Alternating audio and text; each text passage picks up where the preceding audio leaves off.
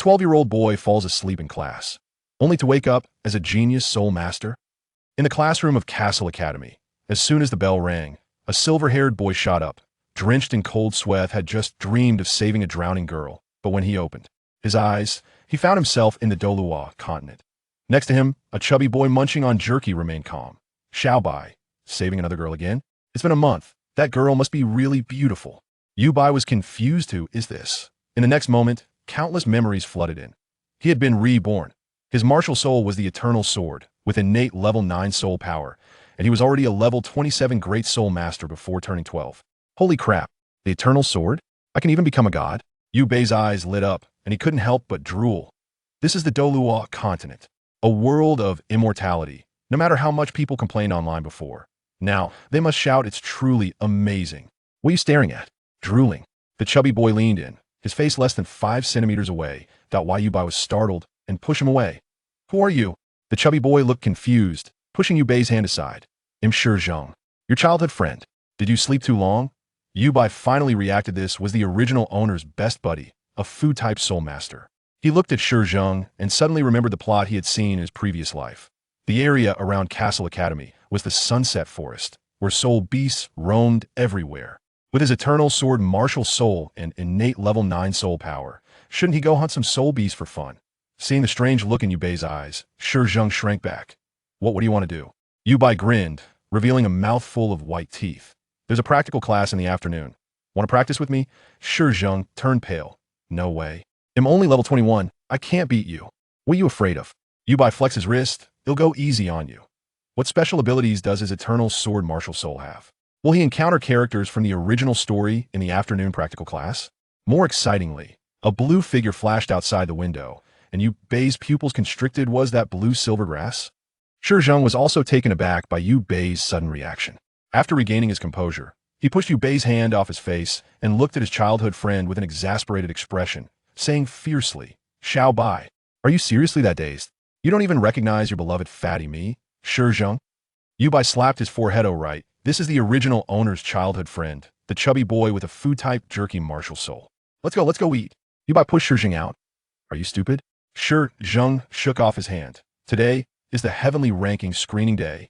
All soul masters from across the continent have to watch. Heavenly Ranking Screening Day. Yu Bai was stunned at this setting in the Douluo continent. Memories flooded in. Once a month, the Heavenly Tao reveals the past and present of living beings.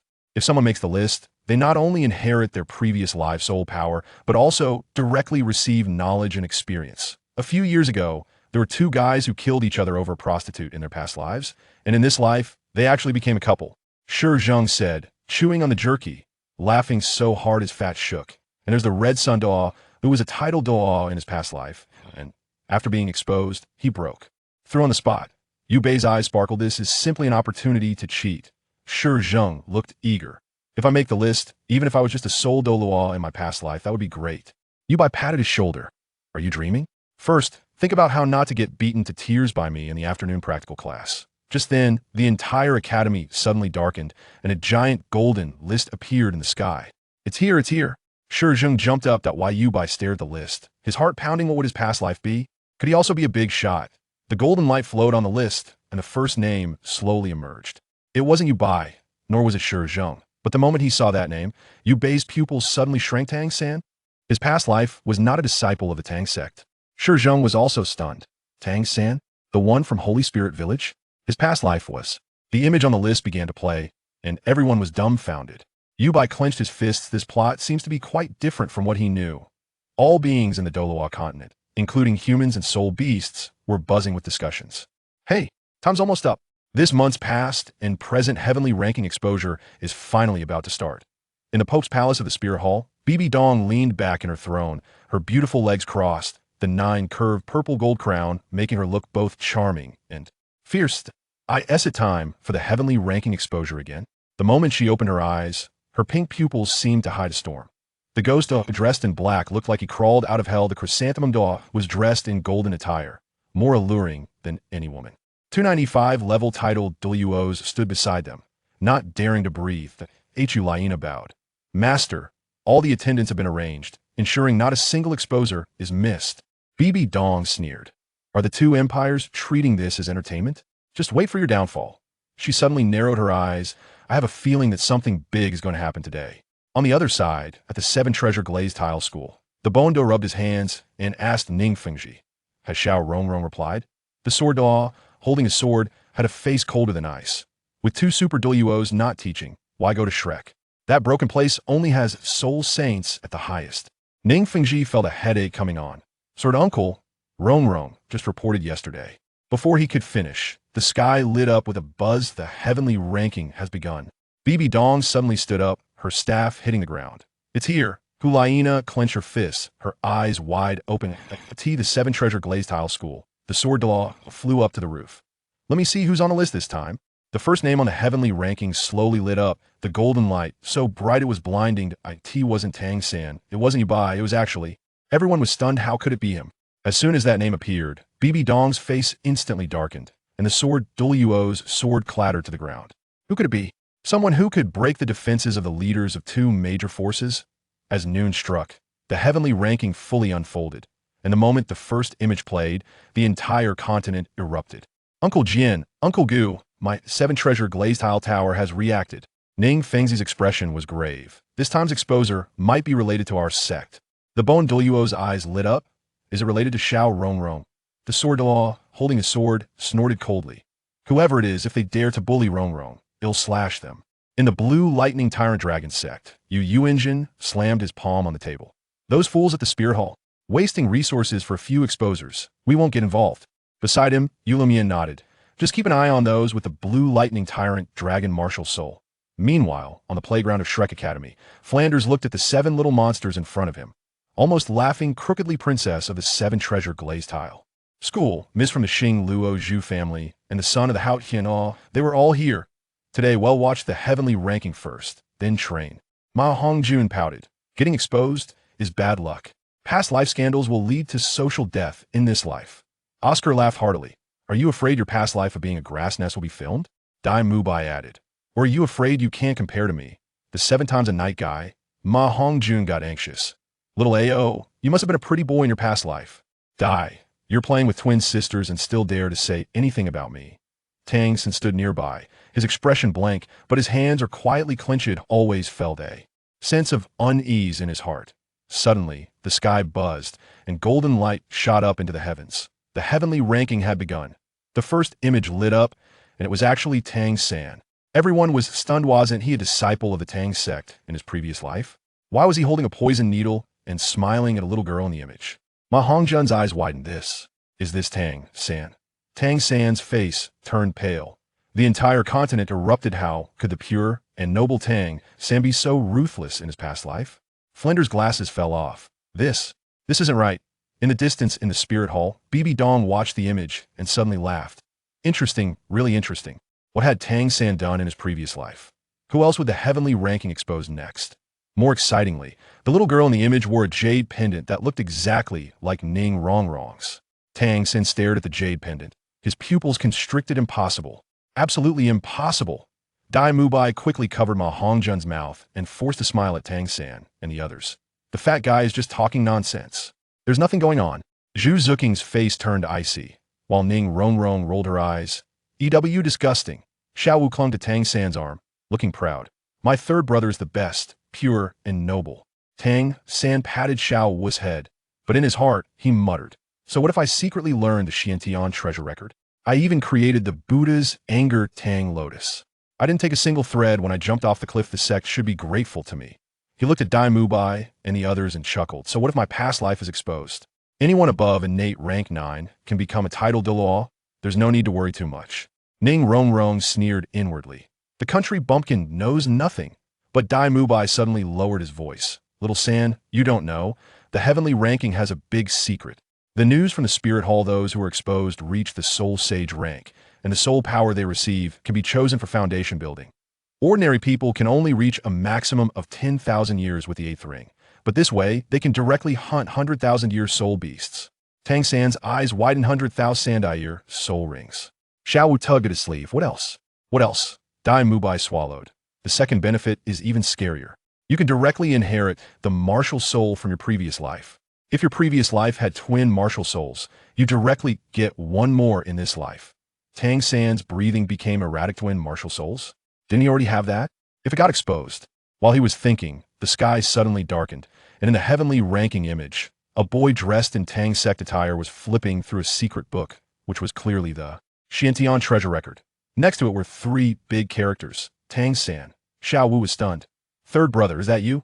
Tang San's face turned pale, but he gritted his teeth and thought, I did nothing wrong. I did it for the Tang sect. In the image, after stealing the secret book, he even revealed a cold smile to the old man guarding it. The entire continent erupted. This is the pure and noble Tang San? Dai Mabai's mouth dropped open. This is stealing, right? Ning Rong huffed. As expected of a country bumpkin, he's stealing and sneaking around. Tang San clenched his fists, his knuckles turning white.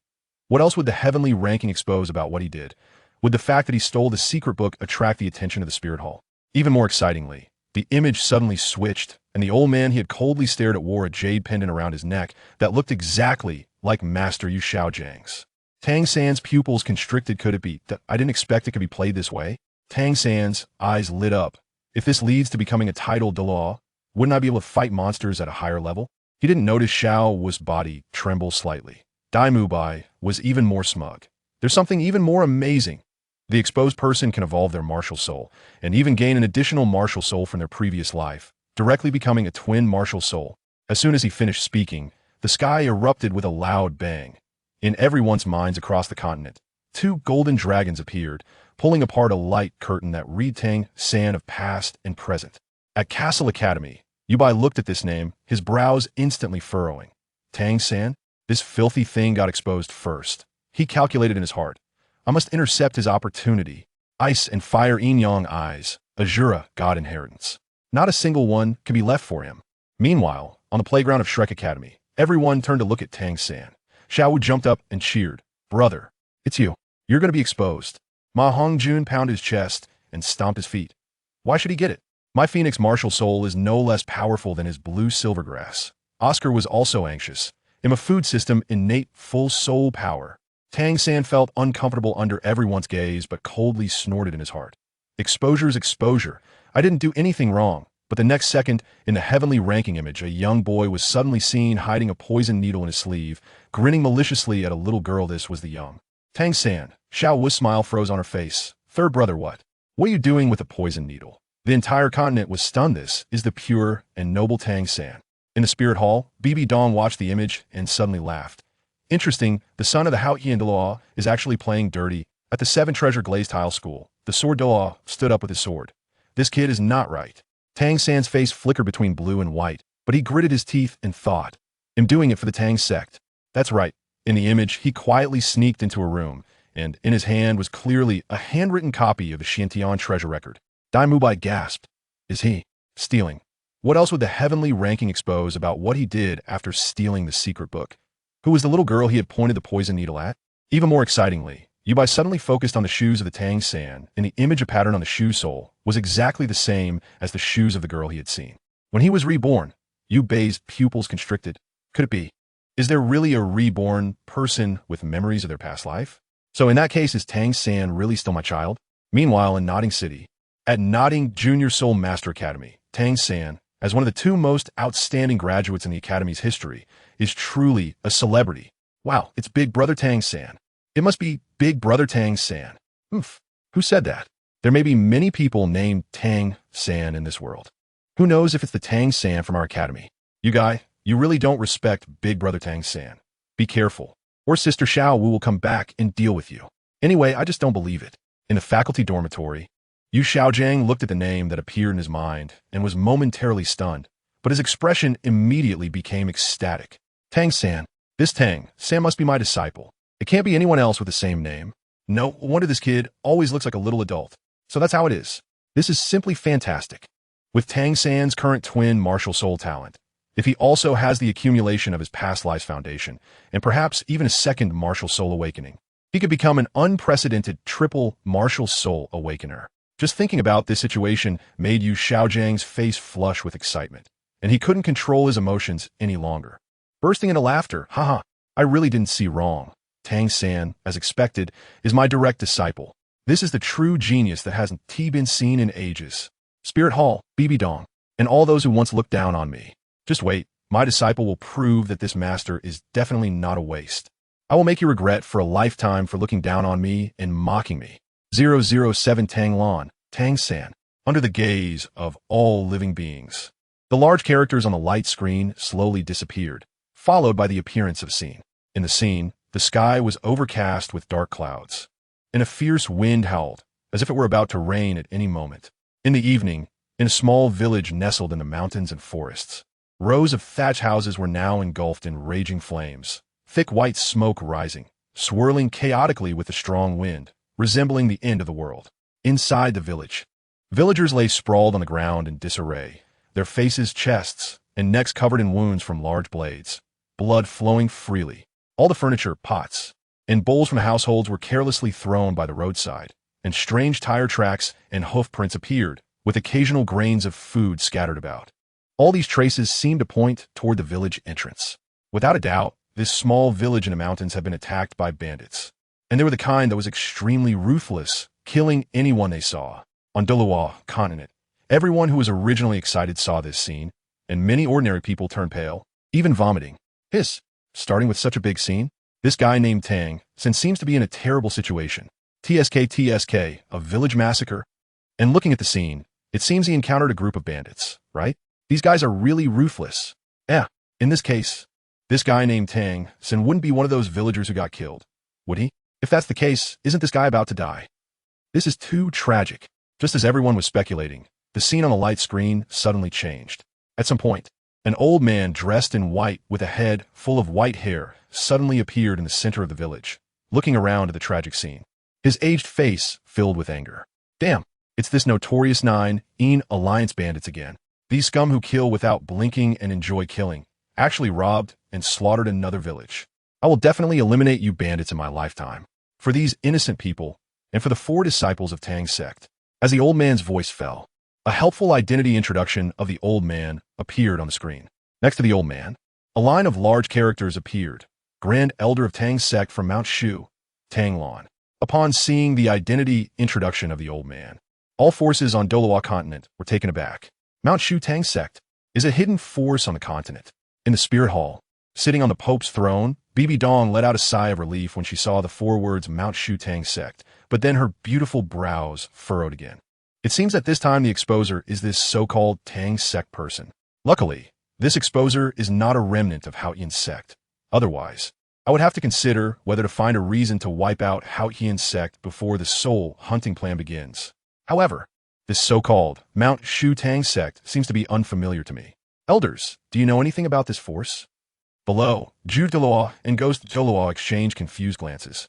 And after a moment's hesitation, Zhu Douluo stepped forward and looked up at Bibi Dong, his voice slightly hesitant. Your Holiness, we have never heard of any information regarding Mount Shu Tang sect. Moreover, there doesn't seem to be a mountain named Mount Shu on the entire Douluo continent. Therefore, I suspect that this so-called Mount Shu Tang sect is likely a force from at least tens of thousands of years ago in Douluo continent's history. Perhaps there really was a peak called Mount Shu back then, but it has since been renamed with the passage of time. And the force named Tang sect probably perished with the passage of time as well. After all, if there were a force that has continued from tens of thousands of years ago to the present, with our spirit hall's power and intelligence capabilities, it would be impossible for us to have received no information at all. After pondering for a moment, Bibi Dong nodded, acknowledging Zhu Douluo's words, but then still instructed him. However, arrange for some personnel to thoroughly investigate the historical records of the continent and try to find information about this so-called Mount Shu Tang sect. At the same time, organize the historical records of all the sects that have appeared in history. Upon hearing Bibi Dong's instructions, Zhu Douluo immediately nodded and then went to make arrangements. For this newly emerged sect, the major forces on Douluo continent took similar measures as Spirit Hall. As the entire Douluo continent buzzed with discussions about the words Mount Shu Tang sect, inside Shrek Academy, watching the familiar yet strange appearance of the old man on the light screen, Tang San's spirit was shaken, and he felt somewhat dazed, involuntarily whispering, "It's Grandpa Tanglan." His voice was so low that even Xiao Wu, who was holding Tang San's arm, couldn't hear his murmurs. But not far away, Flinder's expression changed, and his heart shook violently. As a title Douluo of level 78, his hearing was extraordinarily acute, something ordinary people couldn't imagine. It was precisely because he heard Tang San's low murmur that Flinder's heart began to tremble wildly. The smile at the corner of his eyes was almost uncontrollable. Sure enough, Tang San is the exposer this time. Haha, I've struck gold. I really struck gold. Given the current situation, this little guy Tang San is bound to achieve the title of Douluo in the future. At that time, Shrek will truly be famous on the continent. Haha, Xiaojiang's vision is indeed as sharp as ever. Xiaojiang can finally realize his dream. Perhaps the once golden triangle can gather again. However, suddenly, Vlad seemed to think of something, and the smile that had just appeared at the corner of his eye gradually froze on his face. No, isn't the exposer's memory only implanted in the exposer's brain when the exposure on the heavenly ranking comes to an end? Why does Tang San recognize the old man on the screen now? Hiss. At that moment, Flandra quietly turned to the side, his expression changing rapidly. The scene on the screen continued, and just as the elder named Tang Lan, filled with murderous intent, prepared to chase after the group of bandits known as the Nineteen Alliance, a faint sound of a baby crying suddenly came from the village. Hearing the baby's cry, Tang Lan's expression changed, and without a second thought, he quickly moved in the direction of the sound. Within a few leaps, he arrived outside a wooden house engulfed in roaring flames. Right here, listening to the baby's cries from inside, Tang Lan disregarded the raging fire and thick smoke on the roof and rushed into the house, where he found a torn cloth in an inconspicuous corner, from which the baby's cries were emanating. He quickly pulled away the cloth to reveal a baby lying in swaddling, crying. Bending down, he picked up the baby in the swaddle, and a kind smile appeared on Tang Lan's aged face, especially when he looked into the baby's pure, curious eyes. He couldn't help but chuckle. You little guy, you are indeed destined to meet me. From now on, you'll be called Tang San. At that moment, Tang Lan suddenly heard a creaking sound from the roof and instantly realized that the house was about to collapse. Without a moment to think, he quickly left the house, holding the still swaddled baby, Tang San. As this scene unfolded, the entire screen gradually dimmed. All the beings watching in Douluo continent looked at the first scene unfolding with expressions of great interest, discussing among themselves, TSK, TSK. It seems this baby is the protagonist of this exposure, looking quite tragic. Yes, just making an appearance and the whole village is slaughtered. It's just like those protagonists in the novels on the continent, starting off with their entire family. Oh no, the whole village, being sacrificed, truly boundless power, right? Some viewers, who had initially felt some sadness for the one named Tang San, found themselves wanting to laugh after hearing this. How annoying. Compared to the casual discussions and laughter of the masses, some attentive viewers grew serious. Something's not right, based on the actions of that elder named Tang Lan, who could single-handedly chase down a group of cold-blooded bandits. This elder should be a strong person, but in the previous footage, there were no soul rings appearing during the elder's entire actions. That's right, and the speed he displayed was only at the Soul King level. However, judging by the murderous intent Tang Lan showed towards the bandits, that should be his full speed, but why were there no soul rings appearing? This doesn't make sense. As we all know, soul masters will definitely have soul rings appear when their soul power is fully unleashed. And the absence of soul rings means that this elder hasn't used his true soul power. But this doesn't match the elder's evident rage towards the bandits in the footage. What on earth is going on? Just as everyone was puzzled, in the spirit hall, within the offering hall, the calm-faced Qian Douluo, sitting in the main offering position, suddenly showed a hint of surprise on his youthful face, as if he had thought of something. Below him, an elder who looked even older than Qian Douluo looked up curiously and asked, "Elder brother, do you know something about the situation in the footage?" The other major offerings also turned their curious gazes toward Qian Douluo, seeing the curious expressions of the offerings below. Qian Douluo did not hide his thoughts from these old brothers, recalling some memories, and spoke lightly. That was when I was young, and I heard a high-ranking angelic offering talk about some things. Originally, I thought it was just a story made up by that person and never took it seriously. However, it seems that the stories that person told are actually true. Upon hearing the elder's words, the curiosity on the faces of the other offerings intensified, eager to know what the previous high-ranking angelic offering had said. Looking at the expressions of the old brothers below, Qian Douluo smiled and continued. Once, that person told me that our Douluo continent is actually just one of the 3,000 small worlds managed by the divine realm, surrounding our Douluo continent. There are other worlds that have different cultivation methods and belief systems, etc. I originally thought this was just a story, but looking at the way that elder in the footage operates his power, it is clearly different from ours. So now I can confirm that what that person told me is true. Clearly, the world where this Tang San exposure person came from in his previous life should be one of those other small worlds. Hearing this, the offerings were all shocked, clearly taken aback by the information revealed by Douluo. Soon, the second offering, Golden Crocodile Daw, reacted and quickly stood up, looking at Douluo in the lead position and said, "Elder brother, it seems we must find this reincarnated exposure person and extract the cultivation rules of Otherworld from him. It might help you become a god in a different way." The other offerings also reacted to the second offering's words, their eyes lighting up, and they all stood up in agreement. On the main seat, a hint of excitement also appeared on Douluo's face. In the depths of the Stardow forest, in a certain special space, a middle-aged man in black stood respectfully by, seemingly recounting something, his face filled with uncontainable excitement. In front of him, a massive silver-white dragon coiled in midair, quietly hovering. "My lord, this is undoubtedly a once-in-a-lifetime opportunity for our Soul Beast clan. As long as we find this exposure person and extract the method from him to enhance strength without needing to absorb soul rings, and then improve upon it, and manage to spread it widely among humans, if successful, we won't have to be hunted by humans for our soul rings and soul bones anymore. And we can even counterattack humans. Let our Soul Beast clan become the overlords of Douluo continent once again." The silver dragon in the air quietly listened to the black-clad man's recounting and suddenly spoke, "TheYoung, you are too naive." The voice was crisp and pleasant, cold yet captivating. This is actually a female voice.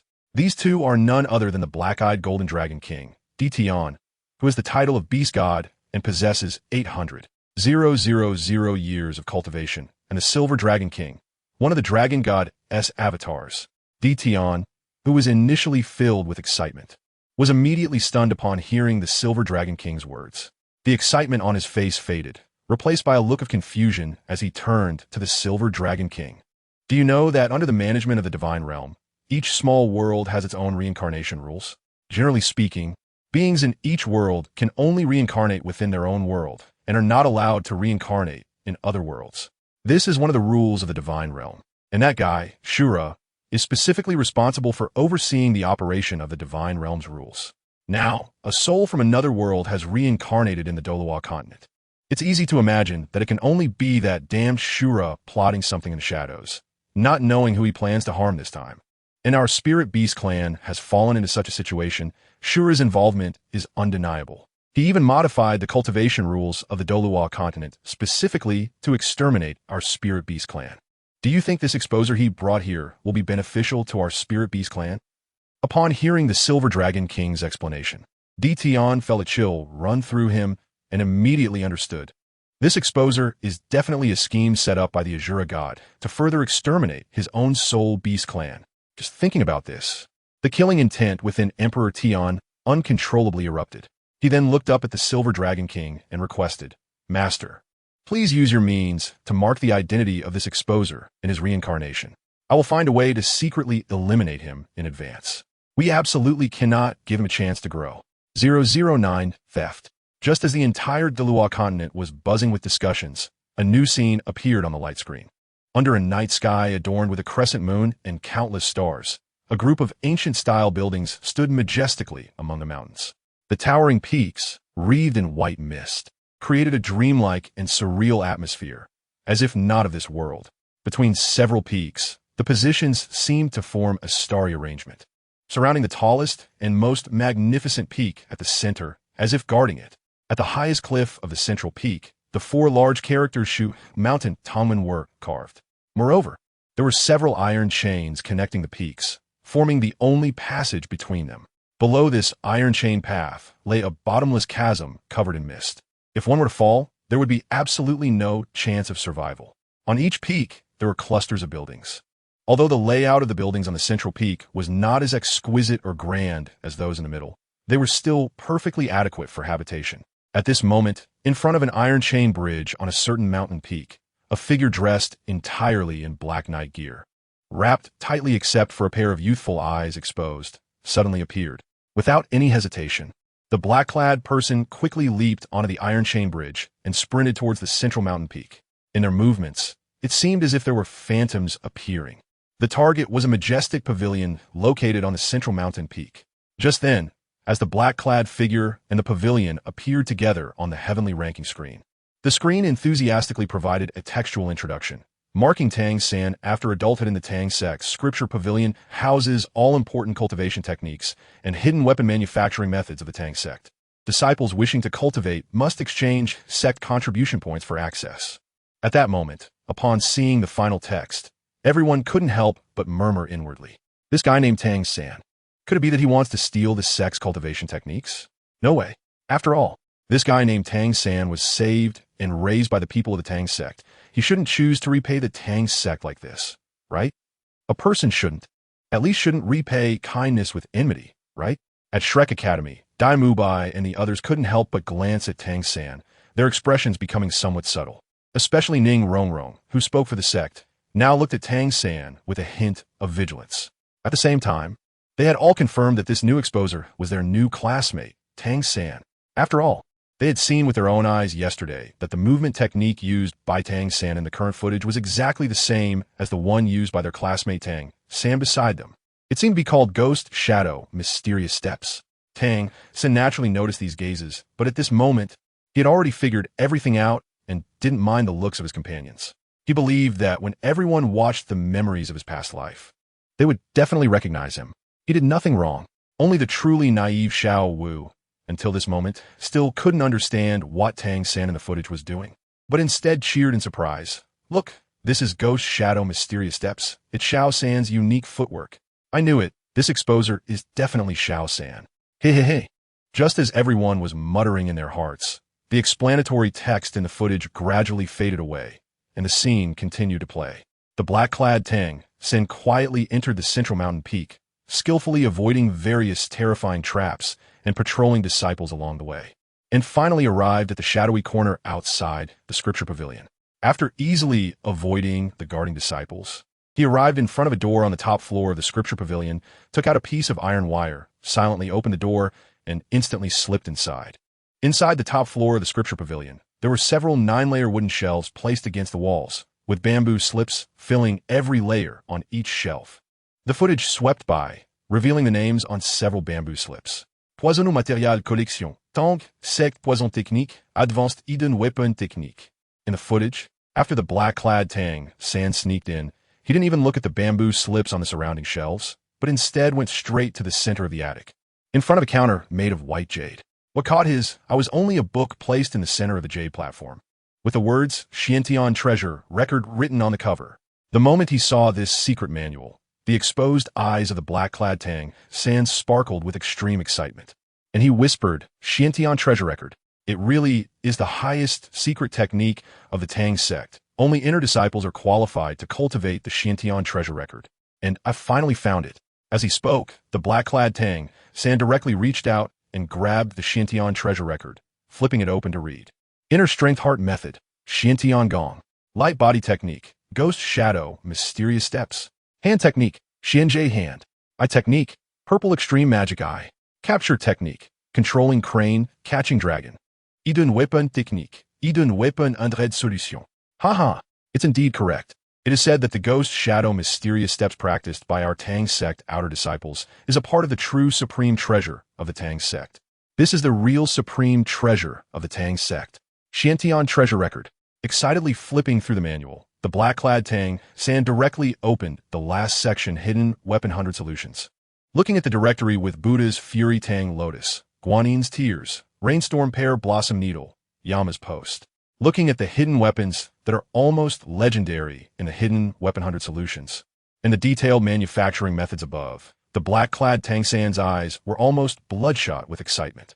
After flipping through everything, the black-clad Tang San finally tucked the Xiantian Treasure Record into his chest, and then carefully slipped out the door again. The footage gradually dimmed. Compared to the discussions at the end of the last footage, this time, the entire continent was filled with waves of scolding voices. A white-eyed wolf. A true white-eyed wolf. This guy named Tang San is simply a bad seed. Huh.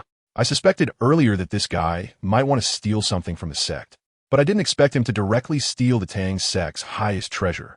The old man Tang Lan really shouldn't have saved this traitor of the sect. Exactly. From the explanation of the Heavenly Tao list, it is clear that those so-called cultivation techniques require disciples to make sufficient contributions to the sect before they can learn them. Yet this Tang Sin chose to steal directly, which is simply shameful. Now that it has been exposed, I hope this guy's reincarnator can hide his identity well, otherwise, no major force in the world would dare to let such a person join, right? 010 Haotian sect at this moment, in the main hall of the Haotian sect. Looking at the earlier scene, the most irritable elder, the 7 elders, the Sun Fighter Daw, directly started to curse loudly. Bah, scum. This is simply embarrassing our surname Tang. Luckily our sect doesn't have such an ungrateful white-eyed wolf. Otherwise, even if he is the exposer, even if he is extraordinarily talented, I would personally kill him. Such an ungrateful, selfish white-eyed wolf will sooner or later become the second disaster star for a sect. In the main hall, on the main seat, once one of the Haotian twin stars, now the sect master of the Haotian sect, Tang Xiao, listened to the 7 elders' words. His face turned extremely difficult to bear. But he couldn't say anything. After all, the 7 elders' son died in the battle against the Spirit Hall back then, and the direct cause of that battle was his brother. The first disaster star mentioned by the 7 elders, Tang Hao, and that woman named Ain in his memories. Thinking of his brother Hao's current tragic state, and the gentle woman in his memories being forced to sacrifice, Tang Xiao's hatred for the Spirit Hall increased even more. He wished he could immediately take out the Haotian hammer and smash the Spirit Hall to pieces. On the second row of seats, the second elder, whose hair was all white and whose face was extremely old, glanced at Tang Xiao's dark face, knowing that Tang Xiao's anger was rising. He turned his head to look at the 7 elders, signaling him to shut up before he spoke, regarding the handling of this new exposer Tang San. I believe that if he is a disciple of the sect, as long as he is willing to voluntarily submit the techniques from the Xiantian treasure record afterwards, the sect will still forgive his past life as actions and will not allow other disciples to use this matter against him. After all, this is all a matter of the past life, of course. It has nothing to do with this life.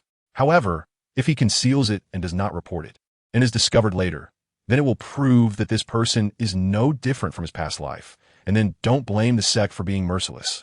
As for if he is not a disciple of our Haotian sect, then if we encounter him, we will just invite him to be a guest in the sect. Sect Master, what do you think? As he spoke, the second elder looked at Tang Xiao on the main seat. Tang Xiao saw that the other elders below had expressions of agreement, and after pondering for a moment, he nodded in approval of the second elder's suggestion.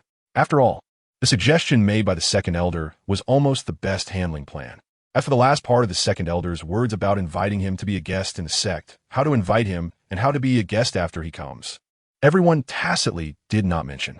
At this moment, other major forces on the Douluo continent were also making similar arrangements, either openly or secretly beginning to deploy and arrange. Moreover, the scale was larger than any time in the past 11 years.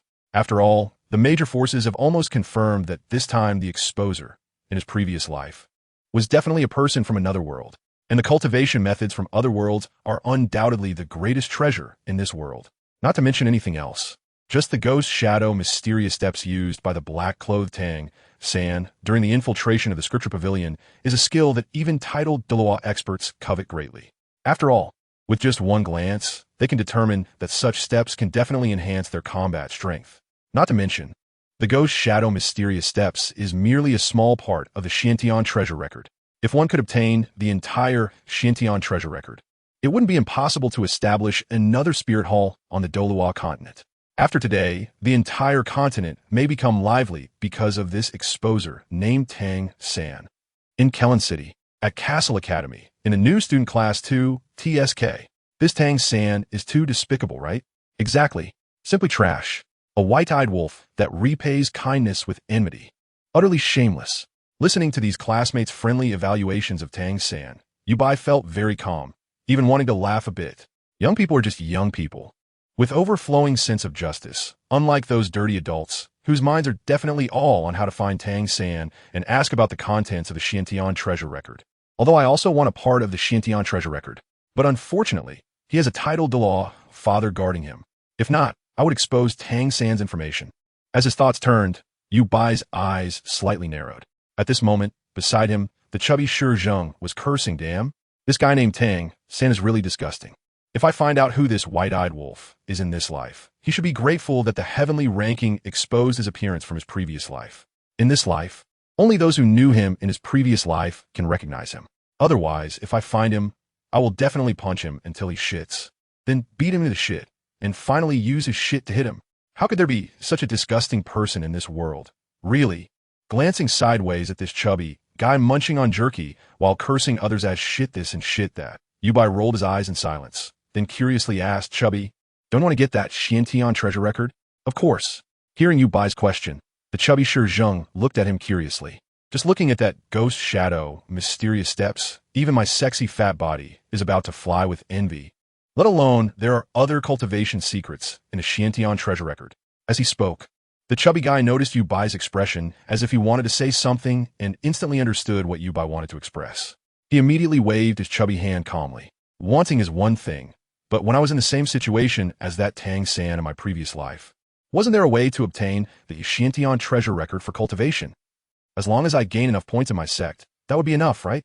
Or, even without the Xiantian treasure record, I would still contribute to the sect to repay the life-saving grace, rather than being like that Tang San, living without taking and stealing. Isn't that just a thief?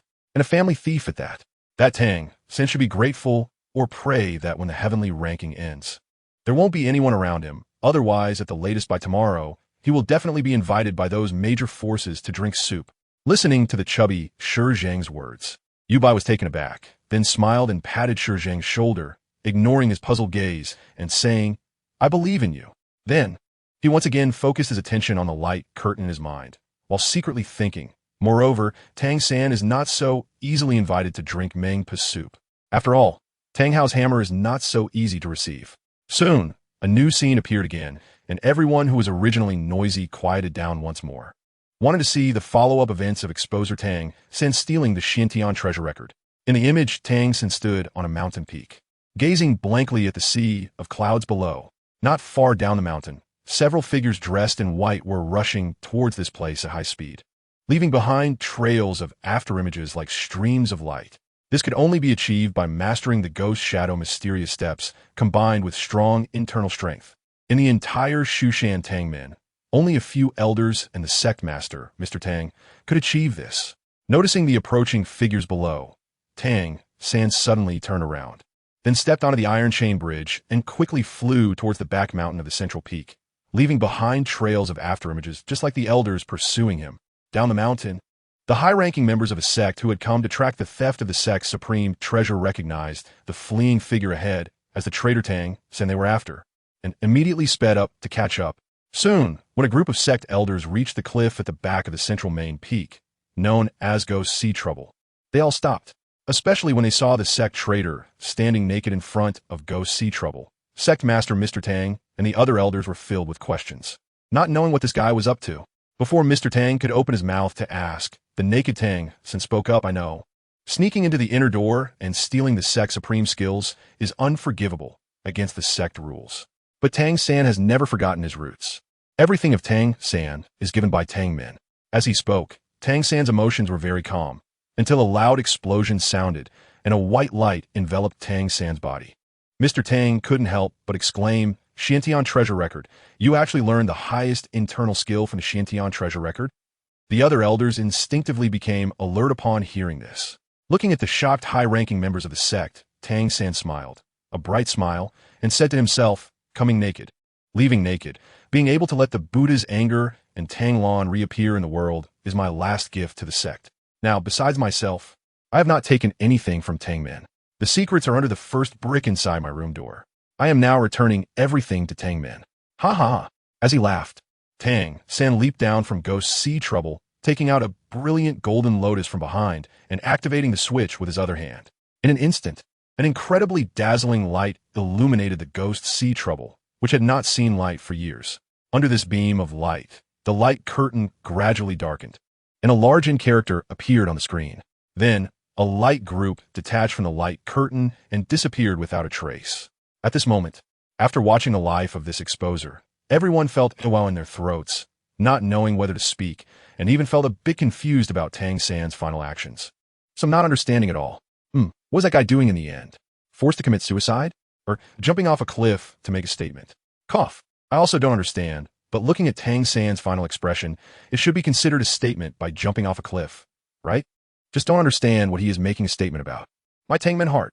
I really just secretly cultivated the sex treasure and did not pass it on to outsiders. Although I am a peerless genius capable of creating the long-lost hidden weapon Buddha's anger tang lotus. Apart from stealing the sex treasure for cultivation, I absolutely abide by all sect rules. Am I still pure and innocent? You guys are really funny. But honestly, I don't understand this Tang San's thought process. Since he ultimately shows such love for the Tang sect, why would he jump off a cliff? Given his ability to create that so-called hidden weapon called the Buddha's Fury Tang Lotus, along with the reactions of the sect leaders and elders upon hearing its name, I can conclude that if Tang San chose to accept the sect's punishment with his talent and importance, those high-ranking members of the sect would definitely choose to be lenient. And he might even be reused in the future. Then he could repay the sect well, enhance its strength, and teach more disciples how to create those so-called hidden weapons. Wouldn't that be better for the Tang sect? Why jump off a cliff? Moreover, he ends up coming back completely empty-handed, returning everything to the Tang sect? Isn't that a joke? He was saved by the Tang sect and then raised by them, during which the Tang sect taught and trained him. In a sense, his life belongs to the Tang sect. What right does he have to jump off a cliff? What qualifications does he have to do so? This guy is simply ridiculous. At the spirit hall, Bibi Dong, sitting on her throne, coldly uttered 2 words after watching all the scenes: trash. She then looked at her disciple, Laina below, whose pretty face was also filled with disdain, and instructed, Laina, don't ever think of learning from this guy named Tang San, who clearly has a problem with his brain. Hearing her teacher's admonition, Laina immediately stood up, her charming face serious as she said, Disciple understands. Everything I have comes from the spear hall. Before I am killed by the enemy, I will definitely keep my useful self and fight for the glory of the spear hall. I will absolutely not be ungrateful like Tang San. Bibi Dong, seeing this, nodded in satisfaction, a pleasant smile appearing on her exquisite face. On Sea God Island, High Priest Poseidon called a few sea god worshippers and instructed, such a person will never have pure faith. From now on, tell all the people of Sea God Island that one cannot be two like Tang San. In the future, we do not welcome this kind of person. At 7 Treasure Glazed Tile School, Ning Fengji ordered a disciple. Spread the word that 7 Treasure Glazed Tile School is very interested in the Xuantian treasure record and is willing to trade with Mr. Tang San. As for the initial idea of recruiting him, it has been completely abandoned by me. What a joke. Recruiting someone like this, what benefit could it bring to the sect? In the Tiando Imperial Palace, the Crown Prince's residence, TSK. This guy named Tang San seems to be not just an ingrate, but also has a problem with his brain. I originally wanted to recruit him using my identity as the Crown Prince, but now it seems my father probably wouldn't allow it either. Forget it. Although I'm curious about the contents of the Xintian treasure record, judging by the strength of those high-ranking members of the Tang sect, their abilities are probably similar to the 8 or 9 soul skills of all title Douluos, akin to self-created soul skills that can be passed down. It probably won't help me much in becoming a god, so let's forget it. Uncle Snake Spear, pass the order down if we find this Tang San. We don't need to care about his life or death. If we can get the Xintian treasure record, that's great. If we can't, then forget it. In Nodding City, Nodding Junior Soul Master Academy, in the staff dormitory, Yu Xiaojiang, after reading about Tang San's previous life, had a face full of regret and helplessness, mixed with some recognition. Murmuring, Tang San truly deserves to be my Yu Xiaojiang's favored disciple. Even in his previous life, he was so clever, with a strong character, yet knowing how to be grateful. In such a world, no, rather in any world, to live according to one's heart. The most important thing is strength.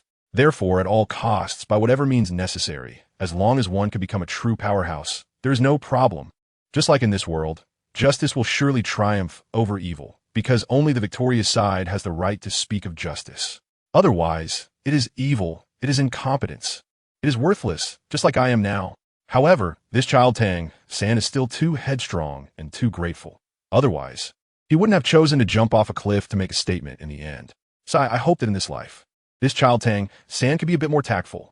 While he was murmuring, the other teachers and students in the Nodding Academy gradually came to their senses, discussing among themselves, and many of those who were initially proud that Tang San, the exposer, was a student of Nodding Academy began to curse.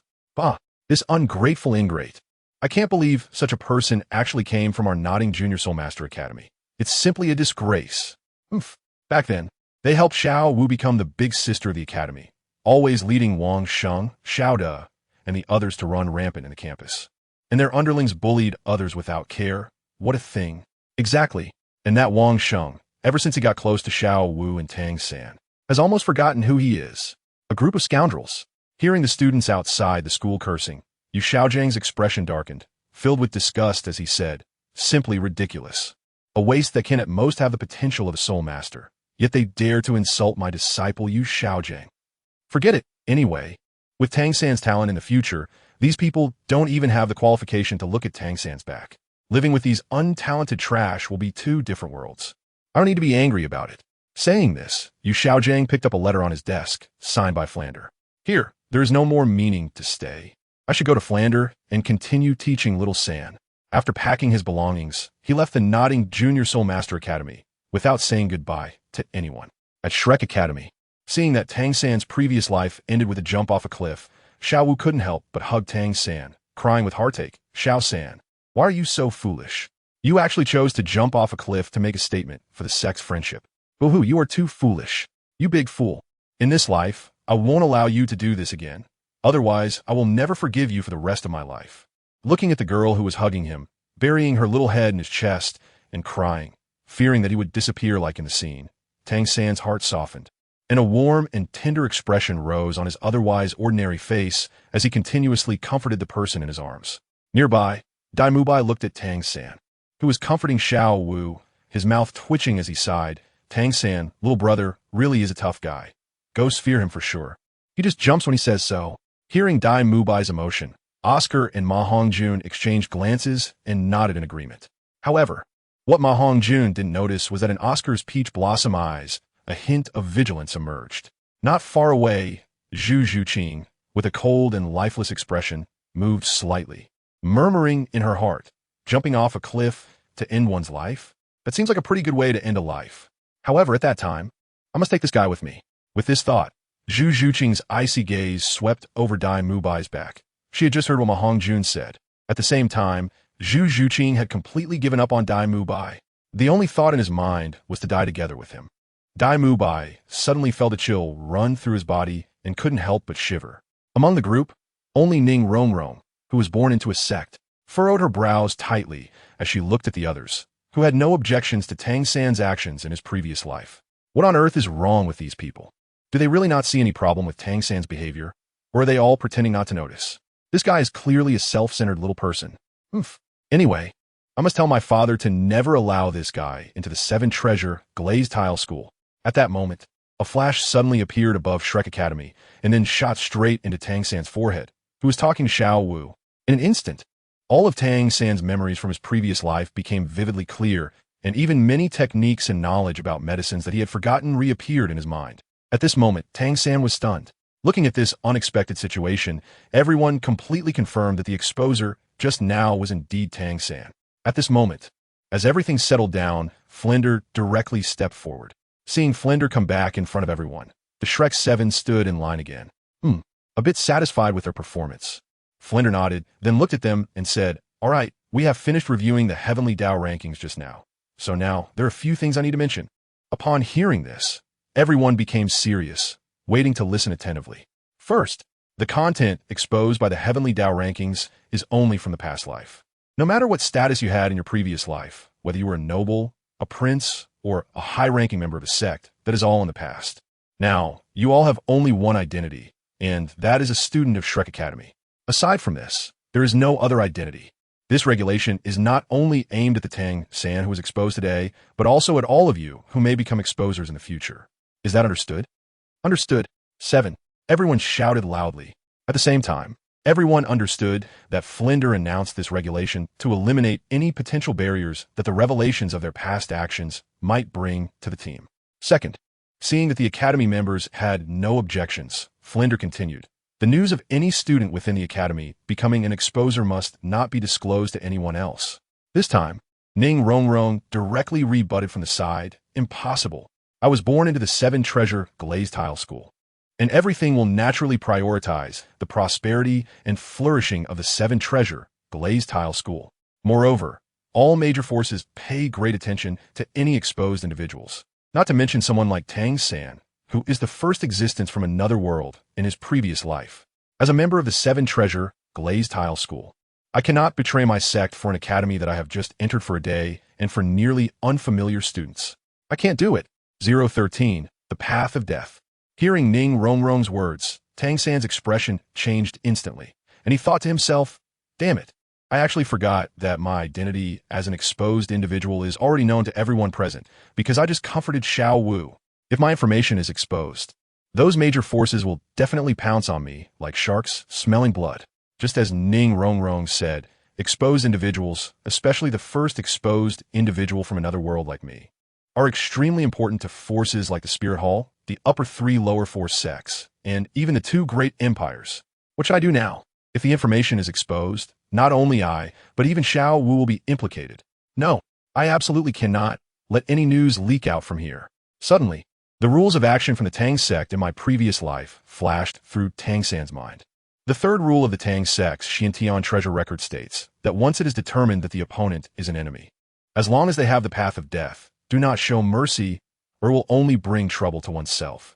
In an instant, Tang San slightly lowered his head, and the entire upper half of his face was hidden in the shadows, making it impossible to see the expression in his eyes at the moment, while his hands quietly reached behind him.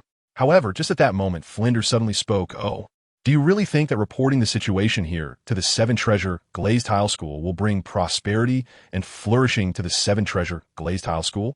Listening to Flinders' words, Ning Rongrong's beautiful brows furrowed, and a look of doubt rose on her pretty face as she asked, "Director Flinder, what do you mean by that?" At this moment, even the other few people, including Tang San, looked up with expressionless faces, their gazes directed at Flinder. Seeing this, Flinder also realized that certain things might not be hidden anymore, so he directly looked at the few students and said, "I know that many of you have complicated identities. Like Ning Rongrong, the daughter of the master of the Seven Treasure Glazed Tile School, the princess of the Seven Treasure Glazed Tile School, Dai Mu Bai, a member of the Star Luo royal family, the second prince of Star Luo, Zhu Zhuqing, a member of the Zhu family of Star Luo, the third young lady of the Zhu family. Your identities are not simple, and it's quite normal for you to have the same thoughts as Ning Rongrong, which can be understood. However, do you really think that reporting this news to your families and sects will be a good thing for them? No. I can responsibly tell you that the only consequence of doing this will be to bring unbearable disasters to your sects." Looking at the disdain on Ning Rongrong's lips after hearing him say this, and Dai Mu Bai's surprised expression as he looked at Tang San, Flinder pursed his lips and finally spoke, "Because your families and sects will definitely provoke a tidal Douluo powerhouse, or even the retaliation of multiple tidal Douluo powerhouses. And they are not ordinary tidal Douluo powerhouses." "What? Tidal Douluo?" At this moment, a group of students, including Tang San himself, shouted in astonishment. That was a tidal Douluo, a true powerhouse, standing at the peak of this world. Unexpectedly, Tang San had such a powerful existence backing him. Tang San, with the surname Tang? Only Ning Rongrong, who had also seen a tidal Douluo, suddenly seemed to think of something as her eyes darted around. Tang San, with the surname Tang, and behind him there were several tidal Douluos. Suddenly, Ning Rongrong's eyes lit up as if she had thought of something. Then she looked at Tang San with a shocked expression, and after pondering for a moment, she raised her head to look at Flander and said, "So that's how it is. All right, I promise I won't tell anyone outside of this place about anything that happens today. Is that okay?" Seeing Ning Rongrong being so perceptive, Flander nodded in satisfaction, adjusted his glasses, then looked at the other students and continued, "All right, since that's the case, let's talk about the next thing." Flander's voice woke Tang San from his daze. Ignoring the others, he looked directly at Flander and said urgently, "Wait, Dean Flander, did you just say that there are tidal Douluo powerhouses behind me? How is that possible? I'm just from a small village. How could a tidal Douluo be backing me, and even risk offending other major forces?" While speaking, Tang San didn't notice that Xiao Wu beside him had a pale face, her body slightly trembling, her eyes filled with fear. Tang San has tidal Douluo powerhouses behind him. Would he be discovered? Should she quickly escape back to the Star Do Forest? However, the thought of not being able to see Tang San again after leaving made Xiao Wu feel even more conflicted. Looking at Tang San's anxious profile, Xiao Wu gritted her teeth and ultimately made up her mind to stay in the academy. Unbeknownst to her, in that brief moment when she almost chose to leave, Tang San was now staring intently at Flander, wanting to know the truth from him. He even felt that the tidal Douluo might have something to do with his mother, whom he had never seen. Seeing this, Flander felt a bit of a headache, but thinking that how Iandaw might be observing from a distance made him feel uneasy. However, recalling how Chivalaw's reminder from last night, Flander had to shake his head, then looked at Tang San and said, Tang San, you must understand that there are some things you are not qualified to touch before you reach a certain level of strength. After saying this, he ignored the dejected Tang San and turned to all the students, saying, all right, we have finished looking at the Heaven Do ranking. Now, let's start the first class of the enrollment. Besides Tang San, Ning Rongrong, and Oscar, everyone else, go back and start cultivating immediately. As soon as Flander issued the order, Dai Mubai, Ma Hongjun, and Zhu Zhuqing each chose a suitable place in the academy to meditate and enhance their soul power. Xiao Wu glanced at Tang San with worry before choosing to leave. At the scene, Flander told Tang San, we'll talk about your matter later, and then turned to Oscar and Ning Rongrong, saying, Oscar, Ning Rongrong, do you know what is the first thing to learn as a support on the battlefield? Just as Flander was about to let Ning Rongrong answer, she suddenly exclaimed, wait, Dean, haven't you noticed that the light curtain hasn't disappeared since the Heaven Do ranking finished playing for so long? What? The other three present were all astonished, and then they realized that the light curtain in their minds had not disappeared. At that moment, on the dim light curtain, a familiar scene appeared. Several shining golden characters slowly floated into view on the light curtain. Xiao Yin, Gu Suner, Kai Lin from past and present 014, Bai Bai Dong, Zhu Zhuqing. Seeing that the Heaven Do ranking actually had new exposers, and this time there were even 3 appearing at once, the entire Douluo continent was in an uproar. Wow, I didn't expect to see new exposers today. This is a scene that has never happened before. TSK, 3 new exposers at once. Based on the past patterns of the Heaven Do ranking, these 3 new exposers must have intricate connections in their past lives. I wonder if the past lives of these 3 are part of Douluo continent's history or from a new different world. Anyway, I'm quite curious about the different world, especially if it can show detailed cultivation methods. Maybe I could use it to create new soul skills. Oldly, keep dreaming. You're already so old and only a soul emperor. Don't you know your own qualifications? Even the major forces that were busy arranging people to search for Tang San turned their eyes back to the Heaven Do ranking, each person showing an expression of eager anticipation. At this moment, in Kailang City, at the Shrek Academy cafeteria, Yubai, who had just taken a bite of food, immediately spat it out upon seeing the new scene on the Heaven Do ranking.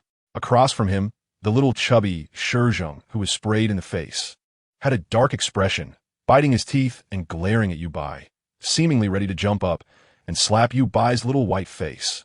However, considering his martial soul and soul power level, the chubby Shizhong could only silently wipe the rice grains off his face. Thinking angrily, you wait, you Xiaobai, you actually sprayed rice all over my face, and didn't even apologize. Very good. Just wait. Next time you want to eat my dried meat, see if I add extra seasoning. Hee hee. Thinking of a future scene in the soul fighting arena, a mischievous smile suddenly appeared on the chubby Shizhong's face, causing the other students around to shiver as if they had seen a pervert, and they quickly left with their trays. In an instant, at the long table in the cafeteria, only Yubai and Shizhong remained, while everyone else kept their distance, completely unaware of everything around him. Yubai was just dumbfoundedly staring at the newly appeared words on the screen, feeling a tumultuous wave in his heart. What the hell? Xiao Yin, Gu Suner, Kai Lin, aren't they the protagonists from the neighboring battle through the heavens? How could they appear on the Heaven Do ranking? Could it be that they got bored in the Endless Fire region and chose to reincarnate together to experience life? But that doesn't make sense. They aren't from the same universe system. Damn it. With these 3 around, doesn't that mean my path to becoming a god will be dozens of times harder? Just as Yubai was lost in thought, the golden characters on the screen slowly faded away, and a new scene gradually emerged.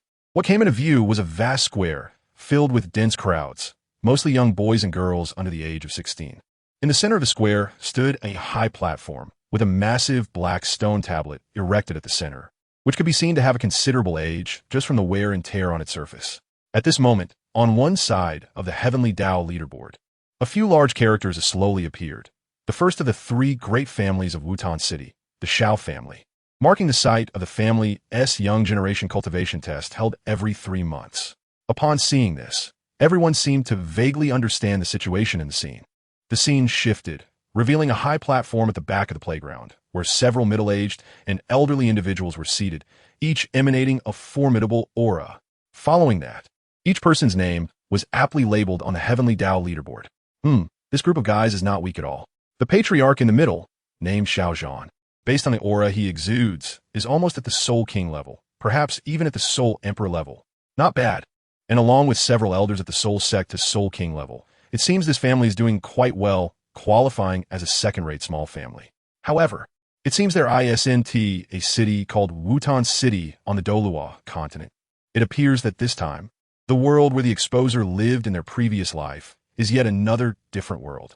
In the Spirit City, at the Pope's palace, Bibi Dong, sitting on the Pope's throne, glanced disdainfully at Xiaozhan and the others displayed in the exposed scene, thinking, weaklings. As the Pope of the Spear Hall on the Douluo continent, she achieved the title Douluo at just over 30 years old, and now in her 40s. Her soul power has already reached level 98, possessing the twin martial soul talent inherited from the gods, making her the true first Wonder Woman of the Douluo continent. She indeed possesses power that surpasses the entire Douluo continent. However, Bibi Dong's gaze remained on the screen, and at this moment, she had confirmed that this exposed world is definitely another new world. Bibi Dong was curious to know if there were any strong individuals in this so-called new world who could rival her. Meanwhile, at Shrek Academy, in a certain dense forest, Zhu Zhuqing, who was originally meditating and preparing to begin her soul power cultivation, had to abandon her original training plan as the Heavenly Tao leaderboard started playing again, and could only watch the scenes being broadcasted. However, for some reason, ever since the Heavenly Tao leaderboard began to play, Zhu Zhuqing felt her heartbeat becoming increasingly uncontrollable and rapid, as if something very important to her was about to appear. Raising her delicate hand to rest on her rapidly beating heart, a terrifying thought suddenly surfaced in Zhu Zhuqing's mind. Could it be that I am one of the exposers this time? Just as she was thinking this, the scene on the Heavenly Tao leaderboard shifted, suddenly focusing on an inconspicuous tree in the corner of the square, under which leaned a young man against the trunk, seemingly resting with his eyes closed. The moment they saw this young man's appearance, both Bibi Dong and Zhu Zhuqing felt their hearts tremble. It was as if an inexplicable sense of familiarity and closeness surged within them, as if they were meeting someone incredibly dear to them whom they hadn't seen in a long time. At this moment, Zhu Zhuqing finally confirmed that she was definitely one of the exposers. Moreover, she had a deep connection with the boy in the picture. The thought of a certain possibility made her originally cold and lifeless face suddenly blush, which was quite adorable. Meanwhile, far away in the Spirit Hall, Bibi Dong, who was originally seated high on the Pope's throne, now had a pale complexion. The powerful soul force instantly swept across the area, causing everyone inside and outside the Pope's hall to lower their heads, their faces pale and cold sweat dripping continuously. Master, at this moment, Hulaina's weak voice suddenly came from below, finally waking Bibi Dong. After forcibly controlling a certain thought in her heart, Bibi Dong retracted her imposing aura, restoring her previous expressionless demeanor as if nothing had happened. 015 Zhu Zhuqing, I'm Sunit. Let's continue watching. Bibi Dong calmly finished speaking and directly withdrew her gaze, then tightly focused on the Heavenly Tao leaderboard, fearing that she might miss any scene. Her heart was in turmoil, wanting to escape, but also wanting to keep watching. Below, Hulaina, with a pained expression, and Zhu, who also looked pale, exchanged glances and then stood up in tacit understanding to continue watching the Heavenly Tao leaderboard, not daring to say much. Anyone with keen eyes could see that Bibi Dong's state was clearly problematic. If they didn't want to suffer, the best way was to keep quiet. As Bibi Dong's direct disciple, Hulaina understood her better than anyone else, ignoring the blood spilling from her mouth. Her originally beautiful and alluring face was now extremely pale, filled with worry as she looked up at Bibi Dong on the throne, wanting to say something. However, seeing that Bibi Dong clearly did not want to be disturbed at this moment, she ultimately suppressed her worries, stood up to wipe the blood from her mouth, and once again turned her attention to the Heavenly Tao leaderboard. She really wanted to know what was going on that made her beloved master so emotionally agitated. In Kellen City, at the Castle Academy cafeteria, when Yubai saw Xiao Yan's face appear, his originally handsome and charming features almost twisted in shock, his mouth twitching uncontrollably, because, while others might see the image of Xiao Yan as just a somewhat handsome young man, in Yubai's eyes, that face belonged to him, adding to the previous rumors about the Heavenly Tao leaderboard stating that only exposers could see the true appearance of everyone in the leaderboard. Yubai could now confirm 100 that he was indeed that exposer. Moreover, Yu Bai was even more certain that this so-called Heavenly Tao leaderboard was definitely the golden finger that brought him to the Douluo continent. Furthermore, this so-called exposure of his previous life was definitely a projection of the story he had seen in the anime Dopa Song Xiong. Just thinking about the embarrassing scene where he would encounter the so-called ancient Sunner and Medusa Queen exposers arranged by the Heavenly Tao leaderboard made Yu Bai feel so awkward that he could have dug out a 3-bedroom apartment in the cafeteria. Wasn't this just ridiculous? Just as Yu Bai was feeling awkward and muttering to himself, the Heavenly Tao leaderboard continued to play. Although the entire square was bustling with activity, perhaps due to being in a corner, the boy leaning against a tree in the corner felt a rare sense of tranquility and comfort. The summer sunlight filtered through the dense branches and leaves above, casting speckles of light on the boy, enhancing a comfortable and peaceful atmosphere. "Brother Xiaoyan, are you slacking off and sleeping again?" A crisp and pleasant girl's voice suddenly rang out from beside him, waking the half-asleep Xiaoyan, slowly opening his drowsy eyes. What came into Xiaoyan's view was a beautiful girl with a somewhat playful smile, captivating like a first love and drawing attention. The moment the girl smiled, 80% of the people on the Douluo continent suddenly felt like they might be in love. In the dense forest of Shrek Academy, Zhu Zhuqing looked at the girl appearing in the picture, unable to help but cover her small mouth with her hand, her big eyes filled with shock and disbelief. "This long face looks exactly like mine. In other words, my previous life was that girl in the picture," looking at the face in the image, which clearly resembles her own, but is now adorned with a charming smile that is both pouting and joyful. Zhu Zhuqing's heart becomes increasingly unsettled. Can I really possess such a smile? For a moment, Zhu Zhuqing couldn't help but stare in a daze. Meanwhile, the scene continues. As the lazy-looking youth gazes at the exquisite and ethereal beauty in front of him, and even the gloom in his heart dissipates somewhat. He chuckles lightly, "Oh, so it's you, Sunner, this little girl?" Hearing the youth's words, the girl's delicate face, which seemed as fragile as a petal, slightly pouts, as if in anger, saying, "Brother Xiaoyan, what's with that tone? Are you not welcoming Sunner?" Hearing the displeased tone of Sunner beside him, Xiaoyan somewhat helplessly gets up and then rubs the girl's little head with his hand, saying irritably, "You know I didn't mean it like that, you little girl." "Oof." After the girl haughtily snorted a couple of times, she then pushed away the youth's mischievous hand from her head, and, taking advantage of the moment, wrapped her arms around his, sitting under the tree together, watching the martial arts testing scene in the center of the square ahead. Not far away, due to Sunner's appearance, many people's gazes were drawn over, and they naturally noticed Xiaoyan, who was leaning against the tree. Some were jealous that a waist like Xiaoyan could attract the family's most beautiful girl, Sunner. Others were venting their frustration at the once great genius of the Xiao family. Many deliberately pointed and commented loudly at Xiaoyan. "Look, that's the once #1 genius of the family. And now he is almost 15 and still only has 3 stages of fighting spirit. He is simply tarnishing our Xiao family's reputation. Yeah, what a so-called #1 genius. I think he must have accidentally consumed some heavenly materials or pills, exhausting his potential to create the record of an 11-year-old fighter. Otherwise, how could his cultivation regress? It's been almost 3 years, and he has still just a waste with only 3 stages of fighting spirit. I really don't understand why Miss Sunner would like such a waste." Listening to these familiar, insulting remarks, Xiaoyan's expression remains incredibly calm, as if those people weren't criticizing him at all. Brother Xiaoyan, Sunner also heard those vicious curses, and she glared fiercely at those people. Only after they turned away did she look worriedly at the youth beside her, her delicate face filled with pleading. "Brother Xiaoyan, why don't we go back? Let us not participate in this family martial arts test." Hearing the little girl beside him, Xiaoyan couldn't help but pinch Sunner's smooth little face, which felt like milk. And he smiled as he teased, "You silly girl. How could you give up participating in the test for me? You should know that after every martial arts test, the family rewards outstanding disciples.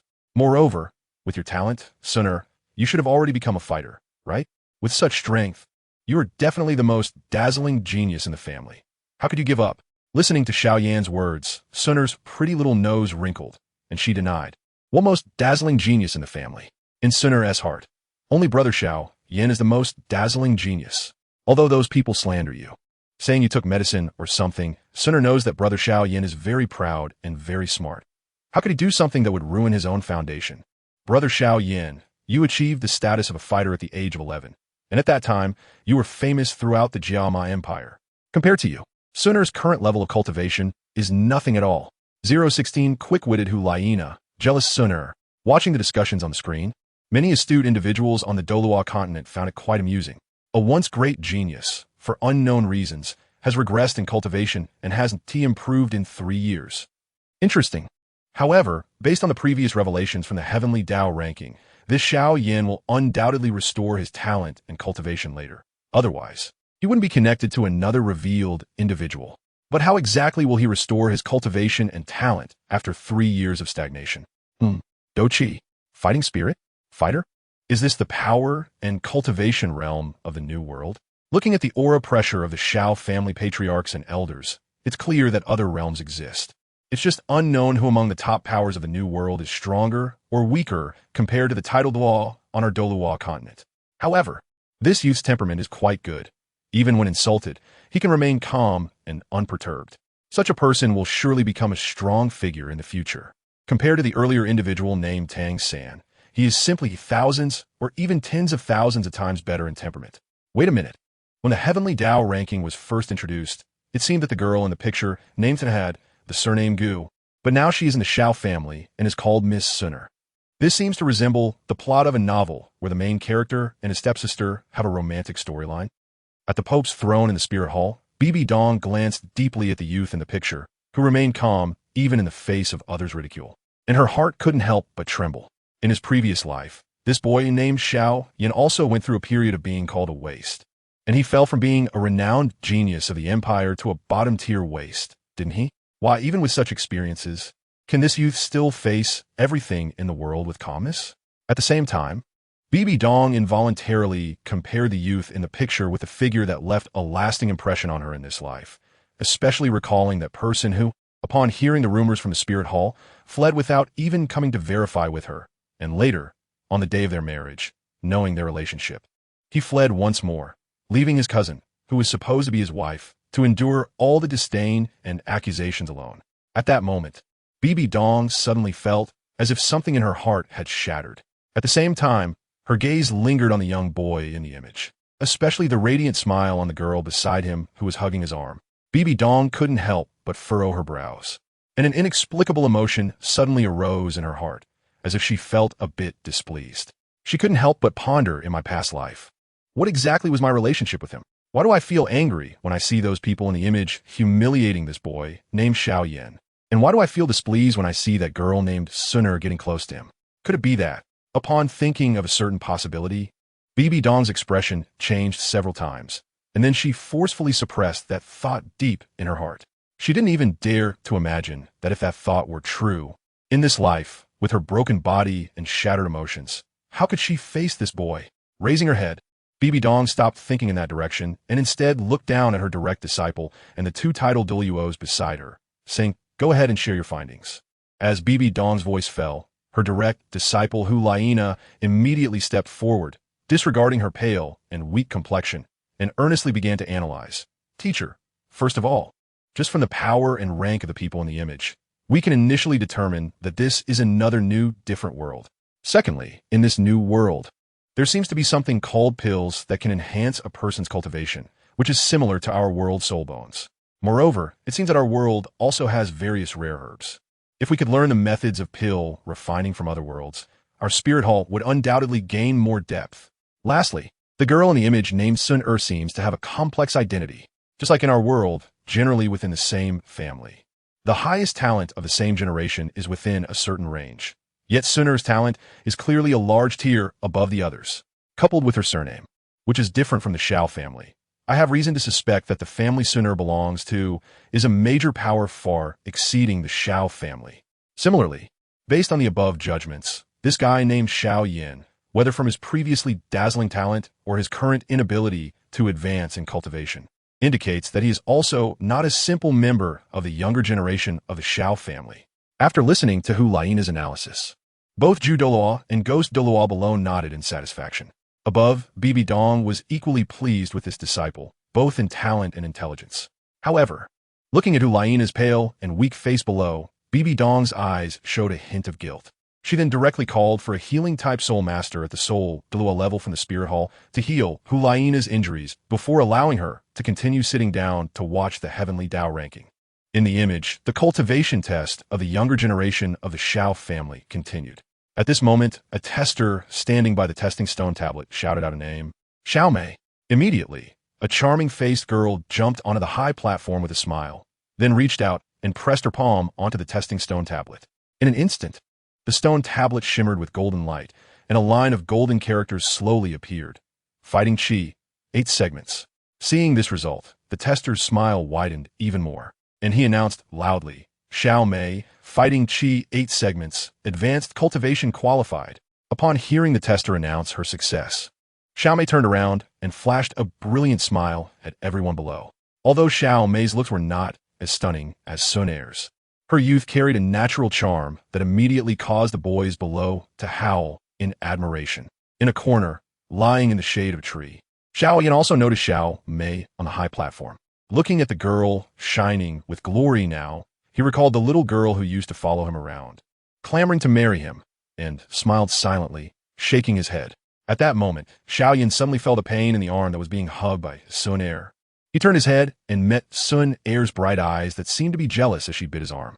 All right, I won't look anymore. Is that okay? Xiaoyan said. I was just reminiscing about the past, but the past is the past. Now it's already a joke in the entire Wutan city, and only Sun Er is still willing to accompany me. I'm already very content. As he spoke, Xiaoyan's originally calm expression suddenly took on a teasing tone as he turned to the charming girl beside him and said with a laugh, however, I just found out today that our Miss Sun Er is actually a little jealous pot. Haha. Seeing Xiaoyan laughing heartily, Sun Er's delicate face flushed with 2 shades of red, and she hurriedly raised her jade hand to cover Xiaoyan's mouth, fearing he would say something embarrassing. Xiaoyan, you mustn't say random things. Sun Er is not like that.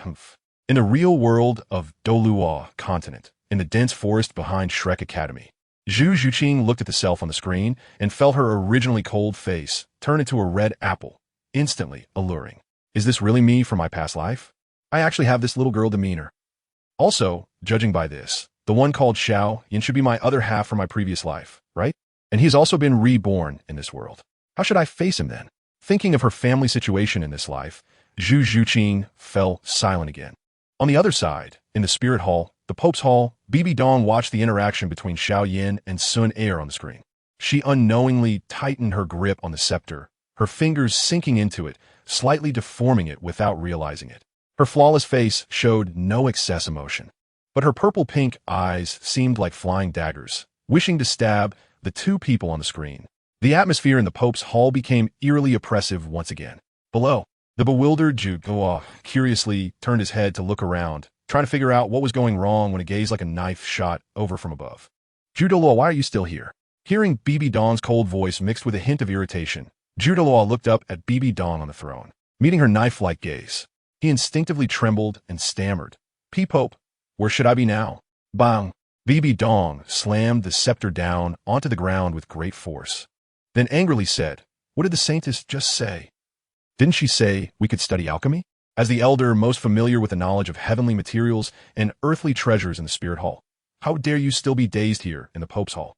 Hurry up and go study alchemy. Douluo trembled again, quickly nodded in response, and without caring for the pleading look from his good friend Ghost Douluo, he slipped away. Ghost Douluo. Upon hearing Bibi Dong mention his name, Ghost Douluo swallowed hard and hurriedly stepped forward to bow and apologize, reporting to your holiness before I came here. I assigned some tasks to Yin and the others that need to be checked immediately. I hope your holiness will allow me to leave. After saying this, cold sweat covered Ghost Douluo's bowed head. Now he realized that Bibi Dong was suddenly angry for some unknown reason and just wanted to vent her frustration, not wanting to see anyone else. Sure enough, as soon as Ghost Douluo finished speaking, he heard Bibi Dong coldly utter a single word, get out. At that moment, her words sounded like heavenly music to Ghost Douluo, and he instantly turned and rushed after Douluo. In the Pope's hall, only Bibi Dong and Hulaina remained. Below, Hulaina, who had regained her rosy complexion after being treated by the healing soul masters of the spirit hall, cautiously looked up at Bibi Dong, her delicate face filled with confusion. However, being wise, she also sensed that Bibi Dong seemed to want to be alone for a while, so she quietly suggested, Master, should I go out too? Above, after venting her inexplicable frustration, Bibi Dong felt much better and, upon hearing her disciple's request, waved her jade hand to stop her, saying, no need, just continue to watch the Heavenly Tao rankings with me. Hearing Bibi Dong's tone return to normal, Hulaina secretly breathed a sigh of relief and resumed watching the heavenly Tao rankings. The commotion around Xiao Yin ultimately caught the attention of many people, especially as they saw the most beautiful girl in the family being so close to the so-called waste, Xiao Yin, making many people even more jealous of him. At the same time, Xiao Mei, who had just stepped off the high platform, also noticed this side, and upon seeing Xiao Yan's appearance, a complex expression appeared on her enchanting face, ultimately choosing to ignore him. In the future, with the gap in our talents, we will be from two different worlds. Thinking of this, Xiao Mei's enchanting demeanor returned, and she began to chat and laugh with other talented members of the family. The testing continued, with each member of the Xiao family going up, then coming down either happy or disappointed. Zun, Xiao Xunia. When this name was called by the tester, the entire square fell silent. Even the high-ranking family members above couldn't help but turn their gazes over. Go! Good luck! Seeing that it was finally Sun Er's turn, Xiao Yin couldn't help but give her a thumbs up for encouragement. And he also wanted to know how strong this little girl had become now. Seeing Xiao Yan's expression, Sun Er playfully stuck out her little tongue and said, "You'll know soon, brother Xiao Yin." Then, under everyone's watchful eyes, she lightly approached the testing platform, jumping gracefully as if a gentle breeze caressing the willow, landing softly in front of the stone tablet. Without saying much, she raised her jade hand and pressed it down. In the next second, the testing stone tablet suddenly burst forth with unprecedented golden light, illuminating Sun Er as if she were a goddess. Soon, the golden light faded, and 4 golden characters slowly appeared on the test stone tablet. Fighter 1 star. Upon seeing this, everyone in the square erupted in excitement. After a long while, when Xiao Yin was the last name to be called, he stepped onto the testing platform under the mocking and disdainful gazes of all. And as he placed his hand on the test stone tablet, the familiar words Fighter Chi 3rd stage reappeared. His expression slightly dimmed for a moment, but then returned to its previous calm state. Accompanied by Sun Er, he left peacefully amidst the gazes of mockery, disdain, and jealousy. The scene gradually faded to black, and the people on the Douluo continent couldn't help but discuss 018, don't underestimate the youth. TSK. It seems that this family called Xiao is not that impressive. Although the survival of the fittest and admiration for the strong is the norm, to kick their own kin when they are down, especially targeting a young boy, such a family is destined for a short lifespan. Indeed, however, this little guy named Xiao Yin seems to have had exceptional talent in the past. Just look at the images earlier. Those who are clearly 15 or 16 years old, with only the so-called Fighter Chi at the 7th or 8th stage. And they're considered geniuses aside from Sun Er. One can imagine that Xiao Yin, at 11 years old, could reach the next major realm of fighter, showcasing his terrifying talent. What a pity, a fallen genius is no longer a genius. At the Spirit Hall, BB Dong's purple-pink eyes narrowed slightly, secretly thinking then, as a waste yourself, let me see what choice you will make. At Shrek Academy, Zhu Zhuqing bit her lips and finally murmured in a voice only she could hear, "Come on, don't give up." The scene reappeared, in the deep of night, when all the other Xiao family members had extinguished their candlelights. In the room of the Xiao family's 3rd son, Xiao Yin, he was seen sitting cross-legged on the bed, eyes tightly closed, with a faint airflow swirling around his body. Boom! It seemed as if a sound erupted from within Xiao Yin, and in an instant, his aura suddenly became much stronger. Opening his eyes, Xiao Yin calmly murmured, "I broke through again." The next moment, however, Xiao Yan's aura began to strangely weaken gradually, until it completely vanished. In that moment, Xiao Yan's expression was slightly dazed. After a long while, he finally let out a long sigh and resumed his meditation. Outside the video, in the Pope's hall, seeing Xiao Yan's last slightly dazed expression, BB Dong felt an inexplicable pain in her heart. She murmured to herself, "This is you, isn't it? Every time you elevate your cultivation, it strangely disappears again, enduring the title of a waste for 3 long years." At this moment, BB Dong admitted that he was the boy from his previous life. With this thought, BB Dong's heart suddenly started to beat rapidly, but when he recalled his filthy life in this lifetime, he suddenly felt a bit inferior. In the Shrek Academy, deep in the forest, looking at the scene on the heavenly Tao rankings, Zhu Zhuqing's eyes turned slightly red. When she thought of her own tumultuous life and Dai Mubai, who had fled here and chosen to indulge in a life of debauchery, a thought suddenly arose in Zhu Zhuqing's heart. I cannot give up. I will not give up. Even if Dai Mubai has completely chosen to give up and wallow in despair, so what? My life, my destiny can only be controlled by me. I will practice hard, live well, and break through to level 70 as soon as possible. Then, I will be able to find you. Looking at the image in her mind of that boy who repeatedly lost his cultivation, yet persevered, Zhu Zhuqing seemed to finally find her life goal. In the imperial palace of Tiando City, Qian Renxue, disguised as Xue Qinghe, sat at her desk, watching the image of the boy who repeatedly failed yet kept trying. Her beautiful eyes couldn't help but show approval. Such a resilient character, with such extraordinary talent, as long as the issue of his cultivation disappearing is resolved. He will definitely achieve great things in the future. As for the so-called disappearance of cultivation, since it hasn't directly dissipated into the heavens and the earth, it can be explained that this cultivation must have flowed somewhere for accumulation. Once a certain quantity is reached, it will surely erupt and soar to the sky. This kind of person is the true talent that our spirit hall needs. No, he should be the talent that belongs to me. I will definitely find you, reclaim you, and make you useful for me. The scene changed to the next day, when people from the Yunlan sect arrived. It turned out that in the past, when Xiao Yan's talent was still present, Nalan Jie from the Gamma Empire had heard of Xiao Yan's deeds, and due to the good relationship between the two families, they arranged a marriage pact. Now, the girl Nalan Yinjin, who was engaged to Xiao Yan, not only joined the #1 sect in the empire, Yunlan sect, but also became a disciple of Yunlan sect's master, the Do Huang powerhouse Yunyan. This visit to the Xiao family was to annul the engagement with Xiao Yan. Looking at the lofty girl before him, his father trembling with anger across from him, and the clan members begging for mercy, at this moment, the boy's calm eyes finally turned fierce and crazed, as if all the accumulated anger and hatred over the past 3 years erupted at this moment.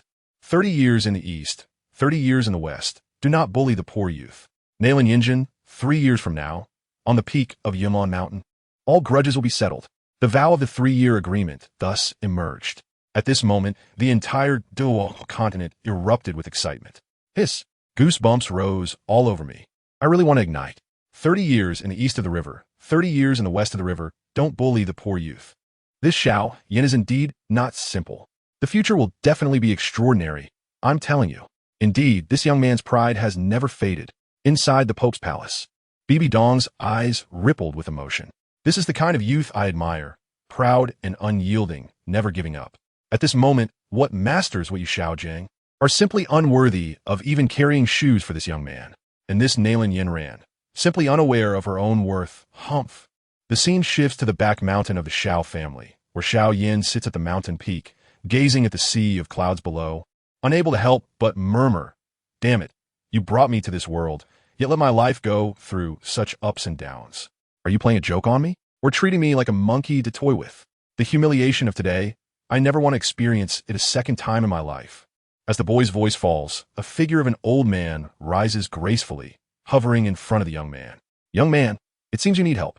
It turns out that this old man is the former #1 alchemist of the continent, a 9-star Do Zun strongman, the master of the Starfall Pavilion, and also the culprit behind Xiao Yan's loss of cultivation. At the same time, the Heavenly Tao ranking first exposes the cultivation levels of the Duqi continent, starting from Do Shi and ascending in order: Do Shi to Do Shi, Do Ling, Do Wang, Do Huang, Do Zong, Do Zun, Do Shang, Do Di. There are also 9 small realms between each major realm.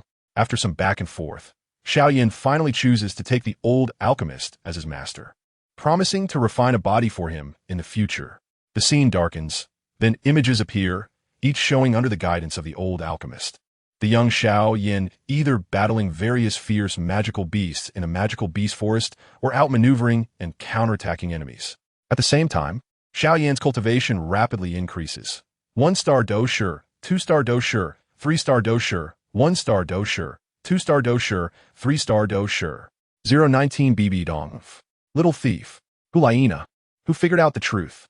Finally, the scene comes to the depths of the Tegel Desert, outside the city of the Snake People tribe, where several strong individuals with cultivation above Do Wang are using Do Qi to form wings, stalemating with a group of powerful snake people, ready to fight at any moment.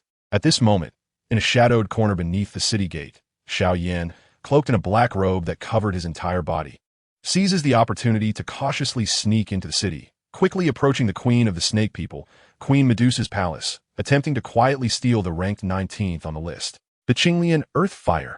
"Master, I'll be relying on you soon." Before reaching the snake people's queen's palace, Xiao Yin carefully sends a voice transmission to the old alchemist in his ring. Don't worry, leave it to me. I'll conceal your aura. Even if Queen Medusa has advanced to Douluo, she won't be able to detect you. The old voice echoed in Xiao Yan's mind. Hearing the old alchemist's words, Xiao Yan finally makes up his mind, gritting his teeth and choosing to infiltrate. At this moment, in the largest palace of the Snake Queen, a flame resembling a lotus quietly burns in the center, dazzling and beautiful. On the large bed at the back of the palace, a charming and alluring woman, with an unparalleled beauty that could ensnare any man at a glance, reclines lazily. Dressed in a luxurious purple brocade robe, her body underneath is voluptuous and exquisite, like a ripe peach, exuding a faint charm.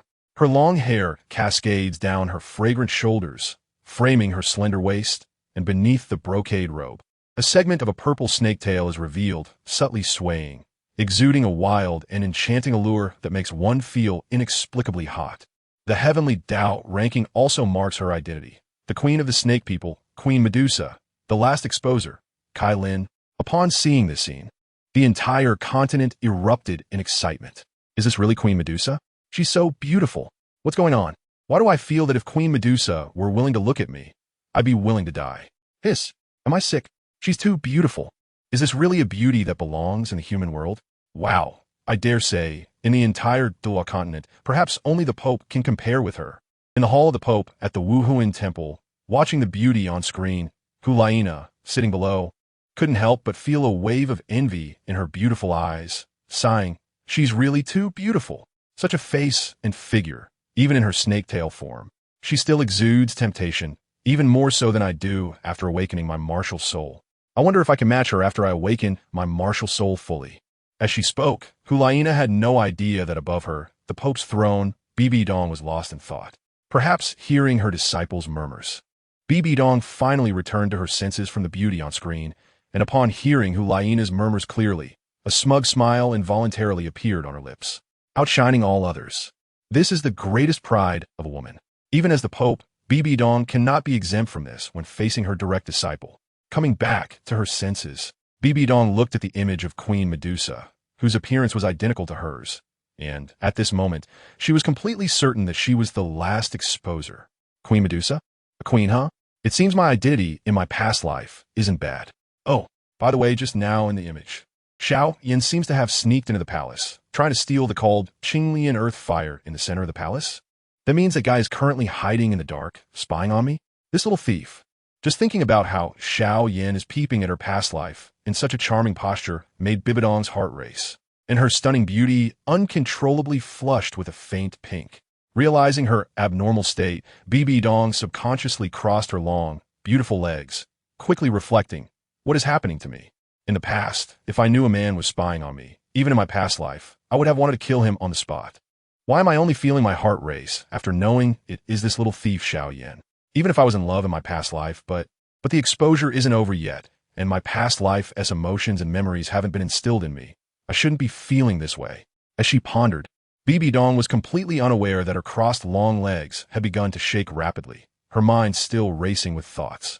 Could it be that I really liked this little thief in my past life? Just then, Bibi Dong saw the image on the heavenly Tao ranking change, revealing a corner of the queen's palace where a figure cloaked in black was peeking into the palace. The figure was Xiao Yan. As Xiao Yan cautiously poked his head out, he immediately saw the blue fire lotus in the center of the palace. Qinglian earth fire. As soon as Xiao Yan saw the fire lotus, he recognized it as the goal of his daring venture into the Snake Queen's palace. Then, after calming his emotions, Xiao Yan finally withdrew his gaze from the Qinglian earth fire, cautiously scanning the rest of the palace. The next moment, he spotted the stunning figure reclining on a large bed. At this moment, even with Xiao Yan's mindset, he couldn't help but be stunned, and 2 streams of nosebleed suddenly flowed out. Once he came back to his senses, Xiao Yan's old face couldn't help but flush red as he hurriedly cleaned up silently. Seeing this scene, a playful smile suddenly appeared on Bibidong's stunningly beautiful face, with a hint of amusement and pride concealed deep in her eyes. Oof, he's really a little thief. While thinking about this, Bibi Dong didn't notice that Huoliana, who had attracted attention because of Bibidong's sudden shaking legs, was now staring blankly at her. Oh my, Master actually shows such a daughter-like smile? Is Master having romantic feelings? Upon thinking of this, Liana quickly averted her gaze, tucking her little head in, fearing that Bibi Dong would discover she had seen that scene and silence her. However, the flame of curiosity in Hua, Liana's heart, was growing stronger. Master, has she fallen for the boy in the picture? No, it seems that since the exposure began, Master has been somewhat abnormal, especially when she inexplicably got angry back then. Thinking carefully at that time, the scene that was exposed seemed to be the boy named Xiao Yin and the childhood friend named Suner playing around. And now, Master suddenly reveals such a smile. But in the picture, it was Xiao Yin bleeding from his nose while peeping at Queen Medusa. Wait a minute. Hiss. Could it be that Master is the Queen Medusa herself in the exposed scene? 020 exposure ended. Suddenly, a loud noise came from the direction of the city gate. In the palace, Medusa understood that the human powerhouses outside had already begun their attack. Then, without hesitation, Medusa got up, swaying her snake tail and approaching the blue lotus earth heart fire, her beautiful eyes gradually becoming firm and fierce. Then, under the astonished gaze of Xiao Yin in the shadows, she extended her jade hand to hold the blue lotus earth heart fire and forcefully swallowed it into her belly. In a shadowy corner not far away, Xiao Yan's face twitched fiercely. This Queen Medusa is indeed a fierce person. The blue lotus earth heart fire, although ranked 19th on the, can easily trigger the earth to tremble and cause volcanic eruptions. Even ordinary high-level Do Zone powerhouses would find it extremely difficult to reclaim it, risking their lives. And this Queen Medusa, whose strength is only at the peak of Do Huang and not even a Do Zone, actually chooses the most brutal way to devour. She really is a fierce woman. I don't even know what kind of perilous life her future husband will have to endure. With such thoughts, a mischievous smile suddenly appeared on Xiao Yan's face, as if he were gloating. Inside the Pope's hall, Bibi Dong watched this scene, her silver teeth clenched tightly, her beautiful face cold with anger, and she cursed fiercely. Humph. That damn little thief. How dare he arrange things like this? Humph. Realizing that her disciple, Holiana, was still present, Bibi Dong forced herself to stop the next words and didn't voice her curse. Below, at this moment, Holiana wished she could cover her fox ears. Is this something I can listen to myself? As Xiao Yan's voice fell, the voice of Yao Lao immediately followed, saying, I once traveled across the continent and heard that the Medusa Queen of the Serpent People can evolve her seven-colored, sky-devouring python bloodline by devouring, thereby stimulating her potential to break through to the Do Emperor realm and reach the Do Zone level. However, although this method may succeed, the probability of success is extremely slim, akin to a 9-death experience. If it fails, her body will be instantly blown apart by the powerful and violent energy of the... Just as Yao Lao's voice fell, a green beam of light shot out from Medusa's body, piercing through the roof of the palace and shooting toward the sky. Outside the city, a group of human experts saw this scene and immediately understood that the Medusa Queen had chosen to forcibly break through the Do Emperor's shackles using. Quick! We don't have much time left. In an instant, everyone stopped holding back and began to unleash their full power, quickly breaking through the obstacles of the Serpent People and rushing towards the city. On the other side, inside the Medusa Queen's palace, the originally enchanting and charming Medusa suddenly transformed into a giant python, struggling for just a moment. Boom! With a loud explosion, violent, explosive energy suddenly swept out from the center of the palace, turning everything in its path to dust. Seeing this, Yao Lao immediately acted to protect Xiao Yan, so that until the explosive energy completely dissipated, the entire Queen's palace and the surrounding area for 10 miles were left with nothing but a bare ground. Except for Xiao Yan, on the Douluo continent, people were dumbfounded by this scene. Hiss. What happened? The explosion of a peak Do Emperor is actually this destructive. Yeah, it completely obliterated everything within 10 miles, right? Even a titled Douluo can achieve such destructive power. Absolutely impossible. I was fortunate enough to witness a battle between a sword Douluo and a 90,000-year-old 9 underworld earth dragon beast in the Stardo Forest. Even when both fought with all their might, the destruction was only about 100 meters.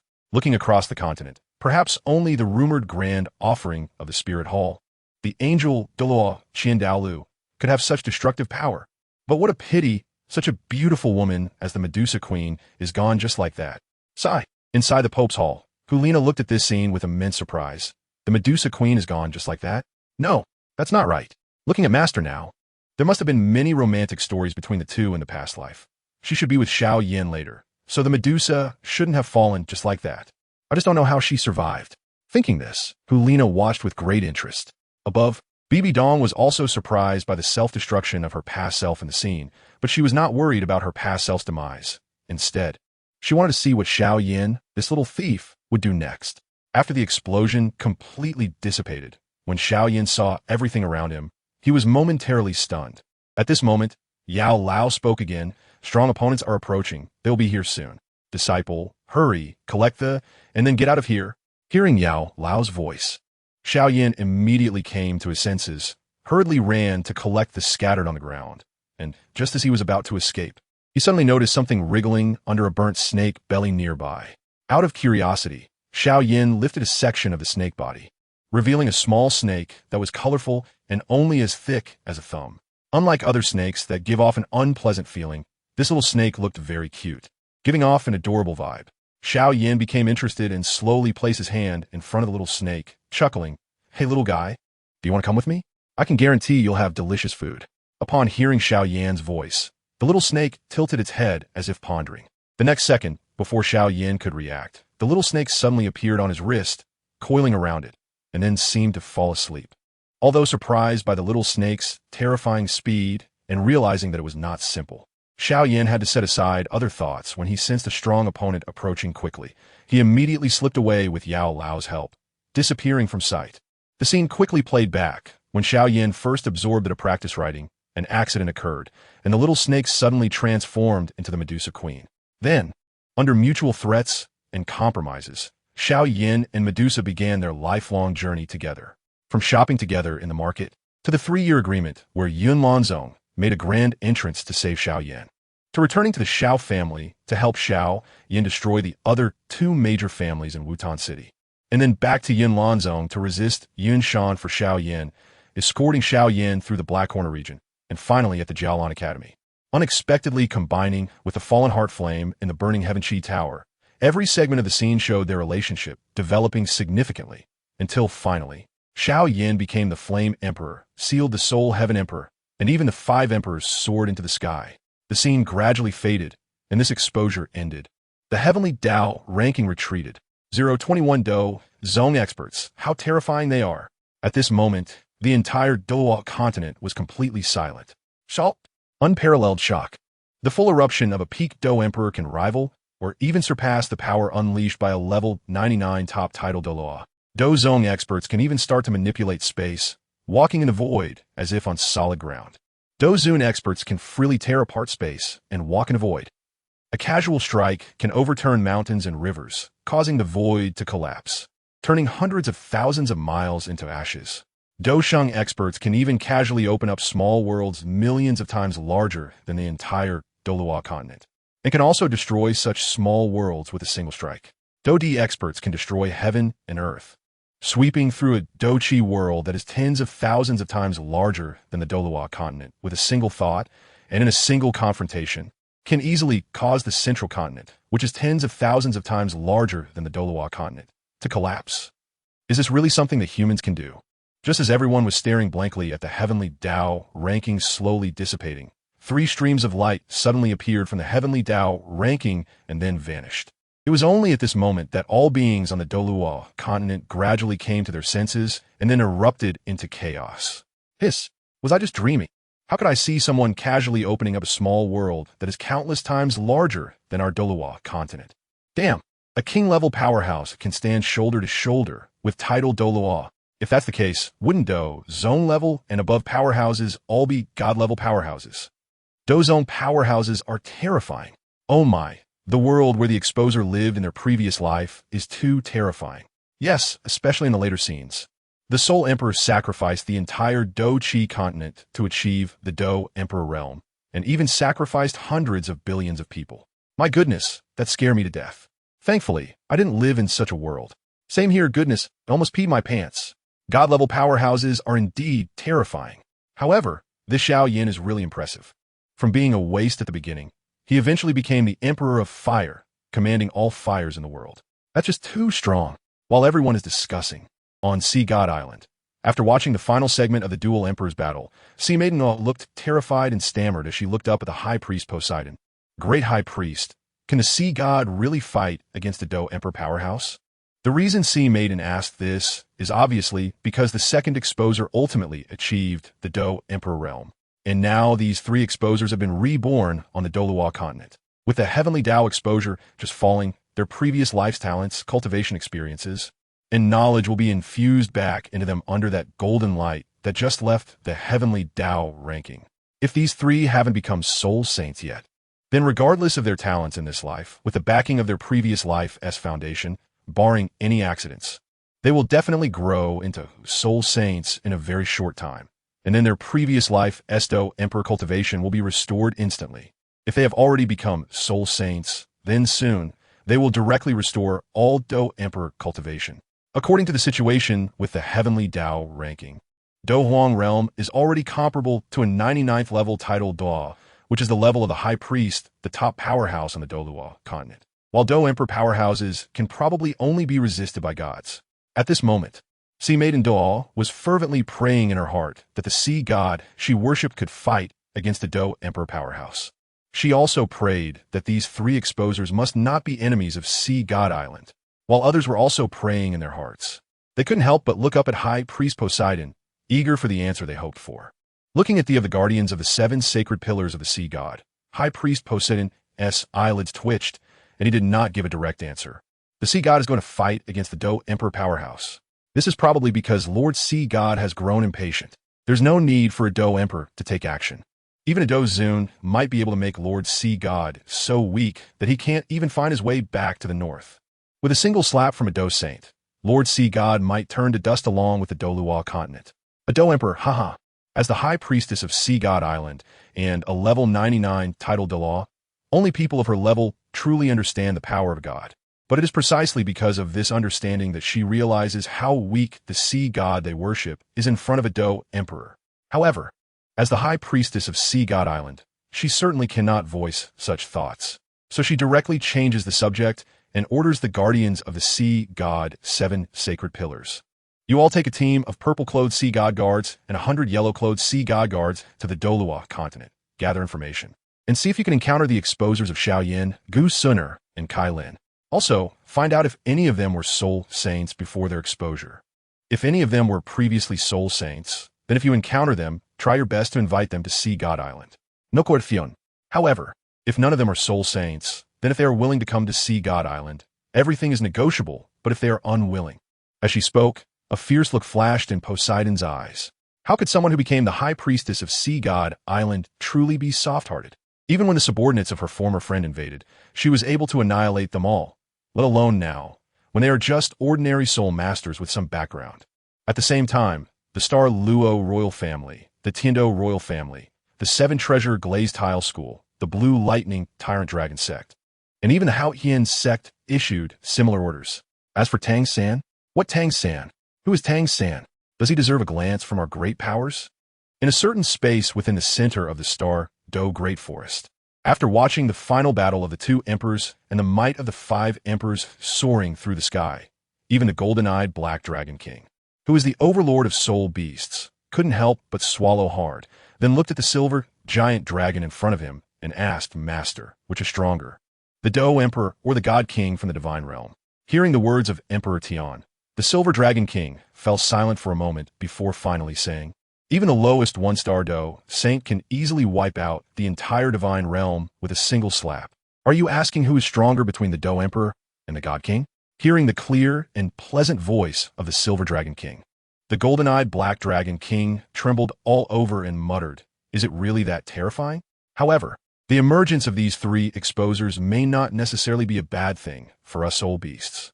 At this moment, the Silver Dragon King suddenly spoke. Hearing the Silver Dragon King's words, the golden-eyed Black Dragon King Detian's eyes lit up, and he hurriedly looked at the Silver Dragon King and said, Master, do you have any ideas? 022, call me Gu Yuna, the scheming Hulayina. You should have noticed that the 2 other worlds revealed today do not have the notion that one must kill soul beasts to absorb soul rings in order to break through cultivation bottlenecks. The Silver Dragon King said in a low tone, the reason the cultivation system of Douluo continent is like this is that the gods from the divine realm, who are high and mighty, modified the rules of Douluo continent, wanting to use human hands to eliminate our soul beast race. Listening to the Silver Dragon King's words, Diqian couldn't help but clench his fists, his face filled with rage. Since the fall of the dragon god, he had already known about these matters. However, he had no strength and could only shrink back here, feeling powerless and furious. The only hope was that the Silver Dragon King before him could recover from the injuries left by the Dragon God War as soon as possible and lead the remaining powerful members of the Soul Beast clan to break free from the constraints of the God Realm. To avoid the complete extermination of the Soul Beast clan, the Silver Dragon King glanced at Emperor TheYoung with her huge silver eyes. Then her whole body shone with a bright silver light. Soon, as the radiance gradually faded, the figure of an extraordinarily beautiful woman slowly appeared. She had long silver hair, neatly cascading down her back to her ankles, the strands not only smooth, but also possessing a texture resembling silver crystals. Her beauty was indescribable, surpassing any words that could be used to portray her appearance. Her skin was slightly pale, and coupled with her pair of bright purple eyes that exuded an icy demeanor, it added an undeniable, noble aura. She was the human form of the Silver Dragon King, raising her hand to stop Emperor TheYoung from asking anything. The Silver Dragon King continued. Moreover, in the world of Shaoyin, although there are also conflicts between magical beasts and humans, it is merely a form of killing for survival needs, and the high-level magical beast families generally do not infringe upon the human powerful families. This is the way of life and survival that we soul beasts pursue. Moreover, in that world, transforming magical beasts can also have mutual affection and unite with humans. Just like Xiaoyan's wife, the last exposer, Queen Medusa, Kai Lin, with such prerequisites. At least the attitude of Xiaoyan and the others towards a soul beast will not be one of outright hostility. Therefore, we can find these three exposers and ally with them. We can provide protection for them before they fully grow up, ensuring they could develop smoothly. And all we need is for them to provide some cultivation techniques suitable for us soul beasts. Furthermore, after they grow up, we can create a technique that allows continuous cultivation and breakthroughs without the need to absorb soul rings. As she spoke, the Silver Dragon King's purple eyes sparkled with a hint of excitement. Moreover, this Xiaoyan is a top-tier alchemist. If his reincarnated strength is fully restored, it should be quite simple for him to refine a pill that heals the injuries within me. Listening to the Silver Dragon King's narration, Emperor TheYoung's eyes lit up with joy as he exclaimed, "That's great. If allying with them can truly realize your vision, then our Soul Beast clan can at least avoid extinction. Furthermore, if your injuries are healed and your strength restored, we might even be able to launch a counterattack against the God Realm." At this point, the joy in Emperor TheYoung's golden eyes was palpable, and he immediately said, "Master, I'll go out to find Xiao, Yin, and them right away. I will not hesitate to search the entire continent for this." Unexpectedly, the Silver Dragon King suddenly raised her hand to stop the eager Emperor TheYoung, who was about to turn and leave. "There's no need to be so hasty. Just now, I have already learned the location of these three exposers. This time, I will go personally." Hearing the Silver Dragon King's words, Emperor TheYoung was shocked and quickly began to dissuade her. The Silver Dragon King, feeling somewhat annoyed by the persuasion, cast a discontented glance at Emperor TheYoung, who immediately fell silent, though his golden eyes remained fixed on the Silver Dragon King, hoping she would change her mind. After a moment of contemplation, the Silver Dragon King finally said, slightly displeased, "All right, then Emperor TheYoung, you can follow me. Let Xiong and the others guard this place well. If needed, we can summon them. Let us go. By the way, once we enter the human world, do not call me master anymore. My name is Guyuna." A few minutes earlier, amidst the discussions across the continent, a golden light appeared in the dense forest behind Shrek Academy, then vanished in a flash, directly piercing into Zhu Zhuqing's forehead, unnoticed by anyone. A few minutes later, Zhu Zhuqing finally opened her eyes, filled only with joy and shock. Emperor-level bloodline talent. Earth-level low-tier technique ninefold Phoenix Fire Decision. Low-tier high-tier technique Heavenly Fire Burning City. Celestial Dragon Immortal Scripture. Ancient Emperor Scripture of the Heavenly Tier. Mysterious level high-tier fighting technique Swallowing Counterattack. Guardian Divination Palm. Earth-level high-tier fighting technique Emperor Seal Decision. Heavenly tier fighting technique Great Annihilation Finger. Ancient Emperor Finger. 7-color Divine Pattern. These, I actually seem to be able to cultivate and use. This feeling is so magical. As she spoke, Zhu Zhuqing suddenly felt a powerful force surging from the palm of her right hand, and sensing this anomaly, her eyes lit up, her heartbeat uncontrollably quickening. "Could it be?" murmured Zhu Zhuqing as she extended her right hand, her soul power involuntarily surging towards her palm. In the next second, a massive goddess phantom appeared directly behind Zhu Zhuqing. The goddess's appearance was identical to that of Gu Suner from the previous vision. Turning around to look at this goddess phantom, which resembled her by 9 parts but appeared more mature, Zhu Zhuqing's mind went blank, and she instinctively murmured, "Is this my second martial soul? Can I actually have a second martial soul?" At this moment, Zhu Zhuqing suddenly felt that everything seemed to become easier. Meanwhile, in the Hall of Spirits, within the Papal Palace, a beam of golden light shot into Bibi Dong's forehead under Hulaina's gaze. And then she watched as Bibi Dong slowly closed her eyes. As expected, my previous speculation was not wrong. Master is indeed the one who exposed it. Hulaina focused, guarding Bibi Dong, but her mind couldn't help but think of another matter. It seems that Xiao Yin has also been reborn in the Douluo continent. I wonder what he is like now after being reborn. Will he be an old man? Or a messy big guy? Or perhaps a vagrant? Could it be that he is a girl? If he really is a girl, how should I address her when I meet her in the future? Should I call her sister? Or should I call her master? As if imagining some amusing scenario, Hulaina couldn't help but cover her mouth and laugh out loud. Just then, on the papal throne, Bibi Dong slowly opened her eyes. A flash of evil and bloody brilliance fleetingly appeared. However, the next moment, an overwhelming aura suddenly burst forth from Bibi Dong's graceful body. In an instant, all living beings on the entire Douluo continent, Sea God Island, and even those who would appear thousands of years later on the Sun and Moon continent, all knelt down on the ground under this inexplicable pressure. All living beings in the world knelt down, unable to lift their heads under this momentum. However, among them were some wise individuals who, after a moment of confusion, quickly reacted. This imposing presence is the rumored pressure of the Do Emperor. One of the 3 exposers before the exposure had already been at the Soul Saint level, or even stronger. Now, the strength of the Do Emperor from his previous life, along with all his memories and emotions, has been completely infused and awakened. On Sea God Island, the High Priest Poseidon, kneeling on the ground, tried to rise but felt as if the entire world was pressing down on him, unable to move. He seemed to deflate, no longer resisting, while simultaneously transmitting to the other sacred pillar guardians below that the ambush plan could now be declared a failure. From now on, all residents of Sea God Island should not venture out easily. I have a premonition that the Douluo continent will experience unprecedented turmoil because of this exposure. All we can do now is pray that this turmoil will not affect Sea God Island. While transmitting, Poseidon lowered his head, his expression filled with unprecedented disappointment.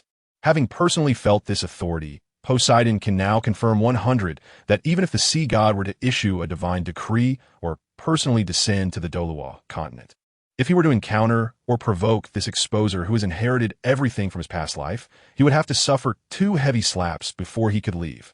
Just thinking of such a scene fills Poseidon with a sense of despair as his faith crumbles. The other sacred pillar guardians feel the same. In the city of Slaughter, which was originally filled with violence, noise, and the cries of battle, is now eerily quiet. All the thugs in the city of Slaughter are now kneeling on the ground, trembling like quails. Inside the palace of the Slaughter King himself is huddled on the ground, looking extremely terrified, almost unrecognizable as a human. At this moment, controlling the body of the Slaughter King, who is also the ancestor of Haotian's sect, Tang Chun, is the ancient beast, the 9-headed Bat King. This is the aura of the Do Emperor. It far exceeds the powerful aura of the top-ranked titled Douluo. Among those 3 individuals, one has already inherited all the strength from his past life.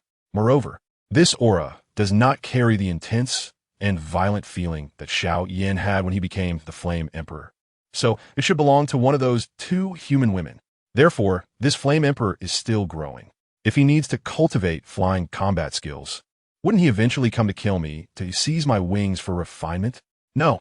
Absolutely not. I don't want to die yet. Just thinking about a future day when a certain human comes to the city of Slaughter for training, encounters me, and directly chooses to kill me to refine my wings fills the 9-headed Bat King with fear, causing his consciousness to hide away, and his body is once again controlled by Tang Chen's consciousness. Damn beast! How dare you control my body to be the Slaughter King in this city of Slaughter? Simply despicable. I have finally regained control of my body. Huh? What's going on?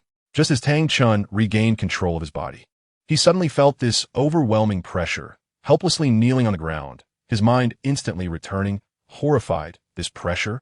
Could it be that someone has already become a god? Not good. It seems the continent will undergo great changes. I don't even know how Hao-Ian sect is doing now. Once this pressure dissipates, I must quickly head to Hao-Ian sect and take a look. In the spirit hall, if it weren't for Bibi Dong intentionally retracting over 90 of the pressure enveloping the entire spirit city at the moment of its eruption, the entire spirit city would have already been destroyed by this aura.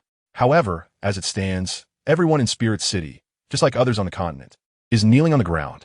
Inside the Pope's palace, all the pressure bypassed Hulaina, which is why she survived. However, looking at Bibi Dong above, who is enveloped in an evil, dark, and bloodthirsty aura, Hulaina's eyes were filled with worry. At that moment, Bibi Dong, shrouded in evil and dark aura, finally spoke. So that's it. My heart cares so much about that cowardly waste who only knows how to run, and my personality has become so extreme. It turns out you are behind this. I never expected it, Rakshasa God. As Bibi Dong's words fell, the evil and dark aura surrounding her gathered, ultimately forming a vague human figure. Even if you find out, what can you do? Do you really think you can live a good life with your past life, S-man in this life? Don't be naive. Your body has already been defiled by another man, and you even have a daughter. Where do you find the courage to meet that man? Moreover, since you chose to accept my divine inheritance, the Rakshasa God position has already been bound to your soul. Unless you fail the inheritance and die, it will always cling to you. Rather than this, it's better to harbor hatred, to hate, to destroy everything in this world. Come, accept my divine position, and with your current strength, you can even become a new God King. Below, Hulaina understood upon hearing this, that her master had long accepted the divine inheritance. But it now seemed that this god was a wicked god skilled in manipulating hearts. And what he said about her master. She quickly shook her head to throw these thoughts out of her mind. And just as she looked up to stop the Rakshasa god from continuing to manipulate her master, she saw her master simply raise her right hand lightly and then grasp the air. In an instant, the Rakshasa goddess phantom, which was still trying to manipulate Bibi Dong, became terrified and horrified, leaving only a miserable wail before directly vanishing. Simultaneously, a sound of something shattering echoed in the hall. Suddenly, another scream rang out in the hall. Bibi Dong, you actually shattered my divine position. In just a moment, this voice also disappeared. Above, on the Pope's throne, Bibi Dong retracted the Do Emperor's majesty and then muttered to herself, Fool! How can the power of a Do Emperor be imagined by a mere god?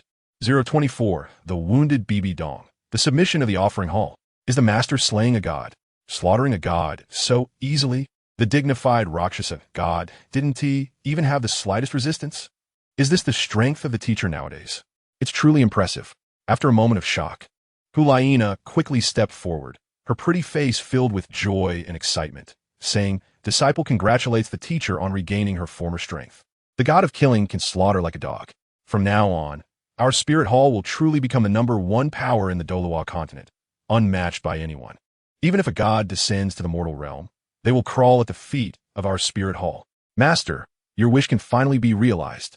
After saying this, Hulaina looked up with delight at Bibi Dong on the Pope's throne, thinking that her master would be overjoyed upon hearing her words and would begin to arrange the soul-hunting operation as before. However, after waiting for a while, without hearing the expected laughter from her master, Hulaina couldn't help but raise her little head in confusion to look up at the Pope's throne. What she saw was her master seemingly lost in thought. Then a slight smile appeared on her enchanting face, as if she had seen something interesting, only to be followed by an expression of endless sorrow, as if she were trapped in it. Seeing the changing expressions on her master's beautiful face ultimately settle on loneliness, guilt, and heartache, Hulaina couldn't help but raise her voice slightly, her tone filled with concern and worry, asking, Master, what's wrong? Do you have something on your mind? Above, on the Pope's throne, Bibi Dong, who had just absorbed all the emotions and memories of the perfect Queen Medusa, initially used her soul power to scan the entire Douluo continent and instantly found the reincarnated Su Er, who had become Zhu Zhuqing, and the reincarnated little thief Xiao Yan, who had become Yu Bai. Seeing them, just as in her previous life, they were the same age and were both youthful and charming, yet she was now over 40. And because of a certain beastly teacher, she had already lost herself, and due to a certain cowardly scum, even her emotions had become tattered. With such a self, how could she face her past love and sisters? Upon this realization, Bibi Dong's expression fell, In her inner hatred and murderous intent toward a dead beast and the cowardly scum who had caused her to suffer at the hands of that beastly teacher intensified. At this moment, overwhelmed with pain and despair, Bibi Dong suddenly heard the calls of her disciples from below, which caused her to collect her expression and look gently at her disciples. Then she bitterly shook her head. Some pain and troubles were something she could bear alone without making others who cared about her worry unnecessarily. Just as Bibi Dong was about to say something, Zhu Douluo and Ghost Douluo suddenly rushed in, saluted, and reported, "Your Holiness, the High Priest is bringing the other priests and is on the way to the Pope's hall." Upon hearing their report, Bibi Dong's stunning beauty regained its former indifference as she waved for Hu Laina, Zhu Douluo, and Ghost Douluo to stand aside. Her gaze coldly fixed on the entrance of the Pope's hall, her murderous intent boiling. Moments later, a group of powerful individuals led by a strong, white-haired elder entered the Pope's hall. Above, Bibi Dong looked at the priests below, a teasing smile appearing at the corner of her mouth as she said lightly, "I wonder why you all, esteemed priests, are not staying in the priest hall and have come to my Pope's hall?" Below, in the past, other priests would have cast disdainful, contemptuous, or even dismissive glances, and a hot-tempered second priest might have even stood up to scold them. However, at this moment, everyone merely directed their gaze toward the foremost high priest Qian Douluo, not daring to show any other expressions. In the front, Qian Douluo, observing Bibi Dong's casual attitude on the Pope's throne and sensing the terrifying aura within her that felt as vast as the universe, confirmed that she was indeed the one who had just unleashed that overwhelming pressure. After a brief silence, Qian Douluo finally spoke in a deep voice. "The priests of the priest hall will follow the orders of the Pope from now on." Hearing Qian Douluo's words, the other priests immediately understood that Bibi Dong was indeed the one from just now. The thought of being the top powers of the Douluo continent, yet kneeling under that aura, and even the statue of the angel god suddenly breaking at the knees and falling to the ground, left the priest silent and unwilling to speak against it. Above, after listening to Qian Douluo's words, Bibi Dong remained silent and simply looked calmly at him below. Seeing this scene, Qian Douluo understood Bibi Dong's murderous intent toward him, but still spoke, "Also, I know you want to kill me. But my life is a necessary sacrifice for Shui heir to become a god. Even if you awaken all from your past life, it cannot be denied that Shui heir is your own daughter." Boom! Before Qian Douluo's words could finish, he seemed to be struck hard, and in front of everyone. He was violently sent flying, crashing into the wall beside the entrance of the Pope's hall. Hiss! In an instant, everyone in the Pope's hall, except for Bibi Dong and Hu Laina, who had witnessed Bibi Dong's power in exterminating gods, gasped in shock. Is this the Do Emperor powerhouse in the picture? This group of at least 95 level-titled Douluos didn't even see how Bibi Dong made her move before the grand offering was sent flying. By the looks of it, he must be seriously injured. Who is the grand offering? He is known as invincible in the sky, surpassing all the powerhouses on the Douluo continent, a demigod powerhouse. To think he was casually severely injured like that. In that moment, the small thoughts that the group of worshippers had harbored were completely suppressed. In the arena, the second worshipper, Golden Crocodile Douluo, immediately appeared beside the wall, supporting Qian Douluo as he left the wall, looking at his immensely dignified elder brother, who was now severely injured, with blood at the corner of his mouth and seemingly numerous broken bones within. Tears filled his tiger-like eyes as he said, "Elder brother, you." Qian Douluo coughed up a mouthful of blood and raised his hand to stop Golden Crocodile Douluo from speaking. He knew that his old brother Golden Crocodile truly called him elder brother. At the same time, Golden Crocodile was the most devoted person to the spirit hall. Therefore, Qian Douluo did not want his old brother to be angered and harmed by Bibi Dong because of him. Cough. Don't say too much, Golden Crocodile. This is something I owe to the Pope. After saying this, Qian Douluo wiped the blood from the corner of his mouth and looked up at Bibi Dong on the Pope's throne, but don't forget, as a mother, you also owe Shui. In an instant, a destructive aura filled the entire Pope hall, except for Hu Laina, who was intentionally bypassed by Bibi Dong and the two others, Ghost Douluo and Chrysanthemum Douluo. All the worshippers at this moment lay on the ground, their expressions twisted, spitting blood. After a full quarter of an hour, this aura gradually dissipated, and within the entire hall, only a cold and piercing voice echoed, "Get lost." A moment later, outside the Pope hall, Golden Crocodile Douluo supported Qian Douluo, followed by a group of worshippers, heading towards the worship hall.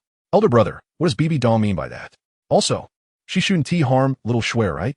When mentioning little Schwer, even Golden Crocodile Douluo could not help but show a loving expression on his old face, which quickly turned to worry.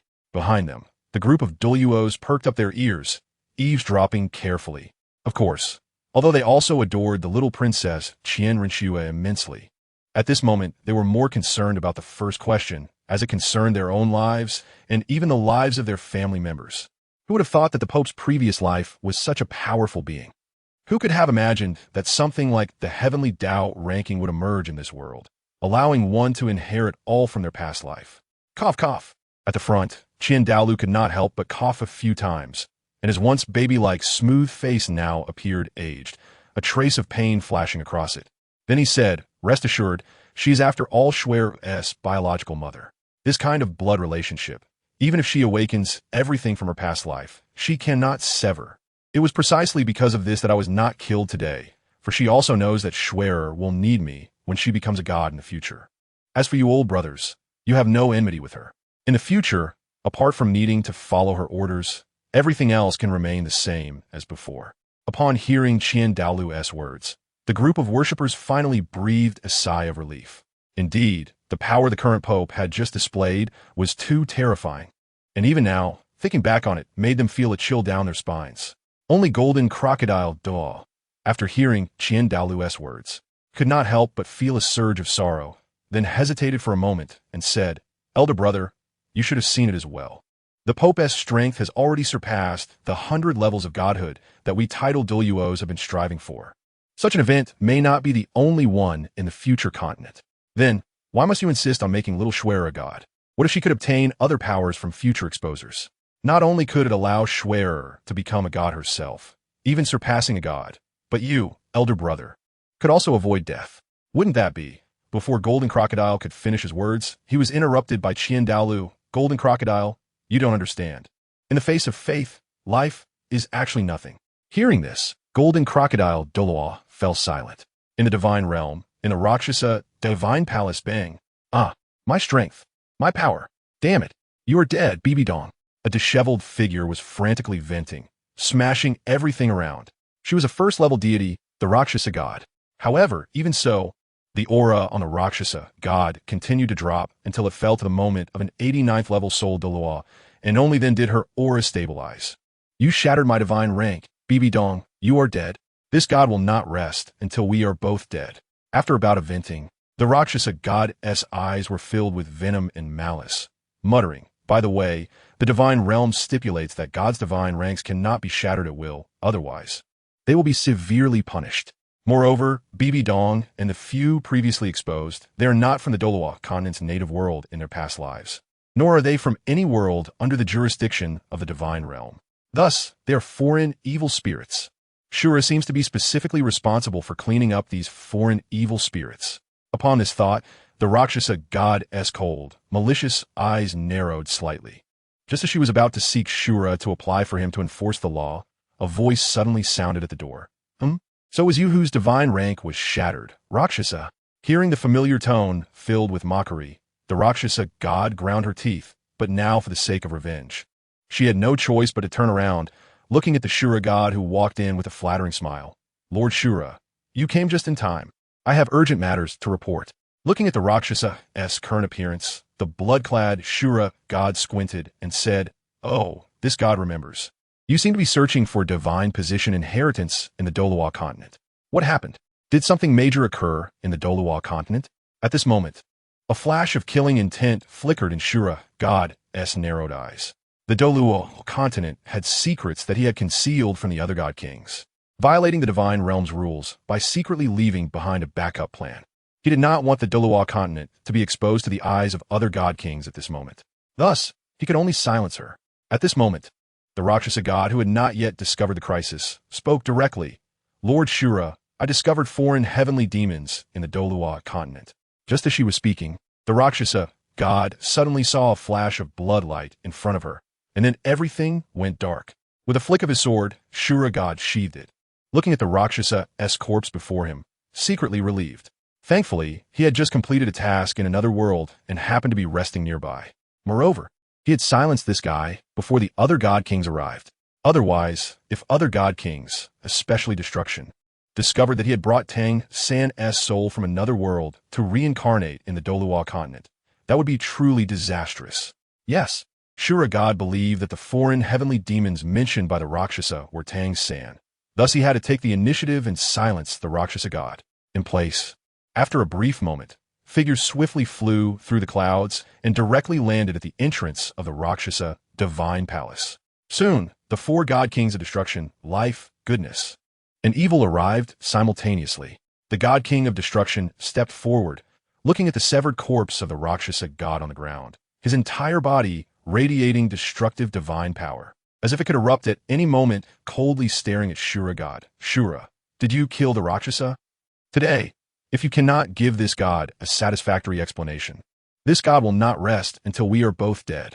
Behind the god king of destruction, a group of first-level gods, second-level gods, and third-level gods, including the 7 deadly sins, also had cold eyes, wishing they could devour Shura God. After all, the Rakshasa God is a first-level deity just like them. If they do not seek justice for the Rakshasa God today, will they not also be subject to random killings in the future? Even the other 3 great god kings are now looking intently at the Shura God, wanting him to provide an answer. Surrounded by countless beings, the Shura God calmly swept his gaze across everyone, and then said lightly, I am merely enforcing the laws of the divine realm, eliminating non-deities from the divine realm. Upon hearing this, the 4 great god kings reacted first, and finally, the kind god king stepped forward and looked at the Shura God, asking, Are you implying that the shattering of the Rakshasa God's divine rank is not your doing? Glancing at the destruction god king, whose destructive divine power still lingered, as well as the other deities, including his own subordinates, the Shura God coldly replied, I, the Shura God, swear to the Creator God with the Shura divine rank that the shattering of the Rakshasa God's divine rank has nothing to do with me. Seeing the Shura God directly swearing to the Creator God, everyone finally set aside their doubts about him. After all, according to rumors, the 5 great god kings of the divine realm are all incarnations of the Creator God. Therefore, when the Shura God chose to swear by the Creator God, all the deities, even if they were reluctant to believe, chose to abandon their original thoughts. So, the question arises, who exactly shattered the Rakshasa God's divine rank? Meanwhile, in the Douluo continent, in the small forest outside the cafeteria of Castle Academy, after realizing that he was the exposer, Yubai hurriedly pretended to have a stomachache, said goodbye to the chubby Shizhong, and rushed out of the cafeteria towards the deserted small forest. And as it turns out, Yubai's choice was correct. Just after Yubai hid in the small forest, the heavenly Tao rankings concluded, and a golden light appeared directly above Castle Academy. Although it was only for an instant, it still attracted countless gazes. Soon, everyone recognized that the golden light was from the rumored heavenly Tao rankings, containing the talents, knowledge, and experiences of the exposer from their previous life. This meant that one of the 3 recent exposers was from their academy. Instantly, the entire Castle Academy erupted in excitement. Oh my god, the exposer is actually our schoolmate. Is this real? Damn it, stop dawdling. Finding this exposer is the most important thing. Any one of these 3 exposers was a Do Emperor in their past life. That's even more powerful than a title Douluo, as long as I can follow them. Who would dare to provoke this continent in the future? Hiss, that makes sense. At the same time, in the dark corners, there were some people whose eyes sparkled with unusual light, and at this moment, countless carrier pigeons flew in all directions, hiding in the small forest. Yubai had just integrated all of Xiao Yan's fighting techniques, skills, alchemy knowledge, and battle experiences from his life on the Duki continent in an instant. Just as he opened his eyes, full of joy and shock, he didn't even have time to marvel at the might of the Flame Emperor before hearing the entire academy boiling over in search of the exposer. Hiss, these guys are going crazy. Moreover, if he were to be discovered as the exposer, that would truly be disastrous. Having been an avid reader of countless novels in his previous life, Yubai understood that without a talented individual growing up, they would be nothing. Once he was exposed, all the forces across the continent would definitely turn their attention to him. At that time, even if his father was a level 70 soul sage, it wouldn't matter. Just as Yubai was pondering how to resolve the current predicament, an overwhelming pressure suddenly descended, forcing him to the ground. Damn, who's sneaking up on me? Have I been discovered? Perhaps because Yubai was solely focused on resolving his immediate dilemma, he instinctively thought he had been found out when this pressure hit him. However, soon, as he felt this pressure, a familiar sensation surged in his heart. Is this the pressure of a Do Emperor? And, from the feeling, it should be the imperial might of Queen Medusa from the memories and experiences I received. Hiss. That lucky person chosen by the heavenly Tao rankings, the reincarnation of Queen Medusa. She is actually at least a soul sage-level powerhouse. Now she has directly infused the power of a Do Emperor and leaped to become a Do Emperor-level powerhouse. Thus, she directly becomes the strongest in this Douluo world, including the divine realm. At this moment, Yubai admitted that he felt a bit sour. Suddenly, a flash of inspiration struck Yubai's mind, as if he had found a way to solve the dilemma before him, and a hint of a smile gradually appeared on his handsome face. Of course, if Yubai weren't lying on the ground at that moment, he would definitely attract a chorus of screams from the female soul masters. After a moment, when Yubai felt the pressure on him dissipate, he quickly got up, rubbed his face to make his expression look more enthusiastic and less stiff, and then hurriedly left the small grove, heading towards the more populated area. Perhaps due to the intimidation from earlier, many teachers and students in the academy chose to give up, but still, a large number of them remained enthusiastic, continuing to search for the exposer within the academy. At that moment, Yubai noticed a large group of students from the Castle Soul Master Academy, including freshmen and second and third-year students, walking towards him, searching for something. His eyes lit up, and he controlled his facial muscles to make his expression equally excited as he walked over. On the opposite side, the group of new and old students from the Castle Soul Master Academy saw a handsome guide approaching them alone, and their eyes brightened. Just as they were about to confirm whether he was the exposer, they noticed that his gaze was directed towards them, just like theirs. Seeing the scene, the group could almost confirm that the person opposite them was just another guy with the same mindset as theirs. Although they were somewhat disappointed that he wasn't the exposer, exchanging information was still possible. With this mindset, they also approached him. Before getting close, Yubai's voice, filled with uncontrollable excitement, rang out, "Hey, brothers, have you found that exposer? Or do you have any news?" Seeing Yubai's equally enthusiastic expression, the group had no doubts and directly replied, "Not yet, but we just searched all the small groves and pathways behind us, so we can confirm that the exposer is not in that area. How about you? You seem to have received some good news." In response to the lead person's probing, Yubai proudly said, "Although I haven't found any news about the exposer, I just got some incredible information from another group of girls." Hearing this, the group's eyes lit up, and they urged him, "Good brother, share the news." Yes, hurry up and tell us. You're awesome, come on, spill the beans." This group of people was not surprised at all by the claim that Yubai could obtain information from the female spirit master students in the academy. After all, Yubai's appearance was very pleasing to the eye. Normally, when this group saw Yubai, they might have secretly made some derogatory comment about him being a pretty boy. However, at this moment, facing an opportunity that could change their lives, they wished Yubai could be even more handsome, so that the information obtained from the girls would be even more accurate. Seeing this group urging him on, Yubai felt secretly pleased, but on the surface, he still acted as if he were just as eager as them to find the exposer. His voice gradually became fervent as he excitedly said, "You haven't forgotten that terrifying pressure from earlier, have you?" The girls just said that they heard their teacher analyze that the aura pressure we felt earlier is very likely one of the three exposers who, through the heavenly Tao rankings, has directly become a Do Emperor. 027 can't defeat, so join. Wow. Upon hearing that the previous pressure was actually from a Do Emperor, everyone's hearts couldn't help but beat violently. That was a Do Emperor. Just thinking about the earth-shattering scenes from the final battle of the two emperors in the heavenly Tao rankings made everyone feel an overwhelming surge of emotions.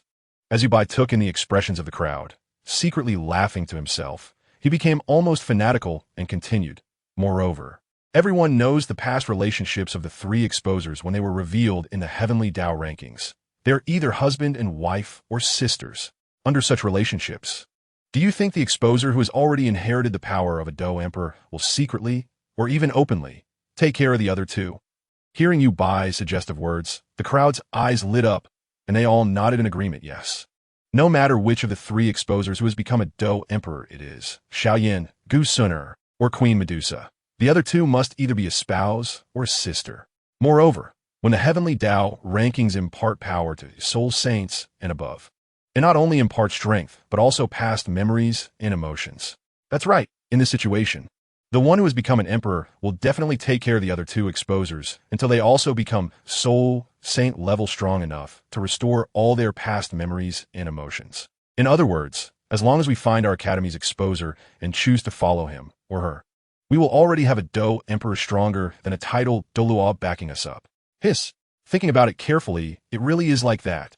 Then what are we waiting for? We need to hurry up and find this exposer. No, our future boss. Watching this group, even without needing his hints, come to this conclusion, Yubai nodded in satisfaction.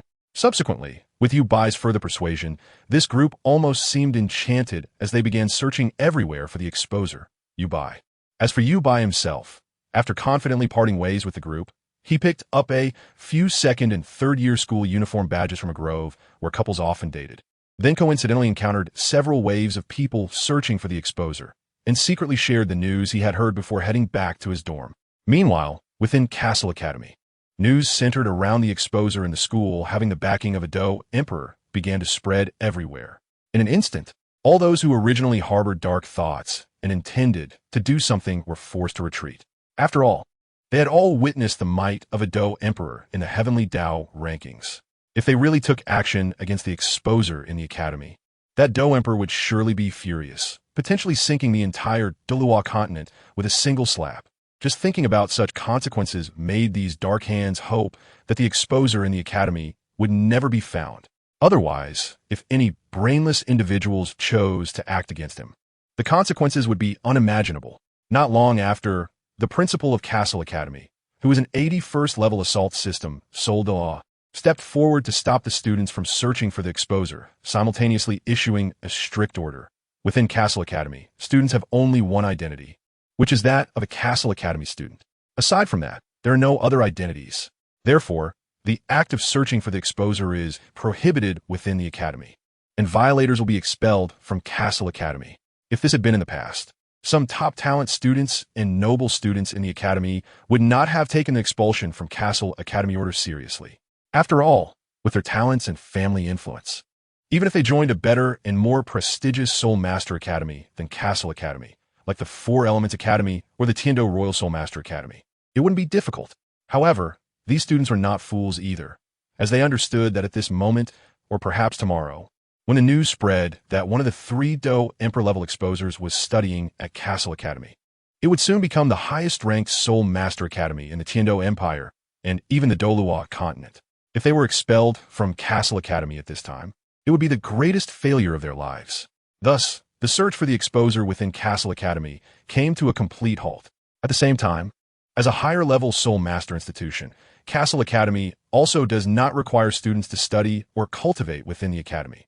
Therefore, students can choose whether to stay in the academy to cultivate or leave the academy for practical training at any time.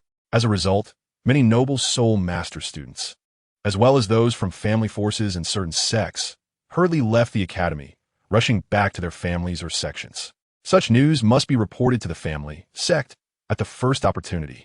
The Castle Soul Master Academy, as a higher Soul Master Academy, is not short of funds due to tuition fees and significant financial subsidies from the Tiando Empire and the Wuhuan Hall. Therefore, the dormitories for students are not just a single room, but standard 2-bedroom, 1 living room, and 1 bathroom apartments. Each apartment is shared by 2 students, with each having their own room, ensuring that students are not disturbed while cultivating in their dormitories. At this moment, after returning to the freshman dormitory, Yubai sat in his room, closed the doors and windows, and then lay down on the bed, letting out a long sigh.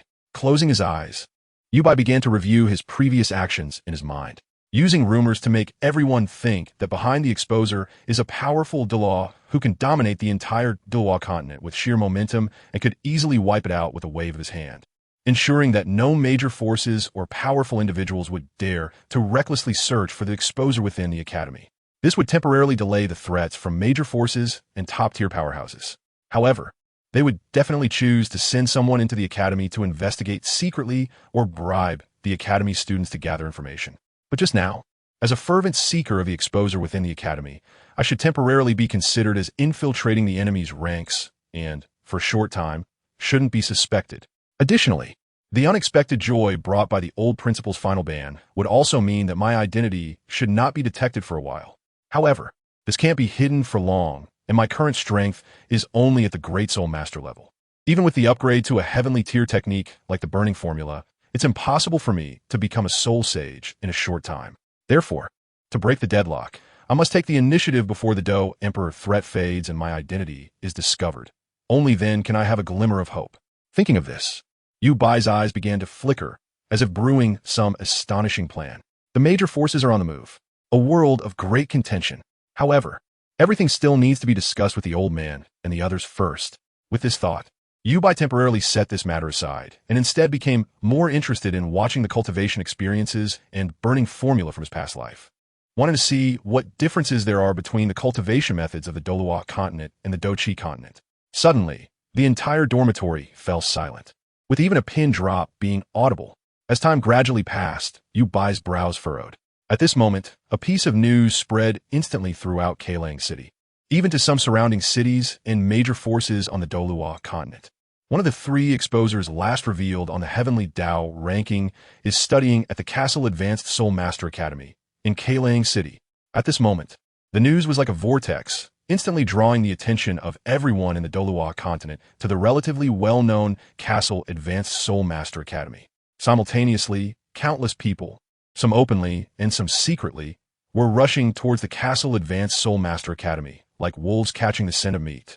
Especially those who had felt the overwhelming pressure at noon, when everyone understood, having personally experienced the might of a Do Emperor from the Heavenly Tao ranking, were now even more eager about the identity of another exposer hidden within the Castle Advanced Soul Master Academy.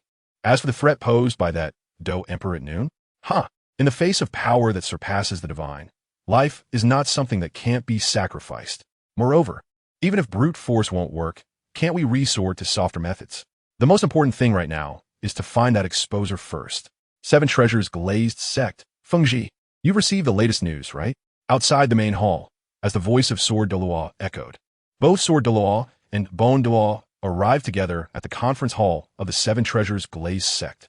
Upon seeing their arrival, Ning Fengji elegantly rose, gestured for them to take a seat, and then sat back down on the sect masteress throne, his expression calm and confident, saying, I didn't expect this news would bring both Uncle Jian and Uncle Gu here at the same time. This is truly rare. Seeing Ning Fengji's demeanor, Chun Xian and Gu Rong understood that the sect master had not only received the news, but had also made preparations. However, this made their expressions even more serious. It seems, Fengji, you must have some plans. Chun Xian took a sip of the fine hot tea served by a maid, then set down the cup, his gaze sharp as he looked at Ning Fengji on the sect masteress throne, saying, However, I must remind you, in this matter, you must act with caution, even more so than when facing the Spear Hall. You felt the aura of the Do Emperor today, and you should know the relationships of the last 3 exposers even better. Right now, TheYoung City, or rather, the Castle Advanced Soul Master Academy, is like a real powder keg with various components mixed inside. If someone accidentally ignites it, when faced with the wrath of that Do Emperor from noon, everyone involved, or every force, could be reduced to ashes. If that anger falls upon our 7 Treasures Glazed Sect, just relying on me and Bone Rong alone won't be enough to withstand it. Bone Douluo Gu Rong, who had been listening to Chun Xian's account with a serious expression, nodded along. However, when he heard Chun Xian call him Bone Soft Egg at the end, he immediately glared angrily at Chun Xian and retorted, You dare call me Bone Soft Egg? You, sword man, if you have the ability, go practice outside and see if your soft sword can pierce my skin. Hearing Bone Douluo call him sword man, Chun Xian immediately refused to back down, shouting that he would go out and fight 300 rounds. As Sword Douluo and Bone Douluo once again acted out a challenge here. Ning Fengji chuckled lightly, but had to quickly advise Uncle Gu, Uncle Jian, you two should calm down. The most important thing for us to discuss the matters regarding TheYoung City right now. Seeing the 2 protective Douluos finally stop their advancing steps and sit back down, Ning Fengji's eyes sparkled with wisdom as he spoke confidently and steadily. Uncle Jian, Uncle Gu, you must understand that ever since the Heavenly Tao ranking appeared, our Douluo continent is no longer the simple Douluo continent of the past. Especially today, with the exposure of 2 new other worlds in the Heavenly Tao ranking, this means that beyond the Douluo continent, there are other worlds that exist, and they can traverse between each other. And the safest and most feasible way to find methods for traversing different worlds is through strength. The current world is truly one of great contention. In the face of such a trend, retreating or being passive will only lead to falling behind others and eventually being left behind, perishing in the sea of people. Uncle Jian, Uncle Gu, I've already sent some of the sect's outstanding disciples to study at the Castle Academy in TheYoung City. At the same time, I've arranged for some soul saints and soul Douluo, as well as 30% of our intelligence personnel, to enter TheYoung City. Seeing Chun Xian and Gu Rong's expressions change slightly upon hearing that so many personnel were involved in this matter, Ning Fengji continued, "You too can rest assured. The reason I'm sending these people to TheYoung City is solely to maintain stability and safety in TheYoung City, and to eliminate those with ulterior motives. According to intelligence, other forces, whether it be the Blue Lightning Tyrant Dragon Clan, the Tiando Empire, or the other 3 sects from the lower 4 sects located near the Star Luo side. Even the reclusive Haotian sect has secretly sent people out, and their arrangements are similar to mine, although the Spirit Hall has only assigned a few personnel to TheYoung City.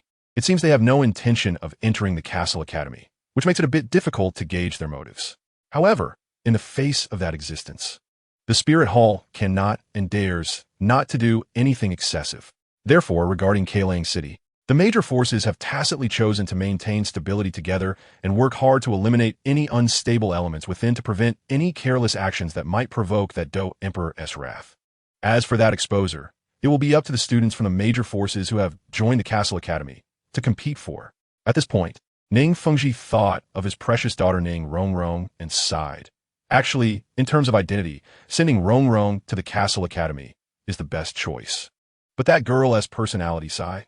Seeing Ning Fengji sighing over his precious Rongrong's personality, Sword Douluo and Bone Douluo instantly stood together, both expressing their dissatisfaction. What is wrong with our Rongrong's personality? Is there a problem? Rongrong is so innocent, lively, and lovely, so likable. What does that expression of yours mean, Fengji? It seems that when Rongrong comes back, we need to have a good talk with her. On the other side, in TheYoung City at the Castle Academy, unbeknownst to the passing time, the sun gradually set in the west, and the sky outside dimmed. So that is how it is. In the new student dormitory, Yubai finally slowly opened his eyes, filled with complexity and mockery. Comparing the cultivation process and experiences of Xiaoyan, who grew to become a Do Emperor in the Do-Chi continent, as portrayed in the Heavenly Dao ranking, Yubai finally understood how the cultivation system of the Douluo continent worked. First of all, there is the so-called 6 years before one does not need to cultivate and the awakening of the martial soul at the age of 6. Normally, unless in some worlds with various high-level energy materials, in ordinary energy-level worlds, children's early years are also not conducive to cultivation. Not to mention that during early childhood, understanding of cultivation knowledge is difficult, and mistakes in cultivation may harm their fragile bodies, even if one can understand cultivation knowledge. A young and fragile body is still in its first growth phase, and the bones and muscles are not fully developed, being too weak to withstand the brilliance of the energy generated from cultivation. Therefore, before the age of 6, whether in the Douluo continent or the Do-Chi continent, children are not allowed to cultivate.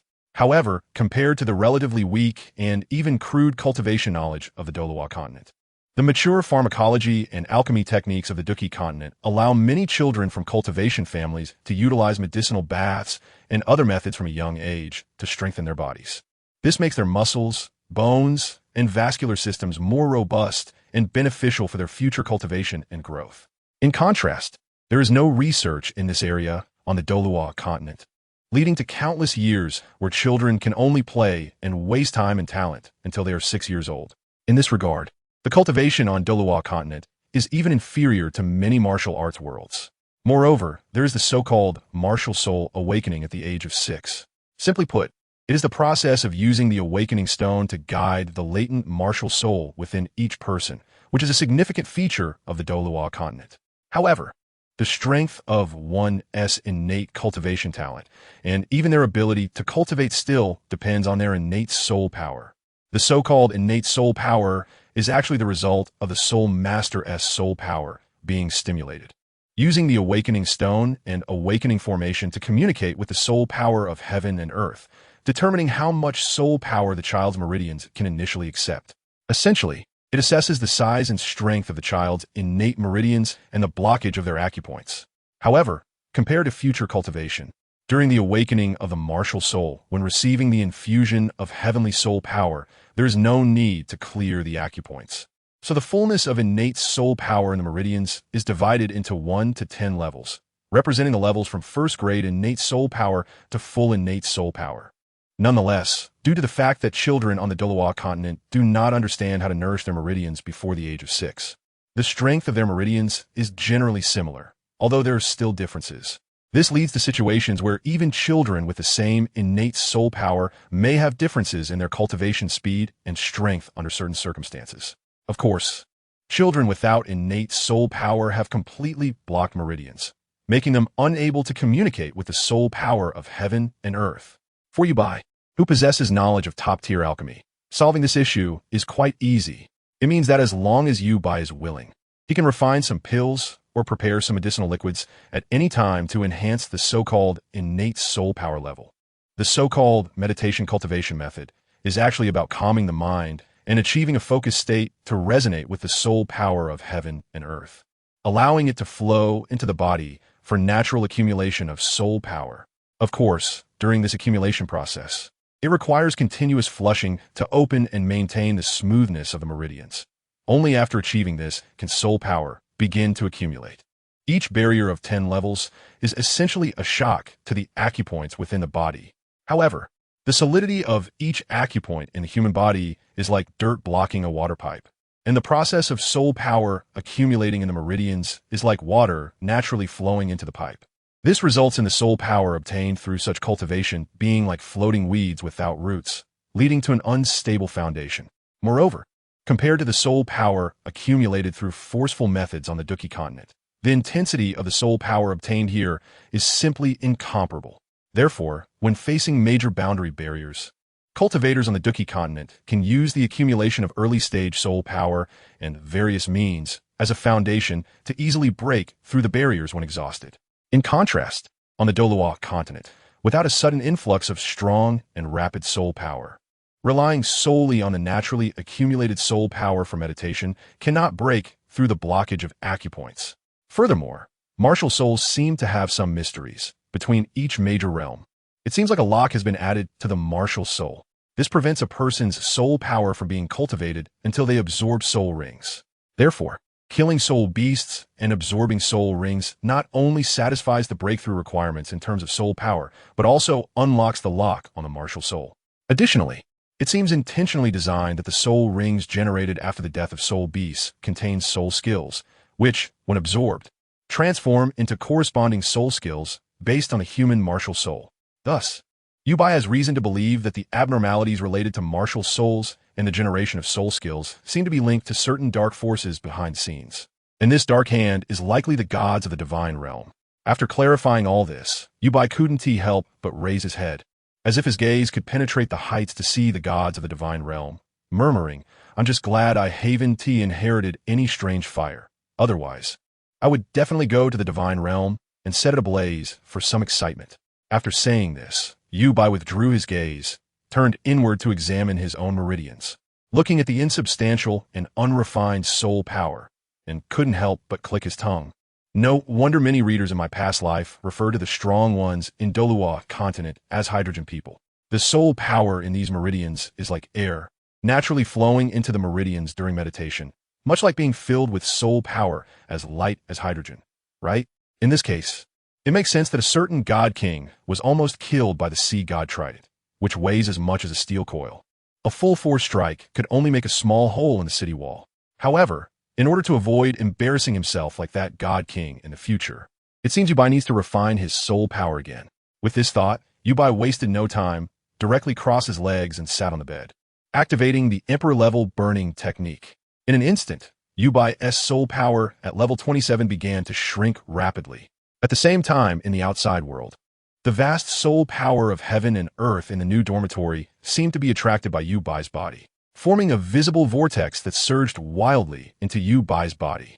During this process, after the soul power within Yubai completely disappeared for the first time, it began to grow wildly, rapidly increasing from level 1 to 10, 20, 27, and then easily breaking through the original level 27 bottleneck, as if there was no previous soul power bottleneck, reaching level 28, then continuing to grow to level 29, and finally stopping at level 30.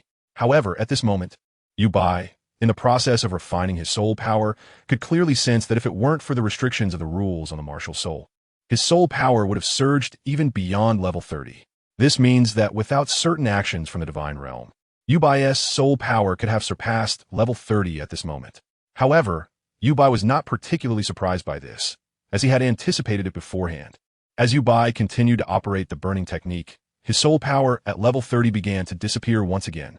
For a period of time thereafter, Yubai's soul power seemed to be in a tug-of-war, constantly disappearing and then rapidly growing back to level 30, cycling repeatedly.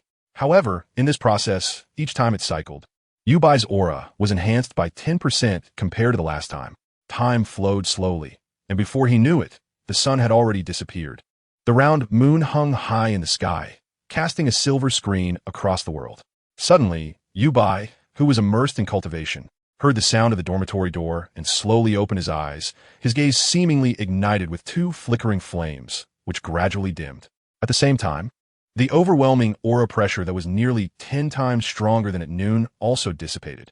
After retracting all his aura, Yubai quickly examined his own changes through his soul power and found that he had completed 1/5 of the refining of his entire soul power. Yet his strength had already increased nearly tenfold compared to before. This improvement space is indeed quite large. However, even after thoroughly refining in this way, the strength of this body, along with the internal meridians, bones, muscles, and other aspects, is still considerably worse compared to Xiaoyan's condition when he was a fighter. It seems that the first thing to do after resolving the current troubles is to prepare for a medicinal bath and physical training. Otherwise, with the current body strength, it would be impossible to execute combat techniques like 8 extreme collapse and 3000 thunder movement. Thinking of this, images of the ice and fire yin-yang, and various precious medicinal herbs growing around involuntarily surfaced in Yubai's mind. Coming back to his senses, Yubai hurriedly wiped away the tears that had unknowingly flowed from the corner of his mouth and continued to count the gains from the past half-day. The biggest gain should be this pair of martial souls. Muttering to himself, 2 flames once again appeared in Yubai's eyes. With the activation of his soul power, the flickering flames in his eyes instantly turned blue, taking on the shape of a blue lotus. It was the blue lotus earth fire. Yubai had a premonition that if he continued to input soul power into something terrifying would happen. Therefore, he directly retracted his soul power, and the blue lotus earth fire in his eyes reverted back to the small flame from before, then disappeared. This pair of martial souls should be one of the rumored benefits of the exposure from a past life. Moreover, this martial soul formed by the heavenly Tao ranking seems to be free from the restrictions of awakened martial souls, meaning that even without needing to absorb soul rings, one can still continuously cultivate their soul power level. However, this point is only of average significance to me at present. Moreover, this pair of martial souls needs a name change. Otherwise, if I expose this name while playing a small account or disguise in the future, wouldn't that be digging my own grave? With this in mind, names floated through Yubai's mind one after another, and suddenly an idea struck him. Got it. Let's call it Fire Burning Eye. After deciding on a name, Yubai was about to get up. Bang bang. Xiaobai, what are you dawdling about? Hurry up and go to the Soul Arena for a match. I don't know what our old folks are thinking, making us play at least 1 match every day. You know, I'm a food-type soul master. If it weren't for you, a tortured soul, accompanying me, where would I find someone to team up with? Hearing the chubby kid outside nagging endlessly, Yubai couldn't help but shout back, got it. Stop rushing me.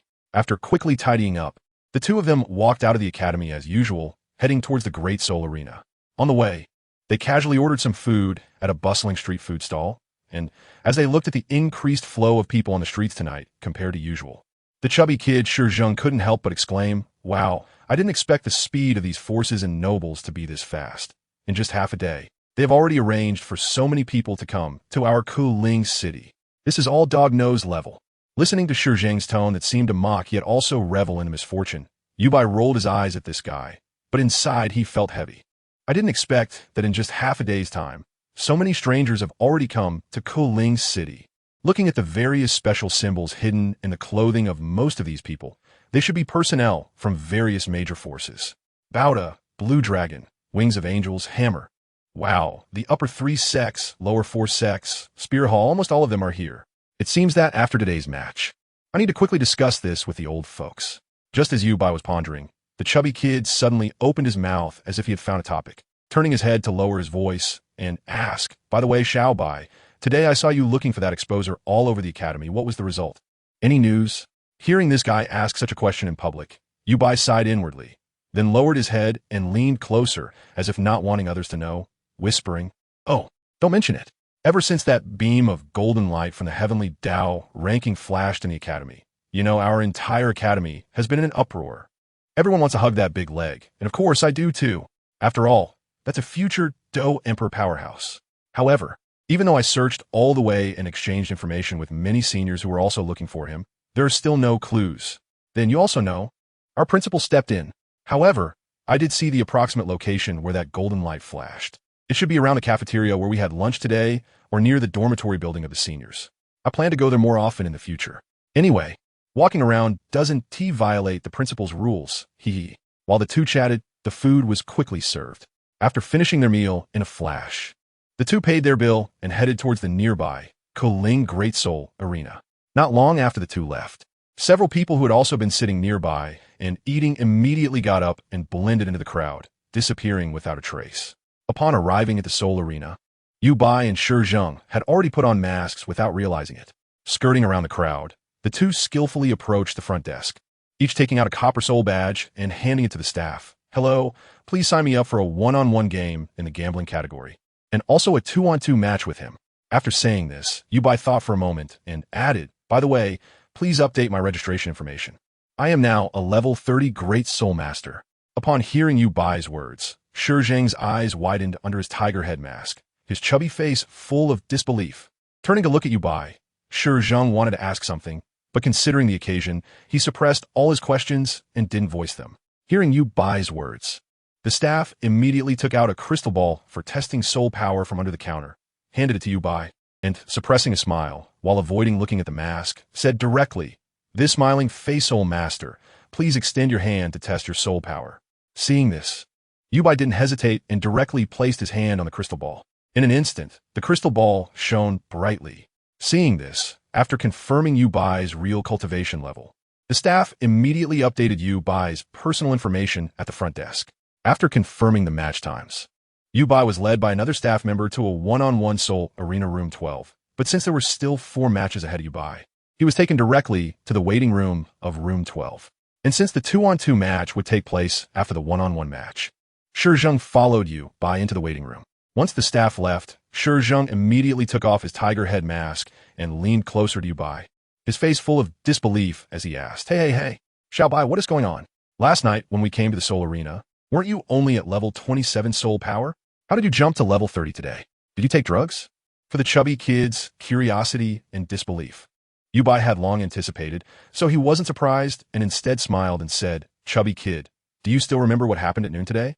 For this little chubby one, Yubai had no intention of hiding the fact that he was the exposer within the academy. After all, not to mention the life and death relationship between their families, just the bond between him and the little chubby one, who had grown up together since childhood, was closer than that of real brothers. Yubai had no thoughts of concealment.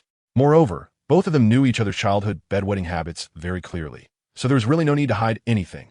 This noon, hearing Yubai's words, the little chubby one was momentarily stunned, and then his eyes gradually widened, his mouth uncontrollably opening in shock, looking as if he had seen a ghost. Seeing that this little chubby one seemed unable to control his urge to scream, Yubai swiftly grabbed a piece of fruit from the table in the lounge and stuffed it directly into Shizheng's mouth, preventing the words he wanted to shout from coming out. Woo-woo. Watching Shizheng, who was flailing about trying to pull the fruit out of his mouth, Yubai leaned back against the sofa and looked at the busy Shizheng with annoyance, saying, "You little chubby one, be sure not to shout randomly. You've seen the situation in the academy and the city. If we're not careful, both our families could be finished. I'm only telling you this because you're my buddy. Otherwise, I wouldn't tell you at all." Hearing Yubai's words, the little chubby one, who had just bravely swallowed the fruit whole, quickly stopped making noise. He then leaned close to Yubai, his face still unable to hide his excitement, and whispered, "Wait. Xiaobai, are you really talking about today? So you were still in the academy during the day? Oh, I understand now. It's a strategy to lure the enemy into a trap, switching things around, mixing in falsehoods, and secretly doing things. Sure enough, if we're talking about cunning, it's out to be you, Xiaobai." Upon hearing the little chubby one's unique praise, Yubai was unfazed. Instead, he crossed his arms and wore a proud expression, saying, "This is called wisdom. Besides, I now have the benefits of my past life as experiences. Just give me a few more years, and achieving Soul Sage will be a piece of cake. By then, I can directly impart my past life as cultivation to you and become a top powerhouse in one fell swoop. At that time, you can walk sideways with me. Hearing Yubai say this, a brilliant smile appeared on the little chubby one's face. His eyes filled with longing for the kind of life Yubai described. Seeing the little chubby one so easily satisfied, Yubai felt a bit frustrated, saying, "Is this all it takes to satisfy you? You little chubby one. I now have the cultivation experience and memories from my past life. I eat meat, and you think I'll spare you even a sip of soup? Wait until tonight when we go back and discuss this with our families. I'll give you a surprise that will definitely double your cultivation speed. And you'll be an unprecedented owner of a food martial soul with strong attack powers. By then, don't even talk about growing into a title Douluo. If it comes to it, I can help you snatch a god position." In an instant, the little chubby one did a complete 180, hugging Yubai's leg and respectfully saying, "Wow, big brother, you are my real big brother." Time passed quickly as the two of them teased each other. Soon, a staff member came to inform Yubai that it was time for him to go on stage. Leaving the little chubby one, TheYoung, behind, Yubai followed the staff member to the entrance of the arena.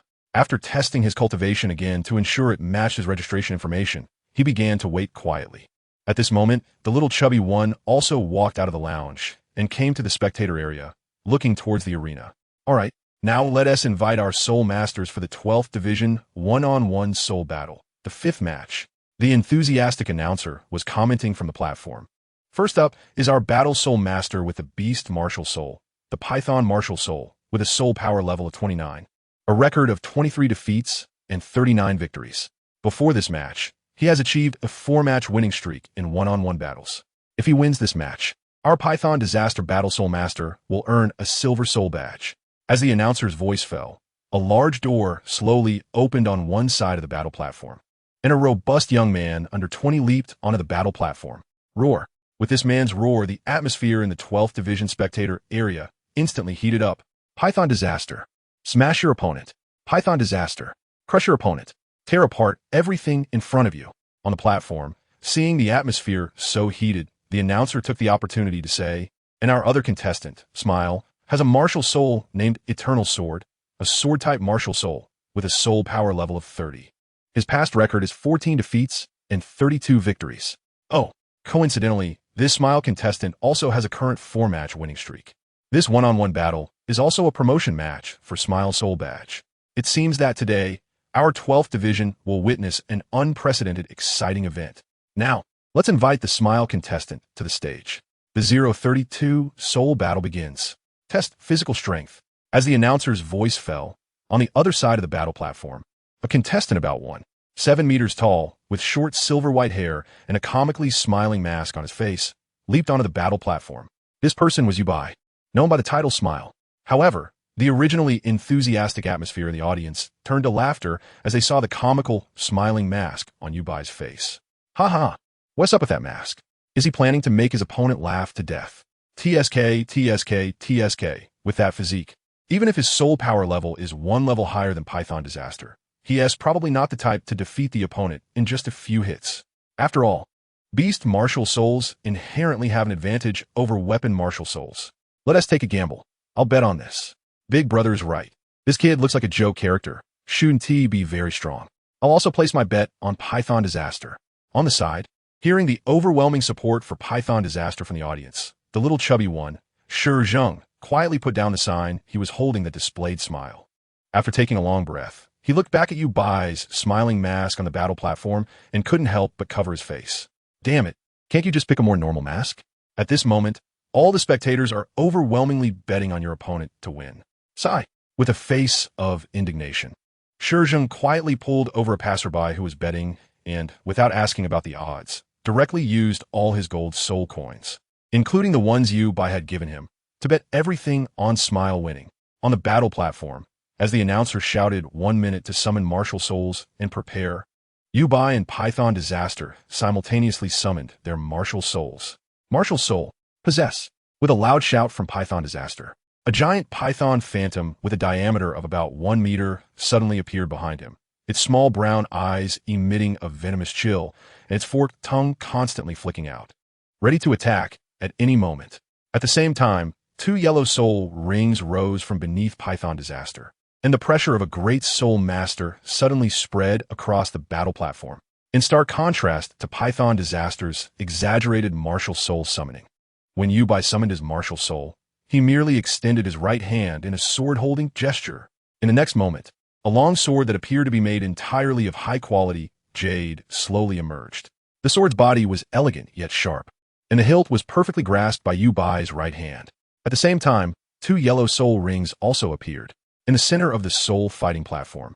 The referee, seeing that both sides had summoned their martial souls, immediately took the microphone and shouted loudly, "Begin." He then stepped off the soul fighting platform, using a flying soul guide, perhaps noticing the comical mask on Yubai's face. The Serpent Disaster displayed a look of disdain and directly stated, "Kid, you might as well just surrender. This soul fighting platform match is not a game of house." With that, the disdain on Serpent Disaster's face instantly vanished, and his body suddenly charged toward Yubai.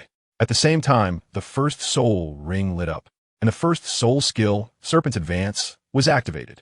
In an instant, the speed of the charge toward Yubai nearly doubled, moving in a serpentine manner, creating afterimages on the scene as if two Serpent Disasters were simultaneously rushing toward the still-standing Yubai. He was instantly right in front of Yubai. Meanwhile, his right hand, already in a fist, was fiercely aimed at Yubai's cheek. As for Serpent Disaster's own body, it was now moving like a snake passing through, heading toward Yubai's side. This is the special combat method of the Serpent Disaster. If the opponent is hit by the first punch, regardless of whether they are heavily injured or not, they will instantly face the next attack. In the spectator area, many viewers familiar with the fighting style of Serpent Disaster are already excitedly shouting, "Just like that, take down that little brat. Defeat him quickly. That's right, solve him quickly, Serpent Disaster." In the corner, the chubby Shizhong silently rolled his eyes at this group of spectators, then looked down at the Battle Soul platform, the corners of his mouth gradually curling into a confident smile, as if he was certain that Yubai would definitely defeat Serpent Disaster. He, choosing to fight Yubai up close? ISNT, that's seeking death. No opponent at the same level, or even one a whole rank higher, can withstand Xiaobai's first spirit skill in a one-on-one match. Just wait to be dumbfounded from losing. It's almost time. Huh? Just as the chubby Shizhong was sneering softly, he suddenly saw that Serpent Disaster was already in the optimal timing to use Yubai's first spirit skill, but did not use it. Instead, he held the sword handle with one hand and crossed his arms to take Serpent Disaster's punch head-on. Boom! With a huge punch sound, Yubai's body showed no signs of retreating, actually catching Serpent Disaster's first punch right there. Serpent Disaster, who had already come to Yubai's side, was surprised that Yubai could take his punch head-on. When he turned his head to look at Yubai's side profile, he happened to see Yubai's eyes slightly squinting. Is an arm injury? Well, it could be, but a weapon spirit master actually took my punch with his body. It's strange if he isn't injured. Thinking this, a victorious smile appeared on Serpent Disaster's face, secretly thinking, although you took my first punch, the next strike will send you directly off the stage. At the same time, Serpent Disaster's second soul ring suddenly lit up, and the second soul skill, Serpent Tail Strike. In an instant, Serpent Disaster, who had already reached Yubai's side, suddenly performed a 360-degree turn, using his sprinting speed combined with the rotational force. His right leg transformed into a giant serpent's tail, sweeping fiercely towards Yubai's side waist. Such a powerful and heavy strike would be difficult for even a typical defensive spirit master below level 32 to withstand. However, facing this strike, Yubai merely raised his right leg to block. Bang! A strong aura erupted from where the two legs collided, impacting in all directions. Feeling the force of this strike, Yubai frowned slightly, secretly thinking, indeed so weak. If this strike had happened before I refined my soul power, I might have already been kicked off the Battle Soul platform had I chosen to receive it like this. But for me now, it can't even make me feel pain. Is this the difference between the refined soul power and the absorbed soul power? Thinking this, Yubai wanted to rush back to quickly refine the remaining 4/5 of his soul power. However, at the Battle Soul site, Yubai, in order to avoid causing a huge commotion and drawing too much attention, slightly exerted force with his left foot and suddenly flew backward. It looked as if he had been kicked away by Serpent Disaster. However, with a beautiful aerial twist, Yubai's body knelt on one knee, steadily landing at the edge of the Battle Soul platform, with the Longsheng sword forcefully plunged into the Battle Soul platform. 0:33 second soul skill, sword control technique. Seeing this guy with a smiling mask unexpectedly block his attack a second time by sheer luck, Serpent Disaster couldn't help but stare at the smiling figure slowly rising by the edge of the Battle Soul platform, coldly sneering, "You can't withstand my attack. You might as well jump down to avoid your little arms and legs being broken by my next attack." At this point, Serpent Disaster suddenly looked dazed, as if remembering something. Not right. Something is off. The last defensive Spirit Master, who was also level 29, faced my combo. Although he could block the first strike, he was still sent flying by my second strike, which combined the power of my first and second soul skills. Even though he was using a defensive soul skill at that time, the most important thing is that the arms he used to block my second strike were directly shattered. But what is up with this guy wearing a funny, smiling mask? Although his soul power is one level higher than mine, his martial spirit is a weapon spirit, a long sword. And during the previous collision, this guy didn't use any soul skills, only relying on soul power and physical strength to counter me. Thinking this, Serpent Disaster's pupils contracted, and the hair on his back stood up, instantly taking a defensive stance. In the spectator area, a crowd of spectators saw Serpent Disaster suddenly go on the defensive, looking at each other in confusion. At the same time, most of those who bet on Serpent Disaster to win suddenly felt a bad premonition. Only a few old hands in the crowd showed strange expressions, but when they saw those around them looking uneasy, they refrained from shouting out. In the corner of the spectator area, Shijing turned to glance at the solemn-faced crowd and couldn't help but chuckle with glee, then continued to focus on the Battle Soul platform, secretly thinking, "Xiaobai should end this Battle Soul now, right? After all, the opponent has seen through him, and the longer he plays, the more abnormalities will be exposed. If it gets out, it will be troublesome." On the Battle Soul platform, beneath the smiling mask, Yabai saw his opponent in such a stance and realized he could no longer test other aspects of his improvements on him. Therefore, after standing up, Yabai didn't waste words, and the second soul ring beside him lit up. Second soul skill, sword control technique. As Yabai pointed his right hand like a sword, the Longsheng sword, which was originally stuck in the ground, instantly soared into the air. Then, as Yabai pointed towards Serpent Disaster, the Longsheng sword shot out like it received an order, rapidly flying towards the tense-looking Serpent Disaster. The air even carried the sound of slicing through the air, as if the air itself was being split apart. Seeing this attack, Serpent Disaster swallowed. Then his first soul ring also flickered, and his body moved like a serpent, skillfully dodging the Longsheng sword's repeated attacks. In the spectator area, a crowd of spectators who had bet on Serpent Disaster to win saw that although Serpent Disaster was in a suppressed position, he could repeatedly evade the smiling figure's attacks. Their previously angry feelings eased, and they began to cheer for Serpent Disaster again. Just like that, Serpent Disaster, hold on, then find a chance to punch the smiling figure down. Go for it, Serpent Disaster, I bet on you to win. Defeat him, Serpent Disaster, keep going. Covering his ears that were almost blown out by these shouts, the chubby Shijing thought in annoyance. Let Serpent Disaster win? He would win, huh? You should know that Yabai's second soul skill, sword control technique, is controlled through the mind within a range of 100 meters, hitting precisely where he points. With peak speed equal to Yabai's full force slash with a long sword. And the power depends on how much soul power Yabai himself uses when he strikes. However, according to Xiaobai's usual habits, he should directly solve his opponent with one sword right now. Shouldn't he? Why wouldn't this guy suddenly improve his strength after being influenced by the Heavenly Dao rankings, feeling a bit overwhelmed and fearing he might accidentally kill someone? That's why he's using the current battle to familiarize himself with his newfound power, right? Thinking of this, the chubby little guy, Shijing, unhappily took out a piece of jerky and started chewing on it. He cursed in his heart, "Oof, they're all just cheaters. Are they going to let ordinary soul masters like me survive? Oof. In my life, I hate two types of people the most. One is the cheater. The other is the one who doesn't give me cheats. Oof." On the soul fighting stage, Yabai indeed matched the little chubby guy's guess. With the combination of mental power and soul power, along with the lifelong cultivation experience imparted by the Heavenly Dao rankings, he had completely mastered his enhanced strength in less than a minute. Watching the soul fighting stage, as the rampaging python kept dodging the eternal sword while moving closer to his position, a sharp sword light suddenly erupted in Yubai's eyes.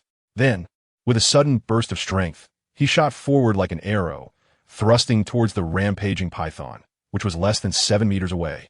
In an instant, before the rampaging python could even react, Yubai had already arrived in front of it, his right hand forming a sword finger, quickly reaching out.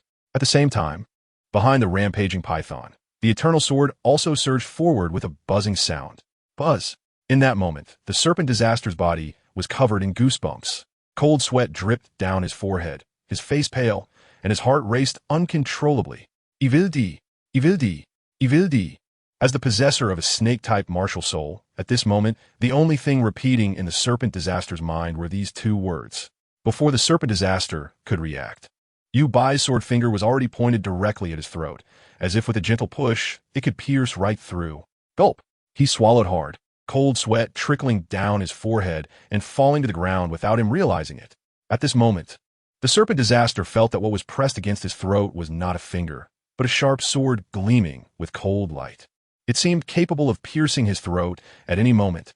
At the same time, he felt a chill creeping from the back of his head, as if he were facing imminent death. Therefore, in this moment, the serpent disaster dared not move at all, standing helplessly in place. What the serpent disaster couldn't see was that, at this moment, the tip of the Chongsheng sword was aimed directly at the back of his head. This meant that if Yu Bai wanted to strike, in just an instant, both the serpent disaster's throat and the back of his head would be pierced simultaneously, leading to his demise on the battle platform. Outside the battle platform, those supporting him, who were stunned by this scene, quickly regained their senses and excitedly grabbed the microphone. Cheering loudly, I announced that the battle is over. The winner is Smiling Face. With a total of 5 consecutive victories, the record is 14 losses and 33 wins. Let's congratulate the Smiling Face Battle Soul Master on being promoted to the Silver Battle Soul Badge. 034 First Soul Skill. In the 2-on-2 battle, the 7th battle stage. Come on, dual gun combination, blow up the opponent. Smiling Face Swordsman, come on, take them down one by one. Keep going, unleash the battle spirit. On the battle platform, the little chubby Shizheng, wearing a tiger head mask, hid behind Yu Bai, and 2 soul rings lit up consecutively. First soul skill, Hungry Meat Stick. Second soul skill, Illusionary Meat Stick. In an instant, a reddish-brown meat stick and a yellowish meat stick emitting a fragrant aroma appeared in the little chubby Shizheng's hands. Little Bai, next. Saying this, the little chubby directly threw the 2 meat sticks towards Yu Bai's back. Wrinkling his nose, Yu Bai's eyes lit up, and he suddenly exerted force with his right hand holding the Chongsheng sword, sliding down the shaft of one of the twin guns' martial soul. Sparks flew as the sword blade passed through. In an instant, the sharp blade of the Chongsheng sword was about to slide onto the hand gripping the gun shaft. Perhaps this person did not expect Yu Bai to suddenly pull such a move, and in a panic, he instinctively loosened his grip on the gun to dodge the blade of the Chongsheng sword. However, he did not notice that Yu Bai's eyes suddenly sparkled, and then he quickly moved in, unexpectedly grabbing this person by the collar with his left hand, and without saying a word, executed a violent shoulder throw. Boom! The ground of the battle platform was instantly smashed into a pit, and this person lay in the pit with his eyes glazed over, fainted. It was estimated that he wouldn't be able to recover to normal for about a week and participate in the battle again. Yang Hao, another soul master with the same gun martial soul, saw his partner being beaten so badly and immediately rushed to the pit on the battle platform to check on his teammate's condition. Meanwhile, Yu Bai had already arrived next to the little chubby Shizheng, eating the Hungry Meat Stick and Illusionary Meat Stick together, replenishing his physical and soul power while kindly saying to the person, "Don't worry, that guy looks seriously injured, but actually he will recover after resting for about a week. If we let the healing soul master from the battle platform take action, he could be ready to continue the battle after just 1 day's rest." Hearing Yu Bai's words, the worry on the person's face finally dissipated. He then called for staff to carry Yang Hao away and, after asking for treatment from the healing soul master, stood up and solemnly looked at Yu Bai and the little chubby Shizheng, earnestly requesting, "I want to have a serious match with you. I noticed from the beginning that during the battle with my brother and me, you didn't use any soul skills at all. So, I know your true strength should far exceed mine. However, in a battle, if I can't even force out the real strength of my opponent, wouldn't that be too regrettable? And would make me seem too incompetent as an opponent. So, Smiling Face, use all your strength to defeat me. Of course, I know this is a 2-on-2 match, and inviting you to a 1-on-1 duel is too shameless, especially since my teammate has already been eliminated. So, I clarify in advance that regardless of the result of my challenge to Mr. Smiling Face, this battle is a loss for us. I hope Mr. Smiling Face can accept my challenge." Hearing the contestant say this, the host showed an awkward expression, just about to step in and say that this didn't conform to the rules of the battle platform when a wave of shouts erupted from the audience area. This is a man's battle. Accept his challenge. Yes, accept his challenge. Even if we lose again this time, let's have a bloody fight between men. Fight, fight, fight. Don't leave regrets. Go fight.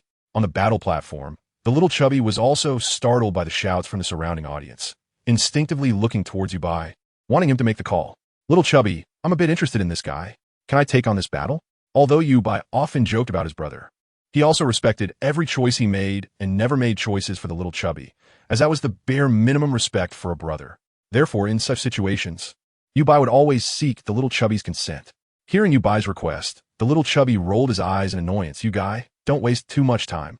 Saying this, he directly jumped off the battle platform while eating the meat stick. I'll treat you to a feast later. After shouting at the little chubby, Yubai turned to face his opponent, his eyes sharp as he stared at him, saying, You're not bad. Before the battle, tell me your information.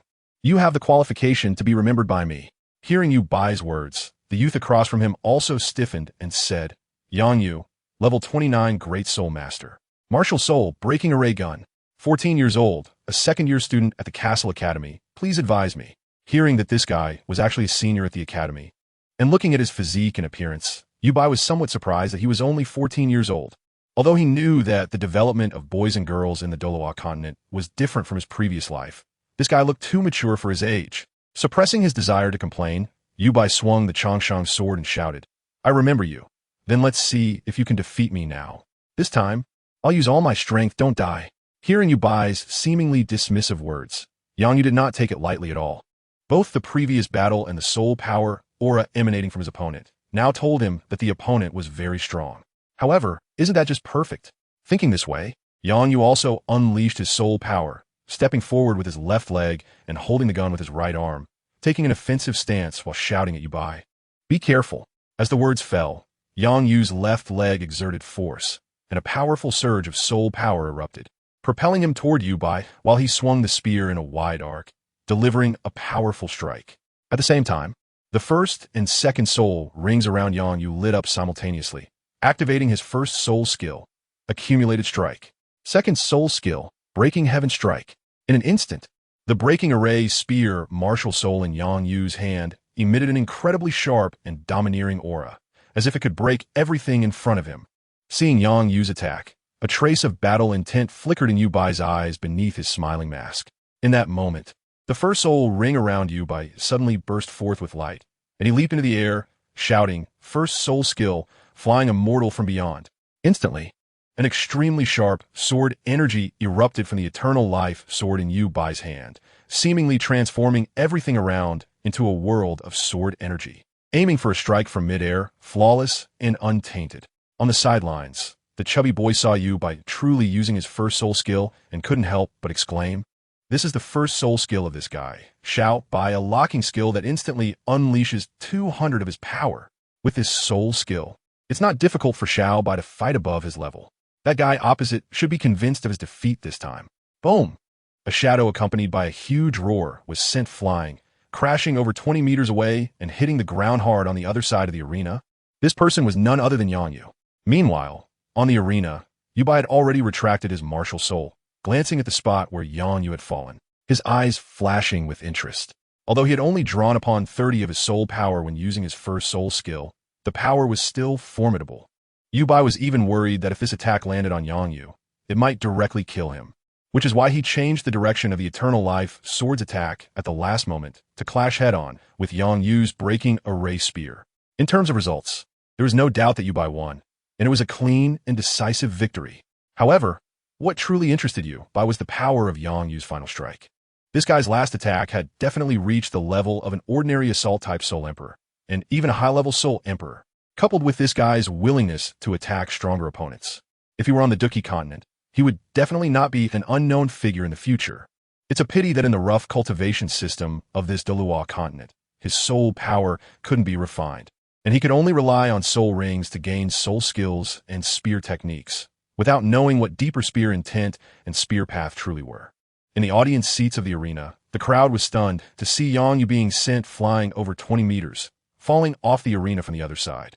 However, after a while, everyone came back to their senses and began to shout smiling face. with flushed faces. The host was also awakened by the cheers of the audience, quickly rushing to the other side of the arena to call for a healing soul master. After confirming that TheYoung had only fainted due to the backlash of tremendous force and would be fine after resting for a while, he let the healing soul master take TheYoung away for treatment. Meanwhile, suppressing the shock in his heart, he put on an excited expression and raised the microphone to shout, "All right, in this 2-on-2 soul battle match, the winners are our Smiling Tiger duo. Let's congratulate them."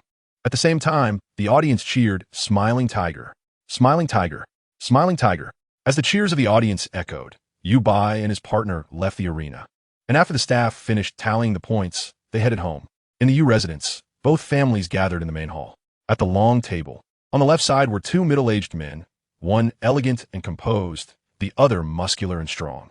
They were Yu Bai's and Shi Zhang's fathers, Yu Fan and the chubby boy's father, Shi Quan. On the right side were two beautiful women who appear to be in their 20s, Yu Bai and Shi Zhang's mothers, Luo Ling and Xiero. At the bottom of the long table, the chubby boy Shi Zhang was munching on a chicken leg without any sign of restraint. After finishing his recount of the events from noon, Yu Bai looked at the four adults and said, "I should be the one who exposed Xiao Yan, so old man. Uncle Shi and Mom, Auntie Xia, what do you think we should do now?" Yu Bai originally thought that upon hearing such a life-threatening situation, both families should have serious expressions and think together about how to solve the current predicament. However, he was taken aback when, after his words fell, he was met with four pairs of eyes that looked at him as if he were a rare specimen. Even Luo Ling and Xiero, Yu Bai's and Shi Zhang's mothers, directly came to Yu Bai's sides, tossing the chubby boy aside, ignoring his resentful gaze, and began to pinch and play with Yu Bai's cheeks, occasionally glancing at each other in astonishment, exclaiming, "Hiss! Xiao Bai is actually the one who was exposed at noon today. Hiss! Is this really the reincarnated Emperor Yin? No wonder his talent is so good. Even his looks are outstanding. I never expected that in my lifetime I would have the chance to pinch the little face of the Emperor Yin. What luck! TSK, TSK. This is the Emperor Yin worshipped by 10,000 fires. Now he has reincarnated into such a little thing. How rare. I wonder where my two daughters-in-law are now. What do they look like in this life?" With his cheeks being ruthlessly toyed with by the two women, Yu Bai's mouth twitched. He never expected that. While he was deep in a crisis vortex and could be discovered by various forces at any time, his mother and the chubby boy's mother would be so out of touch, instead showing even more interest in pinching his face than before. It was simply incomprehensible. After breaking free from the control of the two pairs of claws, Yu Bai, amidst a strong condemnation, firmly rejected the two women's advances, ignoring their tearful performance on the side. He then approached Yu Fan and Shi Quan, saying solemnly, "Dad, Uncle Shi, do you have any ideas?" Although he said this, Yu Bai's main focus was still on his father, Yu Fan, because according to what his parents said, the four of them had trained together at the Soul Master Academy, forming two families. For any major decisions, it was almost always his father, Yu Fan, who made them. In his impression, his father was very steady, even to the point of being cautious. Who could imagine that when he awakened his martial soul and tested his innate soul power to be at level 9? In order to prevent his talent from being exposed and attracting the attention of the Spirit Hall or the Sword Law of the Seven Treasure Glazed Tile School, his father kept him confined for 6 months. During that 6 months, in the first month, he had already cultivated to level 10, but his father still did not allow him to go out. So he spent the remaining 5 months in various physical training, until half a year later. Only then did my father take me to hunt for my first spirit ring. As for this process, my father, the old sixth, explained it by saying that according to his observation, the little girl from the city lord's family, who had innate spirit power of level 8, only cultivated to level 10 within half a year. Therefore, he planned to fill in my talent as innate level 8 in the Wuhuan Hall's records, so it wouldn't be too conspicuous. Thus, the bone age when I obtained my first spirit ring should be 6.5 years old. In this way, when I take you to the Wuhuan Hall to fill out the Spirit Master information, no one will suspect us. After all, in this world, those with innate full spirit power are 1 in a million. Those with innate level 9 talent are 1 in 10,000. But those with innate level 8 spirit power can only be considered 1 in a few hundred miles. Although still rare, they are not lacking for those major forces. This way, I can hold on to the identity of a genius without attracting too much attention. You must know that in this world, if there is no strong power to protect you, having too strong a talent is a crime. Oh, the dirty-minded adults. Moreover, In order to keep the speed of spirit power level increase normal, my father stipulated that before reaching Spirit King, I must not cultivate spirit power too much. Therefore, during the nearly 12 years since my spirit awakening, my father has placed more emphasis on practical training and physical fitness training than on meditation for spirit power cultivation. Thus, by noon today, before the announcement of the Heavenly Tao rankings, Yu Bai, who is about to turn 12, only reached level 27 in spirit power. This is the same level as Zhu Zhuqing, who has innate spirit power of level 7. Of course, in actual combat, even if 10 Zhu Zhuqing work together, they might not be able to defeat me. However, even so, my father still stipulated that except for training at home, I must not use more than 70% of my strength in any other combat situations, including competitions within the academy and battles in the fighting soul arena. According to my father's words, I must always keep some hidden cards that others do not know about. This way, I can live more safely. All of this is just a part of it. At the scene, unexpectedly, after hearing my words, Yu Fan and Shi Quan, these two big men, exchanged glances and then looked at me in unison, saying, "Is this even a problem? Go find your wife. Your wife is a Do Emperor powerhouse. Who would dare to touch you?" At that time, I and your mother, Aunt Jia, can also enjoy our old age. Hearing their words, I couldn't help but twitch my mouth. Then my expression became excited as I said, But do you know who she is? What is her current situation? You all know that to inherit her previous cultivation, she must at least be a soul sage. Generally, on the entire continent, those who reach the soul sage level are at least over 40. If she is a soul Douluo, or even a title Douluo, wouldn't that make her 60 or 70 years old? A lady like that could be your mother. How can you comfortably call her daughter-in-law? As I said this, I was so excited that I was gesticulating as if describing something. Oomph. However, the moment I finished speaking, I suddenly felt a chill all over my body, as if I vaguely heard a woman's cold snort through gritted teeth. A bit puzzled, I scratched my head and glanced back at my mother and Aunt Jia, only to find them still acting out a tearful scene.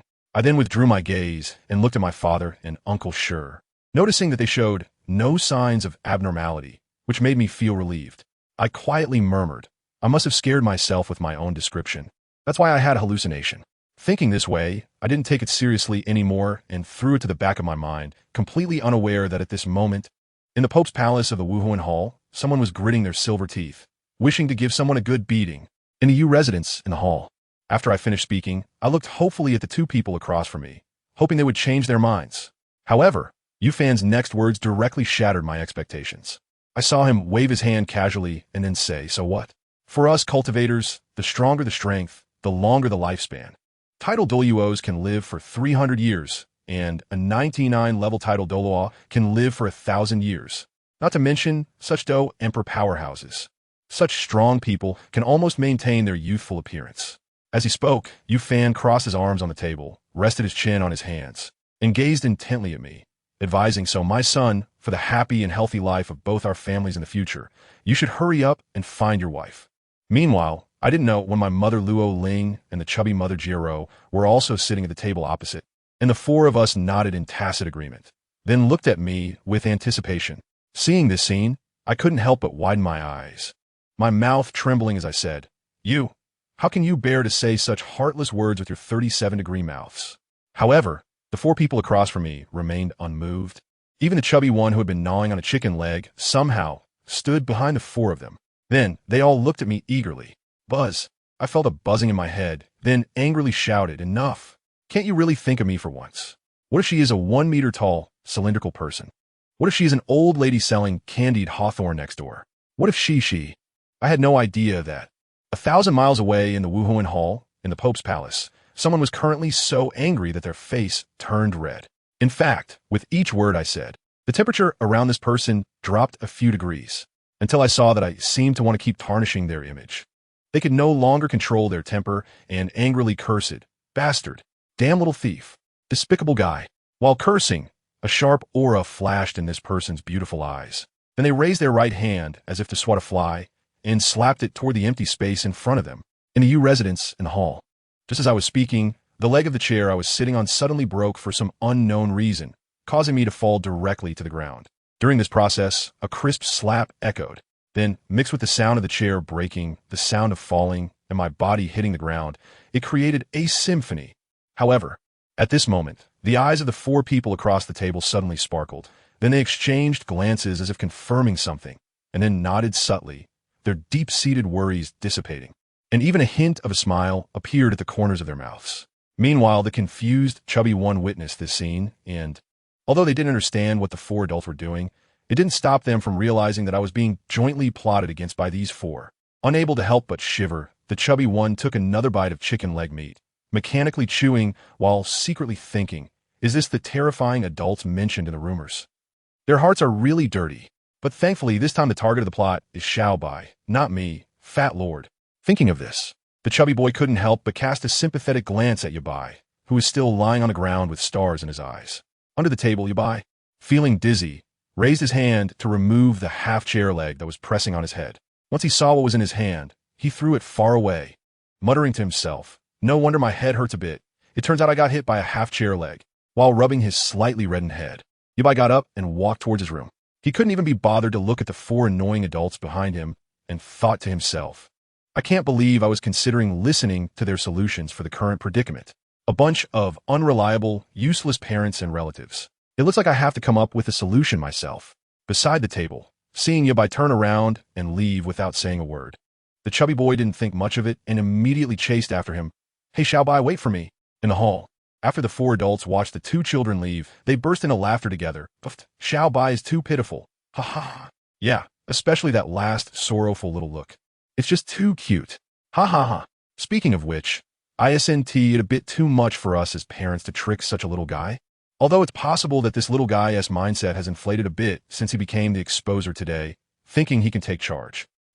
After a burst of laughter, Yafan, who was being held by Luo Ling, wiped the smile off his face and returned to his usual composed demeanor. His eyes sparkled with wisdom as he said, "However, one thing can be confirmed, just as we thought in our hearts. This little guy, Xiaobai, one of his two wives from his previous life, should have been paying attention to him ever since today, when she was fully infused with all emotions and memories.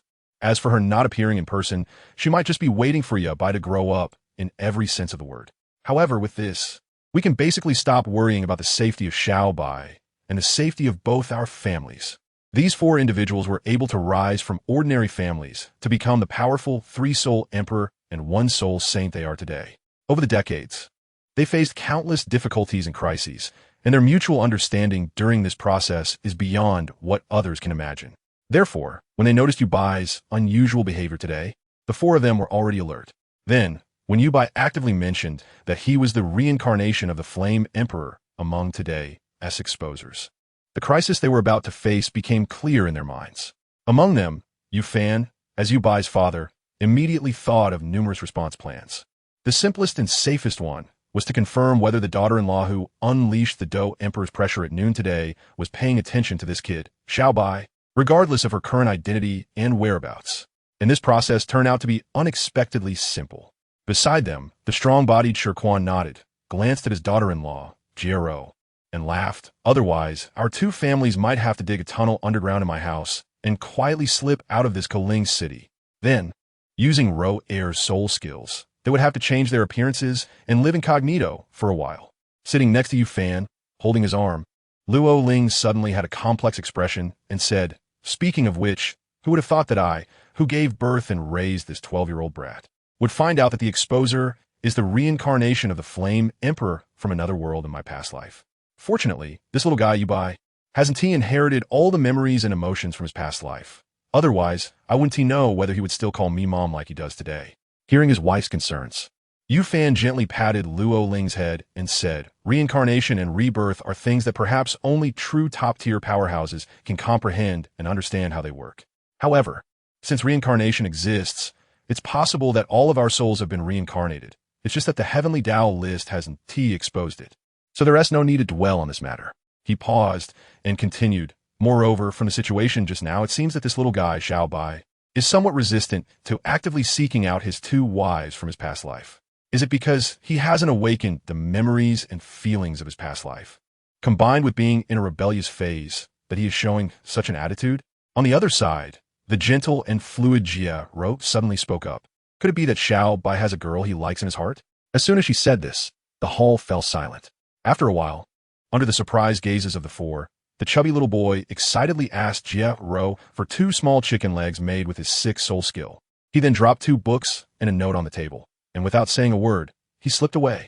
The 4 of them curiously gathered around to look at the note on the 2 books on the table, which read, "These are 2 high-level Earth-grade cultivation techniques.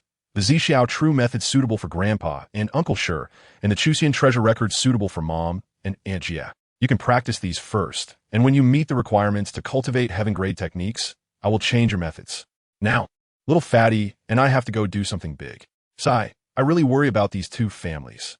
After reading this note, the 4 of them picked up the 2 high-level Earth-grade techniques on the table, looked at each other for a moment, and then Fan spoke first. "It seems we need to change our plans." Thousands of miles away, in the Wuhuan Hall, in the Pope's palace, someone's anger had solidified at some point. Staring blankly ahead with vacant eyes, only their beautifully shaped jade hands tightly clenched in fists, then relaxing and clenching again. In a shadowy corner of the street, 2 figures cloaked in black suddenly appeared. Looking at the nearby carriage shop, the 2 black-robed individuals exchanged glances and nodded in unison. It seemed they took something out from under their cloaks and began to eat while keeping their heads down. However, with the protection of the black cloaks and the night's darkness, no one could see what they were eating. A few minutes later, as if prepared, the 2 walked straight toward the nearby carriage shop. Inside the carriage shop, it was brightly lit. However, perhaps due to the night, few people came to rent or hire carriages, so the young attendant was dozing off at the counter. Bang! Bang! Just then, someone knocked on the counter, startling the young attendant awake, who immediately exclaimed, "Boss, I wasn't sleeping, I was just meditating." As he spoke, the attendant fully woke up and sighed in relief when he saw that the people in front of him were 2 ordinary middle-aged men, one tall and one short. "Phew, you almost scared me to death." The shorter middle-aged man chuckled at the attendant's reaction, saying, "Little brother, you don't have any soul power. What are you meditating for?" Not offended by the guest's teasing, the young attendant smiled wryly and said, "Hey, I just haven't given up hope. I wanted to see if I could suddenly absorb soul power one day, and then I could become a soul master." As he spoke, the attendant looked at the 2 men and curiously asked, "It's so late. Do you 2 still want to hire a carriage?" The tall middle-aged man nodded and then hired a carriage, taking the tall and short middle-aged men out of the city toward the direction of Tiando City. The next morning, in a hotel room in Tiando City, sunlight streamed through the bamboo window, illuminating the table, which was covered in sunlight. On the table lay a slightly yellowed piece of paper, next to an inkstone and a brush holder with several brushes inside. By the window, a beautiful pearl plum was planted in a porcelain basin. Looking further inside, a large bed came into view, and everything was filled with an ancient charm. However, if hotel staff came in for a look, they would find that everything in the room had hardly moved. Not even the bed and bedding showed any signs of disarray. On a luxurious sofa in the room, a tall and thin middle-aged man sat cross-legged, his eyes tightly closed as if in meditation. After a long time, perhaps hearing a clattering sound from next door, the tall and thin middle-aged man finally opened his eyes, a flash of youthful brilliance disappearing in an instant. Looking within to check his soul power, the thin and tall middle-aged man couldn't help but feel overjoyed, murmuring to himself, "Good. All the soul power in my body has finally been fully refined. With the strength of soul power I have now, even if my enemy is a soul king, I feel like I could take a shot." That's right, this ordinary-looking, tall, and thin middle-aged man is none other than you by transformed. And the short and chubby middle-aged man living next door is Xiao Fatty, Shi Zheng. The reason they could change so drastically is that Xiao Fatty had eaten 2 small chicken legs made from his mother's 6 soul skill last night, which allowed him to change his appearance, voice, and all bodily characteristics according to his will. The effect lasts for 24 hours. After tidying up a bit, the 2 of them stepped out, with the chubby one transformed into a short and stout middle-aged man. After finishing breakfast and checking out, they walked together on the wide main street of Tiando City. Tiando City, as the capital of the Tiando Empire, was indeed much more prosperous than the nearby Keilang City. At this moment, the sun had just risen into the sky, and the air still had a hint of morning mist. But the entire Tiando City had already regained its vitality, bustling with people, vendors, and patrolling soldiers everywhere. On the street, the chubby man, who had turned into a short and stout middle-aged person, had pulled out a piece of jerky to eat again without knowing when, curiously observing everything along the street. He turned to his companion, who had transformed into a lean middle-aged man named Yu Bai, and asked, "Hey, Xiao Bai, what are we going to do now? You only said last night that you would take me to do something big, and then without saying another word, you dragged me to Tiando City." Can you tell me what this big thing is now? While recalling the route map he had inquired about from the hotel staff, Yubai proceeded according to the map's instructions. Hearing the chubby man's question, he recognized the way and replied, "Of course, we're looking for help. Given our current situation, we can only find a powerful ally with enough weight and strength to pull him to our side to get through this difficult time. And if we talk about deterrence, even all the titled Douluo strong ones on the continent combined might not compare to that person." Upon hearing this, the chubby man was taken aback. His eyes widened involuntarily. He quickly walked to Yubai's side, his tone slightly entangled, and whispered, You can't be planning to find the poison Douluo, can you? Are you looking for trouble for no reason? Is that someone we can approach? What status do we have compared to him? Plus, it's rumored that the poison Douluo is incredibly sinister.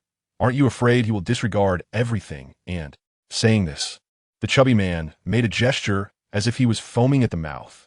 Ignoring the chubby man's silly behavior, Yubai continued walking and said, Don't worry. If I dare to come here, I have the means to handle him. Besides, don't you want to refine your qualifications, quickly improve your cultivation, and eventually become a god and an ancestor? If you want to achieve such a dream, we must go through this today. Hearing Yubai say this, the chubby man suppressed his fear, gritted his teeth, and chose to follow him. Becoming a god and an ancestor, referred to as the primordial world, in other words, is to attain sainthood. From this, one can see the allure of becoming a god for all living beings in the Douluo continent. Therefore, even though his heart was racing and his face was pale, the chubby man still chose to follow Yubai without hesitation. According to the remembered route, the two of them turned several corners and finally left the bustling crowd, arriving at a beautifully decorated, spacious, and quiet residential area. Before long, they finally found their destination. Looking up at the plaque hanging in front of the mansion that read, Yubai exchanged a glance with his companion, then with determined eyes, stepped forward and knocked on the door of the Douluo mansion. Knock, knock, knock. Creak. Not long after, the door opened, and an energetic, white-haired, kindly-looking old man in well-fitted clothing appeared.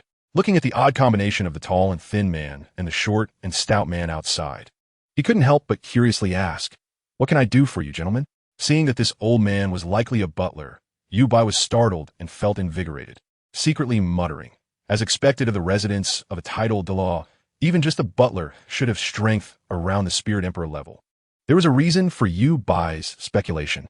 First, due to his special circumstances, most Spirit Masters below the Spirit King level were difficult to escape his detection. Even Spirit King level experts could be slightly sensed. However, when facing this old butler, although he couldn't sense his spirit power level at all, he could feel an inexplicable danger. If the old man's cultivation exceeded that of a spirit sage, he should be able to perceive the abnormalities on both himself and the chubby man. Yubai had carefully observed, and although the old butler was somewhat surprised by the unusual combination of the two, he did not seem to notice anything wrong with their behavior. At the same time, Yubai also noticed that the chubby man's calves seemed to be trembling a bit. To avoid alerting the butler, Yubai stepped forward to draw the old man's attention to himself and directly said, We have come to visit the poison Douluo. Is he at home? Could you introduce us? Although the old butler could not see through the abnormalities in Yubai and his companion, he could easily see through their cultivation levels. Two mere great spirit masters had no qualifications to visit his master. Outside the door, Yubai seemed to sense the old butler's intention to refuse, which sent a shock through his heart, because this indicated that the old man Douluo was indeed at home. Thinking this, Yubai quickly added, I heard that the poison Douluo studies countless poisons, so could you please help us ask him about a condition? On rainy days, there are symptoms of soreness and numbness in the ribs, occurring once at noon and once at night, each lasting more than an hour. Also at night, there is a stabbing pain on the top of the head and the soles of the feet, each time unbearable. What kind of poison could cause such symptoms? Is there a second solution? The poison Douluo will definitely choose to meet us brothers regarding this matter. Please, sir, be sure to help us ask otherwise. Two people with very important identities could lose their lives, and the consequences of this, even the poison Douluo, being a titled Douluo, cannot afford. Originally planning to close the door and ignore the two, the old butler was slightly stunned after hearing Yubai's words, showing a look of difficulty. As the butler of the infamous poison Douluo, who made 99 of the people in the Douluo continent shudder at his name, he naturally also had an interest in drugs, especially poisons. No, in fact, compared to many healing-type spirit masters, the old butler had seen a greater variety of poisons. However, after listening to the symptoms described by Yubai, The old butler frowned in deep thought, but still could not determine what kind of poison could cause such symptoms. It was clear that the poison described by the tall man in front of him was at least a rare poison, and the greatest interest of his master was to collect all kinds of rare poisons, and then research and refine the ultimate poison. If his master heard about this person, he would most likely invite him in. On the other hand, although the last sentence from the person in front seemed to vaguely threaten him, even hinting at his master, the way he spoke with certainty and without any signs of evasion made the old butler, while not fully believing that someone could threaten his master, still not wanting to bring trouble to his master. Thinking of this, the old butler did not hesitate much longer, telling the two to wait a moment before directly entering the mansion, quickly heading to his master's alchemy area to report the situation. Outside, the chubby man let out a long sigh of relief after seeing the old butler close the door again, then turned to Yu Bai beside him and asked Xiao Bai, "Do you really think that the poisoned Douluo would be willing to meet us? Also, Xiao Bai, who exactly were the people you mentioned at the end? Talking about poisoning and dead people? The most important thing is those people are dead. What does it have to do with the poisoned Douluo?" Just by looking at the old butler, you can tell that the poison wasn't tea inflicted by the poisoned Douluo. With the poisoned Douluo's strength, is it something that has nothing to do with him? While he was rambling on, the chubby kid suddenly had a jolt of realization, stopped talking, and his expression became intense. His chubby face and small eyes were fixed on Yu Bai's eyes, incredulously asking Xiao Bai, "Don't tell me that this poisoned person..." Yu Bai was surprised to see the chubby kid figuring out the truth while talking to himself. Seeing the change in Yu Bai's expression, the chubby kid took a deep breath, glanced nervously at the big door in front of him, and then looked at Yu Bai with a tense expression, whispering, "Xiao Bai, do you really have a way to treat that kind of poisoning? You know, even the famous poison Douluo couldn't do anything about it, and could only endure extreme pain. If you can't do anything, why don't we run away while the poison Douluo hasn't come? We are here to recruit strong people, not to offend them." Listening to the chubby kid's words, Yu Bai glanced at the direction of the Duga mansion's door, and couldn't help but give a thumbs up to his buddy in his heart, while saying, "Don't worry. Did you forget that when the heavenly Tao was exposed yesterday at noon, I was the Flame Emperor in my past life? Besides being good at fire, my alchemy skills are also top-notch. Do you understand the level of an Imperial alchemist? If I were to regain all my strength now and refine an Imperial-grade pill, not to mention its efficacy, an Imperial-grade pill would directly take form and possess intelligence, with strength at the level of a pseudo-Do emperor. That's the greatness of an Imperial alchemist, although I haven't regained my past life as strength yet. All the knowledge and experience from my previous cultivation have already been instilled in me, which naturally includes an understanding of various medicinal materials and Imperial alchemy. So, in front of me, on this small Douluo continent, there's no poison I can't resolve. Just rest assured." Feeling the previously faint yet murderous intent behind the door dissipate completely, Yu Bai's lips curled slightly, thinking to himself, sure enough, once this old poisoner knows that his hidden secret has been discovered, his first reaction will definitely be to kill, to silence. Only afterward will he consider how to detoxify. In fact, if it weren't for his granddaughter Douluo, with this old poisoner's pride and eccentricity, he would have chosen to silence without a second thought, unwilling to be threatened. But now, I got him. In fact, things turn out just as Yu Bai had guessed. When Douluo heard the butler's report in the pharmacy, he immediately paid no mind to the poison he was concocting, and without a word, rushed toward the door with all his might, his face flashing with murderous intent from time to time. He feared that the two people outside who knew the secret of his family's martial soul would run away, and if these two guys leaked the secret, he might not have much of a problem, but his granddaughter Yin would definitely be in danger. Moments later, upon reaching the door and sensing that the two were still outside, Douluo finally breathed a sigh of relief. He then carefully pondered the other content of the words relayed by the butler, and instantly had a faint guess. The two outside should have a solution for the poison of the Emerald Phosphor Serpent Emperor martial soul affecting him and his granddaughter. However, according to the butler's description, these two guys outside should be middle-aged men. With such little soul power, can they really cure his problem? Could they be two frauds? Should he just kill them? Just as Douluo's eyes were uncertain, he heard the conversation of the two outside. Then Douluo's mouth slowly opened wide, his dark green eyes filled with disbelief. One of those two outside was actually one of the three Do Emperors revealed just yesterday, and he was even the reincarnation of the main character, the Flame Emperor, Tang San. Thinking of the terrifying alchemy skills of the Flame Emperor shown in the exposed footage yesterday, especially the ability to easily solve the problem of the calamity poison body that he thought could only wait for the entire continent to be buried together before reaching his peak. Douluo's mind instantly became active. After calming down, Douluo saw the butler rushing over, and as the butler approached the door, he took the initiative to walk over, whispered a few words, and then headed toward the hall inside the mansion. Standing still, the old butler wiped the sweat off his body with soul power. And after watching his master's figure disappear, he turned around and slowly opened the door.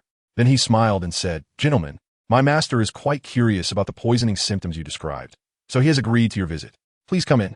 Not long after, when Yabai and the chubby kid followed the old butler into the hall, what entered their eyes was a figure sitting at the top, holding a cup of clear tea, with his eyes slightly closed as if savoring something.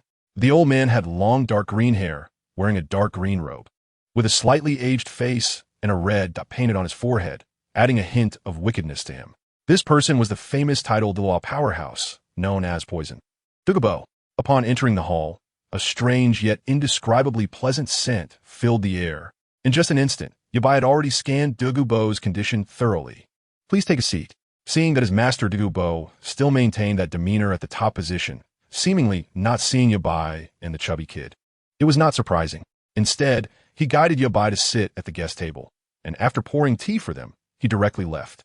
The chubby kid, who was trying to appear calm while secretly glancing up, immediately averted his gaze when he saw the scene, turning to Yabai as if asking, "What do we do next?" In response, Yabai gave the chubby kid a reassuring expression that said, "Don't worry, everything is under control."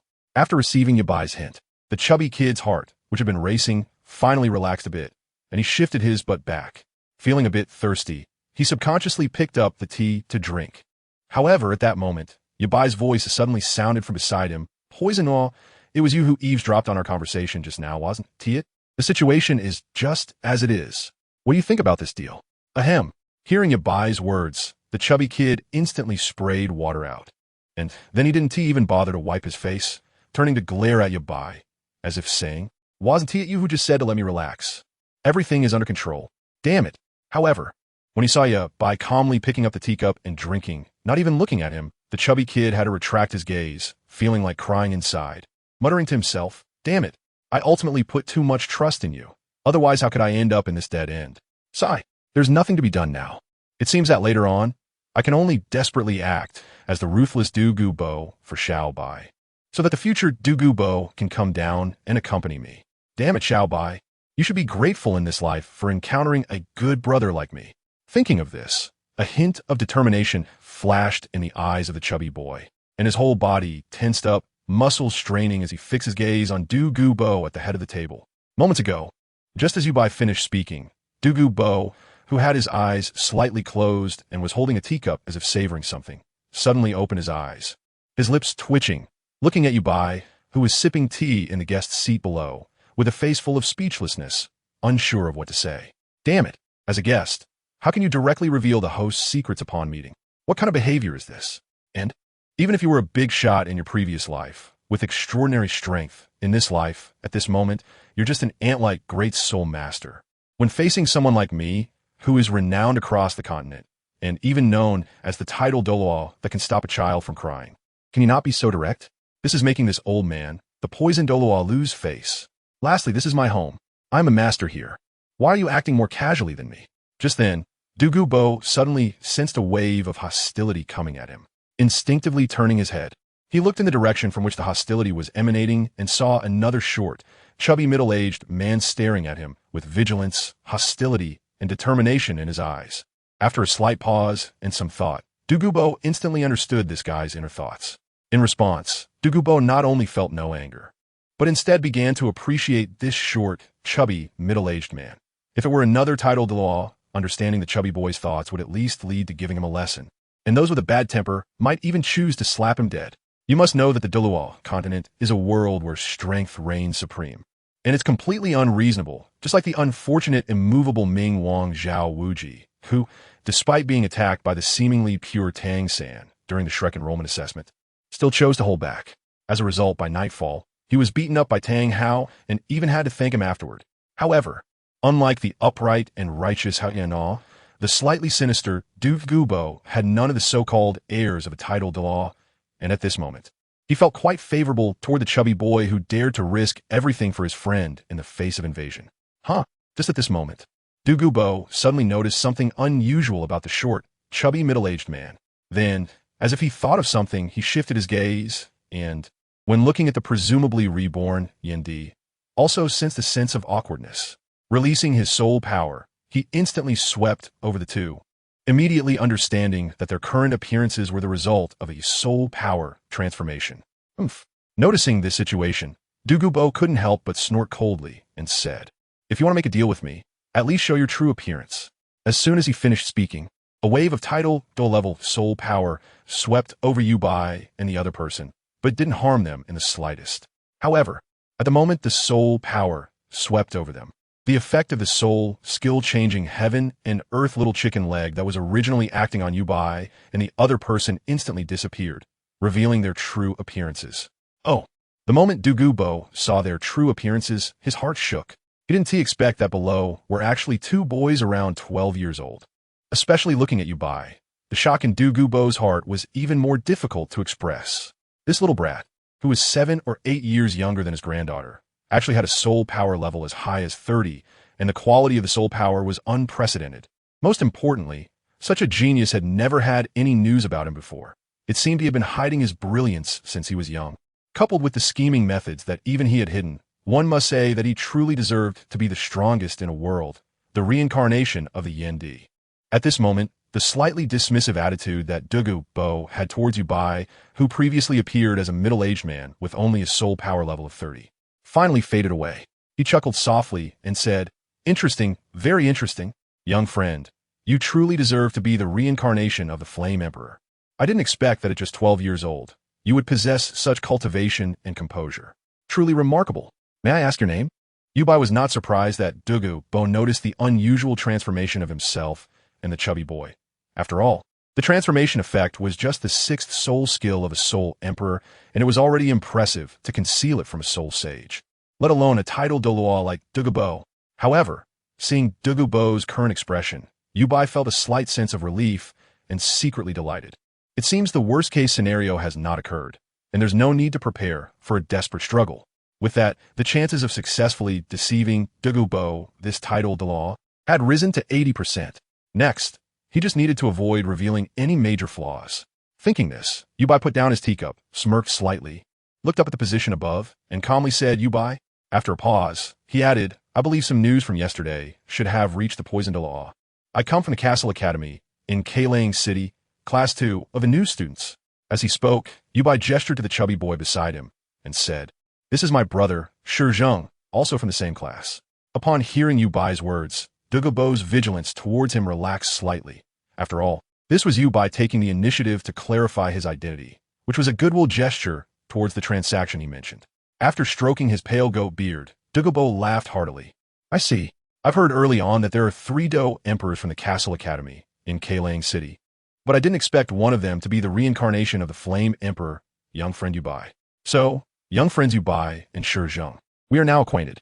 Can we discuss the specifics of the transaction you mentioned?" At this point, even though Douluo tried to control his heartbeat and demeanor, his breath was still slightly hurried. The Phosphor Snake Emperor Martial Soul had achieved greatness for him, allowing him to qualify as a titled Douluo, and in his later years, he successfully reached the peak of titled Douluo, becoming a feared poison Douluo across the continent.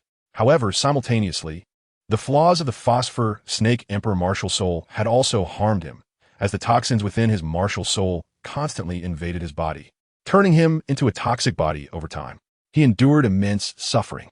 Furthermore, this toxin could even be inherited by his descendants, leading to the premature death of his son and daughter-in-law. Now, only his precious granddaughter remained. Douluo had long sworn to spare no effort and use any means necessary to ensure his beloved granddaughter did not follow in her parents' footsteps. He must find a solution before the snake poison erupted within her. At a glance, Yubai noticed a change in Douluo's breathing frequency and understood that the old man was extremely excited at this moment. Yubai did not expose him. Instead, he exchanged a knowing glance with the chubby boy, signaling pride and successfully handling it, before looking back at Douluo and directly saying, "We wish to invite Mr. Douluo to join our forces." Upon hearing Yubai's words, Douluo's brows furrowed slightly. After all, The Poison Douluo initially disliked the constraints of sect forces and had directly refused the Pope of the Spirit Hall when invited, preferring a life of freedom, which led to him being hunted by the Spirit Hall both openly and secretly. However, considering that the toxin in his granddaughter's body could erupt at any time, and that she did not possess his powerful soul power, she would undoubtedly die. Gritting his teeth, Douluo directly asked what he was most concerned about. Then, what can I gain from this? Hearing Douluo's question, Yubai immediately raised an eyebrow, thinking inwardly, it's done. He had some understanding of Douluo's character. He was wicked, unrestrained, but kept his promises. Most importantly, he was very fond of his granddaughter, Douluo. Therefore, for Douluo's safety, everything else had to take a back seat. The fact that he was now asking meant that Douluo was willing to give up everything he had insisted on for the first half of his life for her sake. You old poisoner, you really love your granddaughter Douluo. At this moment, even Yubai couldn't help but feel a sense of admiration. Upon hearing Yubai's words, Douluo's expression changed, and then, realizing that this little guy was the reincarnation of the Flame Emperor, who had inherited all the alchemical knowledge for his previous life. It was no wonder he guessed the situation of his granddaughter Yin. Having figured this out, Douluo smiled and said, Old poisoner, young friend, that title is quite fitting. From now on, you can call me that, ha ha ha. Seeing that the old man was so agreeable, Yubai was no longer hesitant and directly said, Old poisoner, if you join our forces, first, I will personally take action to resolve the issue of the martial soul toxins within you and your granddaughter. Secondly, I will modify both of your innate qualities, significantly enhancing your abilities and evolving your martial souls. Thirdly, I can promise each of you at least one level 1 divine position. How does that sound? Hearing such a promise from Yubai, even Douluo found it hard to contain himself, instinctively standing up. His dark green eyes fixed on Yubai, breathing rapidly as he asked, Really? In fact, Douluo had already believed more than half of what Yubai said. After all, when he went to the Spirit Hall for the title Douluo coronation ceremony, he had distantly felt the divine power enshrined in the offering hall. The kind of power, although not as rich and powerful as that of a title Douluo soul power, was far inferior to the pressure of the Do Emperor he sensed yesterday. Not to mention, just from the footage exposed on the ranking list yesterday, any high-level Do Saint could casually create a small world space 1,000 times larger than the entire Douluo continent, let alone a Do Emperor. It's possible that even the so-called divine realm couldn't withstand a Do Emperor slap. Thus, Douluo's reaction to Yubai's promise as a future Do Emperor was understandable. Meanwhile, the chubby boy, witnessing the renowned Poison Douluo's reaction, couldn't help but think disdainfully of. Sure enough, facing the big pie drawn by Xiao Bai, the Poison Douluo is no different from me, Fat Lord. So, doesn't that mean I'm equivalent to the Poison Douluo, a title Douluo powerhouse? Then my future title will be the god of Fu Douluo. As he thought of this, the chubby boy's expression gradually became lewd. Seeing Yubai nod in confirmation, Douluo finally let out a long sigh of relief, as if he had set down a heavy stone that had been weighing on his heart. In that case, the old man, will bring my granddaughter, Douluo, to join the forces of young friend Yubai. From now on, Douluo, am willing to follow the orders of young friend Yubai. Saying this, Douluo adjusted his goat beard and laughed heartily. From now on, I hope young friend Yubai and young friend Shizheng will take care of each other. Upon hearing that this old poison master finally agreed in person, Yubai and the chubby Shizheng exchanged glances, both seeing the excitement that was hard to conceal in each other's eyes. Ha ha ha, welcome, welcome. After hearing Douluo acknowledge that he was one of their own, the chubby one had already shed his previous tension and awkwardness, directly looking at Douluo in a position of authority and laughing. With your addition, old poison master, our force finally has a trump card to intimidate others. Saying this, the chubby one turned his head to look at Yubai, who was sitting nearby, and curiously asked, But, Xiao Bai, have we named our force yet? What should we call it? Hearing the chubby one's inquiry, Yubai crossed his arms and pondered, thinking aloud, wasn't it just the two of us before?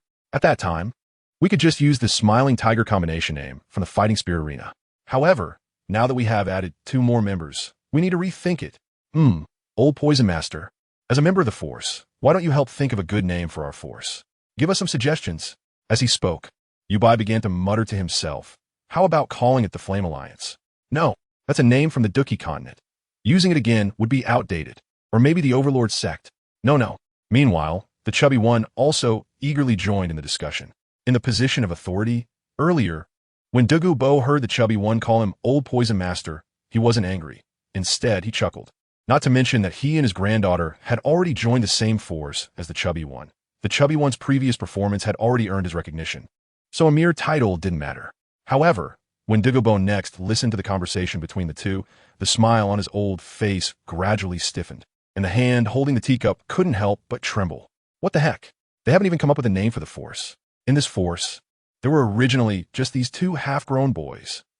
Even if I add myself and my granddaughter, Yin now, there are only a total of 4 people. Isn't this a 3-0 sect with no sect residence, no sect treasures, and no sect reputation?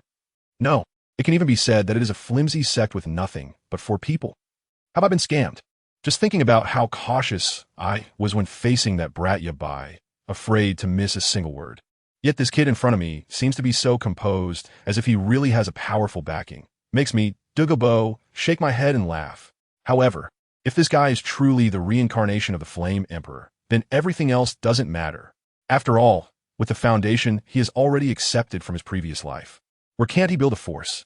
With that thought, Douluo also took the initiative to join the discussion, and soon a name for a force destined to resound throughout the myriad realms emerged. It is the Other Shore Sect. The name Other Shore Sect is derived from before the 3 Lifestone, the ghostly fairy by the Yellow Spring River, the Other Shore Flower, hoping to gather a group of members who can pursue not crossing reincarnation and laugh at the Other Shore Flower. For this name, whether it was Yabai, the chubby Shizheng, or Douluo, they were all very satisfied. Thus, the 3 of them jointly decided that the name of their sect would be the Other Shore Sect. After discussing the name of the sect, the next most important issue was the sect's residence. However, facing this issue, neither Yabai nor the chubby one had any ideas, as both were just students at the Soul Master Academy. Apart from going out twice to the Sunset Forest and Star Doe Forest to hunt soul beasts and absorb soul rings, they had not seen much of the world. Of course, Yabai's gaze was subtly glancing towards Douluo from time to time. His heart also uncontrollably thumped. The ice and fire Yin-Yang eye, that is the true treasure of the entire Douluo continent. In Yabai's eyes, any trash like the Sea God Inheritance, Angel God Inheritance, Rakshasa God Inheritance, and Azura God Inheritance are not even comparable to the ice and fire Yin-Yang eye. In Yabai's view, those various immortal herbs and other precious herbs now seem to have transformed into various kinds of pills. Is there any better choice in this world than selecting the ice and fire 2 form, I, as the sect's residence? At this moment, Douluo was clearly frowning in hesitation, pondering to himself, if we were to choose a sect residence, my medicinal garden deep in the Sunset Forest is obviously a great option. The rare herbs inside are just right for the little sect master you buy to refine pills, while also protecting the roots of those rare herbs. With the support of that peculiar spring, those spirit root herbs can regrow in just a few years or a decade. It also facilitates my research on poisons, as well as seeking advice from the little sect master. Moreover, according to the little sect master, to solve the problem of the martial soul toxins rebounding in me and my granddaughter, the little sect master needs to refine some pills. And the herbs there happen to be abundant in variety. Additionally, since that place is located deep in the Sunset Forest, along with the poison formation I have set up, ordinary people definitely cannot intrude. Since I have already joined the Other Shore Sect along with my granddaughter, I might as well present it as a gift for the establishment of the sect. Yes, that's the place. Thinking of this, Douluo directly described the situation of his medicinal garden deep in the Sunset Forest to the 2 and expressed his willingness to offer it as the sect's residence. Upon hearing this, Yubai's heart raced uncontrollably, and he stammered, This is not too good, right? After all, that is your hard-earned medicinal garden. Unbeknownst to him, Douluo waved his hand dismissively and said casually, Since the sect needs it, and I happen to have it, then consider it a gift to the sect, as a congratulatory gift for its establishment. Little sect master, don't refuse. Hearing Douluo's generosity, Yubai couldn't help but think, since the old poison master is so magnanimous, I shouldn't take advantage of him. It seems I should also show my appreciation. With this in mind, Yubai took a deep breath and then looked at Douluo, saying, Elder Douluo, please don't call me little sect master anymore. Just call me Xiaobai. Also, I want to ask you, do you want to possess the disaster poison body? At noon, on the bustling main street of Tiando City, a large yet understated carriage sped by towards Kuling City. Inside the carriage, a poison claw dressed in dark green was intently studying the 7-colored poison scripture that Yubai had handwritten at the Douluo residence. occasionally displaying a joyful expression as if he had been greatly inspired. It is indeed strange, but in Yu Bai's past life, any cultivation method or combat skill that Xiao Yin had come into contact with, whether he learned it or not, was automatically considered knowledge that belonged to Xiao Yin when it was transmitted through the heavenly Tao list.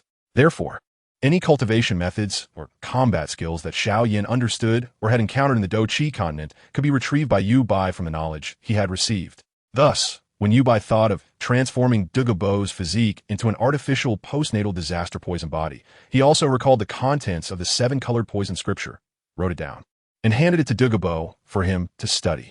Meanwhile, inside the carriage, the little chubby Shizhong was sitting cross-legged, his soul power surging, just like Yu Bai did yesterday. And on Shizhong's legs, a cultivation method called the Emu Ju was being violently stirred by the soul power, causing the pages to flip. The Emu Ju, although simply named, was also an advanced earth-level cultivation method, and it was wood attribute. The main reason for selecting this cultivation method for Shizhong was because of his martial soul and physical constitution. It is worth mentioning that among all the martial soul systems in the Douluo continent, what really amazed Yu Bai, who had inherited all of Xiao Yin's experiences before becoming a Do Emperor, were the food-type martial souls and those martial souls that could become independent, intelligent entities after mutation. Other types of martial souls merely manifested as means of attack, defense, speed, power, etc., and while they could only be used through the martial souls form, that was all there was to it. However, food-type martial souls and independent, intelligent entity martial souls resembled a primitive and intermediate application of the laws of creation, while also continuing the laws of life.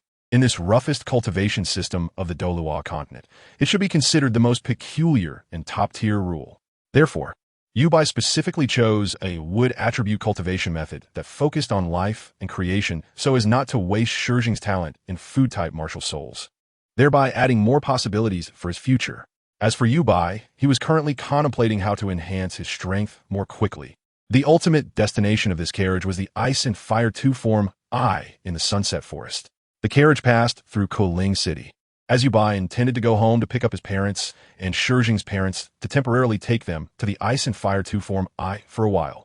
He believed it wouldn't be long before, with his help, his parents, Shizhong's parents, and several adults, including Douluo, would experience rapid advancements in strength. By then, he wouldn't have to worry about the likes of the 3 upper sects and 4 lower sects. The journey of over 70 kilometers took only 2 to 3 hours for the carriage to arrive at Koling City. As the carriage entered the city, Yu Bai slightly lifted the curtain to glance outside. What he saw was that the number of pedestrians on the street had nearly doubled since the day before. At the same time, there were many more hurried strangers. Seeing this scene, Yu Bai's expression remained calm as he lowered the curtain. However, waves of turmoil surged in his heart. As expected, facing the new cultivation system and even stronger powers, whether it was the 3 upper sects, the 4 lower sects, or the 2 great empires, they all began to take action. Even with the pressure of the Do Emperor powerhouse information I deliberately spread in the academy yesterday, these people still did not back down. Aside from not using force and violence openly, they had already chosen to investigate through various means in secret. Under such circumstances, it wouldn't be long before these major forces would almost all obtain my information. Fortunately, I am clever, as long as I take my parents and Uncle Shur, Aunt Jia together into the old Poison Master's Ice and Fire 2 form I, then it will be truly safe.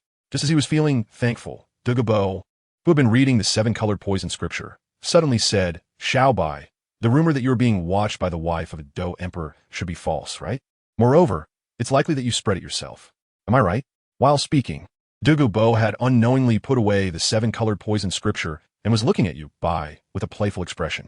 Although the cultivation system of the Douluo continent is rough, and the power system is often regarded as an existence akin to a floor tile, it cannot be denied that in this world, every being capable of achieving the title of a titled Douluo should not be underestimated. After all, titled Douluos only appear among billions of people. During this process, lacking any one of talent, strength, opportunity, or experience would only lead to being a pile of bones by the roadside. Therefore, each titled Douluo is truly a person of great wisdom.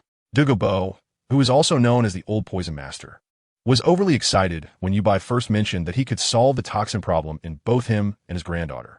This excitement led him to overlook many things. Now, sitting in the carriage, Douluo slowly regained his composure. Connecting the actions of that little brat Yubai today, he suddenly understood a lot. Therefore, after noticing Yubai's small gesture just now, he directly spoke up. Facing Douluo's teasing gaze, Yubai directly rolled his eyes and complained, "You titled Douluo, each of you seems to have 100 eyes. I didn't expect you to see through it so quickly, old poison master." Seeing that even at this moment, the kid opposite him not only didn't change his expression drastically, but also mocked him. Douluo's sense of mischief grew stronger, and he directly asked Yubai, "Now that you've been exposed by me, aren't you afraid that I might suddenly make a move and capture you?" He continued, "You should know that even if you are the reincarnation of the Flame Emperor, that only means you have been infused with knowledge and training experiences from your previous life. Your strength hasn't been transferred yet. In this situation, capturing you would be as easy as pie. Aren't you afraid of my words and actions forcing a confession?" Listening to Douluo's intimidating words, Yubai rolled his eyes and said, "Old poison master, not to mention whether capturing me is beneficial to you. Just the level of your understanding of yourself. Perhaps besides you, I'm the only one on the entire Douluo continent who knows you well. Given your character, since you've said it, you will definitely follow through. Therefore, since you have already said you would wholeheartedly join the other shore sect, that must be sincere. I can confirm that. Otherwise, do you think I would choose you, old poison master, as the first strong person to invite to join the other shore sect?" After hearing Yubai's words, Douluo was taken aback, then laughed and scolded, "I didn't expect that all of this was in your calculations. It seems I should just call you Little Fox from now on. Really too cunning. Ha ha ha." The ensuing laughter clearly showed Douluo's approval of Yubai's assessment of him, and he was quite pleased. After throwing a roll of his eyes at the laughing Douluo, Yubai then boredly leaned on the table in the carriage. However, in that instant, a flicker of green flame flashed in Yubai's eyes. The carriage soon arrived at Yubai's home. Yubai and the little chubby boy got off the carriage one after the other, then headed towards their respective front doors, wanting to invite their parents to move to the Sunset Forest for a while to cultivate and live there. They planned to wait until the situation calmed down or until the attention of everyone on the Douluo continent was shifted to the next exposure before moving out.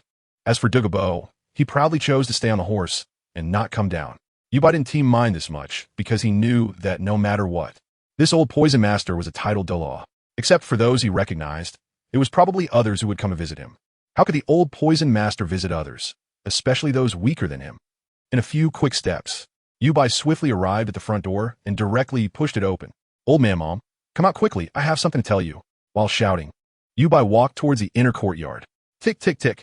After several seconds, the entire courtyard was silent except for the sound of Yubai's footsteps. It was eerily quiet. As if realizing something, Yubai's expression suddenly turned pale, and he immediately changed from walking to running, muttering, "It's fine. It's definitely fine." With that old man's sly character, he wouldn't let anyone catch him, and he certainly wouldn't let anyone catch my mom. Those two old folks must be secretly making me little brothers and sisters. Yes, definitely. Although he said this, Yubai's heart began to race, and blood vessels faintly appeared in his pupils, containing a strong sense of killing and death. In just a few breaths, Yubai had already run into the grand hall of the inner courtyard. Glancing around the hall, he found that it was almost exactly the same as when he left yesterday. Even the broken-legged wooden chair was still lying in the spot where he sat yesterday. Seeing this, Yubai's unease intensified. With his mother Luo Ling's obsession with cleanliness, no matter whether it was noon or night after dinner, she would meticulously tidy everything up. There had never been a time when the tables and chairs from yesterday's meal were left in disarray like this. In that moment, Yubai clenched his fist tightly, gritting his silver teeth, while the blue fire lotus in his pupils appeared out of nowhere, gradually transforming into various shapes and colors, like deep-sea curtains, like fiery red earth, like snow lotuses on snow-capped mountains, like the endless starry sky of the universe. At the same time, the power in Yubai's eyes grew increasingly formidable, to the point where even a mere hint of his aura could instantly obliterate everything around him. However, just as Yubai held onto the last glimmer of hope and prepared to head towards the rooms of Yufan and Luo Ling behind the hall, he inadvertently caught sight of an envelope quietly lying on the chair where Yufan had sat last night. Upon seeing this, Yubai's eyes lit up, and the flames in his pupils immediately dissipated. He quickly took 3 steps to cover 2, hastily reaching the chair, picking up the envelope, and tearing it open to read. "To my foolish son, kid, I guess your nose is red and your eyes are teary right now, am I right? What a disgrace. Really embarrassing. The reincarnation of the Flame Emperor? Is this it? Is this it?" Upon reading this, Yubai was stunned, and the heavy stone in his heart finally fell. After all, judging by this, it seemed that the old man and the others were not captured. Otherwise, they wouldn't be mocking him in the letter. However, what followed was Yubai's anger and embarrassment, as he thought viciously, "Old man, you should be glad you're in this Douluo continent world now. If it were my past life, just wait until you're old and hospitalized. I would just pull out your oxygen tube and be done with it."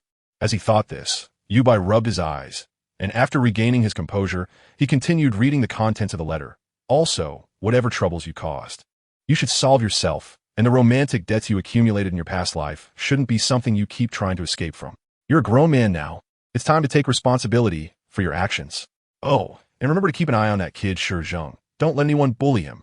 As for me, your mother, and your Uncle Shi and Aunt Jia, the four of us are currently traveling around, so you don't need to worry about our safety. After all, with our combination of one soul sage and 3 soul emperors, we're not something any random little creature can provoke.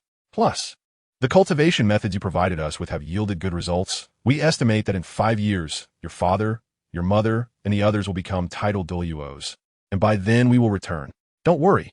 Go and explore your own Douluo continent. The world belongs to your younger generation. By the way, in your room, I slipped you a storage soul guide, which contains some gold soul coins and daily necessities. Remember to go pick it up. Your father left it for you." After reading all the contents of the letter, Yubai couldn't help but laugh and cry at the same time as he put it away, finally feeling relieved. What irresponsible parents. Just as Yubai was cursing inwardly, he saw the chubby little kid running over from the other side of the corridor, panting and holding a piece of letter paper in his hand. Seeing that the chubby kid had come from the small door connecting the backyards of both houses, and the letter paper in his hand, Yubai guessed that Uncle Shi and Aunt Jia next door had indeed slipped away too. After the two met up and talked for a moment, they finally confirmed that their parents had really left them behind in this perilous situation to go traveling together. Yubai and the chubby kid exchanged glances, both feeling speechless. "All right." Suddenly, the chubby kid seemed to remember something, reached into his shirt collar, and pulled out a small chain made of an unknown material. "Xiaobai, my old man left me a storage soul guide before he left. It's this necklace. I just checked. It has 10,000 gold soul coins. I've never seen so many gold soul coins at once in my life. What about you? With Aunt Ling's favoritism towards you, you should have quite a bit too, right? If that's the case, we might actually be able to start a real sect." 045 Suspicion discovered. Ignoring the chubby kid who was daydreaming, Yubai headed straight to his room and quickly found an inconspicuous black ring on his bed. After putting it on his finger, Yubai used his soul power to probe into the ring. He discovered that besides some daily necessities, there were also 10,000 gold soul coins. It seemed that this old man Yufan was quite generous this time. Reflecting on the past, it seemed that all the pocket money his father had given him combined didn't even add up to 10 gold soul coins. The reason he had been able to live so well in the past was that he fought in the soul arena while betting on himself, gradually winning a few hundred gold soul coins, and only then did he have his own little treasury. Thinking of this, Yubai couldn't help but want to complain. Half an hour later, on the street outside, in a carriage, at some point, Douluo, who had once again picked up the 7-colored poison manual to study, found himself immersed in the various combinations of poisons described in the book. Although the various poisonous herbs and substances recorded and described in the 7-color poison manual were virtually non-existent in the Douluo continent, and he had never even heard their names, let alone seen their shapes and characteristics, this still couldn't diminish Douluo's love and obsession for it. It should be known that alchemists and poison masters love to explore and discover new medicinal materials and poisonous herbs, as well as research the reactions of various materials and their interactions. This 7-colored poison manual not only clearly recorded the shapes, characteristics, and reactions of different poisons and herbs, but also explained how to mix different materials under what circumstances, when, and where, in the most suitable environment, to create new poisons with amplified toxicity. With this knowledge, even when encountering unknown medicinal materials, Douluo was confident that he could analyze their various effects in a short time, and even combine them with other herbs to achieve different effects. Just as Douluo was engrossed, the carriage curtain was lifted, and the afternoon sunlight streamed in. Disturbed, Douluo frowned and looked up, instinctively wanting to release the aura of a title de law to teach a lesson to the suddenly rude intruder, only to see the chubby kid Zheng and the little fox Yubai walk in one after the other. Seeing that no one else followed them in, Douluo was about to speak when Yubai, the little fox, directly untied the curtain and said to the coachman outside, "Master, we can go now. Destination, Sunset Forest? Then, the carriage began to move. Inside the carriage, what happened with you two? Douluo couldn't help but look at the two young boys as the carriage moved and asked, "Didn't we say we would take your parents to Sunset Forest, using my medicinal garden as the sex base, and then cultivate there? Why are there only the two of you?" Hey, having become somewhat familiar, the chubby kid directly pulled out a few packs of jerky and placed them on the table inside the carriage, then opened one pack, sat on the bench inside the carriage, gnawing on the jerky as he said, "Don't mention it. Our two sets of parents are more scheming than the two of us combined. We rushed to Tiando City to find that poisoned old man last night. And who would have thought our two sets of parents would leave while we were away, just slipping away?" After sitting back down, Yubai continued with a look of speechlessness, saying that they had each left us a letter, stating that we should venture out on our own, face challenges ourselves. And along with that, they had also left some money and living supplies. So now, it's just the three of us heading to the Sunset Forest. Listening to the two boys recounting, Douluo instead showed a look of great interest on his face and laughed, saying, "I didn't expect there to be such interesting parents in this world. It seems that if we have the chance in the future, I must meet them in person, haha." 2 hours after the carriage left, several figures suddenly appeared from all directions, surrounding the Yubai family. One by one, they directly climbed over the walls. And in less than a quarter of an hour, everyone climbed back out again and vanished without a trace. At the Seven Treasure Glazed Tile School, Ning Fengji looked at the letter he received with a hint of surprise on his jade-like face. He then put away the letter and chuckled softly. "Yubai, you really are an interesting little guy. Such a clever and astute approach. It seems that even without the so-called past life experience from the Heavenly Tao rankings, you can still shine in this lifetime on this continent." He then said solemnly, "Shadow guards." In the next moment, a figure suddenly appeared, kneeling on one knee in front of Ning Fengji. Ning Fengji showed no surprise and simply instructed, "Pass the order down to the intelligence personnel in Kuling City and Castle Academy, as well as to the sex disciples, to let them continue as usual. If they encounter young friend Yubai, they can invite him to visit our Seven Treasure Glazed Tile School, but they must not force him. If he runs into trouble, they can help him if conditions allow. This little guy will surely soar to great heights in the future, and our Seven Treasure Glazed Tile School should maintain a good relationship with him." At the Blue Lightning Tyrant Dragon family, bang. Yu Yuan Jun slammed the letter down on the table in anger, cursing, "A bunch of useless fools. They actually let a child toy with them. A mere child, under 12, scared them into wasting an entire day of time, allowing that exposer child to disappear. It's simply embarrassing. Go, except for leaving some dishes behind. Recall everyone else. Let them all go into seclusion and cultivate. No one is allowed to come out until their soul power levels have increased. What a disgrace." At the Haotian sect, this is the news about the exposer in Kuling City sent by my little sister. Everyone take a look. Tang Xiao handed the letter in his hand to an elder below and continued, "I have to say, that little guy is a true talent. However, his reaction perfectly proves that the lie he fabricated is really just a lie. This means that the 3 Do emperors who reincarnated and have already achieved Do emperor status do not value and protect the other 2 as much as we imagined." After reading the letter, the Grand Elder of the Haotian sect stroked his beard and agreed, "Indeed, in this case. As long as our Haotian sect can capture one of the exposers and obtain various cultivation methods and combat techniques from him, our Haotian sect strength will surely surge. And then we can seek revenge on the Spirit Hall." As soon as the Spirit Hall was mentioned, everyone's eyes in the Haotian sect turned red. Yes, this is our only opportunity. We must make the Spirit Hall pay blood for blood. Right, revenge. With a loud rumble, an aged but powerful voice suddenly echoed from outside the hall. "Did you just say that the Haotian sect has become what it is now because of the Spirit Hall?"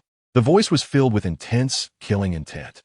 In the Tianshui city, at the Tianshui Royal Palace, in the prince's bedroom, at a desk sat a girl with long golden hair, cascading like a waterfall, an extraordinarily beautiful face, and a golden gown that radiated a cold and domineering aura. Her purple eyes were playfully fixed on a portrait on the desk. The person in the portrait was a boy with silver-white short hair, his bangs brushing his eyebrows. Bright and spirited eyes that seemed to contain countless stars, clear and pure. Although his face was intelligent, he was still exceptionally handsome and could be expected to be someone who would make countless beauties scream just by his looks when he grows up. It was Yubai. What an interesting little guy. The girl lightly parted her red lips and smiled faintly before picking up the detailed information about Yubai to read carefully. After several minutes, she finally put down the paper and muttered to herself, "Innate soul power level 8? His strength is stronger than that of peers and can fight above his level, indicating that the soul rings he absorbed are close to or even exceed the usual age limits for soul masters. Therefore, this little guy must have spent most of his time on body refinement, and even so, his soul power level is still on par with that of top martial souls of the same innate talent.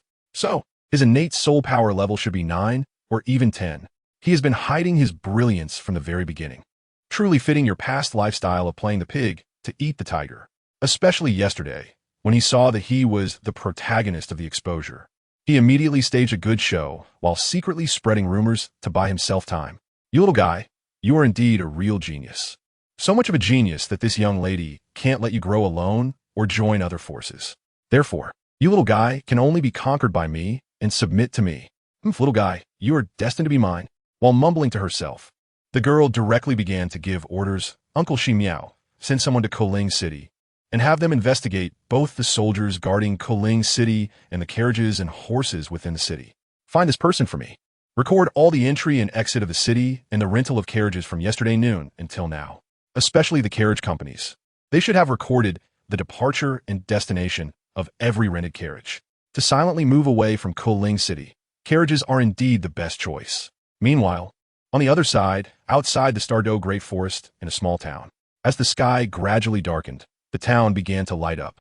Perhaps because it was close to the Stardew Great Forest, this town was particularly prosperous, with various trading stalls everywhere, including but not limited to medicinal materials, soul beast meat, soul beast pelts, etc. There are also various calls for team formations, bustling with activity. At this moment, at the entrance of the town, a girl with silver-white hair cascading down her shoulders, purple eyes calm as water, and an expressionless face walked in, followed by a big man in black. The two exchanged no words, not even glancing at the various stalls on both sides of the road, walking straight past them towards the only hotel in the town. As the young girl passed by, the originally lively scene immediately fell silent. Everyone, regardless of gender, gazed at her with infatuated eyes until her figure completely disappeared. Only then did they come to their senses, feeling an inexplicable sense of loss. But they couldn't help but exclaim, "So beautiful." Such a face should only belong to a goddess from the divine realm, right? Yes, it's just too beautiful. TSK, it's so pretty that even I, an old man, don't have the heart to tease her. You should be glad you didn't try to tease that girl. Otherwise, you would have been slapped to death by the big man following her. Exactly, with such beauty and only a big man following her. It's obvious she's the daughter of a powerful family, and that big man must be responsible for her safety. One can only imagine his strength for that family to trust him so much. Meanwhile, the girl and the big man had already arrived at the only tavern in the small town. Under the watchful eyes of ordinary people and soul masters on the first floor, the two ascended to a room on the second floor, sparking discussions among everyone in the small town. A few minutes later, a group entered the tavern. They were the Shrek team, led by Zhao Waoqi. After settling at an empty table and ordering their food, Ma Hongjun couldn't help but be the first to speak up. "Hey, do you guys know what's going on? Why have we been hearing people praise a beauty since we entered this small town? Do you think there's really a beauty as stunning as they describe?" As he spoke, Ma Hongjun raised his eyebrows at Dai Mubai and Oscar, his small eyes filled with indescribable lewdness. Noticing Ma Hongjun looking at him, Dai Mubai discreetly glanced at Zhu Zhuqing, who was sitting beside Ning Rongrong, and deliberately said loudly, "That should definitely be the case. If she weren't beautiful, everyone in this small town wouldn't be discussing and praising her. At the very least, look at us. No one has been talking about anything else." At this moment, Xiao Wu, who was snuggling with Tang Sam beside her, immediately glared at Dai Mubai with dissatisfaction and said angrily, "Pervert, what are you talking about? If it weren't for the fact that Sister Xiao Wu hasn't grown up yet, you would definitely be discussing her." As for Ning Rongrong and Zhu Zhuqing on the side, they completely ignored all of this and leaned together, whispering about something. Unlike in the original story, where Ning Rongrong was isolated by everyone. After receiving Gu Sunner's knowledge of cultivation and life experience, Zhu Zhuqing found this so-called Shrek Academy utterly ridiculous. With an enrollment fee of 10 gold soul coins per time and a tuition fee of 100 gold soul coins per year, just based on these charges, it could compete with some well-known and fairly strong advanced soul master academies. What right does a wild academy that doesn't even have a license from the Empire for advanced soul master academies have to charge such high fees? Even more ridiculous is the so-called admission standard of prefer quality over quantity. With Shrek's inferior strength conditions, where did they get the courage to recruit such geniuses? Isn't this just a scam academy? In such a fraudulent academy, where does the confidence and courage come from to exclude and condemn Ning Rongrong? It's just stirring up trouble, as the principal, Flinder, along with Ning Fengji's instructions, might have the right to educate Ning Rongrong's character at the beginning of the semester. But what about the students? A group of clueless students, after seeing Principal Flinder's attitude towards Ning Rongrong, began to follow suit, subtly excluding her. It's simply ridiculous. As for the later accusation that Ning Rongrong hired someone to kill, were Tang San and the others blind or deaf before saying that? Didn't they hear Dai Mubai threatening Ning Rongrong with rape and murder again and again? Even Oscar, who initially showed affection for Ning Rongrong, at that moment shook his head and said he preferred the gentle and beautiful woman he first met, rather than the lofty disciple of the Seven Treasure Glazed Tile School. He even claimed that Ning Rongrong was not the tree he would give up the entire forest for. When Zhu Zhuqing, standing in a dark corner and watching everything unfold with a cold expression, saw this scene, she nearly laughed. In this rough cultivation system of Douluo continent, which lacks resources, if it were placed in the Doqi continent that was exposed in the previous day's heavenly Dao rankings, Ning Rongrong's status would be almost equivalent to her previous life.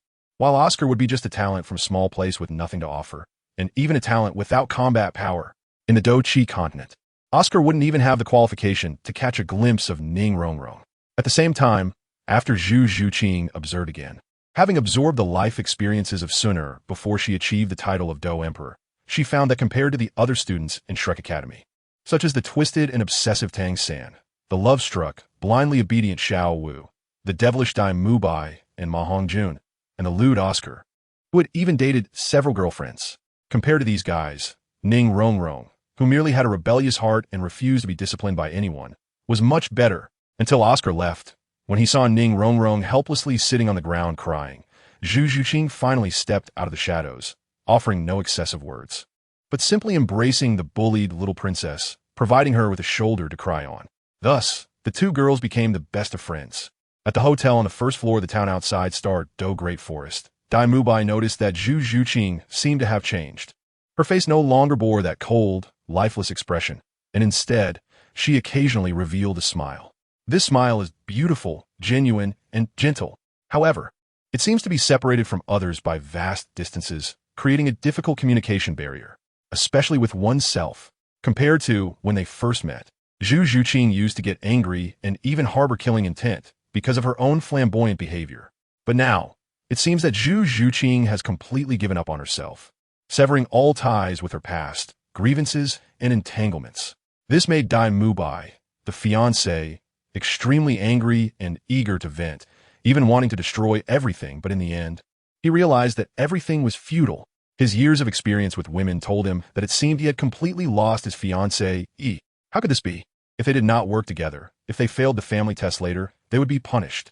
The lighter punishment would be the loss of his martial soul and soul power, being placed under house arrest, spending his life in the cold palace of the imperial city.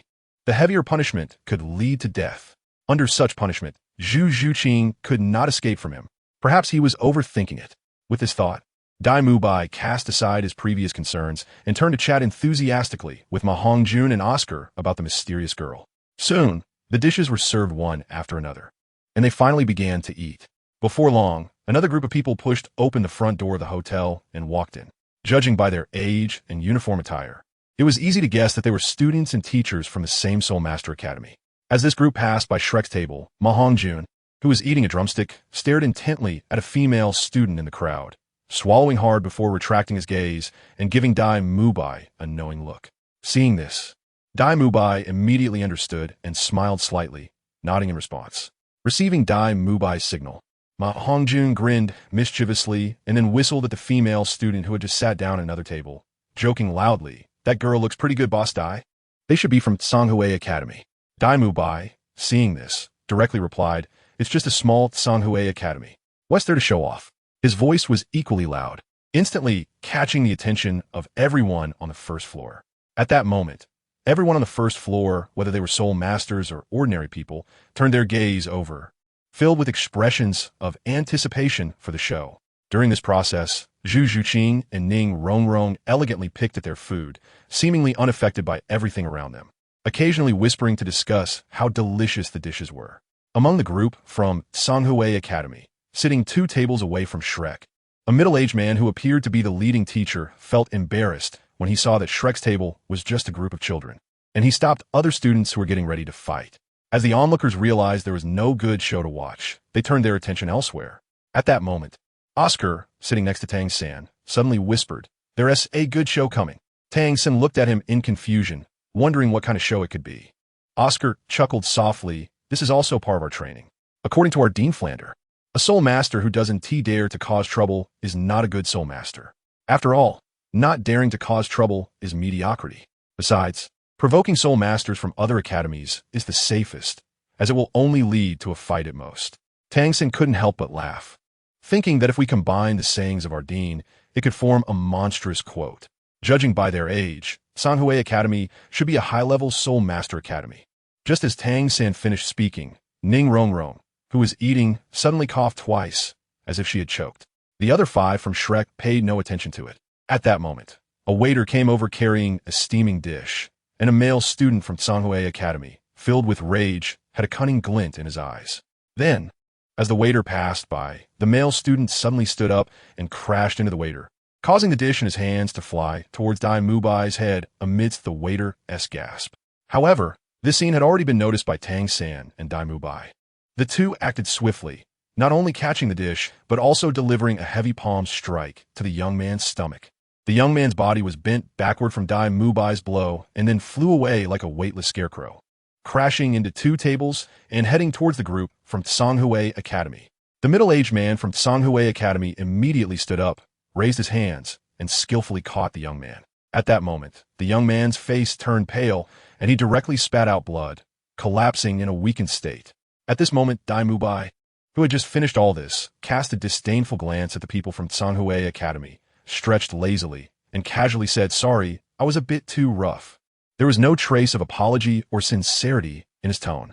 As for everything happening in front of them, including how the other students from Songhui Academy couldn't bear the humiliation and actively attacked, fighting alongside Dai Mubai and Ma Hongjun, with Xiao Wu joining in, Tang San following closely, and Oscar cheering from the side, Zhu Zhuqing remained completely unmoved, continuing to eat her delicious food elegantly. Meanwhile, Ning Rongrong, while picking up some dishes with her chopsticks to take small bites, secretly glanced at Zhu Zhuqing, noticing that even in such circumstances, she could still eat so gracefully. Her movements exceptionally charming, with a subtle smile always on her beautiful face, as if there was no one around, resembling a truly noble goddess. At this moment, Ning Rongrong's heart was shouting crazily, "Wow, Zhuqing is so calm. And why are her eating movements so composed and elegant, just like a truly well-cultivated princess? When will I be as graceful and composed as Zhuqing is now? I'm so envious. The most important thing is, when will my little man to be as big as Zhuqing? I'm so envious of this girl. The more I look, the more envious I get." While her heart was screaming, Ning Rongrong secretly glanced at Zhuqing, her chopsticks fiddling around in her small mouth, seemingly sensing Ning Rongrong's little gaze. Zhuqing couldn't help but shift her eyes, looking at Ning Rongrong with curiosity and lightly laughing. "What's wrong? Why are you staring at me?" For her recognized true best friend, Ning Rongrong didn't hide anything and curiously asked, her tone full of confusion, "Zhuqing, how do you make your movements look so elegant and beautiful? Especially now, you give me the feeling of being truly liberated, incredibly confident, and carefree." As she spoke, Ning Rongrong's little face turned red, and she leaned closer to Zhuqing's ear and whispered. Upon hearing the first 2 questions, Zhuqing was not particularly concerned, only surprised by Ning Rongrong's strong observational skills. However, when she heard the last whisper, the movement of Zhuqing eating suddenly paused, and her earlobes inexplicably began to turn red. The 2 girls then started whispering to each other, completely oblivious to the battle situation around them, until a teacher from Songhui Academy stood up, suggesting both sides go outside the restaurant to fight, and upon discovering that the opponent was actually a high-level Soul King, Xiao Wu angrily called out to Zhuqing and Ning Rongrong, "Rongrong, Zhuqing, the opponent is actually breaking the rules, calling the teacher when the students can't win. You two should hurry up and come with us. Let's go beat that old green-haired turtle." Hearing Xiao Wu's words, Dai Mu Bai, Tang San, Ma Hongjun, and Oscar, who had been grim upon learning that Yi Zhiqiu, the middle-aged leading teacher of Sanghui Soul Master Academy, was a high-level Soul King, all turned their gazes toward the still-seated Ning Rongrong and Zhu Qing. After all, if they had Ning Rongrong's 7-treasure glazed tile pagoda boost, their own strength would increase significantly, not to mention having Zhu Qing, who was incredibly fast and could disturb Yi Zhiqiu, making it difficult for him to focus on confronting them directly. In this way, there might really be a chance to defeat the opposing Soul Master teacher Yi Zhiqiu. However, facing Xiao Wu's invitation and the attention of the others, Zhu Qing simply continued to elegantly enjoy the delicious food on the table and calmly said, "Sorry, I'm not a good Soul Master." Next to her, Ning Rongrong also followed up with a teasing expression, "Ah la la. Our sect doesn't dare to use not wanting to cause trouble as a coward to educate us. So I, as a coward, won't interfere in your battles, lest I hold back all of you geniuses."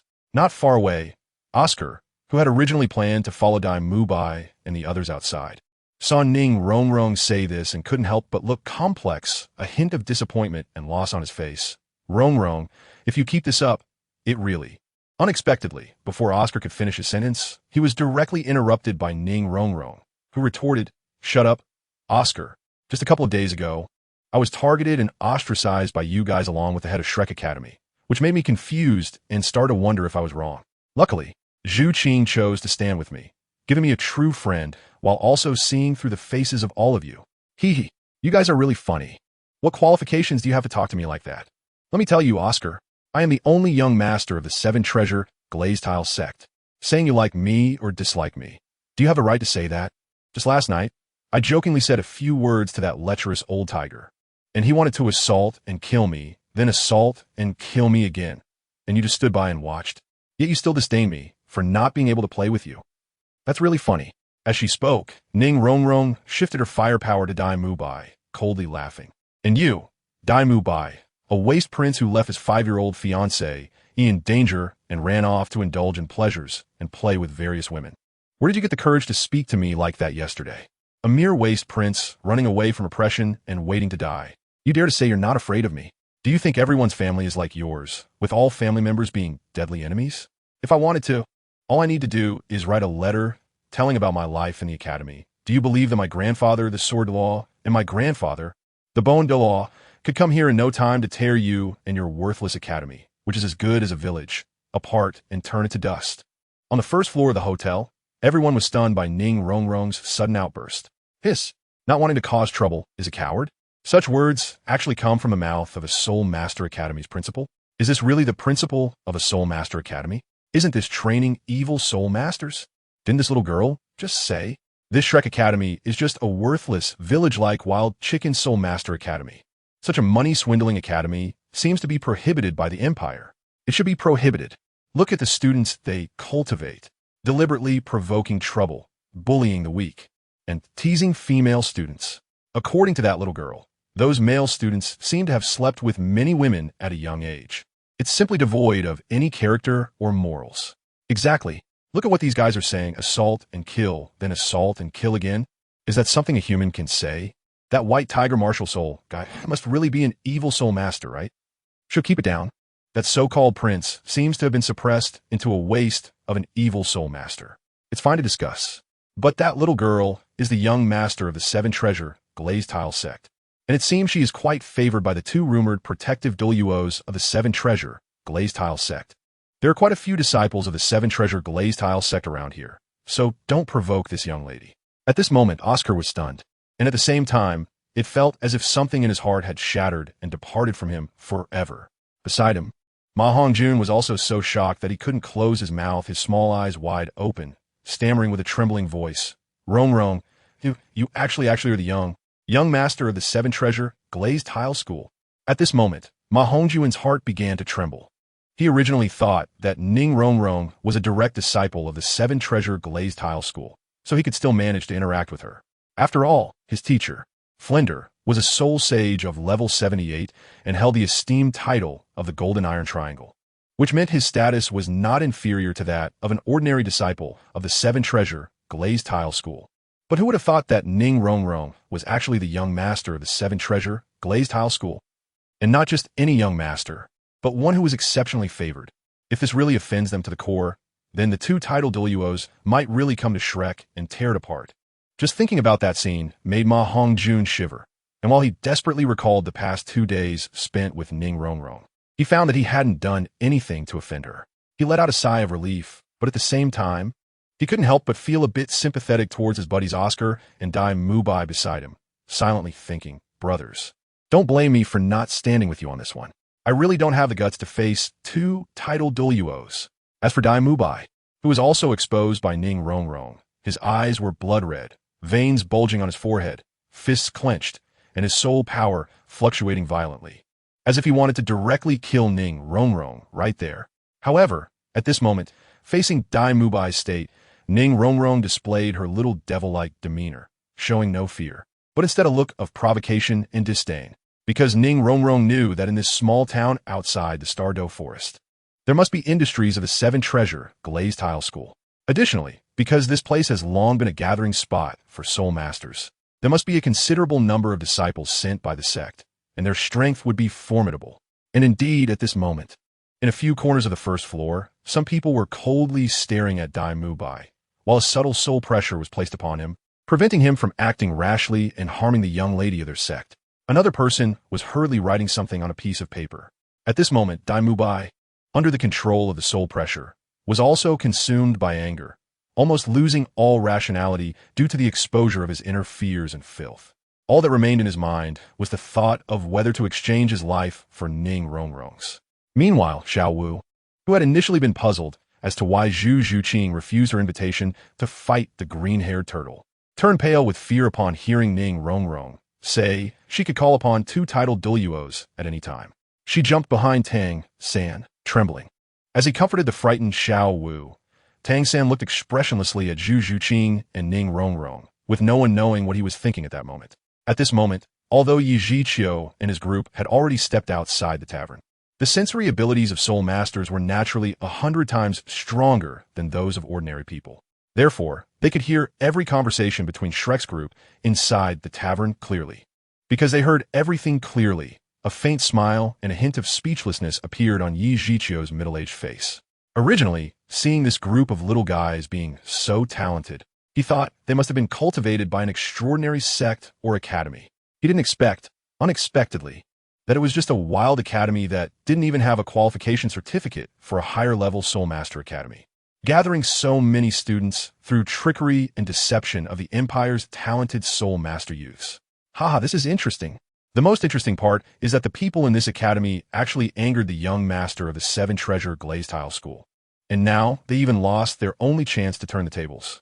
And that Dai Mubai, the suppressed prince, abandoning his 5-year-old fiancée, to escape the Dai surname, if he remembers correctly, should be the protagonist of the incident that shocked the entire continent a few years ago, the escape of the Star Luo third prince. The Tindo imperial family must be very interested in this person. With a series of plans flashing through his mind, a ruthless and pleased glint flickered in Yi Zhiqiu's eyes. Then he shouted inside, "Hey, you guys inside, come out. I said I would teach you a good lesson on behalf of your teacher, and I will definitely do it. Don't hide in the tavern like a turtle. Come out." Inside the tavern on the first floor, just as the atmosphere became tense, Tang San, Dai Mubai, and the others suddenly heard Yi Zhiqiu's shouting from outside. After giving Ning Rongrong a fierce glare, Dai Mubai ultimately abandoned the idea of exchanging lives and turned to walk towards the door.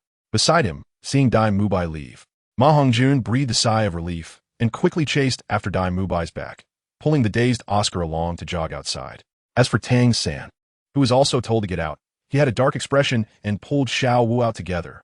Inside the tavern, seeing that Dai Mubai and the others ultimately did not take action and there was no good show to watch, everyone rushed toward the doors and windows, wanted to see another commotion.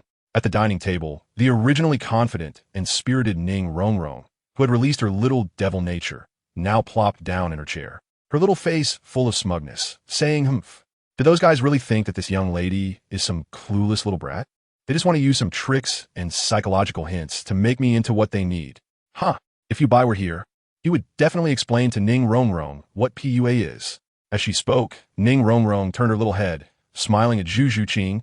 Zhuqing, did you see that? That Dai Mubai, the great lecher, looked so twisted when I scolded him, wanting to make a move, but not daring to. It was so satisfying. Hee hee, Zhu Qing, do you feel better now? If not, when they come in later, I could go have a good chat with that lecher.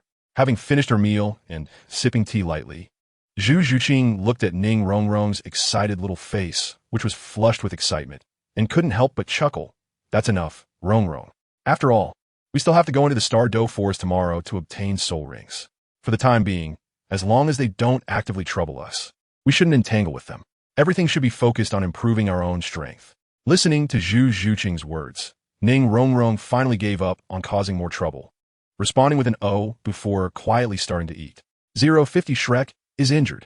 Just as Ning Rongrong and Zhu Zhuqing were enjoying their meal and tea outside the tavern, both sides had already completely engaged in battle.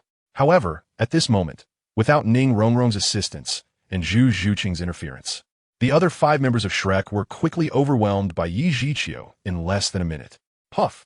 Originally, under Tang San's arrangement, they wanted to use attribute suppression, allowing Ma Hongjun to use his second soul skill, Phoenix Fire Line, while activating his first soul skill to hold Yi Zhiqiu back.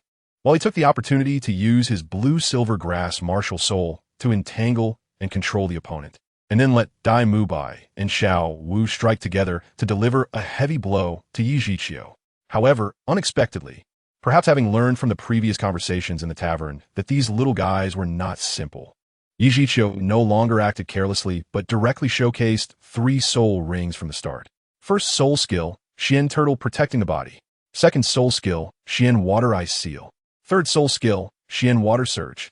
In an instant, the first and second soul skills directly blocked Ma Hongjuan's long-range attack, and at the same time, without the 30 boost in power and speed from Ning Rongrong's 7 Treasure Glaze Tower Martial Soul, Ma Hongjun was directly hit by Yi Zhiqiu's third soul skill, Xian Water Surge, instantly resembling the youth from Kanghan Academy who had been severely injured by Dai Mubai earlier, his body bending like a bow, spitting out blood as he was sent flying.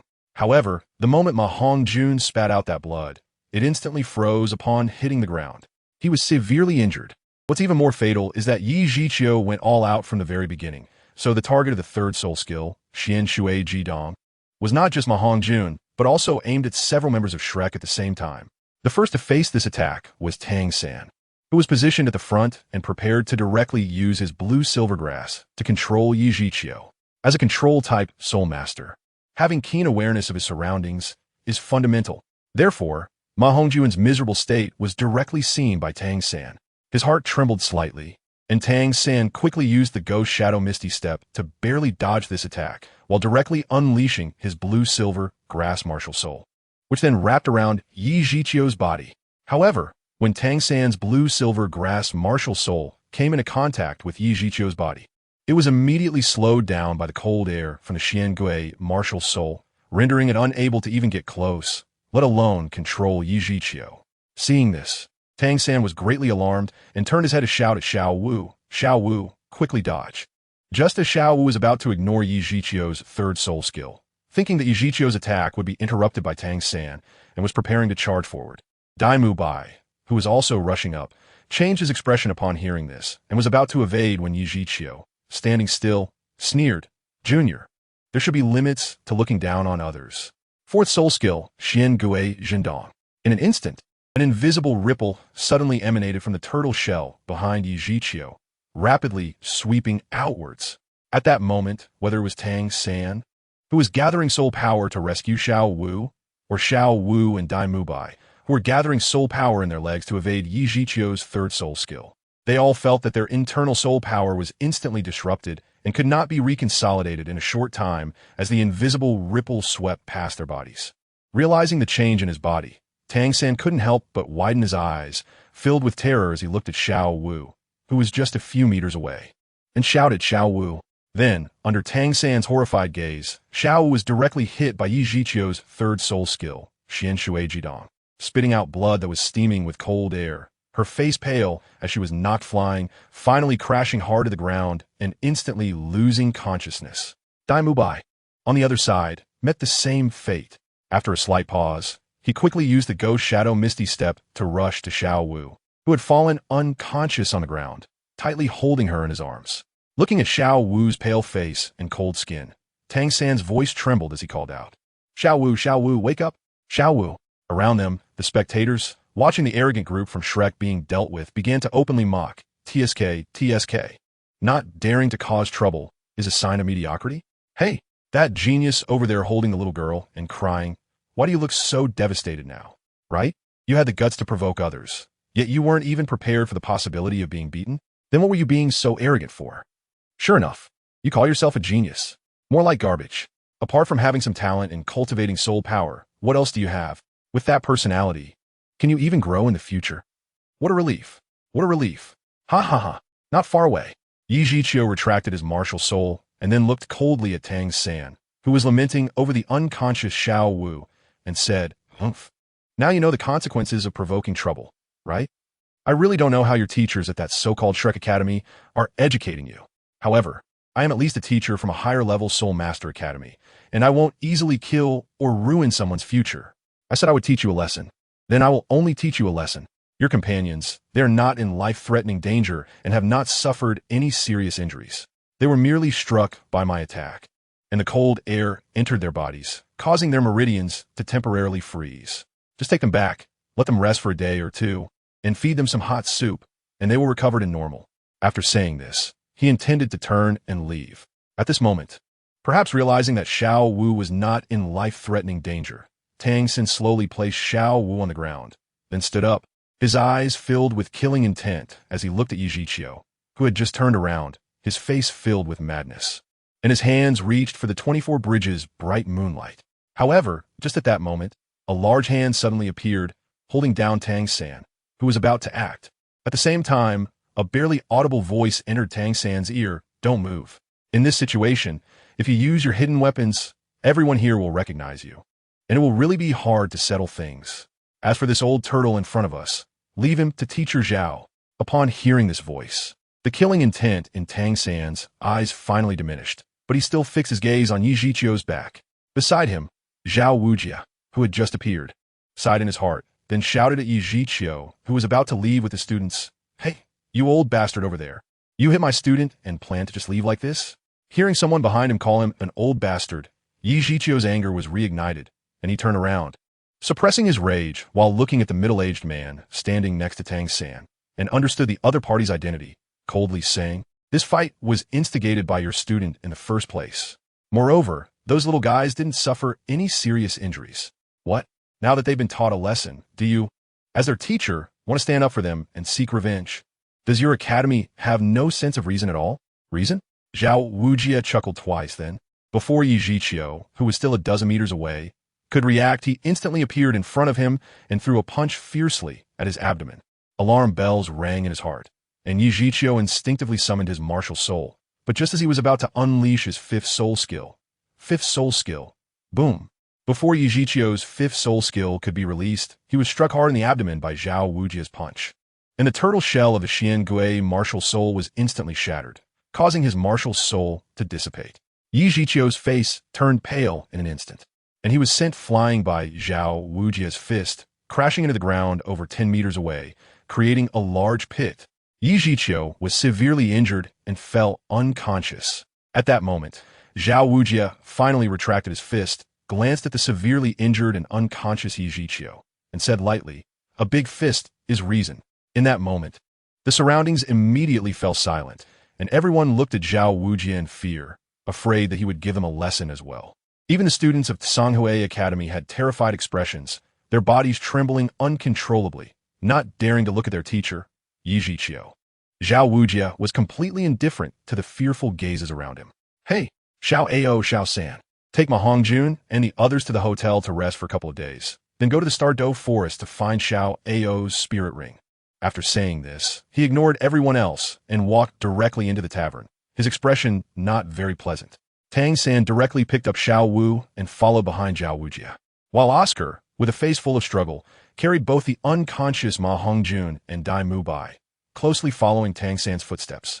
Seeing the three of them approach, the onlookers hurriedly cleared a path, fearing that they might offend these unreasonable, fist-fighting villains and end up suffering greatly. It wasn't until Zhao Wujia and the two students completely entered the hotel that the crowd finally breathed a sigh of relief and began to discuss cautiously.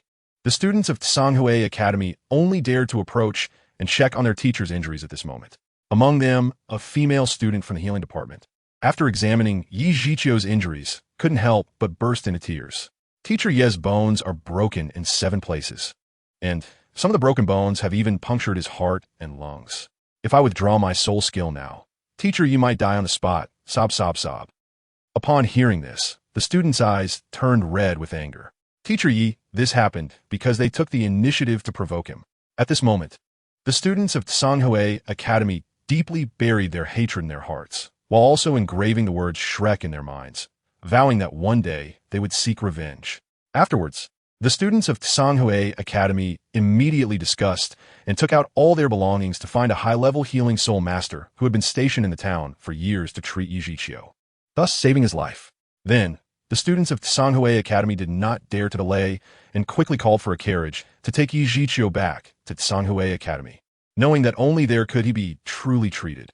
Surrounding them, the onlookers witnessed everything, their hearts filled with extreme disgust for the students and teachers of Shrek Academy, and even everything related to Shrek Academy. It was you, Shrek, who took the initiative to provoke, relying on your students' good talents and high strengths to provoke TheYoung Academy for no reason, then directly injuring one of their students severely. After that, you were taught a lesson by them, and the 3 students from Shrek were not even considered severely injured, with just a couple of days of rest. They could recover completely. Yet, your Shrek's teacher was even more unreasonable, almost killing the teacher from TheYoung Academy with a single punch, claiming that a big fist is reason? What is the difference between this kind of rhetoric and that of bandits, or even evil spirit masters? How can such a person become a teacher at a prestigious Soul Master Academy? With that Shrek Academy president who uses the slogan not daring to cause trouble is mediocrity, isn't it true that everyone from the president down to the students, except for the 2 female students who are just sitting inside eating, are all a bunch of villains, bandits, and evil spirit masters? At this moment, all the onlookers silently decided in their hearts that they must spread the news of what had happened here exactly as it was, and at the same time, they must report the so-called Shrek Academy to the Heaven Do Empire and the Spirit Hall for specifically training evil soul masters. On the other side, inside the hotel, after just finishing their meal and getting ready to head upstairs to rest, Zhu Zhuqing and her companion quickly saw the team leader teacher, Zhao Wuji, approaching them with an unfriendly expression. Following him were Tang San, who was holding the unconscious Xiao Wu, and Oscar, who was carrying both the unconscious Ma Hongjun and Dai Mu Bai. You two, why didn't you take action? Just stand there and watch your companions being bullied and beaten into unconsciousness. Hearing Zhao Wuji's harsh questioning, Ning Rongrong was about to retort angrily, but was stopped by Zhu Zhuqing. At the same time, Zhu Zhuqing looked at Zhao Wuji with a calm expression and said, "Why should we take action? None of the education I received taught me to actively provoke trouble. Therefore, I am proud of the education I have received." Similarly, they accepted the principal's teachings and took not daring to cause trouble is a sign of mediocrity as their life creed. Thus, they should also be prepared for the consequences of provoking those they cannot afford to offend and being beaten or even killed, without harboring any hatred or desire for revenge in their hearts. It is not acceptable to get a little lesson and then immediately turn red-eyed and prepare to kill the other party, because the troublemaker is you, and after causing trouble, you don't allow others to retaliate. Once others retaliate, you prepare to kill, even planning to dig up the graves of their ancestors. There are no such rules in this world, especially when the troublemaker is just a few insignificant ants who aren't even soul sect level. A fool living with such a philosophy should count themselves lucky to still be alive today. Upon hearing Zhu Zhuqing's words, the onlookers in the lobby all secretly gave a thumbs up to this incredibly beautiful girl, who had matured in ways that were astonishing. This is true enlightenment in the world.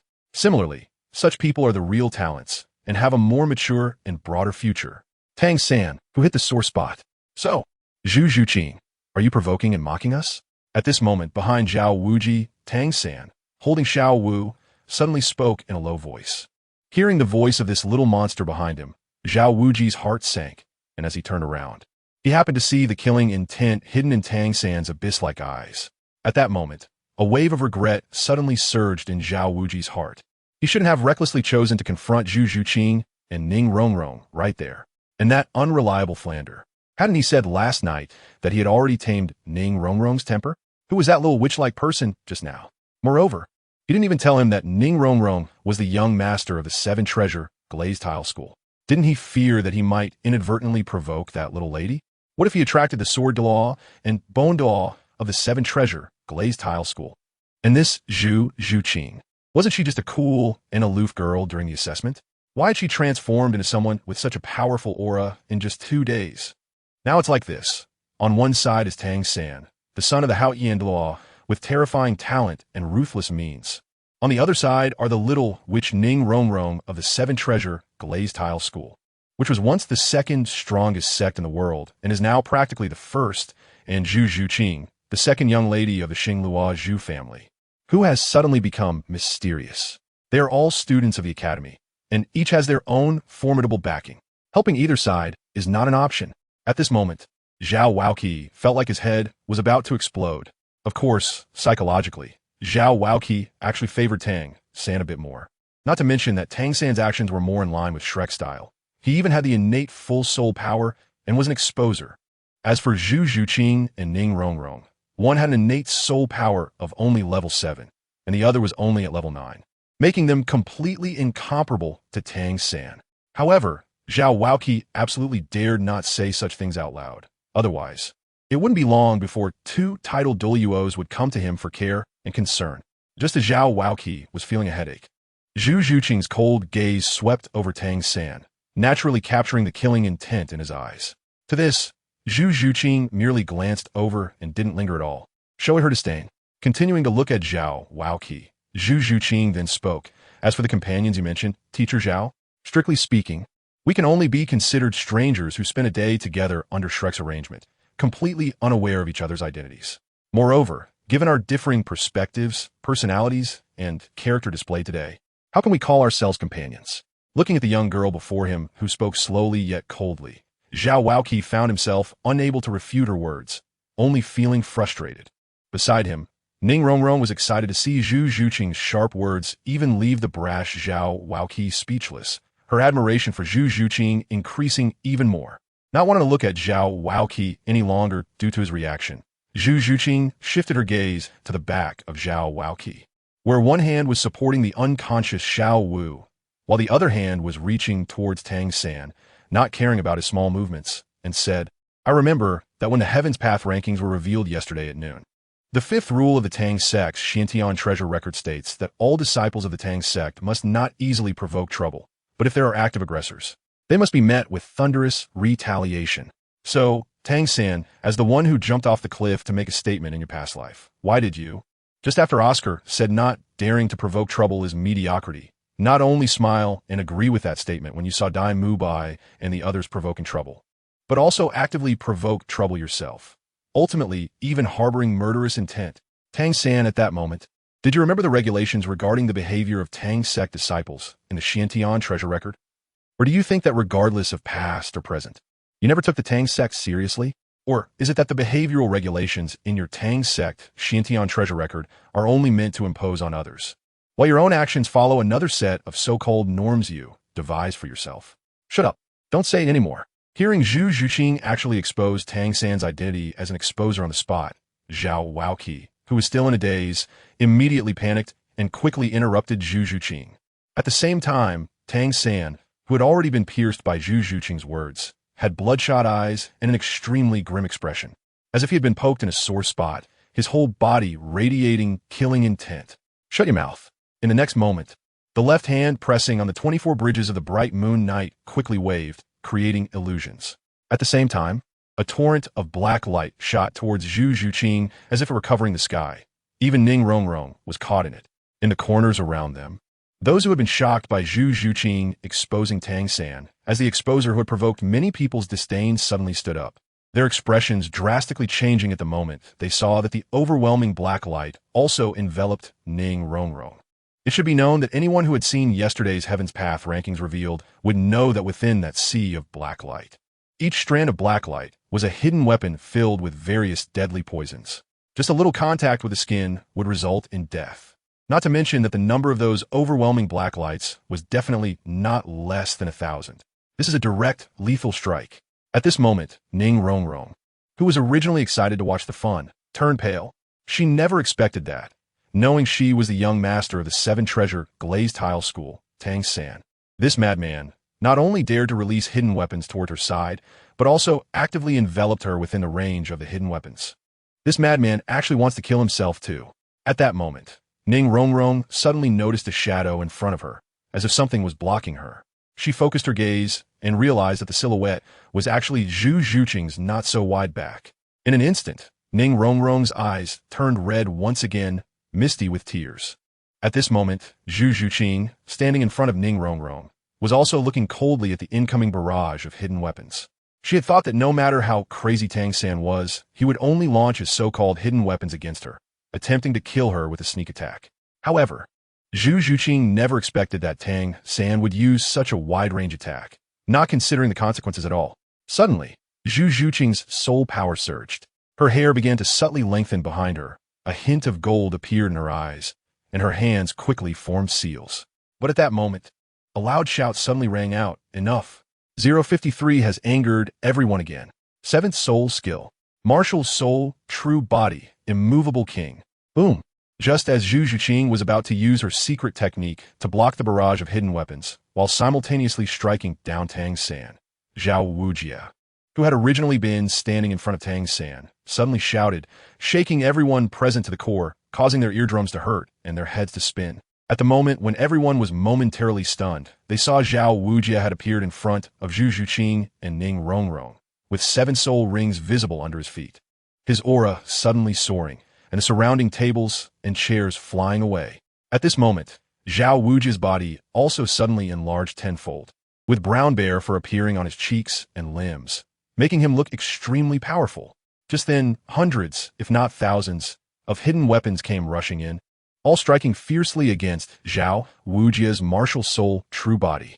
Zhu Zhuqing, protected behind him, silently retracted her not yet fully activated secret technique and looked at Zhao Wujia, surprised and uncertain. Wasn't he had said that teacher Zhao's martial soul is the strong golden bear, top-notch in both attack and defense, with only speed being a flaw? But the speed with which teacher Zhao just reached in front of me and Rongrong doesn't seem to match the performance from the assessment day? With a slight shift in thought, Zhu Zhuqing quickly understood what was happening. The so-called slow speed was relative to other soul saints of the same level.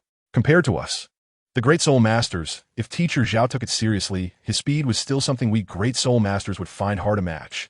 Perhaps. The same goes for his defense.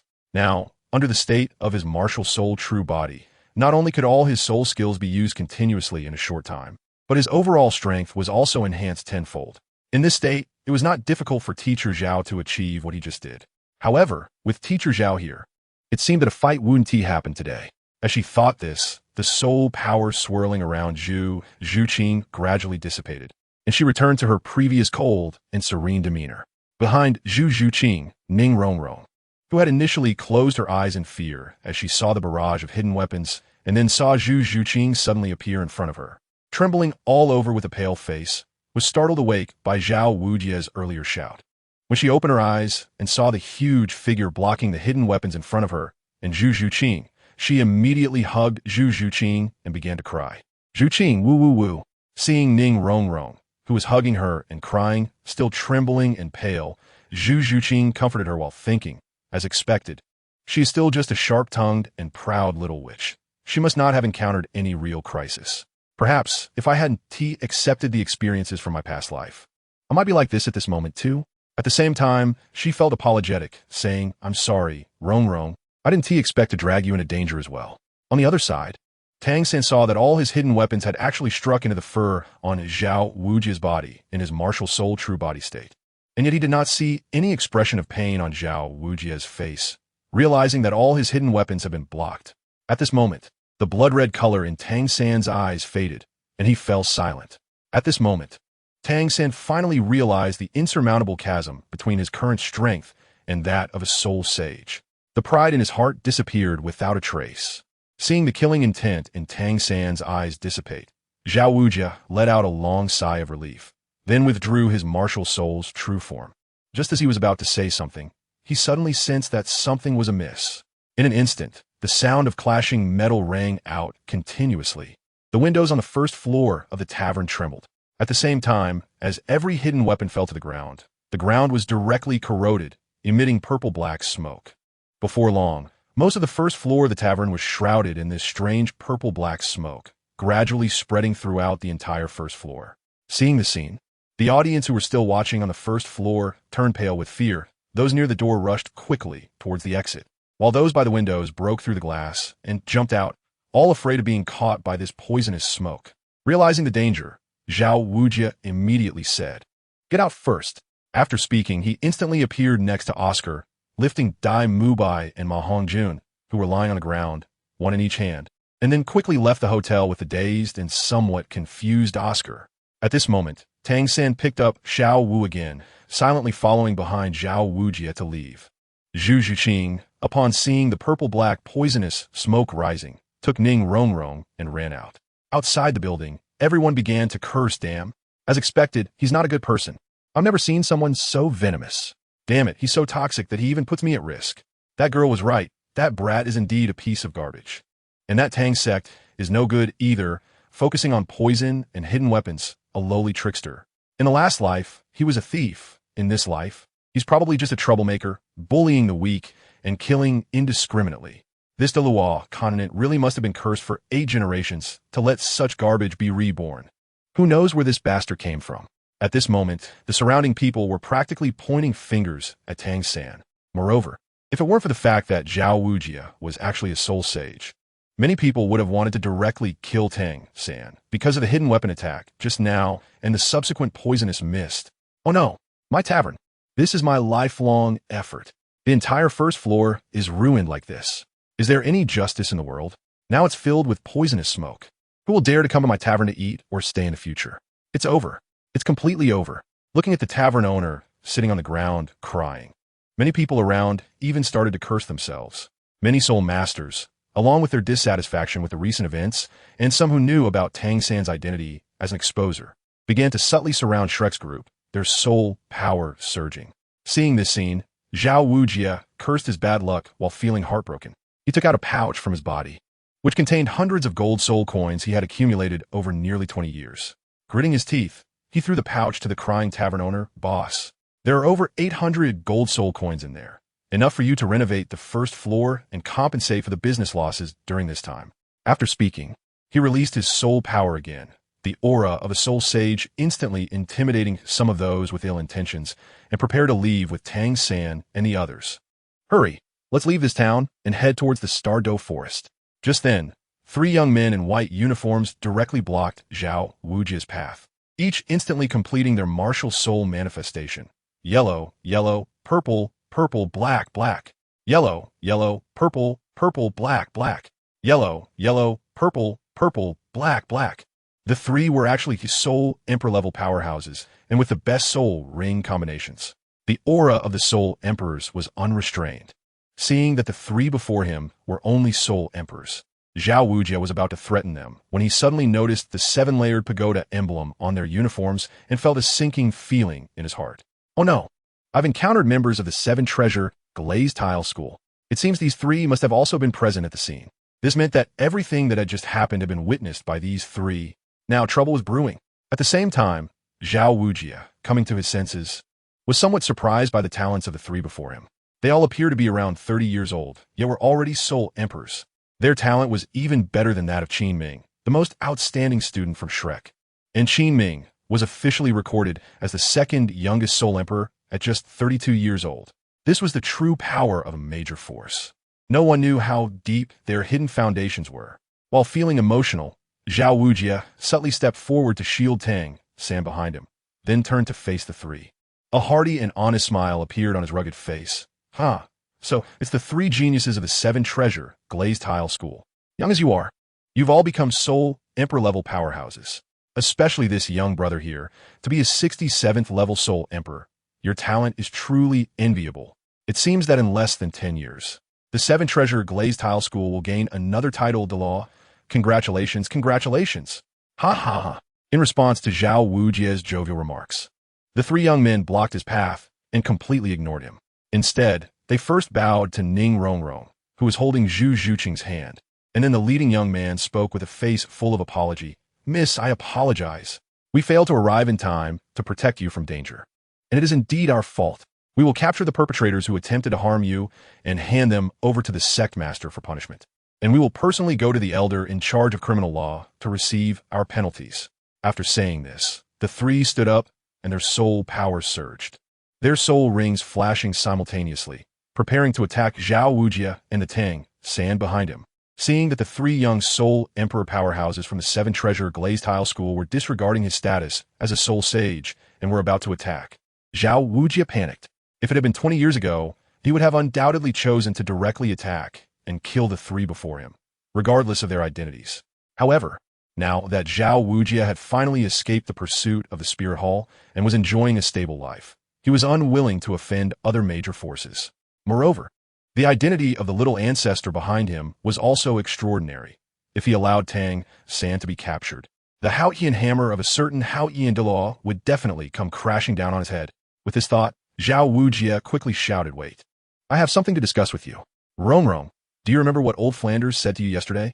You wouldn't want your Seven Treasure Glazed Tile School to be targeted by Tidal Douluo because of your matter, would you?"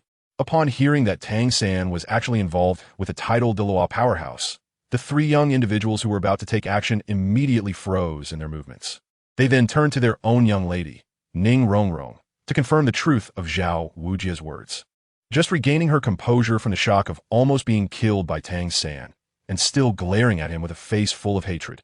Wanting to see him captured by the strong members of her sect for punishment, Ning Rongrong's eyes flashed with anger upon hearing Zhao Wujia's words. After a moment, she paused and spoke. "What he said is what our Shrek Academy's dean said. I don't know if it's true or not." When it came to important matters concerning the Seven Treasure Glazed Tile School, Ning Rongrong never acted spoiled or took matters into her own hands.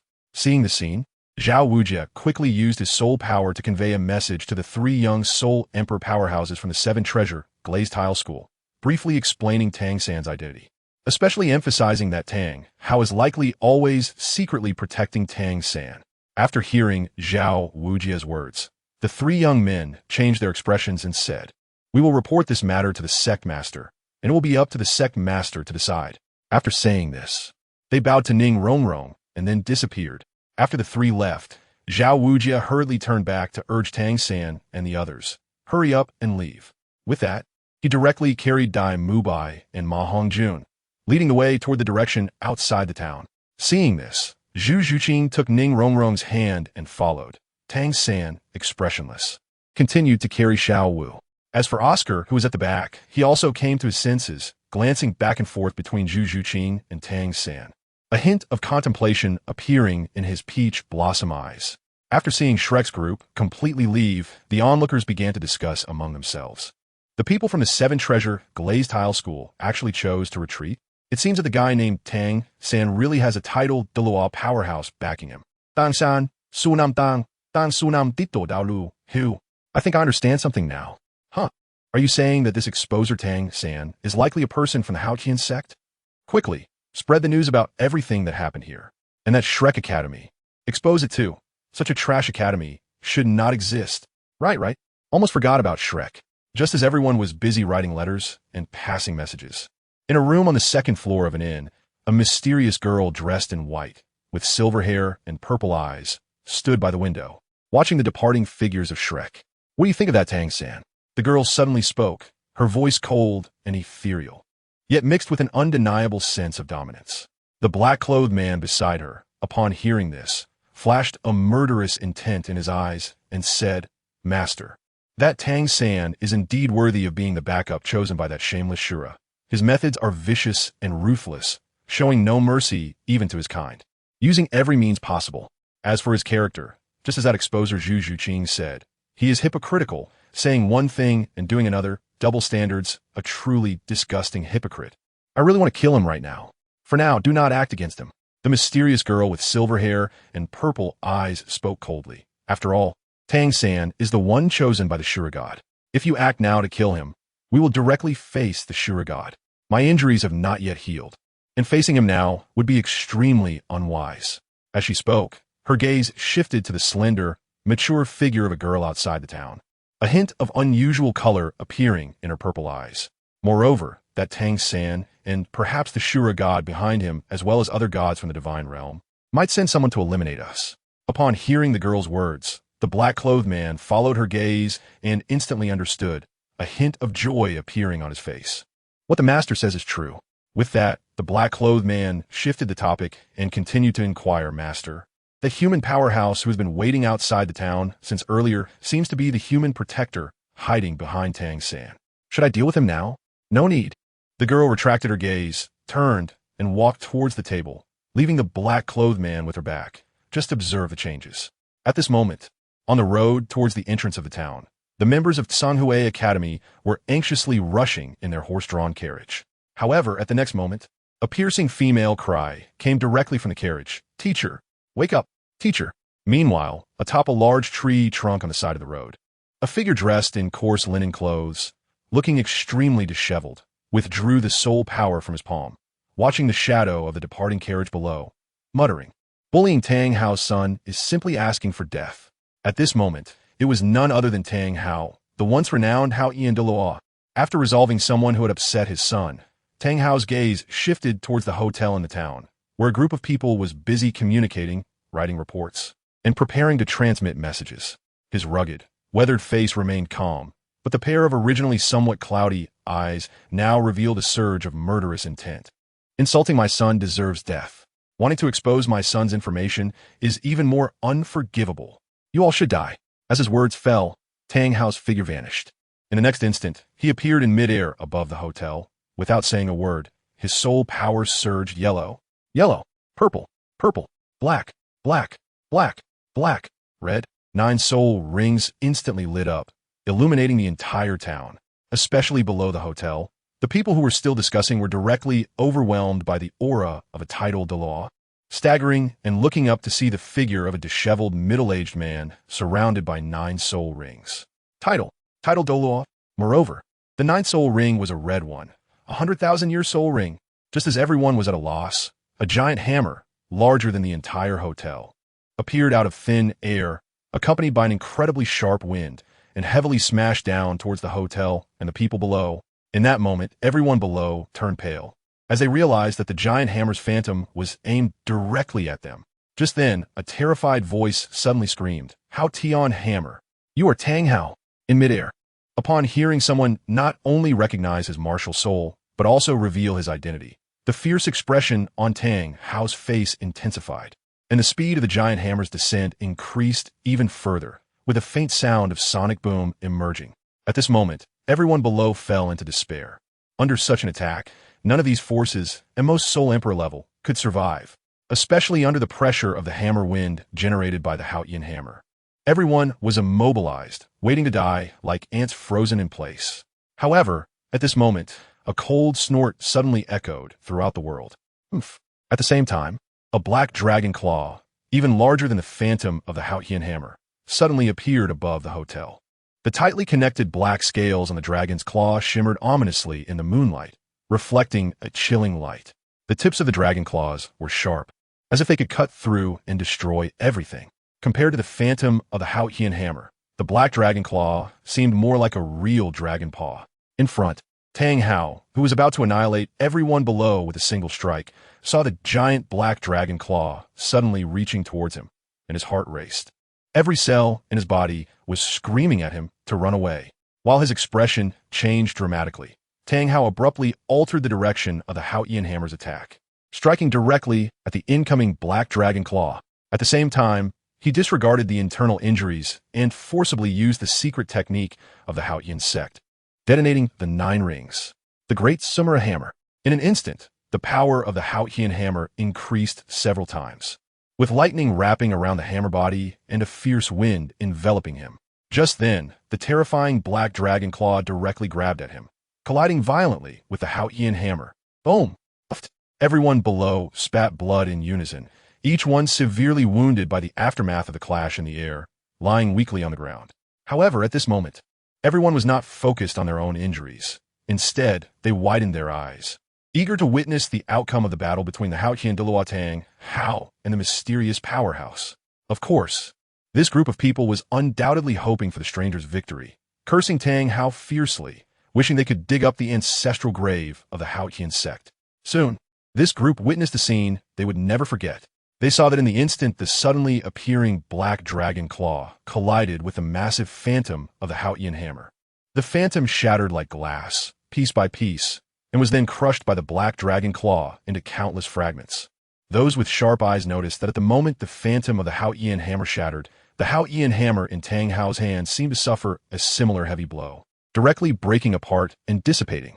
At the same time, Tang Hao himself spat out a mouthful of blood, appearing extremely tragic. However, just then, the massive black dragon claw that had shattered the phantom of the Haotian hammer showed no signs of stopping and directly crashed toward the now severely injured Tang Hao, whose soul power was nearly depleted. Bang!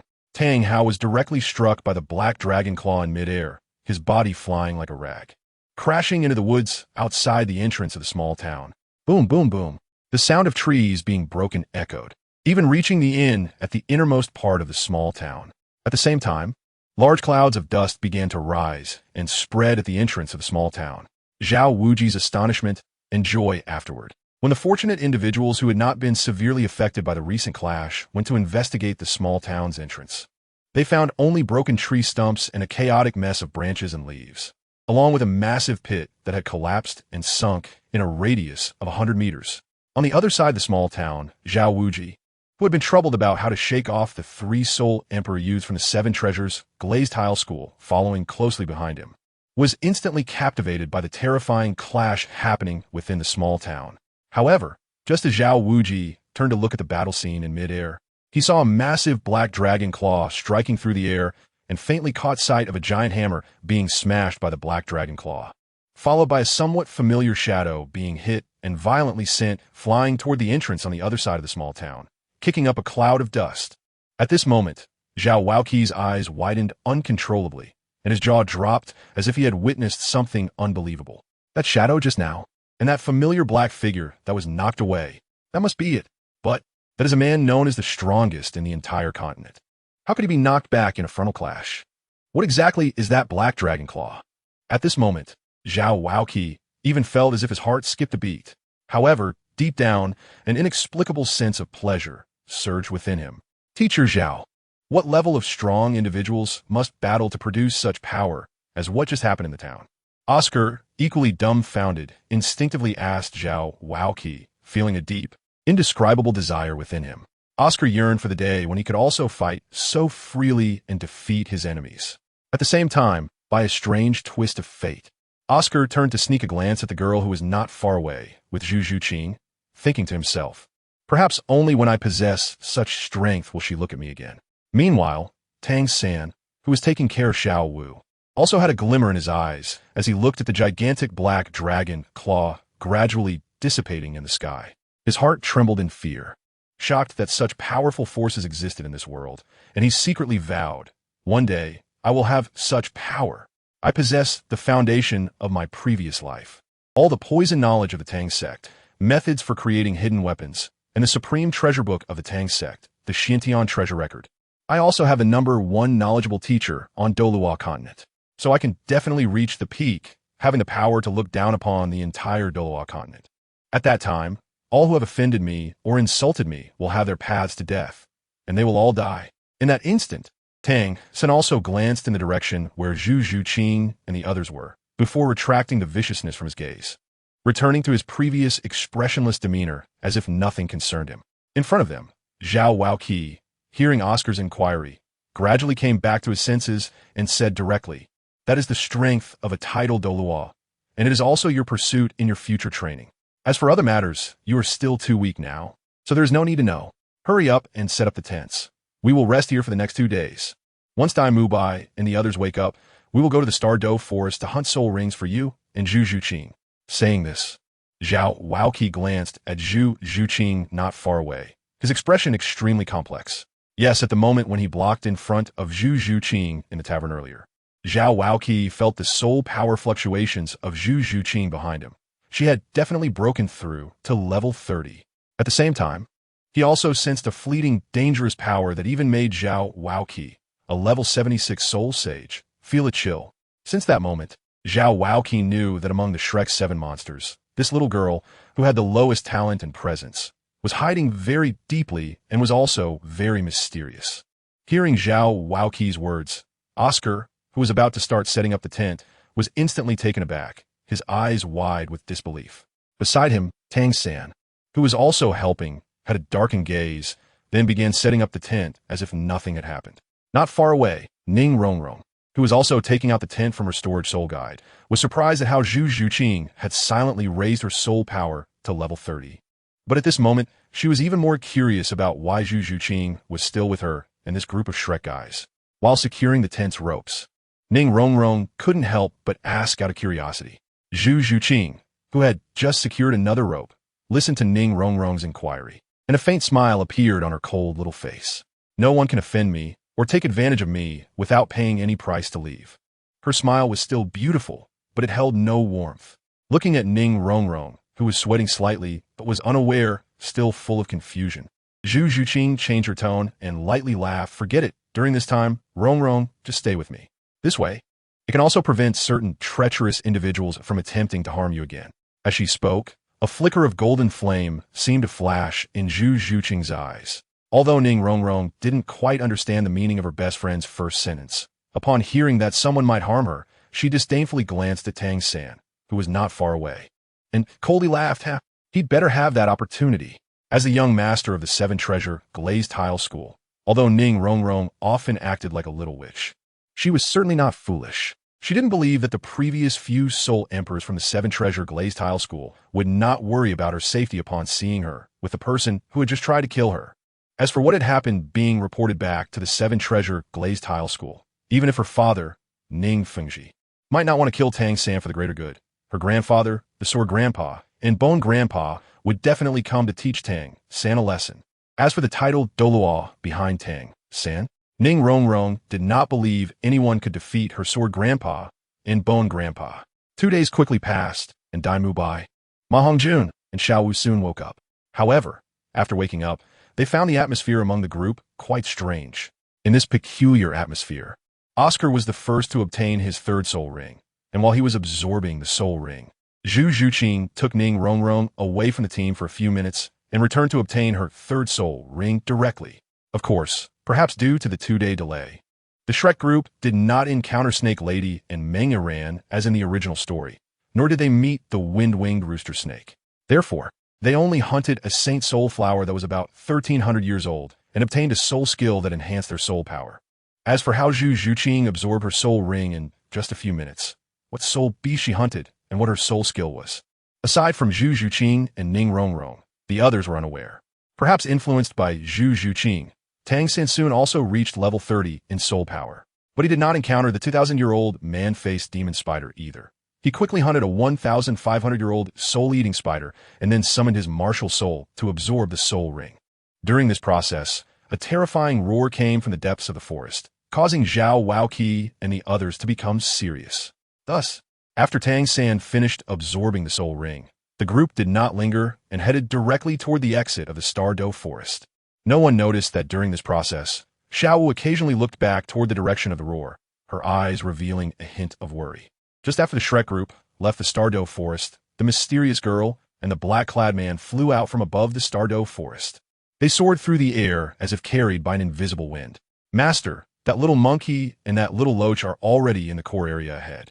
The mysterious girl nodded, her expression unchanged. Their bloodline talents were decent. And since they did not choose to transform into humans when facing the 100,000-year Thunder Tribulation and did not betray the Soul Beast clan, they could attempt to cultivate them. Behind him, the man in black nodded, and then seemed to think of something, a hint of murderous intent appearing in his eyes. Master, what about that rabbit? She seems to have caught the attention of that human titled Douluo, probably to cultivate Tang-san, making that rabbit his soul ring. Should I go kill that rabbit now to prevent that traitor from gaining support? In response, the mysterious girl with purple eyes flashed a glimmer of wisdom and sneered. Haha, 100,000-year soul beast turning into a human, and just happens to encounter Tang-san, with their relationship being so good. Don't you think all of this is too coincidental? It's as if someone is arranging all of this. Hearing the girl's words, a name that filled the man in black with intense hatred instantly surfaced in his mind, and he gritted his teeth. Sure God. The girl seemed oblivious to the anger on the man's face and said calmly, So, there's no need to worry about it. We just need to keep an eye on that exposed girl below. Perhaps the future of our clan lies in her. Below, the group from Shrek Academy. sitting in the carriage and hurrying back, remained silent, the atmosphere awkward and eerie. Only Xiao Wu felt an unusual anxiety and worry, especially recalling the terrifying roar in the Stardow forest. Xiao Wu was sure that the owner of that roar was definitely Ming, the Titan giant ape. However, while that roar might sound simply terrifying to others, Xiao Wu, who was familiar with Ming, heard the fear and submission in his voice. It's important to note that in Xiao Wu's understanding, Ming, the sky blue bull python, and Ming, the Titan giant ape, were the kings and emperors of the Stardow forest, the most terrifying existences there. Now, that Ming was silent, and Ming had let out such a roar, the only conclusion was that something had happened to them. Thinking of this, Xiao Wu's worries and restlessness became uncontrollable as she stood up directly, addressing Zhao Wujin at the front. "Teacher Zhao, please stop the carriage. I suddenly remembered something important I need to take care of." Upon hearing Xiao Wu's voice, everyone turned to look at her, curiosity evident in their eyes. Only Tang San, who was familiar with Xiao Wu, immediately noticed the worry and anxiety on her face, and he reached out to hold her hand, comforting her. "Xiao Wu, is something wrong? Should I go with you?" Hearing Tang San's words, Xiao Wu felt warmth in her heart, but she quickly stopped him. Not wanting Tang San to know her identity was one reason, and she also didn't want him to face danger in the Stardow forest for another. So she could only force a smile and said, "I just want to go home and see how my two younger brothers are doing." As she spoke, her eyes were filled with pleading, hoping Tang San would not ask further. Tang San naturally understood the meaning in Xiao Wu's gaze, so he fell silent and then directly looked at Zhao Wujin. "Teacher Zhao, why not agree to Xiao Wu's request? After all, she just wants to go home to see her family, and she'll return to Shrek Academy in a couple of days. Right, Xiao Wu?" Seeing Tang San speak up for her, Xiao Wu felt even more touched and quickly nodded toward Zhao Wujin at the front. Noticing Xiao Wu's behavior, Zhao Wujin furrowed his rugged brows, thinking to himself, one after another, they are all not easy to deal with. They all have secrets. He then called for the carriage to stop and looked at Xiao Wu. "I allow you to go home, but only for 2 days." Hearing Zhao Wujin's words, Xiao Wu repeatedly agreed and then hugged Tang San tightly before jumping out of the carriage and quickly heading in the direction they had come from. As they watched Xiao Wu's figure disappear, the others in the carriage were deep in thought, while the carriage continued to speed away. On the other side, within the 7-treasure glazed tile clan, after finishing some clan matters from the previous days, Ning Fengji rubbed his temples in mild frustration. At that moment, he vaguely heard disciples outside discussing something. Curious, he was about to call a disciple in to ask when the main door suddenly opened. Ensor Douluo, Chan Xian, and Bon Douluo Gu Rong walked in together. "Clan Master, what attitude should our 7-treasure glazed tile clan take towards Tang San?" Hearing Chun Xian's question, Ning Fengji looked confused. "Tang San? Who is that? Is he a young talent?"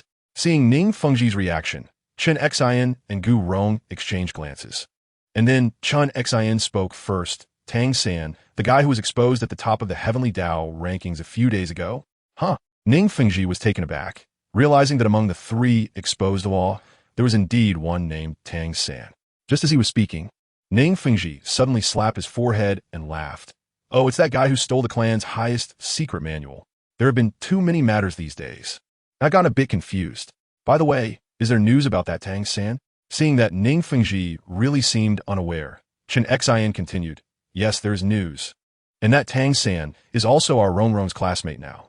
On the side, Bon Doa Gu Rong, seeing that Chan Xian was not getting to the point, directly interrupted. "Fengji, there should have been intelligence from the direction of the Stardow forest 2 days ago. Have you not seen it?" Realizing he had been interrupted, Chun Xian shot an unhappy glance at Gu Rong, thinking that if it weren't for the important matter at hand, he would have definitely given him a beating. Hearing Gu Rong's words, Ning Fengji also realized that something significant must have happened in the Stardow forest. So he immediately stood up and quickly rummaged through a pile of documents, soon finding the relevant information and flipping through it. However, when he saw the grievances Rongrong faced after her self-detonation at Shrek, Ning Fengji's brow furrowed slightly, but he still said nothing. After all, it was his own doing to have Flinder help train his daughter's character.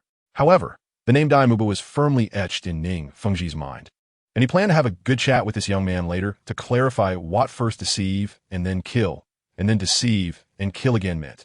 After reading about the actions of Shrek's students, as well as the teaching philosophy of Shrek that was exposed by a girl named Zhu Zhuqing, Ning Fengji's brow furrowed even deeper, When he saw that Tang San's hidden weapon attack had also encompassed his precious daughter within its range, Ning Fengji's expression immediately turned cold.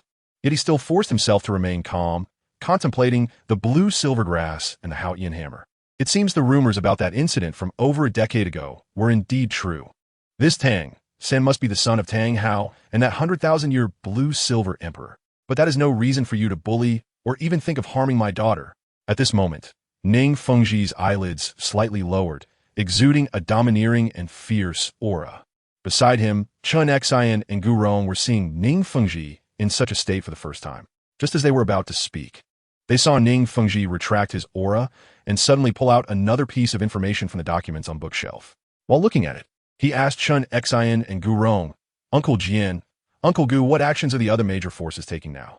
Chun Xian did not keep them in suspense and directly said, "The Spirit Hall of Heaven Do City, the Blue Lightning Tyrant Dragon Clan, the royal family of Heaven Do, even the Haotian sect, as well as other large and small forces, have arranged spies to stake out in Sawading City and outside Shrek Academy.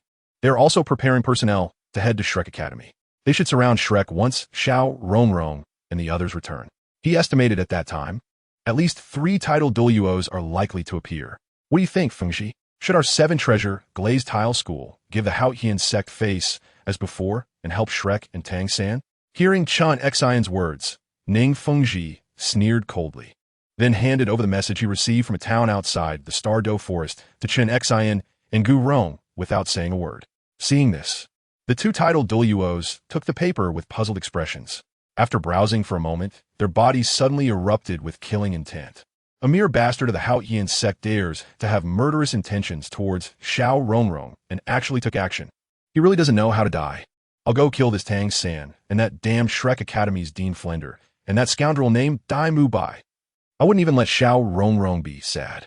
That Shrek not only let Xiao Rongrong suffer, but also condoned Tang San harming her. They really don't take our 7-treasure glazed tile school seriously. It's absolutely unforgivable. I must personally see where Tang San and Shrek get the courage to do this to Xiao Rongrong. Seeing the 2 protective Douluos explode with anger, Ning Fengji quickly stood up to stop them. When Chun Xian and Gu Rong saw Ning Fengji actually trying to stop them, they both looked at him with unfriendly expressions and said, "Fengji, if you stop us from dealing with this matter, be careful, we might even beat you up." Beside them, Bon Douluo Gu Rong also looked at Ning Fengji with an unfriendly expression, directly nodding in agreement with Chun Xian's words. Seeing that both protective Douluos were looking at him with unfriendly expressions, Ning Fengji couldn't help but wipe the non-existent cold sweat from his forehead and quickly wave his hands. No, Uncle Jian, Uncle Gu, you are thinking too much. I just wanted to remind you both at this time. The other major forces are likely aiming to obtain the Tang sect's Xiantian treasure record from Tang San. Don't forget that. After all, Tang San has tried to kill Rongrong. The Xiantian treasure record is truly a precious treasure, especially for the auxiliary-type disciples in the sect who lack any offensive capabilities. It is simply a true treasure. Even those soul master disciples with offensive capabilities can benefit greatly from the records on poison, skill practice, eyesight training, lightness, and hidden weapons in the Xiantian treasure record, especially the inner power cultivation methods, which can significantly speed up the cultivation of soul power. The benefits are immense. Hearing Ning Fengji emphasize the last sentence, Chun Xian and Gu Rong instantly understood that when it came time to demand the Xiantian treasure record, they could also stand on the side of reason. And even if they encountered Tang Hao, they would have justification to act, seeing that Uncle Jian and Uncle Gu understood his intentions. He then handed another document on the table to Chun Xian and Gu Rong, saying, "And this is the second matter, and it is even more important than obtaining the Xiantian treasure record from Tang San." Seeing the surprised looks from the 2 again, Ning Fengji directly explained, "Rongrong's good friend, a girl named Zhu Zhuqing, should be the last of the 3 Do Emperor Revealers. Just a few days ago, she was at the 27th level of soul power. But 2 days ago, she was already at the 30th level of soul power. Apart from being a Do Emperor Revealer, I believe there is no other opportunity to achieve this. Uncle Jian, Uncle Gu, when you go to Shrek this time, please help Rongrong transfer schools.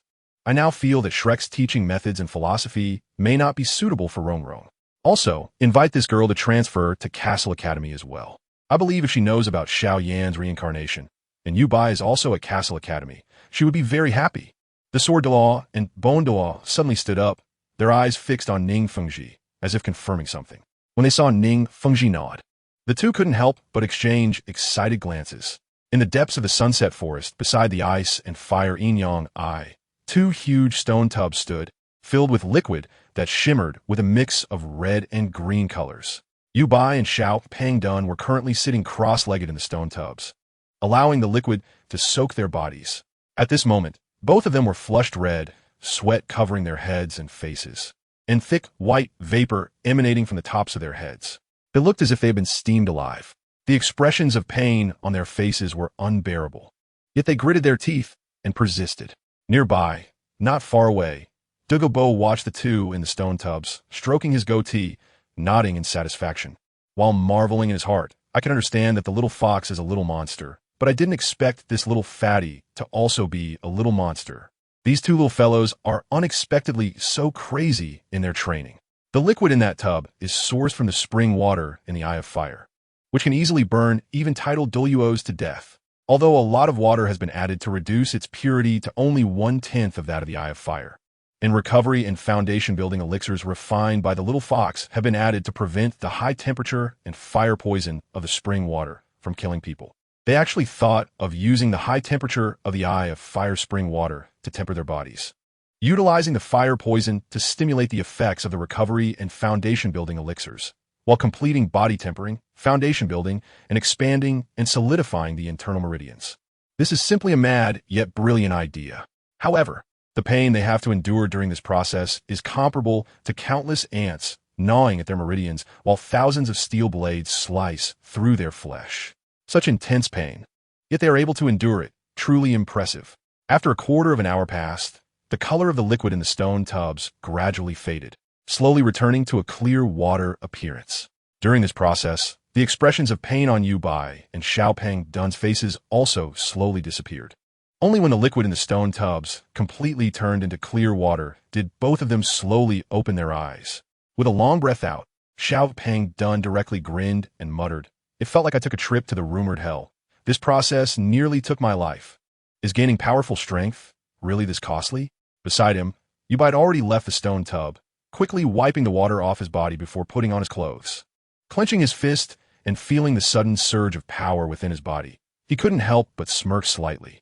With my current physical strength and intensity, I should be on par with those Soul Kings now, right? In terms of effectiveness, using the Fire Eye Spring water to refine the body is definitely much better than when Xiao Yin was initially whipped by Yao Lao. Moreover, the Fire Eye Spring water also contains the rich energy emanating from the corpse of the Fire Dragon King, which greatly boosts the physical strength during the refining process. It's almost comparable to those high-level world elixirs. However, the body is already adapted to the one portion of Fire Eye Spring water, so next time, if he wants to achieve a significant refining effect, he will need to increase the ratio of Fire Eye Spring water to 50%. This means he will have to go to Tiando City to purchase a large batch of other auxiliary herbs. Additionally, he will need to buy some other herbs for the artificial calamity poison body created by the old poison master. While planning his next actions, Yu Bai heard the murmurs of the little chubby one beside him and couldn't help but chuckle. He then turned around and said, "Little chubby, stop complaining. If you immediately put on your clothes and go check the spring water at the fire, you will definitely be grateful for your persistence just now." After saying this, Yu Bai walked directly towards Douluo, ready to discuss the next plan. Hearing Yu Bai's words, although the little chubby one felt puzzled, he jumped out of the water bucket, dried himself off, put on his clothes, and suspiciously walked towards the Fire Eye. The little chubby one did not notice that during this process, his movements were much more agile and relaxed than before, and his clothes seemed to have grown a size.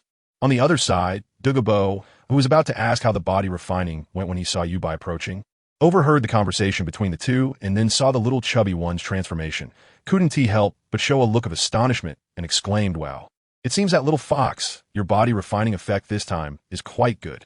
But are you secretly adding beauty-enhancing herbs when refining the potion for the little chubby one, making such a big difference? This kid not only lost weight, but is almost matching your looks now. He can't be called little chubby anymore." Arriving beside Douluo, Yu Bai merely smiled faintly at Douluo's teasing and explained, "Originally, I estimated that this time the body refining would only enhance physical strength and body power. As for the little chubby one's body change, it's a pleasant surprise." Douluo was not surprised either. He stroked his beard with a smile, looking at Shizhong.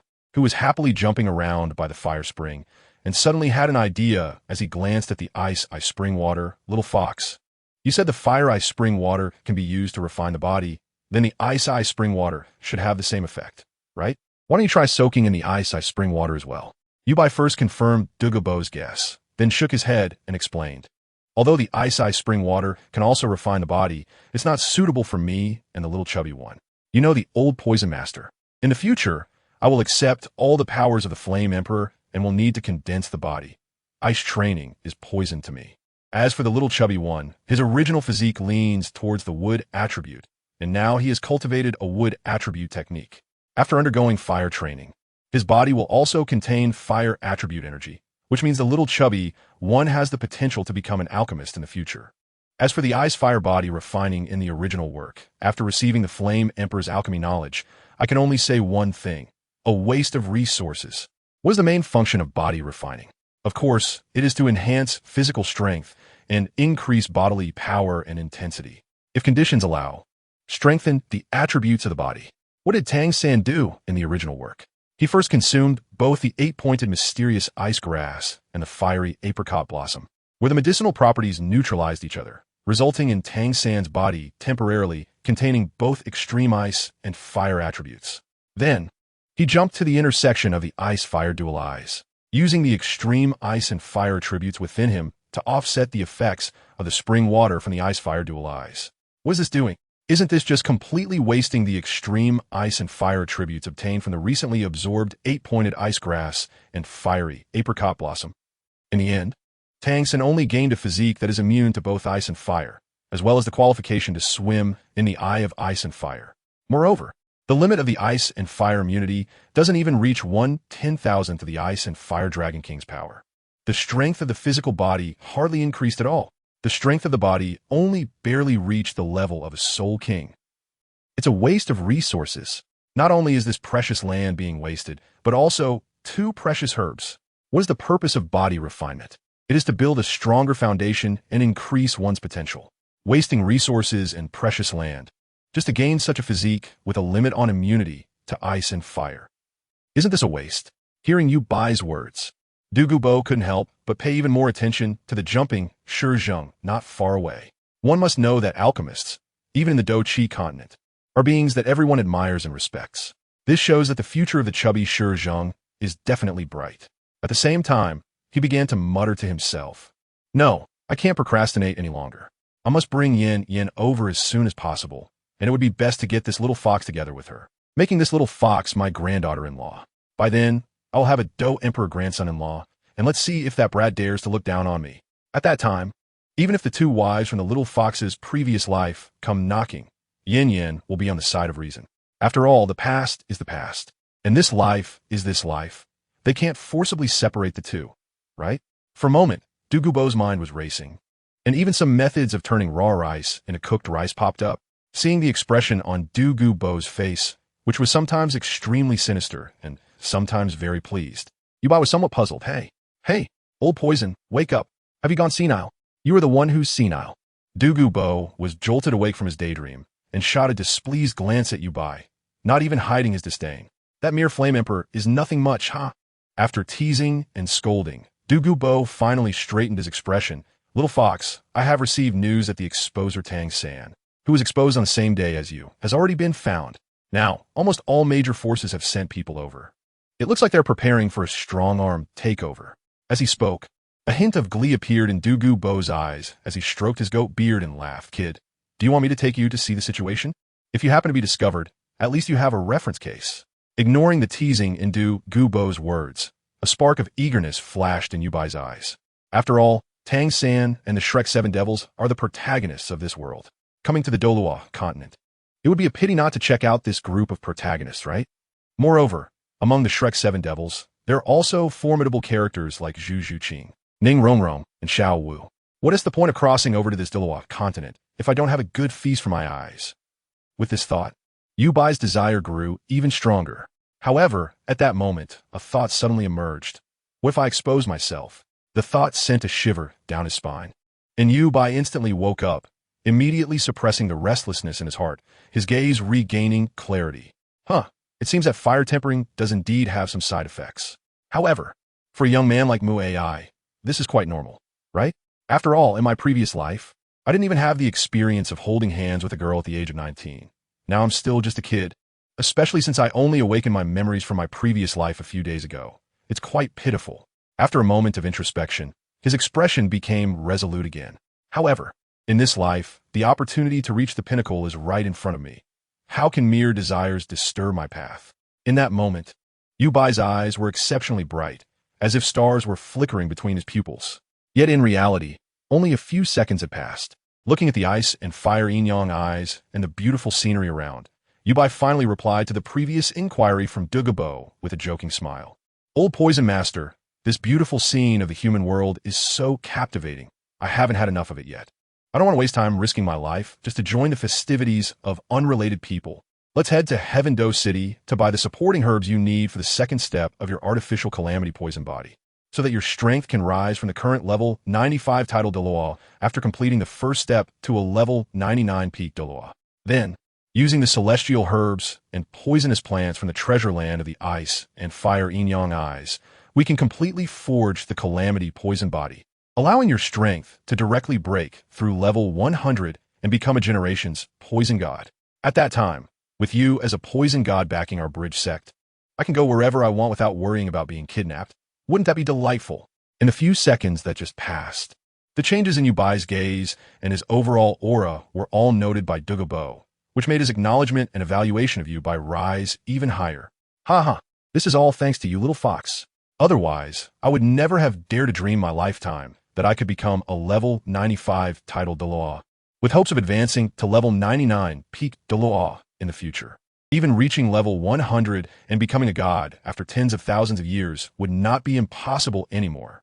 Don't worry, when that time comes, I'll personally protect you, kid, and see who dares to come after you. Hearing that the old Poison Master was really thick-skinned enough to say he would protect him, Yu Bai rolled his eyes. Old Poison Master, stop laughing. I was just saying that, and you actually took it seriously. To completely forge the artificial calamity poison body, it's impossible to succeed without at least 10 years. For now, let us go buy the herbs you need to complete the second step, as well as the materials we need for body refinement.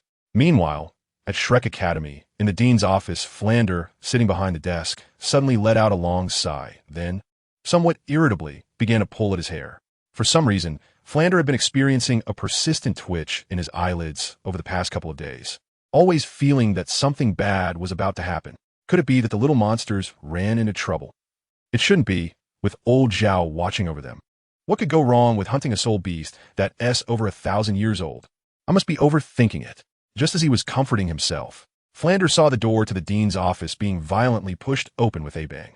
Just as Flander was about to explode in anger, he saw the old Zhao he had just been mentioning, Zhao Wujin, walk in with a very grim expression. Seeing this, Flander's heart suddenly tightened. But he still tried to ask, Old Zhao, what's wrong? Is the hunt for the soul beast and obtaining the soul ring not going smoothly? That shouldn't be a problem. If worst comes to worst, I can personally take Oscar back to the Stardow Great Forest. The most important thing is that you and the little monsters all came back safe. Zhao Wujin walked directly to the desk and sat down. After taking a big gulp from the teacup, he finally heard Flander's rambling voice and quickly understood what Flander was thinking. Therefore, he directly interrupted Flander's chatter, saying, Don't worry. The little monsters are all back safe. Oh no, except for that girl Xiao Wu. She seems to have had something come up on the way back and asked for 2 days off to go home. She'll be back in a couple of days. Upon hearing this, Flander's heart finally relaxed, and he let out a sigh of relief. He then stood up and patted Zhao Wujin on the shoulder, saying, That's good, as long as everyone is fine. Then in this period, old Zhao, you should focus on training the kids. I'll personally take Oscar to get the soul ring. In Flander's view, since the 7 little monsters were fine, the only reason Zhao Wujin looked so grim must be that something unexpected happened, and they didn't achieve their goal or let Oscar get his soul ring. What are you talking about? Zhao Wujin looked at Flander speechlessly and replied, Oscar has already obtained the soul ring, and his soul skill is quite good. Besides, Tang San and Zhu Zhuqing also reached level 30 in soul power, and after obtaining their soul rings, they have now been promoted to soul respect. Promoted to soul respect. That's great. Flander was just speaking when he suddenly realized and immediately stood up, raising his voice several pitches in surprise. What? Not only did Oscar obtain his soul ring and achieve soul respect, but even Tang San, at that moment. A middle-aged man with a weathered face, but an incredibly proud demeanor, suddenly walked in from the door, his voice hoarse as he said, "Humph, Flander, is it strange that Tang San has been promoted to soul respect? You should know, he is my disciple, Yu Xiaojiang." Zhao Wujin, who was displeased, and the confident Yu Xiaojiang. At this moment, Yu Xiaojiang's face, which looked as stiff as a zombie, was filled with pride and self-satisfaction, as if he had just broken through level 30 himself. Seeing Yu Xiaojiang walk in, Flander immediately excitedly greeted him. "Huh, Xiaogang, you're here. Cool me. Let me introduce you."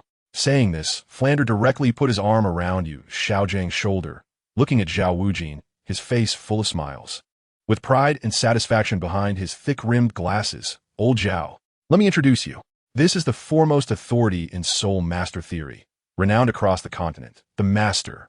He is also my good brother and the wisdom corner of our golden iron triangle." However, at that moment, Yu Xiaojiang suddenly added coldly, "Used to be." Flander's expression became somewhat awkward, and he hurriedly changed the subject, introducing Zhao Wujin to Yu Xiaojiang. Meanwhile, Zhao Wujin, who was originally there to discuss important matters with Flander but was suddenly interrupted, already felt quite displeased with this unexpected person. When he saw the arrogance and disdainful demeanor of this person, he felt an impulse to slap him dead. In the end, he still endured it for Flander's sake and didn't say much, until he heard Flander say something about being the foremost authority in soul master theory and renowned in the soul master community. Zhao Wujin almost burst out laughing. Foremost authority in soul master theory? What a grand title. Who granted it? Renowned across the soul master community? Why haven't I heard of it?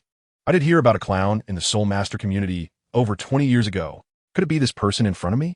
Suppressing his disdain and annoyance, Zhao Wujin put on a warm and surprised expression, as if he were meeting a legendary figure, and began to shake hands and chat with Yu Xiaojiang. Seeing that even the so-called unmovable king was so flattering towards him, the proud expression on Yu Xiaojiang's face gradually became more apparent.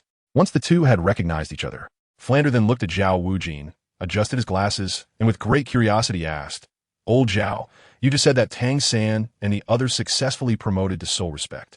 Is that true? Isn't that a good thing? Why did you look so grim just now?" Zhao Wujin was just about to speak when Yu Xiaojiang suddenly picked up his teacup with a proud expression and, sipping lightly, said, "Humph. Little San is indeed a disciple that I, Yu Xiaojiang, have carefully trained. He has almost inherited most of my knowledge about soul masters and soul beasts.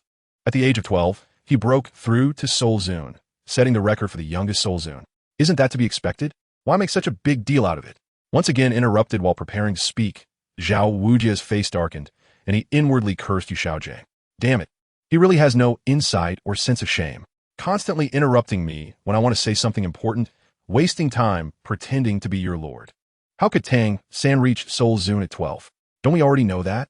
Isn't it because the inner power technique, Xian Yugong, from the Tang sect's Xian Tian Bao Lu in his previous life, is far superior to the meditation methods popular in Douluo continent? What does that have to do with you, clown? You even have the nerve to shamelessly claim all the credit for yourself. Bah, randomly. Without even glancing at Yu Xiaojiang, Zhao Wujia directly stated, "The record breaker is another student, an 11-year-old girl named Zhu Zhuqing." After saying this, he didn't even look at Yu Xiaojiang's frozen expression and turned to Flinder to recount the events that had happened outside the small town of Star Do Great Forest. The general situation is like this. So now we face two main troubles. One is that Tang San's identity as an exposer has been revealed, and the upcoming Shrek may no longer enjoy today's peace. The second trouble is that Tang San has attacked Ning Rongrong and Zhu Zhuqing. Although I stopped him, an irreparable rift has already appeared among the 7 little monsters, making it difficult for them to form a team again. After listening to Zhao Wujia's account, Flinder couldn't help but widen his mouth in disbelief. After a long while, Flinder finally regained his composure, wiped the non-existent cold sweat from his forehead, and stammered, This is really a big trouble. However, don't rush. Let me think. There should be a way to solve it. Don't worry." Seeing Flinder in such a state, Zhao Wujia also lost interest in mocking him and began to contemplate solutions. No one noticed that Yu Xiaojiang, who looked like a zombie, had brought over the information about Shrek students and was quickly flipping through it. Finally, he focused on the page containing Zhu Zhuqing's information, his eyes flickering. A few seconds later, a thud sound suddenly echoed in the previously quiet office, as if a book had fallen on the table. Flender and Zhao Wujia, who were deep in thought, immediately snapped back to reality and saw Yu Xiaojing suddenly stand up. I'll handle these two problems. As he said this, Yu Xiaojing's face was filled with confidence, as if he already had the solutions in mind. In response, Zhao Wujia directly cast a questioning look without hiding it. Flender, however, chose to trust his old friend's wisdom and the power behind him. So he quickly asked, Xiaojing, what are your thoughts? Hurry up and tell us. Seemingly oblivious to Zhao Wujia's skeptical gaze, Yu Xiaojing looked directly at the two of them, raised his right hand with a finger up, and calmly said, The first trouble is that Little Sand's identity has been exposed, and it should have attracted the attention of many forces. The most troublesome one is definitely the Spirit Hall. But this is also the key to our breakthrough. Use their power against them. As he spoke and saw the confused looks on their faces, he didn't bother to keep them guessing and directly pulled out a token from his pocket, casually tossing it onto the table. This is the Elder Token of the Spirit Hall. Possessing it allows you to command all forces of the Spirit Hall, including the Spirit Saint Hall. At that time, we can summon someone from the Spirit Hall to protect Tang, San, and drive away other forces. When he mentioned the Spirit Hall, a strong disdain flashed in Yu Xiaojing's eyes. But at this moment, Flender and Zhao Wujia didn't care about Yu Xiaojing's change in expression.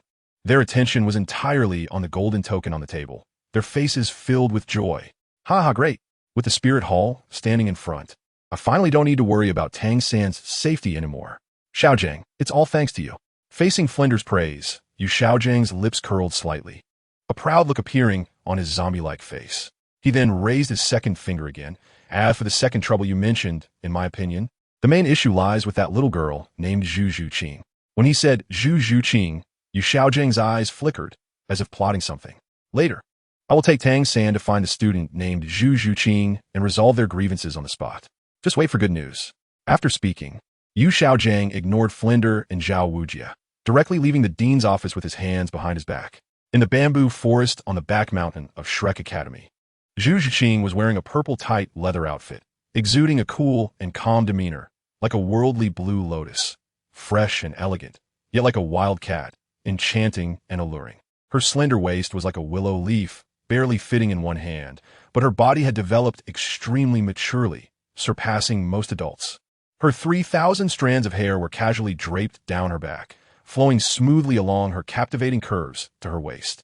Occasionally, one or two strands of hair playfully fell from her forehead, highlighting her youthful charm. The gentle breeze stirred her hair, making her look like a celestial being.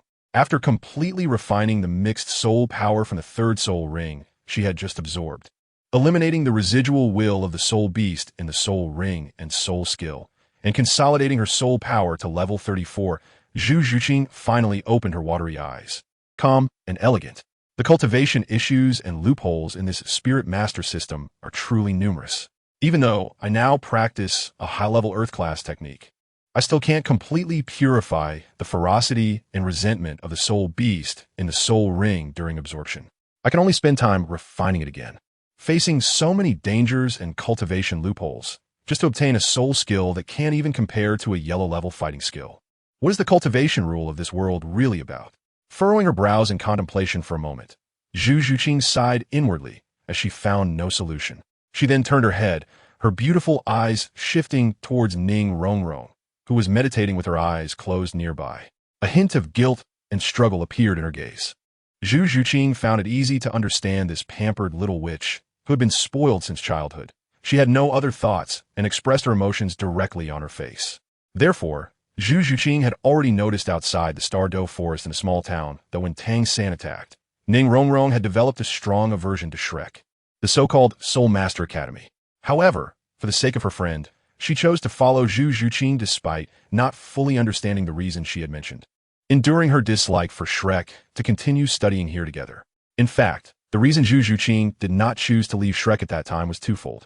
Firstly, the registration and tuition fees had consumed almost 90% of her gold soul coins, leaving her with little means to go anywhere until she earned some money. Secondly, having absorbed the life experiences and wisdom of Gu Suner, combined with her own experiences in this life, Zhu Zhuqing's inner pride was harder than anyone else's. She did not want to accept anyone's charity, even if it came from her closest friends. Thinking about how her presence forced her good friend Ning Rongrong to endure her dislike for Shrek, Zhu Zhuqing felt the urge to make it up to her, perhaps by sharing some cultivation techniques and combat skills. However, considering Ning Rongrong's background with the Seven Treasure Glazed Tile School, Zhu Zhuqing hesitated. The experiences of her 2 lives told her that revealing a secret capable of shaking the continent to others before having the strength to protect it was akin to seeking death. Just as Zhu Zhuqing was feeling particularly conflicted, she suddenly heard 2 sets of footsteps approaching from a distance, one light and one heavy. Bringing her focus back, Zhu Zhuqing looked towards the bamboo forest entrance and soon saw 2 figures, one tall and one short, walking over. Zhu Zhuqing recognized the short figure in blue.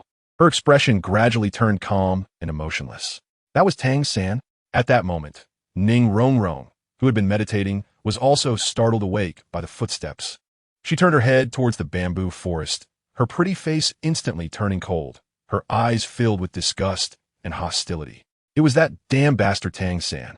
Was he bringing trouble to us?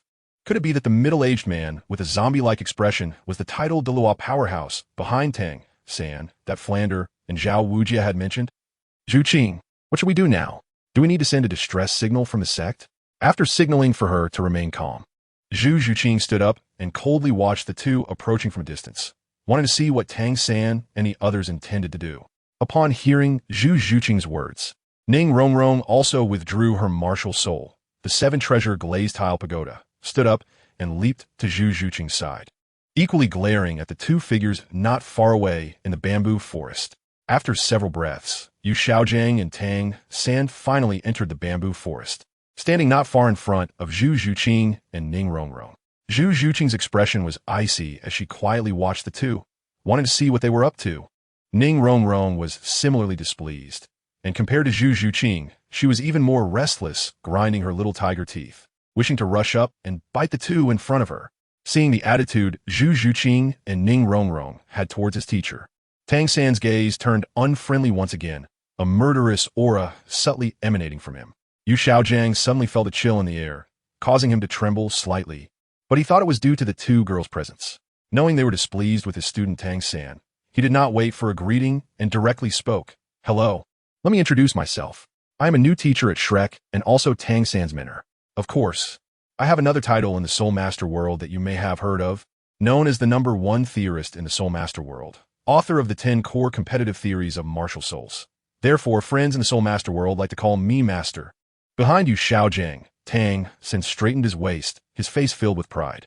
Zhu Zhuqing's eyes flashed with confusion as she tried to recall her over 10 years of cultivation life in Star Luo. It seemed she had never heard of anyone called Master, nor had she heard of the 10 core competitive theories of martial souls. Beside her, Ning Rongrong suddenly had a flash of inspiration, looking at Yu Xiaojiang with a hint of disdain as she loudly mocked. I've heard of you. Yu Xiaojiang, the youngest son of the Blue Lightning Tyrant Dragon Sect's leader, who, due to a mutation in his martial soul, can never break through level 30 in soul power. Thus, he was expelled from the Blue Lightning Tyrant Dragon family. Later, relying on some well-known soul beast knowledge and some random guesses he never verified, he published the so-called 10 core competitive theories of martial souls, being hailed as a clown in the Soul Master world. Zhu Zhuqing was stunned by the self-promotion of the so-called Master. By Yu Xiaojiang's side, Tang San, seeing Ning Rongrong insult his teacher so harshly, gritted his teeth, his expression twisted with rage. You dare to insult my mentor like this? It's simply a path to death. Just as Tang San's soul power surged, preparing to summon his martial soul, Blue Silvergrass, an arm suddenly blocked his way. Upon looking closely, he met Yu Xiaojiang's kind and proud gaze. Teacher Yu. He raised his hand and patted Tang San's shoulder, signaling him to retract his martial soul, while a miraculous look of satisfaction and pride appeared on his zombie-like face as he chuckled lightly. Xiao San, there's no need to get angry with them. They are just a group of misguided children swayed by rumors. As long as you, my only disciple, recognize my research and knowledge, I, Yu Xiaojiang, have already proven everything to the world. Tang San was instantly moved, his eyes turning red as he vowed in his heart to cultivate diligently and eventually make a name for himself on the continent, proving his teacher's innocence and reclaiming the honor that belonged to him. On the other side, Ning Rongrong once again sensed the murderous intent emanating from Tang San, scaring her to hide behind Zhu Zhuqing, her little face tensing up once more. Seeing this, Zhu Zhuqing turned her head to signal Ning Rongrong behind her, then turned back to stare coldly at the 2 in front of her, her soul power beginning to circulate within her. This time, Zhu Zhuqing finally became completely enraged. Time and again, he showed murderous intent toward the two of us sisters. Does he really treat us like ants? It's simply outrageous. However, seeing that the person in front of her, named Yu Xiaojiang, actively stopped Tang San's actions, Zhu Zhuqing suppressed the rising murderous intent in her heart and coldly said, "What exactly is the purpose of bringing him here? If there is nothing, please leave." Upon hearing this, Yu Xiaojiang finally withdrew his gaze from Tang San, returning to his previous expressionless face. He turned to look at Zhu Zhuqing, then looked at Ning Rongrong behind her, "Classmate Zhu Zhuqing, before discussing matters for your own good, I think we should first let classmate Ning Rongrong, no need." Before Yu Xiaojiang could finish his sentence, Zhu Zhuqing directly interrupted him, her expression still icy. "Just say what you need to say. If there is nothing." Although Zhu Zhuqing did not finish her last word, everyone present understood what she meant. This made Tang San, who was next to Yu Xiaojiang, look awkward again, his back teeth grinding together. At this moment, Yu Xiaojiang's expression changed slightly. Finally, he clasped his hands behind his back and looked directly at Zhu Zhuqing. "Zhu Zhuqing, you must be one of the two female exposers from the last Tiandao ranking exposure, right?" As he spoke, a glimmer of wisdom flashed in Yu Xiaojiang's eyes, as if he had already grasped Zhu Zhuqing's lifeline. The atmosphere at the scene immediately fell silent. With a pin drop audible, only the sound of the breeze rustling the bamboo, leaves continuing endlessly, Ning Rongrong couldn't help but cover her mouth, looking at Zhu Zhuqing's back with disbelief, and then gradually a look of joy appeared on her face, as if she had found a great support. On the other side, after his initial shock, Tang San's gaze became sharp and vigilant once more as he looked at Zhu Zhuqing again. It was only at this moment that he realized that whether it was the match at the Great Soul Arena on the night of the exposure or the days that followed, Zhu Zhuqing had actually been hiding her true strength. Tang San couldn't believe that as a fellow exposer, Zhu Zhuqing had not mastered any trump cards. Of course, Tang San also did not think he would lose to Zhu Zhuqing. After all, according to the rules of the Tiandao Golden List, Zhu Zhuqing should only have inherited the cultivation knowledge and life experience from her previous life. Although the world where Tang San came from was not as powerful as the Duqi continent, where Zhu Zhuqing's previous life was located, Tang San had been practicing all of Tang Sek's unique skills since he was young. While Zhu Zhuqing had only inherited those cultivation knowledge from her past life, and should not have had time to practice those so-called combat techniques. At most, she had practiced some so-called cultivation methods and secret techniques, which had allowed her soul power level to break through the 30th level in a short time. Under everyone's gaze, Zhu Zhuqing still maintained a calm expression, coldly looking at Yu Xiaojiang. "So, what exactly do you want to say?" Seeing that Zhu Zhuqing remained calm at this moment, even Yu Xiaojiang looked somewhat surprised, inwardly sighing. As expected of an exposer who inherited past life experiences, her mindset is indeed impressive. "Zhu Zhuqing, you should become my disciple." As he said this, Yu Xiaojiang's expression was calm, even slightly arrogant, as if it was only natural for Zhu Zhuqing to become his disciple. The others present were all stunned. Even Tang San, who had always admired Yu Xiaojiang, looked dumbfounded at his teacher, not knowing what his teacher was trying to do. Of course, Tang San had no doubts about whether his teacher was qualified to teach Zhu Zhuqing. Zhu Zhuqing, the person involved, also slightly opened her mouth, her big eyes full of confusion, as if to say, "You should listen to what you're saying." Even Ning Rongrong, who was behind Zhu Zhuqing, couldn't help but scratch her little head, looking adorably bewildered. Regarding Zhu Zhuqing's confusion, Yu Xiaojiang naturally thought that she was surprised by the content of his words. Thus, the pride and delight in his eyes became even more evident. He continued, "Zhu Zhuqing, the biggest problem you face now is your own safety, because you know that once your identity is discovered by various major forces, you will face relentless pursuit, especially from the Star Luo side. I believe that having escaped from Star Luo, you understand the style of the Star Luo royal family even better. What's more unfortunate is that a few days ago, news has already spread that your husband or sisters from your previous life have restored their Do Emperor strength, but they have not chosen to protect you and another person. Therefore, you need to become my disciple to truly solve your safety issues." At this point, Yu Xiaojiang straightened his back, a smug expression emerging on his zombie-like face. "Because I, as a master, come from the blue electric Tyrannosaurus family of the three upper sects, and I am also an honorary elder of the Spirit Hall. And Tang San's father, you probably have guessed by now, that's right, he's the famous Tang Hao, known as the youngest title Douluo in history. possessing the world's #1 weapon spirit, the Haotian hammer, with unmatched combat power. As long as you become my disciple, I can represent Tang San and forgive you for your previous offense towards him, resolving the grievances between you two.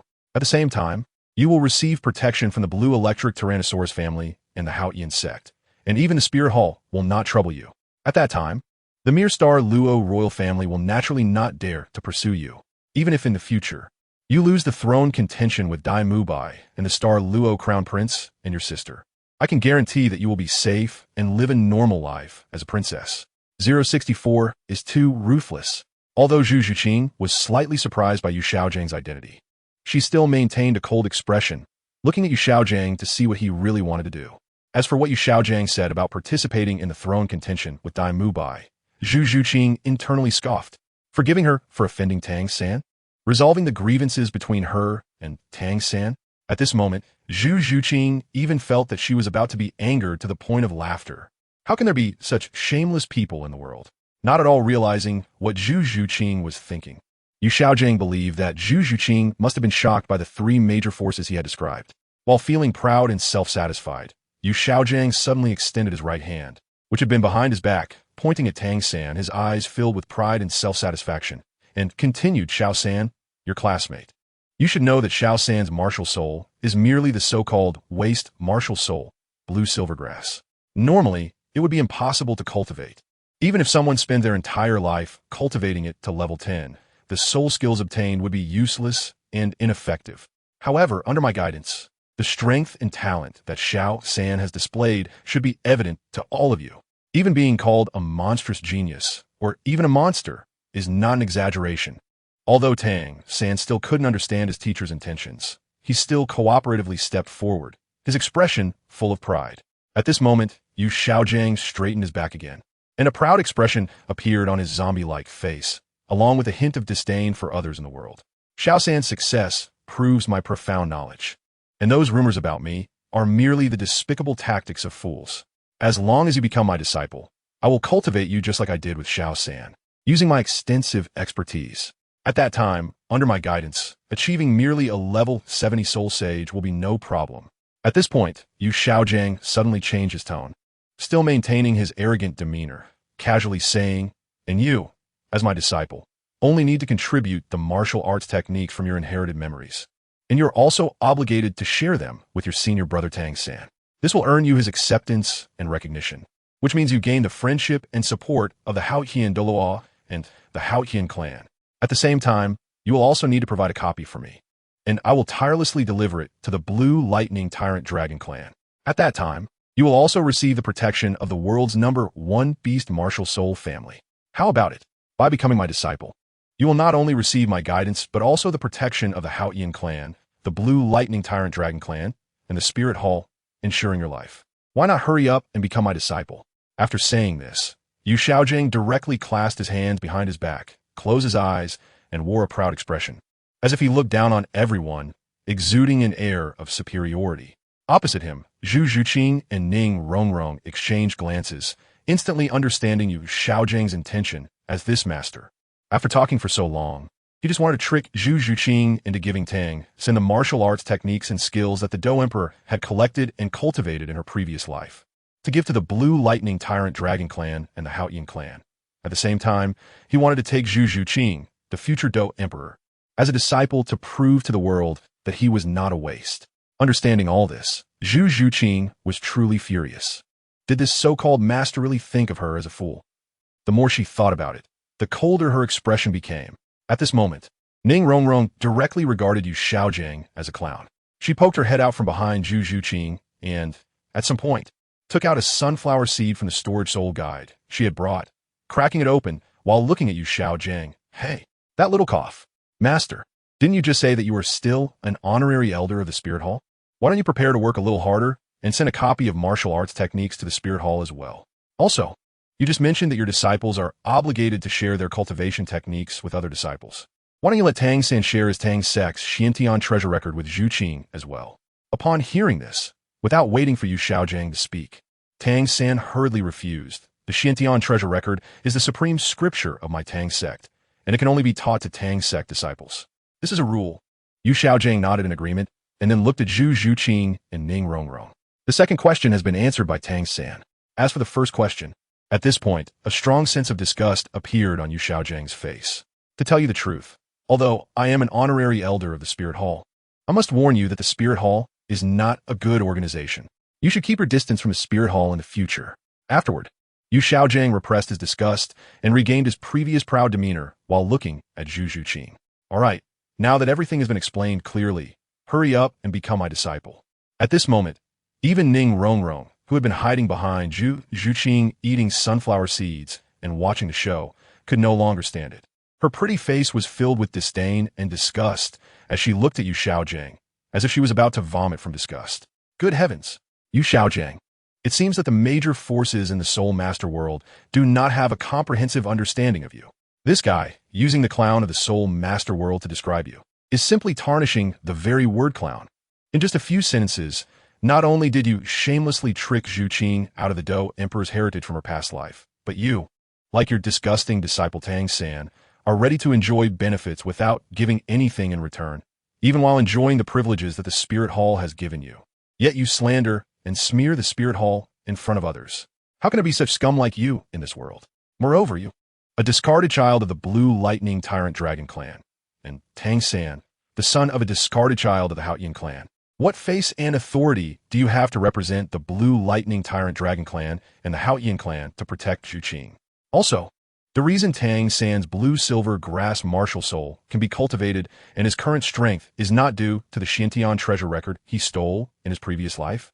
Besides his knowledge of common soul beasts, what credit do you, Yu Xiaojiang, have in this? Are you trying to take credit for something that isn't yours? Lastly, and most importantly, back then the tavern outside the Stardow Great Forest, Tang San tried to kill me and Zhu Qing. Such hatred will definitely be repaid. Why do we need you, Yu Xiaojiang, this disgusting person, to stand up and forgive my and Zhu Qing's faults? Get lost, you disgusting waste. At this moment, Zhu Zhuqing, who was blocking Ning Rongrong behind her, unleashed her killing intent without restraint, which burst forth recklessly. And the chill in her eyes seemed to freeze everything around her as she coldly spat out a single word, get lost.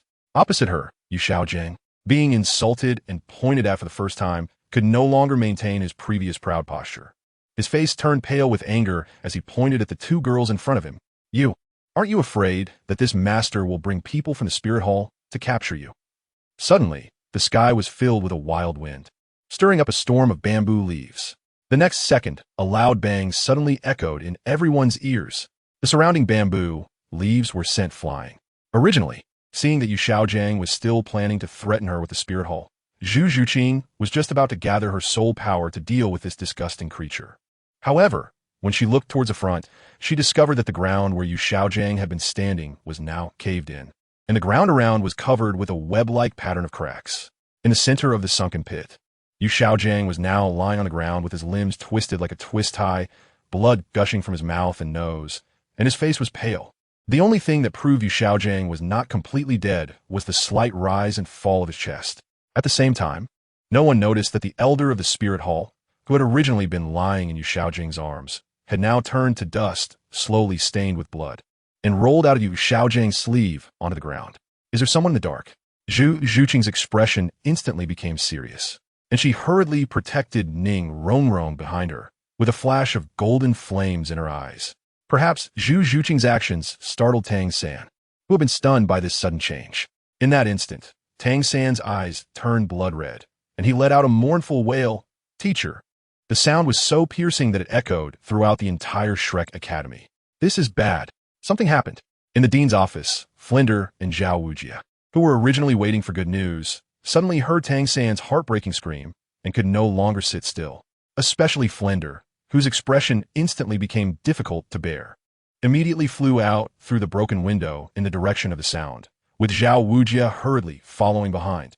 Inside the academy's wooden cabin, Oscar, Ma Hongjun, and Dai Mubai, who were also meditating to cultivate their soul power, recognized Tang San's voice, and their expressions changed drastically as they rushed toward the source of the sound. By the time Dai Mubai and the others reached the bamboo forest in the back mountain, they saw Dean Flinder and teacher Zhao Wujia with grim expressions huddled together. In the large pit between them lay a middle-aged man whose limbs were twisted like a pretzel, his body covered in wounds and bleeding profusely. Tang San, with blood-red eyes, was resting one hand on the man's arm, seemingly confirming something. Not far away, Zhu Zhuqing and another girl stood guard, coldly watching everything unfold. In an instant, a thought flashed through the minds of Oscar, Ma Hongjun, and Dai Mu Bai. Could it be that this unfortunate middle-aged man met such a fate at the hands of these two witches? At that moment, all three of them couldn't help but shudder, especially Dai Mu Bai, who immediately had the thought of running away again. So brutal, so terrifying. The one wiping their hands was Bibi Dong. The sword Douluo had descended. At the same time, somewhere high in the sky above Shrek Academy, a silver-haired girl with purple eyes and a black-clad man, who had been closely watching Shrek's group, were also startled by the sudden change below. Was that attack just now? Why, with my strength, could I not perceive where that attack came from, or the position of the attacker? The black-clad man instantly tensed up, his expression wary as he scanned the surroundings. Meanwhile, the mysterious girl with silver hair and purple eyes narrowed her gaze slightly, feeling for a moment, then suddenly looked up in a certain direction. As her inner divine power circulated, she lightly parted her red lips and said, "Respectful Do Emperor, I believe you have already noticed the problems within the cultivation system of Douluo continent. There are many shackles and fatal flaws for both human soul masters and us soul beasts. In reality, the existence of these issues is merely the gods of the divine realm maintaining their lofty status and gaining more faith, thus specifically modifying the cultivation system of this world, cutting off the path for human soul masters' cultivation on this continent and exterminating our soul beast race. I know that you, Do Emperor, have already transcended the rules of this continent through the heavenly Tao ranking, and we cannot provide you with any assistance. Therefore, I, the Silver Dragon King Guyuna, representing the soul beast side, have decided to bet on your two companions from your previous life. Although I do not know why you have chosen not to protect them, and instead observe from the shadows, we soul beasts can help. We are willing to assist your two companions in quickly breaking through to Soul Sage and regaining everything from their past lives.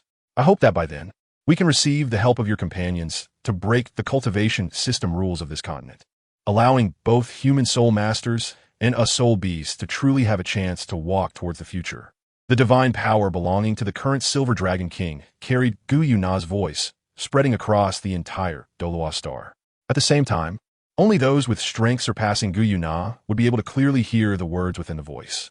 In the Sea God Island High Priest Hall, Poseidon frowned slightly, looking up at the sky as if sensing something, yet it seemed like nothing was there. In the ancestral land of Haotian's sect, Tang Chun, who was in seclusion preparing to recuperate and recover from the injuries and blockages caused by the nine-headed golden bat king over nearly 20 years, suddenly raised his head, his eyes glowing red, also gazing at the sky. In the hall of worship in Wuhuan City, Qian Douluo, dressed in golden armor, also seemed to sense something, looking up at the horizon and murmuring, "Was that feeling just now divine? Has a god silently descended upon this continent?" Then, Qian Liu's gaze shifted toward the Pope's Hall direction, and he let out a breath. "Ha! But now, even if a god really descends to the mortal realm, what can be done? The gods have already fallen from their lofty positions to the mortal realm on this continent." Retracting his gaze, Qian Douluo stood still beneath the angel statue, silently praying and no longer paying attention to the fleeting divine power from earlier. In the Pope's Hall, Bibi Dong leaned against the Pope's throne, crossing her long, beautiful legs, radiating an invisible aura of nobility and authority. At this moment, she was slightly disgusted as she wiped her left hand, as if she had just killed a dirty fly with her own hands, and her fair hand was now stained with something dirty. Just then, she suddenly heard a voice from the sky. The motion of Bibi Dong wiping her left hand paused slightly. The soul power of the Do Emperor swept across the entire Tiando Empire, capturing the actions of various forces. And she also saw Gu Yuna and Di Tian standing 10,000 meters above Shrek Academy. Slightly surprised by the beauty of the Silver Dragon King Gu Yuna, Bibi Dong's eyes flickered, and then she continued to wipe her left hand good above Shrek when she heard the noble, majestic, and imposing voice suddenly echo in her mind. Gu Yuna's expressionless face showed a slight change. A trace of astonishment appeared in her purple eyes, and she then slightly bowed, responding with sincerity and respect. "Thank you." Di Tian beside her also quickly bowed in respect, and at that moment, he finally reacted, waves surging in his heart. Hiss. So the one who just acted was the one who restored their past life cultivation and achieved the Do Emperor. This means that the Do Emperor had been watching her past life sister and husband all along. Hiss. Fortunately, this operation has always been led by the master. Otherwise, I might not have been able to hold back and gone down to capture someone. If that had happened, I, the golden-eyed Black Dragon King, a fierce beast of over 700,000 years, might have been gone just like that. Thinking of this, TheEternal's dignified face was now drenched in sweat, dripping down to the ground, until he noticed Gu Na standing up straight again. TheEternal then stood up as well, hurriedly wiping the sweat off his face. Carefully looking at Gu Na in front of him. Master, how should we proceed next? Should we go down now and directly take this Zhuqing to find the other exposed person you buy? No. Gu Na looked at the sweating TheEternal with some confusion, a trace of doubt flashing through her mind. Why does this guy have sweat all over his face? Is it very hot? However, this doubt only flickered in Gu Na's eyes, and then her bright and clear eyes looked towards the surroundings of Shrek Academy below. A faint smile appearing at the corner of her mouth. We just need to watch the show for now. Below, in the bamboo forest on the back mountain of Shrek, Flanders' face was ashen, yet he still suppressed the turbulent anger in his heart. Not even daring to look at his tragic best friend Yu Xiaojing in the large pit below, instead turning to Tang San, his tone urgent and somewhat trembling as he asked, Tang San, how is your teacher? Is he still alive? In the center of the crowd, Tang San, with bloodshot eyes, felt the feedback from probing his soul power into Yu Xiaojing's body and began to tremble slightly, his voice hoarse as he said, the ribs in his chest, as well as all the bones in his lower body and arms, have been completely shattered, piercing into the heart, lungs, kidneys, liver, and spleen, and throughout his muscles, while multiple organs inside are damaged. If not treated promptly, he may not survive 3 days. However, without some extraordinary opportunity or treatment methods, even if a regular healing-type soul master intervenes, they can only save the teacher's life. His later years will be spent bedridden. At this point, blood began to trickle from the corners of Tang San's eyes, his expression extremely grim. It should be known that in his previous life, as a disciple of the Tang sect, the most basic knowledge was to understand and master the functions of the human body's meridians, acupoints, and organ systems, so as to better concoct specific poisons. Therefore, upon discovering the condition inside Yu Xiaojing's body at the first moment, Tang San understood the intention of the attacker, which was to make his teacher's life worse than death. In that moment, Tang San's mind was suddenly flooded with memories of the past 6 years spent with Yu Xiaojing, feeling for the first time the fatherly care and love from this middle-aged man in front of him, experiencing the warmth of the world. As his gaze became dazed, Tang San's hands unknowingly clenched tightly, not even realizing that blood was flowing from his palms. Beside him, Flinder, upon hearing Tang San's words, seemed to be struck by lightning. Frozen in place, with only one thought in his mind. It's over. How am I going to face her in the future? At the same time, Zhao Wujie couldn't help but click his tongue, thinking to himself, damn, this person really has a dark side. What kind of grudge is this? Daimu Bai and the others also seemed to understand the identity of this middle-aged man in the pit, unable to help but cast sympathetic glances at the dazed Tang San. At this moment, Ma Hongjun couldn't help but mutter, what the heck? Who did this? So dark? As soon as he said that, Zhao Wujing, the teacher, and Oscar, who was perceptive and had already guessed something, both changed their expressions and thought, oh no. They immediately looked towards Tang San. Sure enough, in the next second, Tang San, still in a daze, suddenly raised his head, revealing his blood-red eyes and the 2 streaks of blood flowing from the corners of his eyes, his face looking incredibly ferocious, like a wild wolf ready to pounce. He directly fixed his gaze on Zhu Zhuqing and Ning Rongrong, who were on guard not far from the crowd. It's all because of you. You deserve to die. I'm going to kill you. As his words fell, Tang San's whole body used the ghost shadow perplexing step to rush out of the crowd, heading straight towards Zhu Zhuqing and Ning Rongrong. Zhu Zhuqing, Ning Rongrong. Although they couldn't understand why Tang San suddenly erupted towards them, they had already realized that Tang San and Yu Xiaojing were different from ordinary people. Therefore, Zhu Zhuqing wasn't too surprised, but instead gathered all her soul power and stared at the rapidly approaching Tang San, her expression icy cold. Similarly, a murderous intent surged around her. Zhao Wujing, who had just reacted, and Flinder, who had just awakened and was preparing to summon the renowned healing soul emperor to save Yu Xiaojing, were both startled by Tang San's sudden outburst. Just as they were about to stop him, a cold snort suddenly came from the sky, as if a sharp sword had pierced everyone's mind. Let's see who dares to harm my little Rongrong. In the next moment, a massive sword shadow flew down from the sky, instantly arriving before the Shrek crowd. It was only at this moment that everyone could see clearly that on the giant sword stood an elderly man with a tall and upright figure. Dressed in immaculate white robes, his silver hair neatly styled, standing with his hands behind his back, his eyes extremely calm, disregarding all obstacles, exuding a powerful sword aura. The old man's figure appeared in an instant, blocking the way of Zhu Zhuqing and Ning Rongrong, with a giant sword transformed into a 3-foot green peak hovering beside him. At the same time, a powerful pressure suddenly surged forward. In an instant, whether it was the ferocious Tang San who was charging towards Zhu Zhuqing and Ning Rongrong, or Dai Mubai, Ma Hongjun, and Oscar beside him, they were all instantly overwhelmed by this powerful pressure, collapsing to the ground and unable to move. The soul power within Tang San was abruptly interrupted by this overwhelming aura, causing him to spit out a mouthful of blood, and his whole body became weak. Flinder and Zhao Wujing, both soul saints, were also bent over by this pressure, cold sweat pouring down their foreheads. The one suffering the most was Yu Shaojiang, who was still lying in the big pit. His already twisted limbs and the blood vessels and bones fighting within his injured body were further tortured under this powerful pressure, causing blood to flow uncontrollably from the corner of his mouth.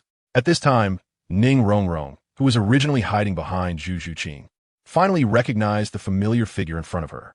She jumped out and hugged the old man's arm, her face filled with joy as she exclaimed, "Grandpa Jian, Rongrong misses you so much." As she spoke, her big eyes were brimming with tears.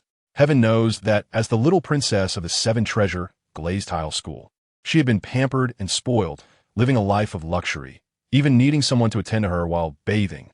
However, since coming to this broken Shrek Academy, she was first taught a lesson by Flinder, then subsequently ostracized and bullied by the other students, even insulted and thrown around by Dai Mubai. She almost started doubting her life and whether her worldview was flawed. She, Ning Rongrong, had never suffered such grievances.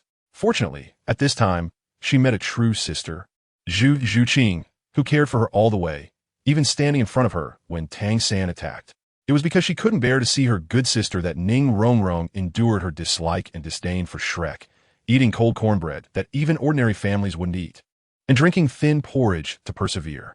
Now, seeing her beloved Grandpa Jian, who adored her the most, Ning Rongrong could no longer hold back her tears, and all the grievances surged up in her heart, causing her to cry out. Watching his precious little Rongrong, who looked like she would melt in his mouth, crying so pitifully, the sword doll felt a pang of heartache and quickly comforted her, gradually, until he saw the grievance on Ning Rongrong's face diminish. Sword doll Chunshun finally stood up. "What? My little Rongrong is crying, suffering such grievances? Little Rongrong, wait a moment. Your Grandpa Jian will avenge you right now." With that, he turned to look at Flinder and Zhao Wujing not far away, his gaze sharp like a sword, radiating a chilling light. In an instant, Flinder and Zhao Wujing felt their blood vessels sting as if thousands of cold, sharp sword tips were pressing against their skin. They couldn't help but shiver, their bodies trembling like a sieve, feeling the increasing pain on their skin and the icy gaze from sword Douluo Chanshin.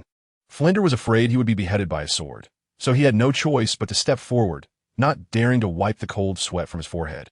Forcing a smile on his rugged face, and carefully said, "You must be the legendary sword Duh, one of the protectors of the 7-treasure glazed tile school, known for having the strongest attack power in the world. I apologize for the grievances that Ning Rongrong has suffered. However, I was only following the orders of your sex master, allowing me to use various methods to correct and train Ning Rongrong's character, as long as it does not harm her." As he spoke, Flinder raised his slightly trembling right hand and took out an envelope from under his chest, bowing and presenting it respectfully with both hands. At the moment he lowered his head, Flinder secretly breathed a sigh of relief, feeling lucky. It turned out that since receiving the letter from Ning Fengji, he had decided to use the method of comparing the student's ostracism to eventually make Ning Rongrong wake up.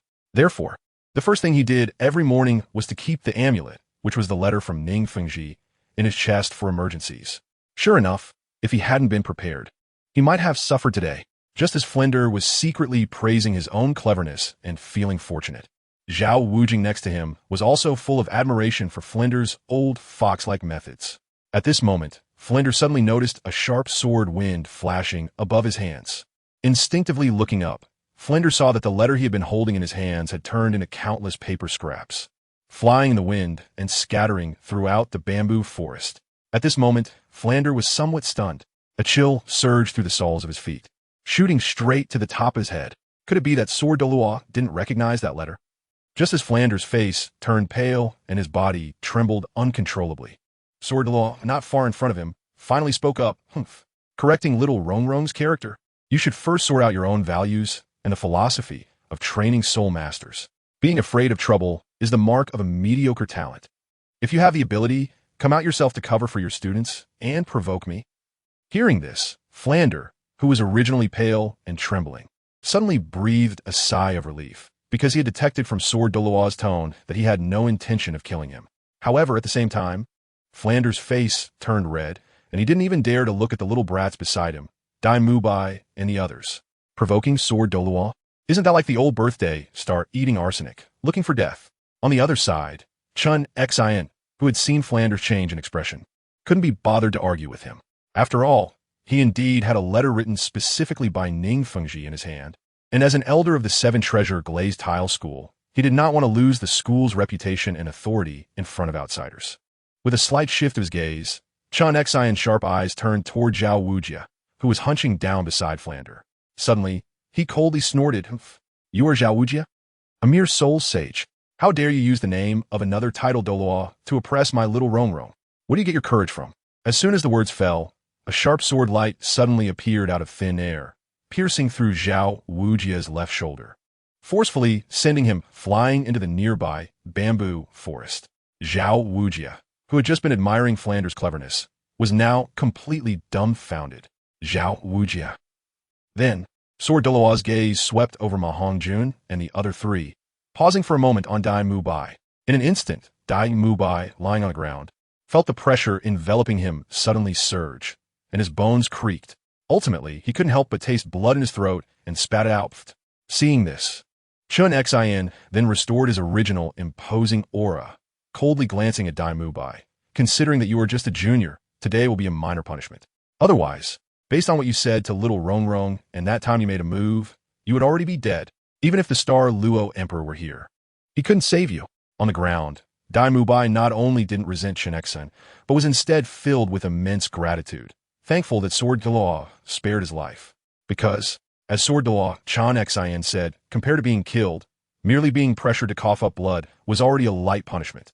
After all, this is the naked rule of Douluo continent. The strong are respected. After resolving the grievances between the Shrek Academy students and Ning Rongrong, Sword Douluo finally turned his attention to Tang San, who was lying on the ground not far away, his fingers digging into the earth, leaving streaks of blood on the ground.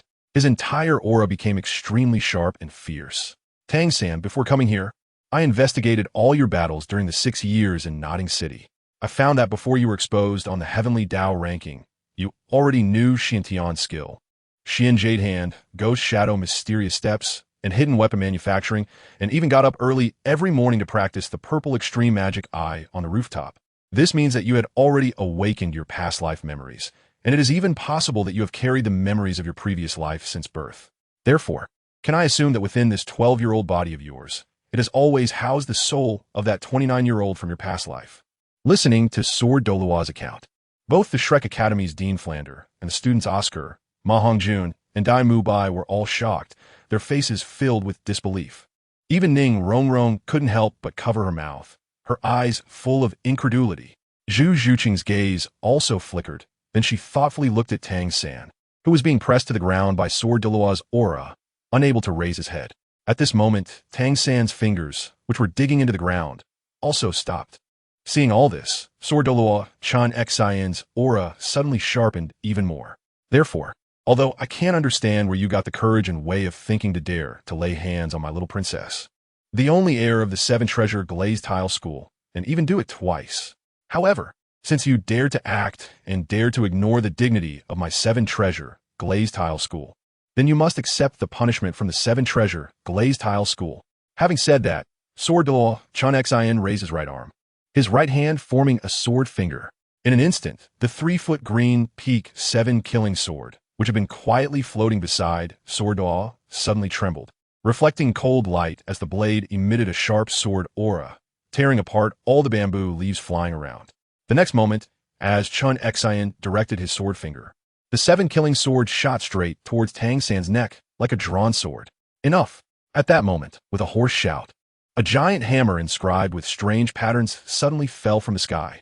Seeing the giant hammer appear, Sword Douluo, Chan Xian's expression changed, but he showed no signs of surprise. As if he had known this would happen, he stepped forward to shield Ning Rongrong and Zhu Zhuqing behind him, and Chan Xian's aura suddenly surged, becoming even sharper. Then, he hooked his right-hand sword finger. Instantly, the seven killing sword that was shooting toward the lying Tang San turned sharply. The sword body enveloped in an incredibly sharp sword aura, piercing upward towards the giant hammer in the sky. In an instant, the sword aura of the seven killing sword collided with a violent wind generated by the Haotian hammer. Boom! Accompanied by a thunderous roar. The chaotic and violent impact generated a powerful wind that instantly snapped all the bamboo within dozens of meters, sending bamboo leaves and broken branches flying everywhere. As a soul sage, Flander instantly recognized the familiar giant hammer in the sky. At the same time, a chill suddenly rose in his heart, and he instinctively unleashed his soul power to protect himself and the three people under him, Ma Hongjun, who were lying in the big pit along with Yu Shaojiang. However, even so, when facing the shockwave created by the confrontation between the seven killing sword and the Haotian hammer, Flander, even while gritting his teeth and using all his strength, still stumbled back several steps before stabilizing himself, blood unconsciously oozing from the corner of his mouth. Yet at this moment, Flander had no time to check his own injuries. Instead, he could only watch the scene of the confrontation ahead, silently praying in his heart, "Ah, what a disastrous day. Is this what they call innocent bystander? I never expected that I, Flander, would encounter such a thing in my clever life. I hope these two titles don't really start a battle. My little Shrek Academy can't withstand the chaos of two titled Douluos. Let's talk things over. Peace is precious." On the other side, as Sword Douluo, Chan Xian blocked in front, directly withstanding the aftermath of the battle. Zhu Zhuqing and the other girls hiding behind him were now filled with curiosity as they looked toward the center of the battlefield, wanting to know the final outcome of the recent clash. So, this is what a battle at the titled Douluo level looks like. Zhu Zhuqing turned her head to look at the destroyed bamboo forest around her, her beautiful brows furrowing slightly, seemingly puzzled. However, upon seeing the Sword Douluo in front of her, his clothes dancing lightly in the wind, standing straight with an unyielding sharp aura, Zhu Zhuqing's brows relaxed again, as if she had come to an understanding. No, that just now should have been the result of a casual clash between the Sword Douluo and the Haotian Douluo Tang Hao. But I wonder what kind of scene there would be if the so-called number one in attack power on the continent, the 96th level titled The Sword Douluo Qinshin, and the Haotian Douluo Tang Hao, who had just entered the titled Douluo realm and had once crushed the previous pope of the Spear Hall, fought with all their might. In the sky above Shrek Academy, an altitude of 10,000 meters, the previously entertained Emperor Tian suddenly exclaimed, "Huh? That guy wielding the big hammer seems to be the one I sent flying with a claw a few days ago outside the Stardew forest. Based on the strength I used that day and the aura that dissipated when I hit him, he shouldn't be here lively and kicking right now. Should he? He should be severely injured or even dead. Plus, there seems to be an inexplicable vitality surrounding his body. This vitality feels somewhat familiar." Saying this, Emperor Tian's eyes gradually narrowed. In front of him, Guna merely glanced down, noticing that the guy had countless internal injuries and also new traces of injury from a few days ago. However, it seemed that his right leg had merged with a 100,000-year soul bone, which had effects similar to restoring vitality and healing wounds. Therefore, not only had the new injuries inflicted by you healed, but even the long-standing ailments had mostly recovered. Listening to her master's words, Emperor Tian suddenly recalled events from over a decade ago. So that's how it is. After your analysis, it seems I know the origin of the 100,000-year soul bone fused within that guy's right leg. As he spoke, a hint of anger first appeared on Emperor Tian's face, which then turned into a look of regret. Sensing the complex emotions in Emperor Tian's tone, Guyuna's cold gaze turned to him, signaling him to explain. Receiving her look, Emperor Tian composed his expression and began to recount. This happened decades ago. At that time, you were still asleep, and I, along with Xiong-jun and Bai Ji, were guarding your side. One day, Bai Ji suddenly sensed a strong vitality coming from outside the core area of the Stardew forest.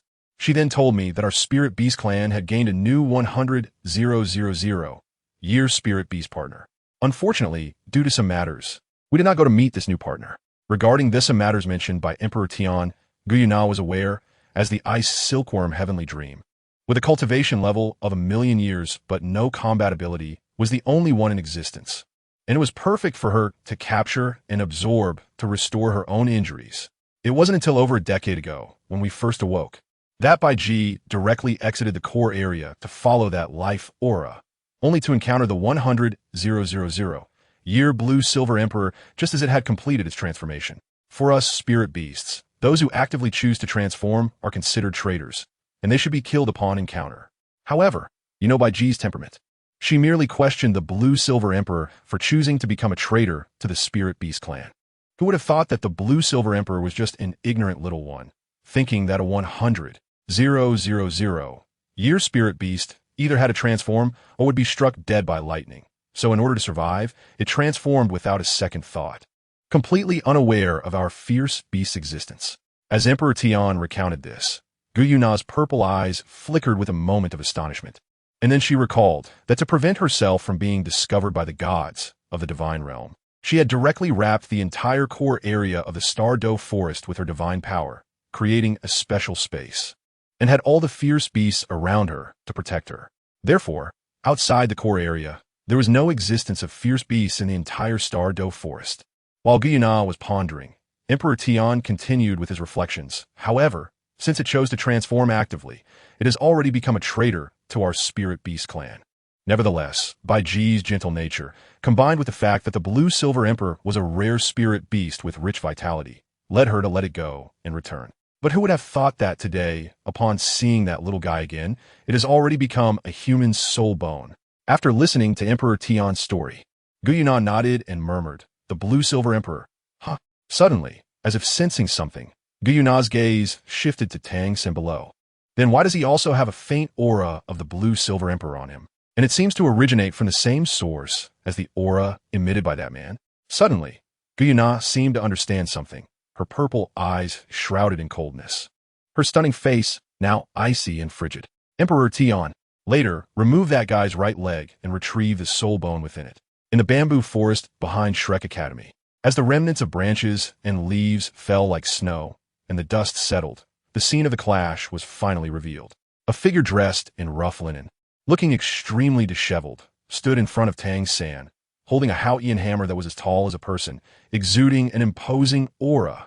This person was none other than the youngest to break through to the title Da, one of the former Haotian twin stars, the Haotian Tang Hao. A gentle breeze blew, causing the bamboo leaves to flutter down, passing over Tang Hao's messy hair and tattered cape, falling to the ground.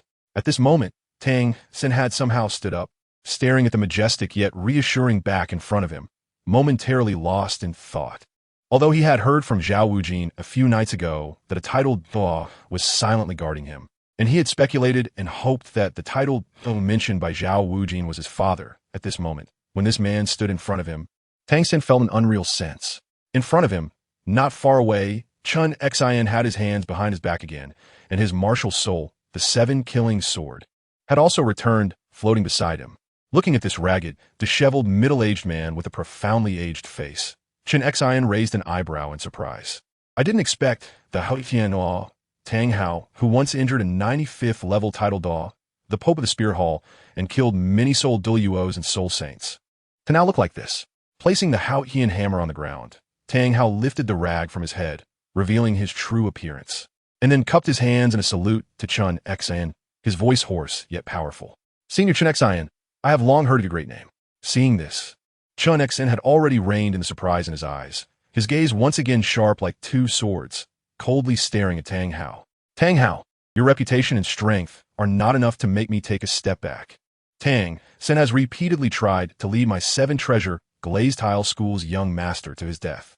Even if he is your son, he still has to face punishment at my seven-treasure glazed tile school." Hearing the determination in Chun Xian's tone, Tang Hao also gave up on playing the emotional card of the same roots and branches of the three major sections. He gripped the Haotian hammer tightly with his right hand, his voice rough yet resolute. "I'm sorry, Senior Chun Xian, but I cannot hand my son over to anyone. As my son, Tang San cannot be harmed by anyone in the world. If someone insists on trying, this Haotian hammer in my hand will have a good chat with them." perhaps just a few days ago with a body that could barely suppress the adult dark disease.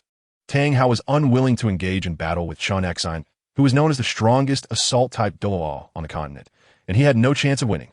However, since that night, when he was severely injured by a sudden dragon claw attack, almost leading to his death and causing his soul power level to drop by 1 rank, he had emerged with the 100,000-year-old blue silver emperor's right leg bone left by Yin.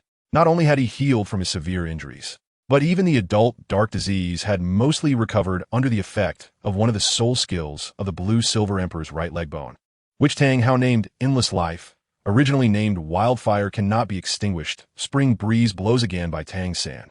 At the same time, his soul power had directly broken through to level 96, so Tang Hao's current soul power level was actually not inferior to Chun Exine's. Coupled with his chaotic wind hammer technique and the Hao Yi 9 absolutes, Tang Hao had absolute confidence in battling Chun Exine and achieving victory. At the moment Tang Hao finished speaking, both Chun Exine and Tang Hao understood each other's thoughts, and in an instant, they unleashed their soul power simultaneously. The aura of a level 96 Super Douluo finally fully released. In an instant, within 100 meters, the aura surged and trembled, completely destroying the bamboo forest. Only Zhu Zhuqing, Ning Rongrong, and Tang San were protected by Chun Exine and Tang Hao, respectively, allowing them to stand unharmed and watch the clash of momentum between the two super Douluos. Meanwhile, on the other side, Flinder had already noticed the firmness in the tones of Chun Exine and Tang Hao during their conversation, and he quickly applied oil to his feet, grabbing Yu Xiaojiang and taking Dai Mubai and the others to run 100 meters away. Wow, is this the power of a tidal Douluo? At this moment, Ma Hongjun, sitting on the ground, stared wide-eyed at the clash of auras between the two tidal Douluos, filled with envy. When will I, Ma Hongjun, become a tidal Douluo too? When that time comes, I must go to the highest-end restaurant to taste it. Beside him, Flinder, who was feeling miserable and nostalgic about the impending loss of Shrek Academy, rolled his eyes at Ma Hongjun upon hearing his unambitious words. He couldn't be bothered to lecture him and was just about to go to Soto City to find the healing-type Soul Emperor to treat Yu Xiaojiang, who was lying on the ground and still had a breath left, when he suddenly saw a group of figures approaching, especially after seeing their attire. Flinder's heart skipped a beat. Damn it, why are the people from the Spirit Hall here? Moreover, the one leading them seemed to be a high-ranking figure, possibly a platinum bishop of the Spirit Hall. It seemed that today there would be big trouble. At the same time, Flinder sensed that he seemed to be targeted by several gazes, each owner of which seemed to be stronger than himself, and they appeared to be warning him not to leave this place. With a long sigh, Flinder could only retract the steps he had taken. Nearby, Yu Xiaojiang, whose limbs were twisted like a twist of dough and covered in blood, had blood flowing from the corner of his mouth again. Just as Chun Exine and Tang Hao were about to unleash their full momentum and engage in battle, a somewhat sinister laughter rang out. Ah, look here. Two super Douluos are clashing. This is a rare sight indeed. It seemed that the old man had not missed a good show and had arrived just in time. Ha ha ha. Hearing this sinister laughter, Chun Exine and Tang Hao instinctively retracted their auras and turned to look in the direction of the sound. Behind Chun Exine, a hint of disappointment flashed in Zhu Zhuqing's beautiful eyes, as if regretting not being able to witness the battle between the two super Douluos. Then, she also shifted her gaze toward the source of the laughter, wanting to see who dared to interrupt the impending battle between the two super Douluos. At this moment, from the direction where Flinder and the others were, a group dressed in Spirit Hall uniforms, all exuding powerful auras, approached led by an old man with snow-white hair, triangular eyes, a cunning face, and a goat beard. After recognizing the leading man's face, Chun Exine's brows furrowed slightly. Saras? I didn't expect that the one sent by the Spirit Hall this time would actually be him. Chun Exine had heard of this platinum bishop stationed in Tiando City. He was a level 87 Soul Douluo. Although he disdained his methods, he had heard about his ruthless tactics and deep schemes from Ning Fengji, so he was somewhat on guard. As Saras approached and recognized the identities of the two about to engage in battle, he showed a hint of surprise, especially when he recognized one of them as Tang Hao. His body instinctively tensed up, then seemed to recall something and relaxed, as if he wasn't surprised at all.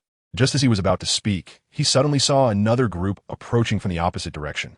A team of about 500 knights in the armor of the Tiando Empire, marching with great momentum, their horses stepping in unison. Among this group of 500 cavalry, a magnificent carriage was also approaching. Saras, who had been interrupted and had a gloomy expression, changed his face upon seeing the 2 carriages in the center of the cavalry, and then remained silent, coldly observing everything. Those are the knights of the Tiando Empire? Ning Rongrong, who frequently visited the Tiando Imperial Palace and was familiar with some matters of the Tiando Empire, recognized the imposing cavalry immediately. However, upon seeing the 2 carriages in the center of the cavalry, Ning Rongrong's beautiful brow furrowed slightly. That's Senior Brother Qinghe's exclusive carriage. I didn't expect Senior Brother Qinghe to also come here. Hearing Ning Rongrong's words, Zhu Zhuqing also turned her gaze toward the carriage, secretly pondering. The Tiando Crown Prince Xue Qinghe is said to be polite, cultured, and well-liked by the residents of the Tiando Empire. I wonder who is more like an imperial heir. Him, or that Davis guy. Just as everyone's eyes were focused, the cavalry had arrived at the bamboo forest, and then the teams skillfully split to both sides, allowing the carriage in the center to slowly drive out. Then, under everyone's gaze, a young man with a refined appearance and an air of elegance stepped down from the carriage, quickly spotting the Douluo, Chen Xian, and the Ning Rongrong behind him, and smiled as he greeted them. Douluo, Senior, Junior Sister Rongrong, it's been a long time. I didn't expect to meet you all here today. What a coincidence. When Chen Xian saw Xue Qinghe for the first time, he understood that the Tiando royal family had plans similar to those of the 7 Treasures Glazed Tile School. However, he still had a good impression of this prince disciple of Ning Fengji, so he nodded slightly in response. At this moment, Ning Rongrong looked at Xue Qinghe walking in, her small face showing considerable joy as she smiled and said, Brother Qinghe, long time no see. While joking, Ning Rongrong also introduced Zhu Zhuqing and Xue Qinghe to each other. However, during this process, another group of people rushed in, led by the second-in-command of the Blue Lightning Tyrant Dragon family, Yu Luomian. Following him, many others arrived, all from various major forces. Among them were 2 third-generation disciples of the Haotian school, Tang Long and Tang Hu, hiding in the crowd. Seeing that there were no other titled Douluos among the people from various forces on the Douluo continent, Chen Xian's sword-like eyes flashed slightly, and he took the initiative to speak loudly. Everyone, today is the day for our 7 Treasures Glazed Tile School and the Haotian Doa to resolve our grievances. I hope you all refrain from spectating here, or be careful of the blades and swords. Beside him, Tang Hao understood Chen Xian's intentions the moment he spoke, but he also knew that everyone present actually shared the same thoughts as Sword Path Chen Xian. However, fighting against one person and one force was clearly more advantageous than fighting against all forces present at the same time. Therefore, Tang Hao remained silent, tacitly agreeing with Chen Xian's statement. Unexpectedly, the moment Chen Xian finished speaking, a sinister-looking platinum bishop of the Spirit Hall, Salus, who was stroking his goatee, sneered and then chuckled twice. Oh, is this a joke?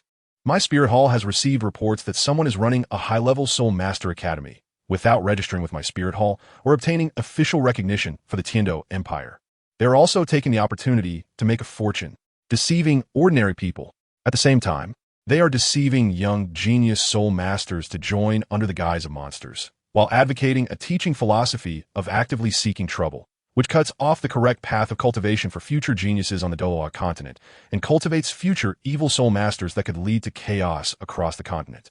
Such an academy has blatantly operated in Soto City for nearly 20 years, during which it has harmed countless talented soul masters, causing them to fade from once being young talents to becoming indistinguishable from the crowd, disappearing from the stage that belongs to soul masters on the Douluo continent.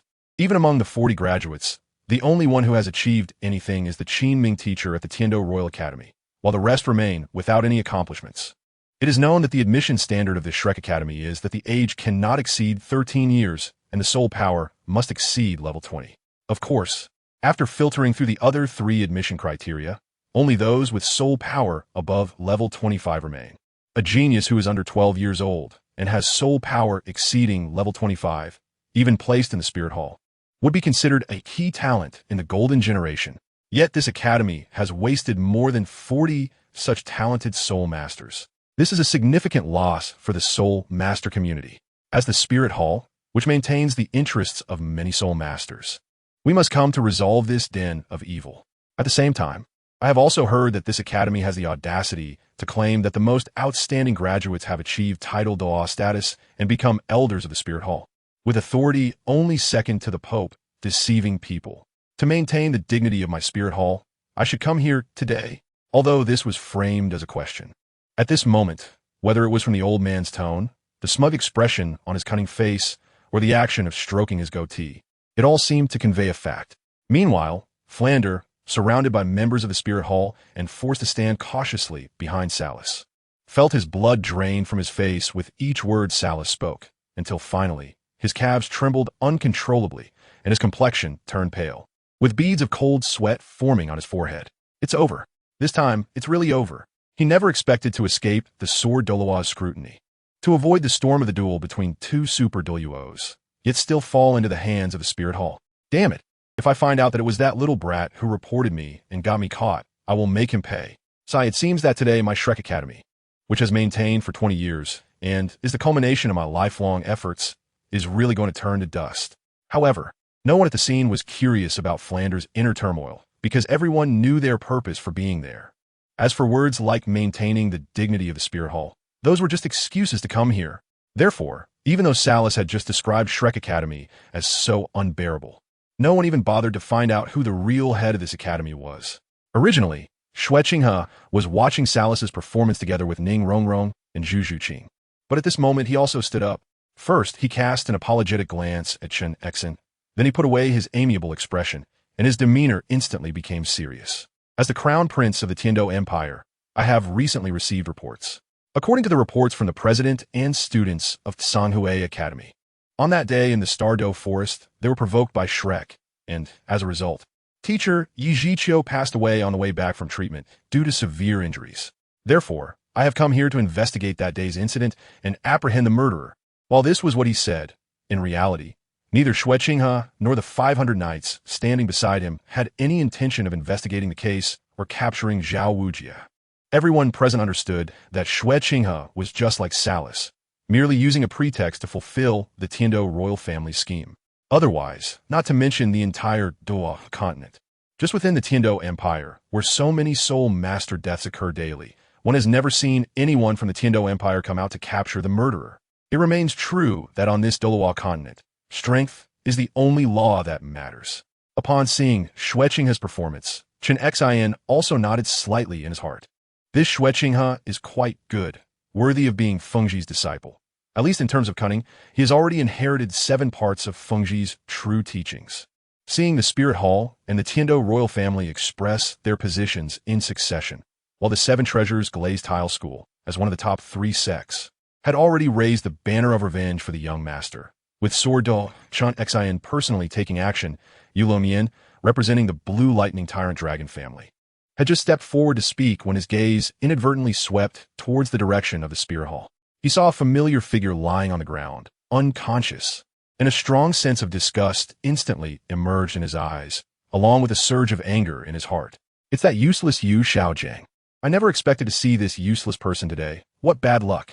If it weren't for this waste, my precious daughter would not be so angry with me now, unwilling to acknowledge me as her biological father. I don't even know who did it, although it looks like they hurt this bastard quite badly.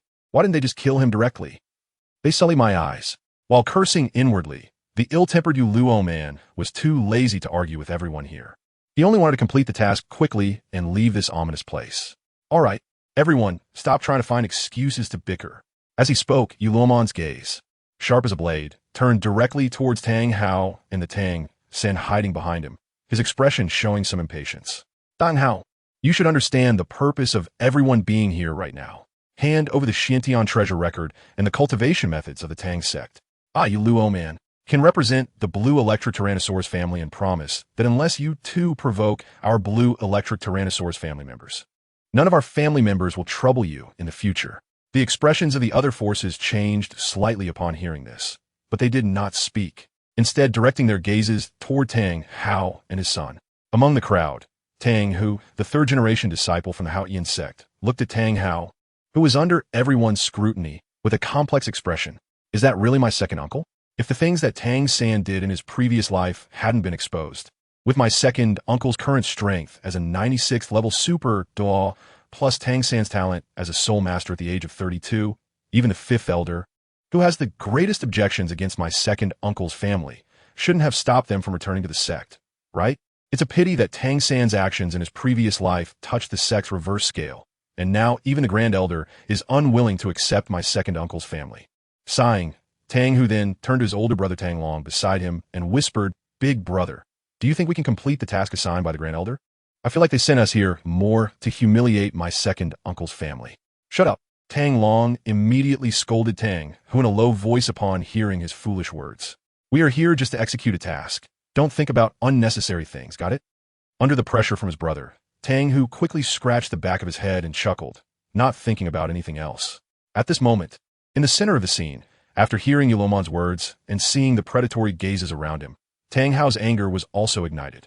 "You all actually plan to take advantage of me without paying any price, trying to seize my son Tang San's foundation. Do you think so little of me, Tang Hao?" Unexpectedly, Yu Luo man, who had also been in a bad mood since seeing Yu Xiaojing today, looked directly at Tang Hao with a cold smile on his face. "Tang Hao, if you were still a member of the Haotian sect, or if your ancestor Tang Shan were still alive, do you think so many people would gather here today? But the fact is you, Tang Hao, are just a discarded pawn abandoned by the Haotian sect. Even if your name, as the Haotian Douluo, is greater than the heavens, do you really think you can deal with all the forces present here? You must know, the grudge of blocking the path is an irreconcilable enmity. The Xintian treasure record in your son Tang San's hands might be the shortcut for us to ascend to godhood. In the face of the temptation of becoming a god, any obstacle will be flattened. Therefore, even if you are the Haotian Douluo, you cannot scare us away." As he spoke, however, there was a flicker of unusual light deep in Yu Luomon's eyes. Around them, the members of the lower four sects who had originally come to take advantage of the situation, as well as other Soul Master families, also began to speak up from the crowd. "That's right, Haotian Douluo, even if you are very strong, you don't want to offend all the Soul Master forces on the continent, do you? Come on, let's all get along. Tang Hao, I advise you not to be ungrateful, even if you can deal with everyone here. What about your son Tang San?" Listening to this group of people who didn't even dare to show their faces but still had the nerve to threaten his son, Tang Hao's anger surged again, and his weathered eyes instantly turned into endless coldness and killing intent. His soul power surged violently. Yellow, yellow, purple, purple, black, black, black, black, red. 9 soul rings appeared simultaneously, killing God Domain. In an instant, an aura that seemed like a sea of corpses and a mountain of blood enveloped everyone present. At the same time, Tang Hao tightly gripped the Haotian hammer, raising his hands high and smashing it forward. "Great! Must! Me! Hammer!" The crowd of title Douluos emerged. A group of small forces that didn't even have title level strongman station dared to provoke my Tang Hao's authority. "Die for me! Great must me hammer!" For those below the title Douluo level, under the great must me hammer, all beings are equal.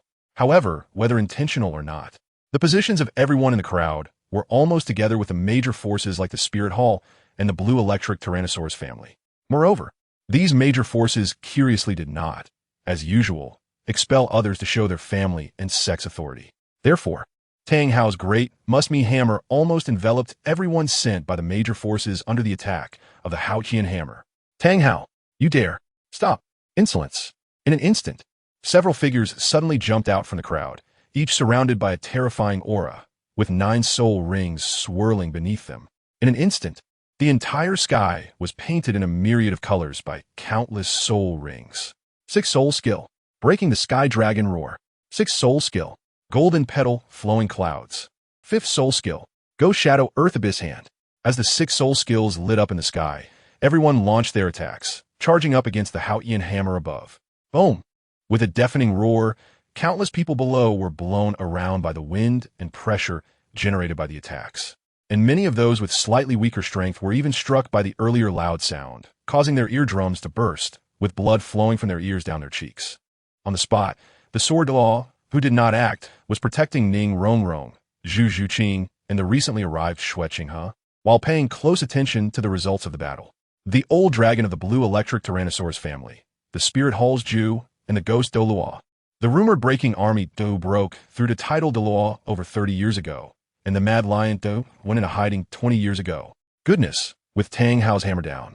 Not only did it smash out the patriarch of the Blue Electric Tyrannosaurus family, Yu Engine, and the Ghost Douluo of the Spirit Hall, but it also brought out 3 titled Douluos from the hidden 8 major families. Now, it seems like there are good shows to watch. Moreover, these 8 hidden families also seem to be about to emerge. The waters of this continent are getting murkier. At the same time, The Sword Douluo, Chan Xen, also felt somewhat astonished. He didn't expect those hidden families that controlled the Soul Arena would actively send titled Douluos here. It looks like the Soul Master's plan to directly unite the 8 families to seize the Xiantian treasure record in Tang San's hands. If things go wrong, you should call the Old Bones and directly take little Rong and this girl named Zhu Zhuqing to escape. Beside him, no one noticed that Xueqing's eyes were fixed on Tang Hao, who was fighting with the titled Douluos, and a flicker of fierce light briefly appeared in his eyes before vanishing. As for Zhu Zhuqing, who was holding Ning Rongrong's hand, she was directly enjoying the battle between the titled Douluos with an attitude of watching the excitement, her gaze filled with interest. Boom! In the midst of battle, Tang Hao was found vulnerable by one of the titled Douluo from a hidden family. Taking advantage of the situation, the titled Douluo unleashed his 8th soul skill, striking Tang Hao directly in the chest and sending him crashing to the ground, creating a deep pit. At the same time, the other titled Douluo who had been fighting Tang Hao landed separately, positioning themselves in front of their respective factions. Upon landing, Yu Guan and Gu Wei may exchange surprised glances at the titled Douluo who had just attacked Tang Hao, along with 2 unfamiliar titled Douluo by his side. Clearly, they hadn't expected that the 8 hidden families had quietly recruited at least 3 titled Douluo. However, recalling the current might of His Holiness the Pope, Yu Guan and Gu Wei may both smirked inwardly before retracting their gazes. Yu Guan waved his hand to stop the Soul Master Temple members behind him, including Salus, from bowing, and turned to the Blue Lightning Tyrant Dragon family. He raised his hand to his cheek, forming a delicate pose with his fingers, exuding an indescribable charm, and spoke in a voice that was almost effeminate. "Oh, isn't this the old patriarch of the Blue Lightning Tyrant Dragon family? Yu Yuanjin? What is this? You're actually going to make a move to seize the Xiantian treasure record? I heard that Tang San is your youngest son Yu Xiaojing's disciple. So, doesn't that mean you're robbing your own grandson?" Hearing Yu Guan's sarcastic remarks, Yu Yuanjin hadn't had the chance to respond before Yu Luomian, who was already furious, interjected, "Let me correct you. Yu Xiaojing has long severed his father-son relationship with my elder brother and has been expelled from the Blue Lightning Tyrant Dragon family. From now on, please inform your Soul Master Temple that the useless Yu Xiaojing has nothing to do with my Blue Lightning Tyrant Dragon family. In other words, my Blue Lightning Tyrant Dragon family has no useless member named Yu Xiaojing, nor do we have a thief stealing our sect's supreme treasure. Beside Yu Luomian, Yu Yuanjin merely frowned but did not retaliate verbally. On the other side, Tang San, who had been worried about his father's safety, felt his temples throb with anger upon hearing Yu Luomian humiliate his teacher. At the same time, he was screaming in his heart, "Yu Luomian, Yu Yuanjin, Blue Lightning Tyrant Dragon family. I, Tang San, swear that I will make you pay for today as humiliation of my teacher. You will definitely regret this." However, even so, he still kept his head down, not letting others notice. In the position of the Soul Master Temple, after hearing Yu Luomian's words, Yu Guan feigned shock, covering his mouth with his slender fingers. "Really? This is the first time I've heard of it." As he spoke, the surprise on Yu Guan's face faded, replaced by a grinning expression. Originally, we were planning to return this guy we just picked up in the academy to you, hoping to gain some benefits from your Blue Lightning Tyrant Dragon family in return. Now it seems, what a pity." As soon as Yu Guan finished speaking, his longtime partner, the ghost dog A Mei, used his soul power to directly grab Yu Xiaojing, who was lying on the ground, his limbs twisted like a pretzel, covered in blood, and barely alive, and threw him in front of everyone. Slap! The ghost Douluo's actions were relentless, and at that moment, Yu Xiaojing, lying on the ground, had blood again seeping from the corner of his mouth. At the sight of this, Yu Yuanjin's pupils contracted sharply, and a sudden, stabbing pain shot through his heart. "Someone, take Xiaojing down for treatment." Yu Yuanjin's low voice suddenly rang out. Hearing this, Yu Luomian immediately wanted to intervene, but as he turned, he met Yu Yuanjin's bloodshot cold gaze, and the intense killing intent forced him to swallow his words. Seeing that their second-in-command did not oppose, a healing-type soul master from outside the family quickly stepped forward to take the unconscious Yu Xiaojing away for treatment. Witnessing the scene unfold with the Blue Lightning Tyrant Dragon family, Yu Guan couldn't help but burst into loud laughter. The mockery in his voice was evident to anyone. On the other side, the 3 unfamiliar titled Douluo who were indifferent to the grievances between the Soul Master Temple and the Blue Lightning Tyrant Dragon family were now focused on the deep pit created by Tang Hao, their soul powers surging and their expressions extremely vigilant. Slap! Just then a rough, dark hand with distinct knuckles suddenly shot up from the deep pit, grabbing onto the ground. 071, the mighty Tang Hao. The murderous Shui Qinghe. Slap. The sound of a palm slapping the ground echoed, as if a powerful hand had struck the hearts of everyone present. Even Yu Guan, who was laughing heartily, suddenly stopped, his smile frozen on his face. He suddenly turned his head to look at the deep place where Tang Hao had smashed down, especially at the outstretched black hand. Yu Guan's pretty face instantly turned pale with fright, and beside him, Ghost Douluo's calves couldn't help but tremble slightly, as if forced to recall the terrifying scene from 12 years ago. Gulp. Under the joint efforts of 6 titled Douluo, surviving a full-powered strike from a titled full-level powerhouse with the 8th soul skill, could this be the legendary Hao Qian Douluo? Tang Hao. At this moment, someone in the crowd murmured softly, causing many people to shiver, seemingly recalling Tang Hao's past achievements. At this moment, many forces without titled Douluo to oversee them, and without any background support, have quietly chosen to retreat. Only the Spirit Hall, the 3 upper sects, the 4 lower sects, the 8 hidden families, the Tiando royal family, and Shrek Academy remain, continuing to observe. Among them, the 3 title law sent by the 8 hidden families are currently on high alert, preventing Tang Hao from suddenly counterattacking and killing them. Meanwhile, the 2 title Douluo of the Chrysanthemum Ghost Douluo, after initially experiencing subconscious psychological fear, instantly recovered, their faces revealing playful smiles, as if they had long prepared some backup plan.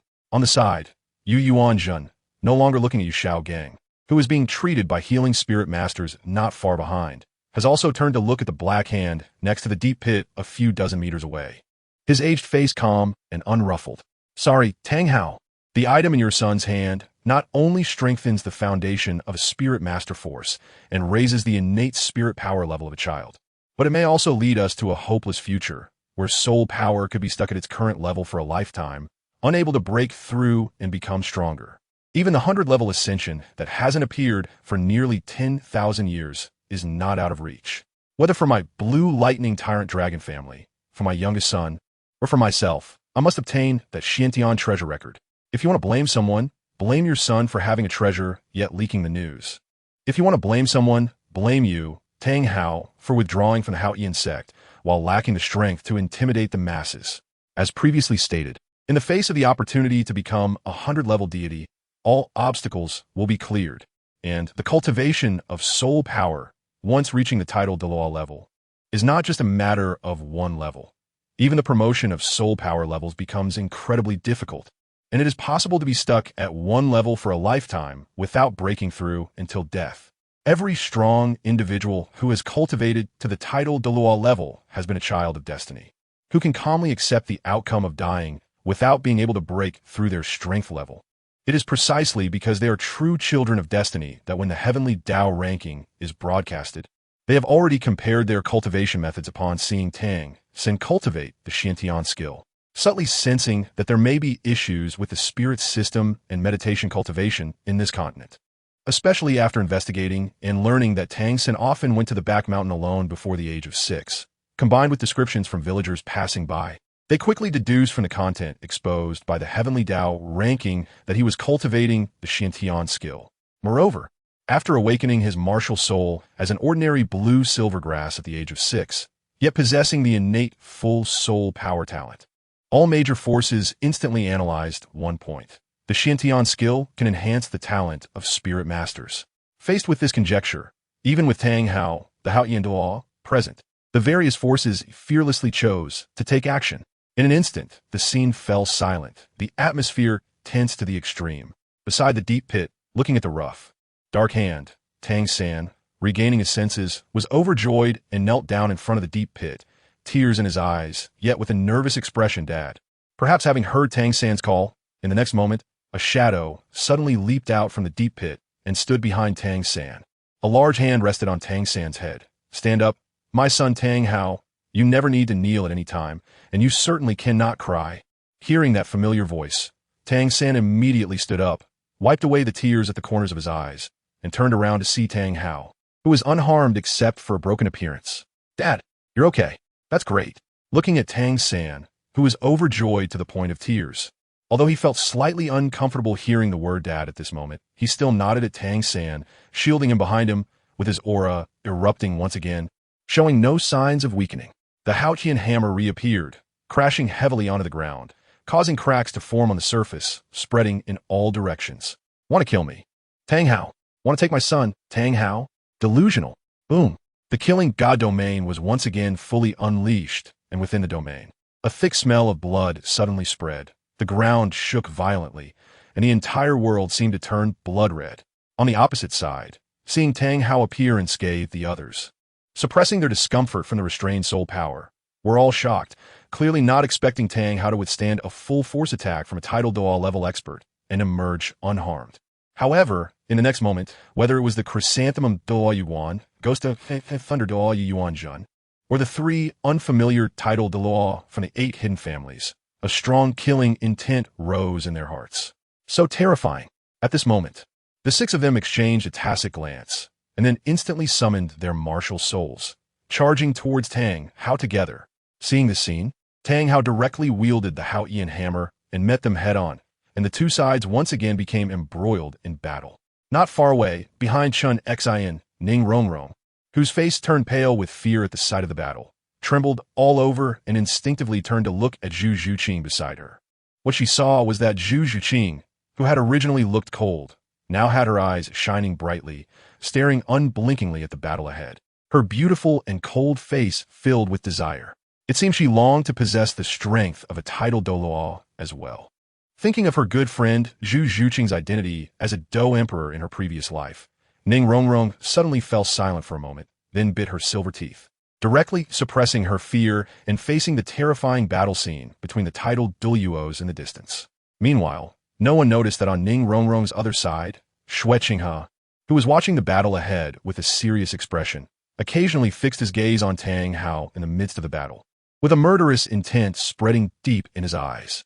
On the other side, Tang San, who was also focused on protecting his father Tang Hao with his soul power during the battle, realized that his father was gradually falling at a disadvantage. His eyes narrowed, and while hating his own lack of strength, he secretly thought, no, if this continues, Dad will lose. And here, I can only hold him back. Perhaps I should slip away while no one is paying attention. That way, Dad can escape without my burden. With this thought, Tang San immediately planned to act. However, just as he quietly took a third step back, a sharp gaze like a sword shot over. In an instant, Tang San spat out a mouthful of blood, instinctively turning to look in the direction of the gaze, just in time to meet Chun Xian's piercing eyes, as if warning him not to move. At that moment, Tang San suddenly realized why his father hadn't secretly let him escape, but instead stood in place waiting. At this moment, Tang San once again lowered his head. Beneath his slightly drooping eyelids, the fire of rage in his eyes seemed ready to burn everything down. The hatred in his heart was once again stirred up, especially when he thought back to the past, when he awakened his martial soul, which was the unique twin martial souls. Later, he met a teacher who was the foremost expert in martial soul research and theory on the continent. On the day of enrollment, he encountered the girl he had feelings for, Xiao Wu, and later he learned that his father was the legendary Hao-Ian Douluo. Moreover, with the memories of his past life, he could openly cultivate the supreme treasure of the Tang sect, the Xiantian treasure record. Everything seemed to be telling him that he was the chosen one. However, ever since the heavenly Tao rankings were revealed that day, various disasters and misfortunes have followed one after another. His most respected teacher's life and death were unknown. His father was plunged into crisis. Because of him, his academy was destroyed. Friends he had just met were now involved and left unconscious. It was as if the heavens had suddenly abandoned him. The only thing he could be thankful for was that the one he cared about the most, Xiao Wu, fortunately wasn't here today and wasn't affected. Yet, this still couldn't stop the overwhelming anger and hatred that suddenly surged in Tang San's heart. At this moment, Tang San secretly gave rise to a thought. Since this world is so unfair and treats me this way, why not let me destroy this world? At the same time, no one noticed that at this moment, a faint and invisible strange black glow emerged around Tang San, resembling an abyss. At this moment, not far away, Tang San, who had originally calmed down, suddenly felt an uncomfortable sensation in his heart, just as Chun Xian was about to retract his gaze. His sword-like brows furrowed, and when Chun Xian prepared to sense it carefully, he found nothing and dismissed it as an illusion, not paying it any mind. Damn it! The cursed 7 treasure glazed tile school, the cursed sword Douluo Chun Xian, and the most cursed Ning Rongrong. If it weren't for you, none of this would have happened today. The teacher wouldn't be in a state of uncertainty about life or death. Even my father has been attacked. Each and every one of you has a path to death. I will make you all pay the price. I will stop at nothing to make you pay. Gradually, bloodshot veins appeared in Tang San's furious eyes, fierce and filled with hatred, as if he were ready to devour someone. In an instant, the strange black aura surrounding him intensified. However, at that moment, under his slightly lowered eyelids, his fierce gaze turned toward Zhu Zhuqing, who was beside Ning Rongrong. And you, Zhu Zhuqing, if it weren't for you exposing me in the town outside the Star Do Great Force back then. Thinking of the word expose, Tang San's eyes, which had been filled with rage and hatred, suddenly froze, awakening him, and the strands of invisible black aura around him vanished. Instead, a look of revenge about to be realized appeared on his face. Sensing Tang San's malicious gaze, Zhu Zhuqing instinctively turned her head and saw the satisfaction expression on Tang San's face. Her heart sank. Zhu Zhuqing's cold demeanor changed as a hint of golden flames flickered in her eyes. On the opposite side, feeling the heat and sting from her gaze, Tang San immediately withdrew his gaze, shocked. Damn it, that golden flame. Could it be the Golden Emperor Burning Heaven Flame? Rank 4th on the? Has the Golden Emperor Burning Heaven Flame become Zhu Zhuqing's second martial soul that has a path to death? But Zhu Zhuqing shouldn't be able to unleash the full power of the Golden Emperor Burning Heaven Flame at this moment. However, to prevent any unexpected occurrences, Tang San quickly suppressed his hatred and anger, instead bowing respectfully toward the front, while directly channeling his soul power and shouting, "Esteemed seniors, please stop. I am willing to present the Xiantian treasure record as a gift to you." Tang San's voice echoed in the air above Shrek Academy, showing no trace of the blood-red fury and overwhelming hatred he had just displayed. It was as if he were inviting his most respected individuals. The moment Tang San finished speaking, Zhu Zhuqing's heart was devoid of any hope. Although her cold expression returned, she remained calm, going silent. At this moment, whether it was the various forces outside the battlefield observing or Tang Hao and the others who were increasingly fighting desperately on the scene, upon hearing Tang San's voice, they all halted their actions and turned their gazes toward him. On the other side, Tang Hao, who had just separated from Yu Yuanjin and the others mid-air, appeared next to Tang San in the next second, his voice still strong and powerful. "Little San, with your father here, no one can take anything from you. These are the words of me, Hao Hian Douluo, Tang Hao, and I will definitely make it happen." Little San looked at this man before him, who was now covered in sweat and had several wounds on his body. His eyes turned slightly red, and he quickly suppressed the emotions in his heart, shaking his head to stop Tang Hao from continuing. Instead, he turned to the titled Douluos, including Yu Yuanjin, who had also appeared nearby, staring intently at him. Taking a deep breath, he respectfully said, "Esteemed seniors, just as I said earlier, I will transcribe the Xiantian treasure record shortly, and each of you will receive a copy. I believe what you truly care about is the Xiantian treasure record, rather than me, a mere thief in your eyes." As he spoke, Tang San's demeanor remained exceedingly respectful, as if the thief he mentioned was not himself. Not far away, Chen Xian observed Tang San's performance at this moment and couldn't help but exclaim, "Although I don't know what Tang San is plotting now, just based on his current demeanor, he is certainly not an ordinary person, even without any so-called past life." Hearing this, Xue Qinghe, who had the most authority to speak, silently nodded in agreement, his eyes flashing with a strange color, adding in his heart, "If there is animosity, it must either be resolved early or eliminated early, and I can only choose the latter. Blame it on your father." At the same time, Yu Yuanjin and the others, witnessing Tang San's remarkable composure at such a young age, felt a slight surprise in their hearts. Yet it also sparked a faint sense of vigilance and killing intent toward this originally inconsequential ant. Such a person, being the son of the enemy Tang Hao, is best dealt with by eliminating him as well. After all, the death of the enemy is the best kind of enemy. For a moment, Yu Yuanjin and the three members of the Mad Lion all looked at Tang Hao and his son with killing intent. As for the Chrysanthemum Douluo and Ghost Douluo, having long held a grudge against Tang Hao, their goal has been very consistent from the beginning, to completely eradicate Tang Hao's family. Hee, what a clever little guy you are. We're almost reluctant to kill your little brother.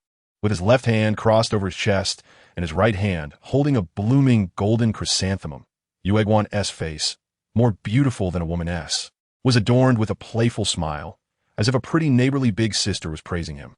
Tang San, who was confused, had just begun to show a hint of a smile, as if he could already foresee the scene where he would control the situation next. However, Yu Egwan's next words made Tang San feel as if he had fallen into an ice cave. So, how about we smash all your little brother's bones and use your blood as fertilizer for the little treasures in our garden? Beside him, the ghostly ghost doll also laughed with a kik-kik sound, saying, "Kik-kik, Yu Egwan, that is truly a good idea. Remember to pick a flower to offer at Tang Hao's grave as a tribute." Kik-kik. The people around, hearing Yu Egwan and the ghostly words, couldn't help but shiver all over, frightened and retreating repeatedly. Even the Spirit Hall members standing at the edge of the battlefield couldn't help but show fear on their faces, swearing to themselves that they would never offend these two titled Douluo, or it would be better to end their lives early. Meanwhile, Yu Engine, listening to their words, turned his head in disgust. If it weren't for the need to deal with Tang Hao today and obtain the Xintian treasure record from Tang San, Yu Engine would have wanted to leave with his family right now. Turning around, Yu Engine's gaze swept toward Tang San, who was not far from Tang Hao. At first, he showed a hint of appreciation, but then it turned to disgust. Calm and composed, with deep cunning, he certainly did not disgrace the name of Xiao Gang. However, knowing that the Xintian treasure record contains techniques that can enhance cultivation talent, he did not reveal any information to Xiao Gang, who had devoted himself to teaching him for 6 years. Now that his own safety was at stake, he decisively took out the Xintian treasure record. As expected, he was just like the ungrateful wolf from his previous life, a thankless thing. Thinking this way, Yu Engine made up his mind that even if he obtained the Xintian treasure record later, he would ensure the complete extermination of Tang Hao and his son. Opposite him, Tang Hao's soul power surged within him, gripping the Haotian hammer tightly, his eyes sharp as blades directed at Yu Egwan and the ghostly figures, with killing intent raging all over. A mere chrysanthemum, a little ghost, dares to be so arrogant in front of me. Tang Hao, have you forgotten the lessons I gave you before? If it weren't for the need to protect Tang San at this moment, Tang Hao would have charged forward to give the two lackeys of the Spirit Hall a blast with his explosive ring and enlarged Sumi hammer. Meanwhile, Tang San, who had regained his composure, took a deep breath and stood up again, his voice still respectful, as if unaffected. "Everyone, I understand your concerns, so I have a solution. The Xintian treasure record is a gift I present to all of you. Thus, there will be no conflict between us. As long as you all agree. To prove my sincerity, my father and I are even willing to swear an oath with our martial souls that we will never harbor hatred towards you because of this and will not seek revenge. What do you think?" As he spoke, Tang San suddenly took out a dagger coated with deadly poison and pressed it against his own neck. Seeing the scene, Tang Hao was startled, but upon seeing Tang San's subtle shake of his head, he refrained from speaking. The onlookers were all somewhat bewildered by Tang San's sudden action. Only Zhu Zhuqing, standing behind Chun Exine, understood what Tang San was trying to do at this moment. Damn it, it seems that I can only attempt to fully awaken the original source of the Golden Emperor's burning heaven flame later. If that doesn't work. But at that time, you must die. Thinking of this, Zhu Zhuqing looked at Tang San in the center of the arena, as golden flames and orange-red fire lotuses flashed by. At this moment, Tang San's voice continued to resonate, completely unaware that he was on someone's kill list. "If you all agree to my suggestion, then please swear by your martial souls that you will not harm my father and me today. If you disagree, I will immediately stab this dagger, which is coated with deadly poison, into my neck and die on the spot. At that time, not only will you fail to obtain the Xintian treasure record from my hands, but you'll also face my father Tang Hao's relentless attack. Now I ask you, esteemed seniors, to make your choice." At this moment, everyone around was shocked, developing a strong sense of vigilance towards this child named Tang San. Hiss, is this the Tang San exposed on the Heavenly Tao ranking? No wonder he was the ruthless person who jumped off the cliff in his previous life. To actually gamble his life to create a chance in such a dire situation. This guy's too deep. It's better to have less interaction with him in the future. If this guy survives today, with Tang Hao protecting him, he will definitely grow stronger. And there will be another ruthless person in the continent. In comparison, the hearts of the people from the major forces are quite conflicted, right? Indeed, at this moment, whether it was a Yuanjin or the three from the fierce line Douluo, they actually lean more towards directly killing Tang Hao, obtaining the Xintian treasure record, and then eliminating Tang San to eliminate future troubles. However, now that Tang San has made this move for the sake of the Xintian treasure record, they could only follow the first choice he provided. As for Chun Shen, Upon seeing that Tang Hao had not only become a 96th level titled law, but could also fight 6 titled Douluos without falling behind. He had already given up on the idea of capturing Tang San. Furthermore, one of the targets given by Ning Fengji before was just to obtain the Xiantian treasure record. So Chun Shun did not want to completely offend Tang Hao and make an enemy of him. Now, hearing Tang San's solution, Chun Shun chose to accept. Seeing Yu Yunjin, the 3 from the fierce Lion Douluo and Chun Shun gradually expressed their stance. Tang San let out a sigh of relief, and then turned his gaze to the last 2, Zhu and Ghost Douluo. As if sensing Tang San's gaze, Zhu Yuan's beautiful face still wore a sweet smile. Little guy, we can never swear. I believe your father feels the same way. In this case, what will you do? As she said this, although Yuan's face still brimmed with a smile, her heart was somewhat regretful, sighing quietly. It seemed that surrounding Tang Hao with Yu Yunjin and the others to kill him was impossible. Then, recalling what Bibi Dong had mentioned about a backup plan, Yuan glanced at someone behind Chun Shun. Sure enough, in the end, it seems that my spirit hall will have to personally eliminate the father and son of Tang Hao. After a brief silence, Tang Hao's voice was low but filled with killing intent. Xiao San, I originally didn't plan to tell you so soon. But, given the current situation, you must know. As he said this, Tang Hao placed a hand on Tang San's shoulder, his weathered face showing genuine tenderness, which then transformed into boundless killing intent. Those rotten Jew and Ghost over there are accomplices who killed your mother, and the mastermind is the Spirit Hall. So, Xiao San, you must remember, even if you have to give up your life in this lifetime, you must avenge your mother. Tang San fell silent, realizing for the first time the news about his mother. In such a situation, his gaze fixed firmly on the still smiling Zhu Yuan and the proudly indifferent Ghost Douluo. After a moment, he silently swore by his martial soul, fulfilling the condition he had just mentioned. Of course, during this process, the content of the oath did not mention the Spirit Hall or Zhu and Ghost Douluo at all. Seeing his son do this, Tang Hao also swore by his martial soul. On the opposite side, Yu Yunjin, the 3 from the fierce Lion Douluo, and Chun Shun also swore by their respective martial souls upon witnessing the actions of the Tang father and son. After both sides had made their oaths, Tang San immediately reached for the 24-bridge Mingyuan knight at his waist, and a long table, a stack of papers, a pen, and a pile of ink appeared on the scene. Then, Tang San began to write as if he were not at all worried about being attacked by the people from the Spirit Hall or Yuan and Ghost. In fact, ever since both sides swore by their martial souls, the originally encircling Yu Yunjin and the 3 from the fierce lion had now quietly guarded against Yuan and Ghost. Even Chun Shun's sword-like eyes occasionally swept over Yuan and Ghost, with a warning meaning unspoken. The purpose of all the forces coming here was to obtain the Xiantian treasure record. Now that they were so close to getting it, how could they allow others to ruin it? Not wanting to fall out with the major forces at this moment, Yuan and Ghost led the Spirit Hall members, making no unnecessary movements, quietly waiting for Tang San to finish copying. When Tang San stopped writing, the 7 treasure glazed tile school, the Blue Lightning Tyrant Dragon clan, and the 8 hidden families who had just sworn by their martial souls obtained the handwritten copy of the Xiantian treasure record. It was time for the Spirit Hall to eliminate Tang Hao and his son. The scene instantly fell silent, and the atmosphere eased a bit. At the edge of the battlefield, among the crowd, Tang Hu's eyes brightened upon seeing this, and he whispered to Tang Long beside him, "Big brother, it seems that this kid Tang San isn't as strict with the Tang sect rules as it was exposed on the Heavenly Tao ranking. He is actively writing for others now. Do you think that later we can secretly follow Uncle and them, and when there's no one around, directly ask for a copy? Uncle should give it to us directly for the sake of the sect's face, right? If that is the case, wouldn't we complete the task assigned by the sect master and the elders easily?" Pushing away the naive Tang who was leaning beside him, Tang Long gave him a roll of his eyes, too lazy to pay attention to his silly younger brother. Things are not that simple. On the other side, the disheveled Flender sat directly on the ground, expressionless as he watched everything unfold.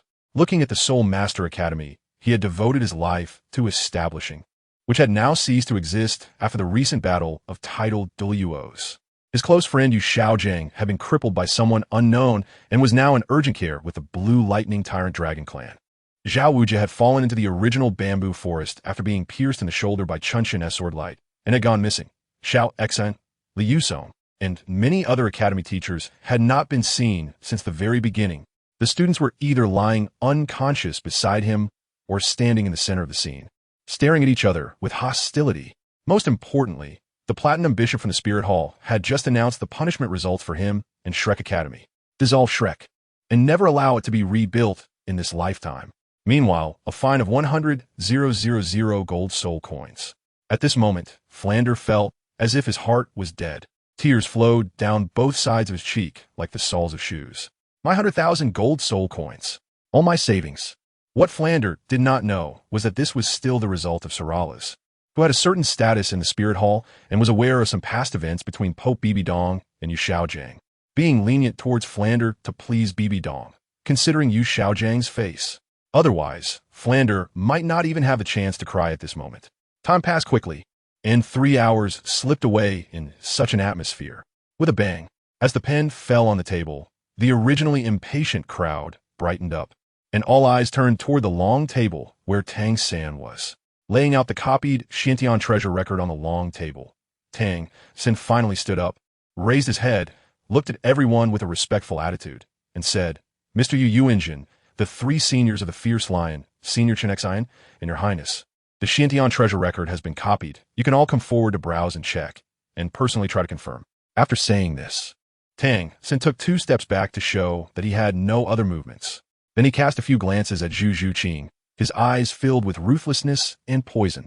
In the next moment, several figures rushed to the long table, picked up a copy of the Xiantian treasure record, opened it to the cultivation method, and immediately began to operate their soul power to try it out. Even Chenxian was doing the same at this moment. Feeling Tang San's gaze, Zhu Zhuqing gritted her silver teeth. This guy was indeed going to make a move. Unfortunately, the flying soul skill from the Do Emperor inheritance could not be used with my current soul power. If I don't leave now, I might implicate Rongrong and her 7-treasure glazed tile school later. But just as Zhu Zhuqing was struggling internally, a pale hand suddenly patted her shoulder. You are Zhu Zhuqing, right? Although I don't know what grievances you have with Tang San, I want to remind you, since you are Rongrong's friend, you need to be careful. His gaze at you just now was very unusual. Subconsciously following the voice, she saw Shui Qinghe speaking to her, his hand still resting on her shoulder. Zhu Zhuqing frowned slightly. Just as she was about to shake off that hand, she saw Shui Qinghe retract it voluntarily. Still presenting a refined and easygoing demeanor, his gaze clear. Thank you. Understanding that Shui Qinghe did not intend to take advantage, Zhu Zhuqing still spoke coldly to express her gratitude. In response, Shui Qinghe waved his hand dismissively, then turned his gaze to Tang San with a look of approval, thinking, this Tang San is quite scheming. Ever since I came here, although I haven't shown any hostility towards the father and son, nor have I made a move, everyone already knows that I came here for the Xiantian treasure record as well.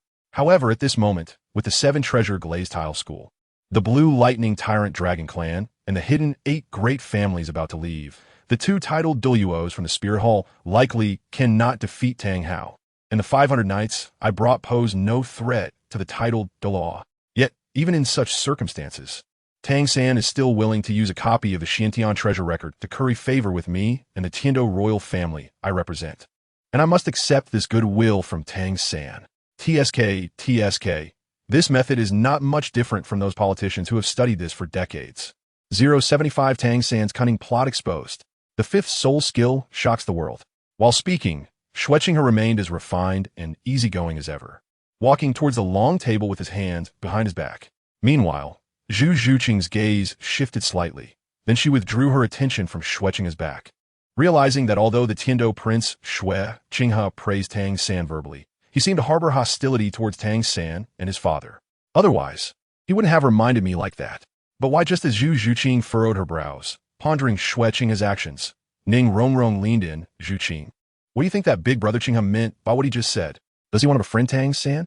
It seems like she has a good impression of that guy. Seeing Ning Rongrong's pretty brows furrowed, her cheeks puffed up, Zhu Zhuqing shook her head, then hesitated for a moment before looking seriously at Ning Rongrong. Rongrong, no matter what happens later, remember to listen to Senior Sword Douluo. Absolutely do not act recklessly. Originally displeased with Shui Qinghe for praising Tang San, secretly cursing him, Ning Rongrong was taken aback by Zhu Zhuqing's serious expression, but still nodded in confusion under Zhu Zhuqing's watchful gaze. On the other side, when Tang San saw that the Tiando prince Shui Qinghe had also left Zhu Zhuqing and Ning Rongrong sighed. The poisonous look in his eyes flickered, and he suddenly shouted loudly, "Everyone, I want to tell you a secret. The value of this secret far exceeds that of the Xiantian treasure record. Zhu Qing, the girl over there in leather clothes. She is one of the exposers on the same day as me. She has countless techniques and skills, and each of her techniques is even stronger than the Xiantian gong in the Xiantian treasure record. Whoever can capture her will gain the foundation of a Do Emperor." As soon as these words came out, the entire Shrek Academy fell completely silent. All eyes filled with shock as they looked at the icy Zhu Qing standing with Ning Rongrong. Even the titled Douluos who were trying to operate the Xiantian gong at that moment instantly opened their eyes and turned to look at Zhu Qing. Even Xue Qinghe, who had been walking halfway, turned around in astonishment, looking at the cold girl he had just kindly warned, his eyes flickering with surprise. This girl named Zhu Qing is actually one of the 3 exposers. This is bad. Coming back to his senses, Sword Douluo Chun Xian's expression changed, and after putting the Xiantian treasure record into his storage soul tool, he instantly appeared in front of Zhu Qing and Ning Rongrong, looking coldly at Tang San. What a cunning kid. What a good tactic. At this moment, everyone around also returned to their senses, each unable to suppress their exclamations. Huh, what? That girl is actually also an exposer. And she is an exposer inheriting the cultivation knowledge and experience of a previous Do Emperor. Hiss. I heard that there is an exposer from the Do Emperor in the Keilang City Castle Academy, and with that one who has inherited everything from the Do Emperor. This little girl is the last one among the 3 Do Emperor exposers. Wow. I originally thought that getting the Xiantian treasure record from Tang San today was already a big deal, but I didn't expect that there would really be an even greater surprise waiting for us. As they spoke, the desire and excitement in the eyes of the crowd grew stronger, and many even showed a crazed expression on their faces. If it weren't for seeing the rumored Sword Douluo Chun Xian protecting Zhu Qing, they would have definitely started to act. On the other side, as Tang San's words fell, Jiandao Qinshin immediately reacted and stood in front of Zhu Qing. While feeling a sense of regret in his heart, he ignored Qinshin's cold gaze and praise, and once again spoke loudly. Under the title of Sword Douluo, the heavenly tribulation technique in Zhu Qing's hands can directly lead to godhood. When the heavenly Tao ranking was revealed, a titled Douluo could decide the rise and fall of the world with a mere wave of their hand. Everyone has witnessed such power. Sword Douluo, you can't possibly let the 7-treasure glazed tile school monopolize such divine skills, can you? Tang San deliberately raised his tone to stir up more greed in people's hearts. While shouting, Tang San's gaze quickly swept over the eyes of the titled Douluo present. Hoping they would treat Zhu Qing the same way, they treated him and recreate the scene from before. This is the revenge from Tang San. Grudges are never left overnight. However, what disappointed Tang San, even shocked him, was that at this moment, neither Yu Yuanjun nor the 3 from the fierce line Douluo showed any action. Despite their eager expressions, even the Jew and Ghost Douluo from the Spirit Hall, not far away, only displayed expressions of surprise, as if shocked by Zhu Qing's identity revelation. Without any further actions, for a moment, Tang San's eyes widened in disbelief, unable to accept the situation. What is going on? Why aren't they trying to seize Zhu Qing? Behind him, Tang Hao's deep voice came, because beside Zhu Qing is the Sword Douluo Chun Xian, representing the stance of the 7-treasure glazed tile school. At the same time, there's also that unknown Do Emperor powerhouse, whose identity is still unclear. Offending us father and son, these people would only become entangled with us, at most a fight, resulting in a few deaths. The consequences within the scope they and their backing forces can bear. But if they offend a Do Emperor powerhouse, it could lead to the annihilation of their entire sect or family, with no power to resist. Therefore, even the mere possibility of this makes them dare not take the risk. This is the true respect for the strong. In this moment, Tang San seemed to witness once again the true rules of this continent. What does it mean to be strong? A Do Emperor like that? No. At this time, Tang Hao stepped forward and said, "It's someone like me." The moment the words fell, Tang Hao directly summoned the Haotian hammer, martial soul, then swung the Haotian hammer fiercely towards Sword Douluo Chun Xian. Haotian hammer, chaotic wind, Haotian 9 absolutes. Salt. Seeing that Tang Hao actually dared to make a move, Yu Yuanjun and the others also felt a surge of excitement. After all, the temptation was too great. The onlookers around, seeing someone really attacking Zhu Qing, were filled with greed and suddenly surged out of the crowd. their faces greedy and ferocious as they rushed towards Zhu Zhuqing. Of course, many chose to watch the show, staying in place with their eyes fixed on the chaotic development. On the spot, Chun Xian glanced at the miscellaneous fish rushing in from all directions and the Tang Hao charging from the opposite side.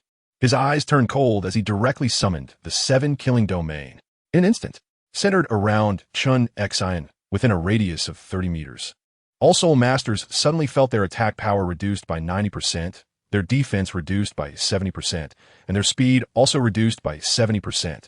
Everyone was shocked. Then, the next moment, an even more despairing scene occurred. In the center of the domain, 9 soul rings appeared beneath Chun Xian, summoning the 7-killing sword. And then the 5th black soul ring lit up. 5th soul skill. Shocking the world. 076 Bone Rong appears. The hidden old 6. In an instant, countless powerful sword energies slashed out from the position where Chun Xian stood, cutting in all directions. I was wrong. Let me go. Chun Xian, you old bastard.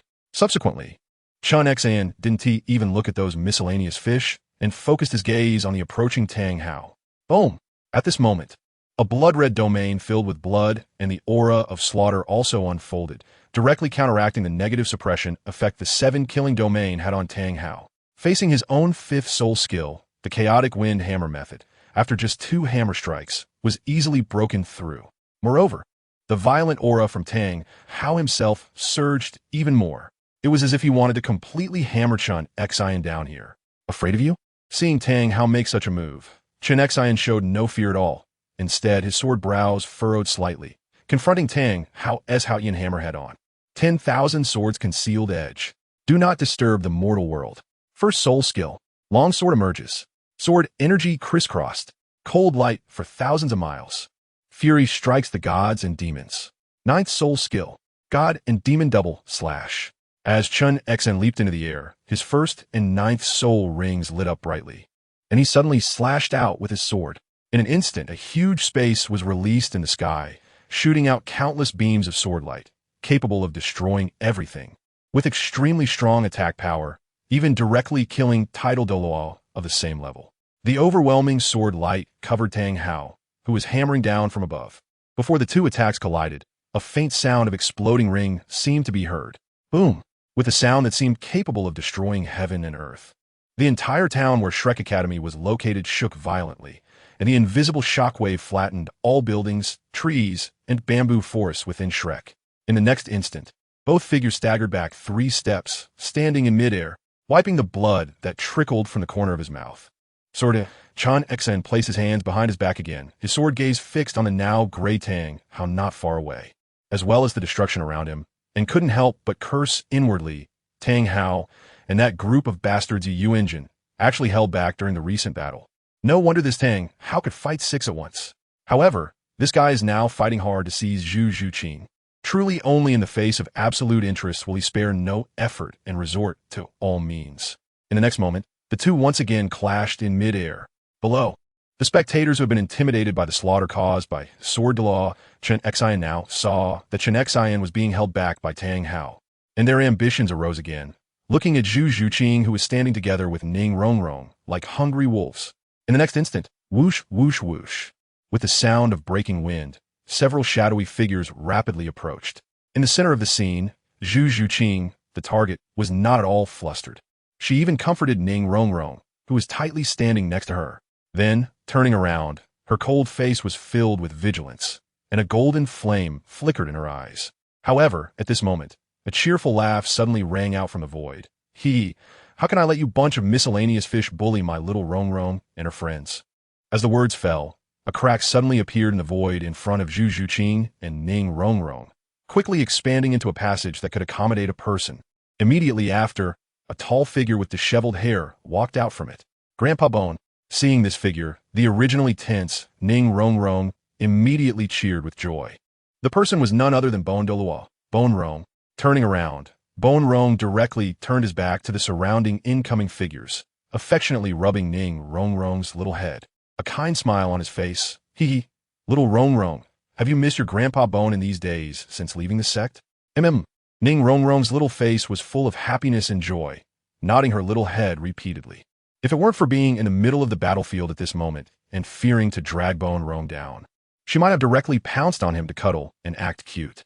Beside her, Zhu Zhuqing saw the surrounding attackers stop in their tracks upon seeing the appearance of the old senior Bone Rong, and they immediately turned and fled quickly in the direction outside. Similarly, as if sensing the actions of those people, Bone Douluo Bone Rong rubbed Ning Rong Rong's little head, then turned to look at the backs of those few, daring to bully my Rong Rong. Then let us keep them all here. Boom! The aura of a tidal Douluo erupted, and a bone dragon phantom appeared behind Bone Rong, followed by 9 soul rings emerging around him. 4th soul skill, Bone Prison. In an instant, the entire battlefield was filled with a chilling aura, with ghostly wails and howls. At the same time, bones that seemed to come from hell burst forth from the ground, densely surrounding the fleeing individuals, followed by a series of tragic screams that made the listeners' scalps tingle. At this moment, people from various forces finally witnessed the might of the second-ranked sect in the world. In the distance, at the location of the spirit hall, the ghost of with his arms crossed, looked at the scene before him. A hint of embarrassment appeared on his cold and sinister face. This scene looks even more ghostly than I do. Beside him, Yuan observed the scene and couldn't help but exclaim, wow. I didn't expect the 7 Treasure Glazed Tile School to send both Sword Douluo, Chun Xian, and the continent's #1 defense, Bone Rong. It seems that the 7 Treasure Glazed Tile School already knew the identity of that little girl named Zhu Zhuqing as the exposer. Truly impressive intelligence capabilities. Perhaps we at the Spirit Hall have underestimated the 7 Treasure Glazed Tile School in the past. Not far away, Yulomian from the Blue Electric Tyrant Dragon family, who had long been dissatisfied with the rankings of the top 3 sects, heard the Spirit Hall praising the 7 Treasure Glazed Tile School and couldn't help but sneer in rebuttal. Don't be fooled by the current display of the 7 Treasure Glazed Tile School. But once that little girl named Zhu Zhuqing is captured, and the information reaches that Do Emperor, I doubt the 7 Treasure Glazed Tile School will still exist. Upon hearing Yulomian's choice of the word capture, the others' eyes flickered, and thoughtful expressions appeared on their faces. In the center of the battlefield, just as Bone Douluo was about to turn around to take a good look at his precious Rong Rong, a figure clad in black clothing and wearing a mask suddenly appeared. With 9 soul rings flashing all over his body, he lunged towards Bone Douluo. This is actually another tidal Douluo. The onlookers around were somewhat numb. It was the first time they realized that there were so many tidal Douluo experts hidden in this continent. Gu Rong also noticed this person and solemnly approached, engaging in battle in midair, perhaps to prevent the 2 girls, Ning Rong Rong and Zhu Zhuqing, from being injured by the aftermath of the tidal Douluo's fight. Gu Douluo consciously defended against the shock waves generated by each clash, not letting the battle's residual energy leak out. Therefore, Gu Douluo had to respond with all his strength. Just when everyone's attention was on the fierce battle between the 2 tidal Douluo, a shadow emerged from the crowd, transforming into a slender line, creeping along the ground towards Zhu Zhuqing's feet at the center of the battlefield. Silent, Ning Rong Rong, who was willing to die for friendship. The blooming Golden Emperor burning heaven flame, until the shadow, like a thread, crept to within 10 meters of Zhu Zhuqing. Gu Rong, who was fighting in the air, finally noticed. Damn it, you seek death. With a loud shout, just as Gu Rong was about to rush down to block the shadow, a masked figure dressed in black, a mysterious tidal Douluo, seemingly anticipated this and directly appeared in front of Gu Rong, blocking his path. You're all in cahoots. At this moment, even Gu Rong, no matter how foolish, realized. Which faction are you from? The masked, mysterious tidal Douluo did not answer, launching another full-force attack. Gu Rong had no choice but to engage in battle. Meanwhile, on the ground, upon hearing Gu Rong's shout, the shadow knew it could no longer hide, and thus leaped out from the ground like a thread. Same masked face, dressed in black. Boom! An aura not belonging to the ongoing battle in the sky erupted from this shadow. This person was also a tidal Douluo expert. Perhaps seeing that Zhu Zhuqing was just a little girl at the Soul Master rank, this person didn't even bother to summon their martial soul and soul rings, rushing in at high speed, wanting to capture and leave immediately. The onlookers also came to their senses, gasping as they saw this person about to succeed. Meanwhile, those from the major forces had their eyes glimmering, closely watching the situation unfold. If this person could really succeed, Wu Ti they also. In the center of the battlefield, Ning Rong Rong, coming back to her senses, saw the black-clothed person had already reached the 2 of them, her face turning pale with fright. Beside her, Zhu Zhuqing, who had already sensed the first black-clothed person's appearance and the diversion of Gu Douluo, now saw the second black-clothed person charging toward her, and a faint sneer appeared on her cold face, golden flames suddenly flaring in her eyes. Golden Emperor, burning heaven flame. It's time for the people of this continent to know your name. Just as Zhu Zhuqing was about to make a move, she suddenly heard Ning Rongrong's terrified scream. And in the next moment, she saw Ning Rongrong's violently trembling body suddenly appear, opening her thin, weak arms to shield her. It was as if the scene of herself stepping in front of Ning Rongrong back then was being replayed. However, the roles of the two sides had now switched. Right in front of them, the black-clothed person had already rushed to the two girls, ready to capture Zhu Zhuqing, the exposure of the Battle Emperor, but was momentarily stunned to see the little princess of the Seven Treasure Glazed Tile School suddenly jump out with her eyes closed, blocking the target.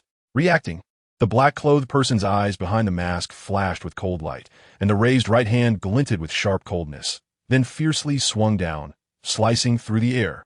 In the sky, Gu Rong and Chun Xian, still battling, noticed this scene and were both terrified. Damn it, if you dare to hurt Rong, our Seven Treasure Glazed Tile School will never let you go. Stop. How dare you? Believe it or not, I will go to the underworld and make you pay the price. In the center of the battlefield, Ning Rongrong, trembling all over with her eyes tightly shut, heard Chun Xian and Gu Rong's shouts and felt the sharp aura in front of her. I'm sorry, Grandpa Jian, Grandpa Gu. This time, little Rongrong might really die. I hope that old man, that grumpy old man, won't be too sad when he hears the news. But Rongrong does not regret. I hope my life can give Zhu Qing a chance to survive. Just as Ning Rongrong awaited death, she suddenly felt a pair of arms hugging her neck from behind. And at the same time, warmth enveloped her. Instinctively opening her eyes, she was met with a sky full of golden flames, beautiful and magnificent like a dream. Seeing such a scene for the first time, Ning Rongrong couldn't help but widen her eyes and slightly part her lips, becoming somewhat dazed. However, unlike Ning Rongrong, who was wrapped in the golden flames, admiring the beautiful scenery, everyone around the battlefield, whether at the two battle sites in the sky or at the edges of the battlefield below, all stared blankly at the golden flames in the center of the battlefield and the two girls within, their eyes filled with indescribable fear and shock. The scene was eerily silent. A needle could be heard falling. Dead. A dignified TheYoung expert, merely caught off guard, as soon as their palm touched the golden flames, was instantly burned to nothing. How terrifying. Gulp.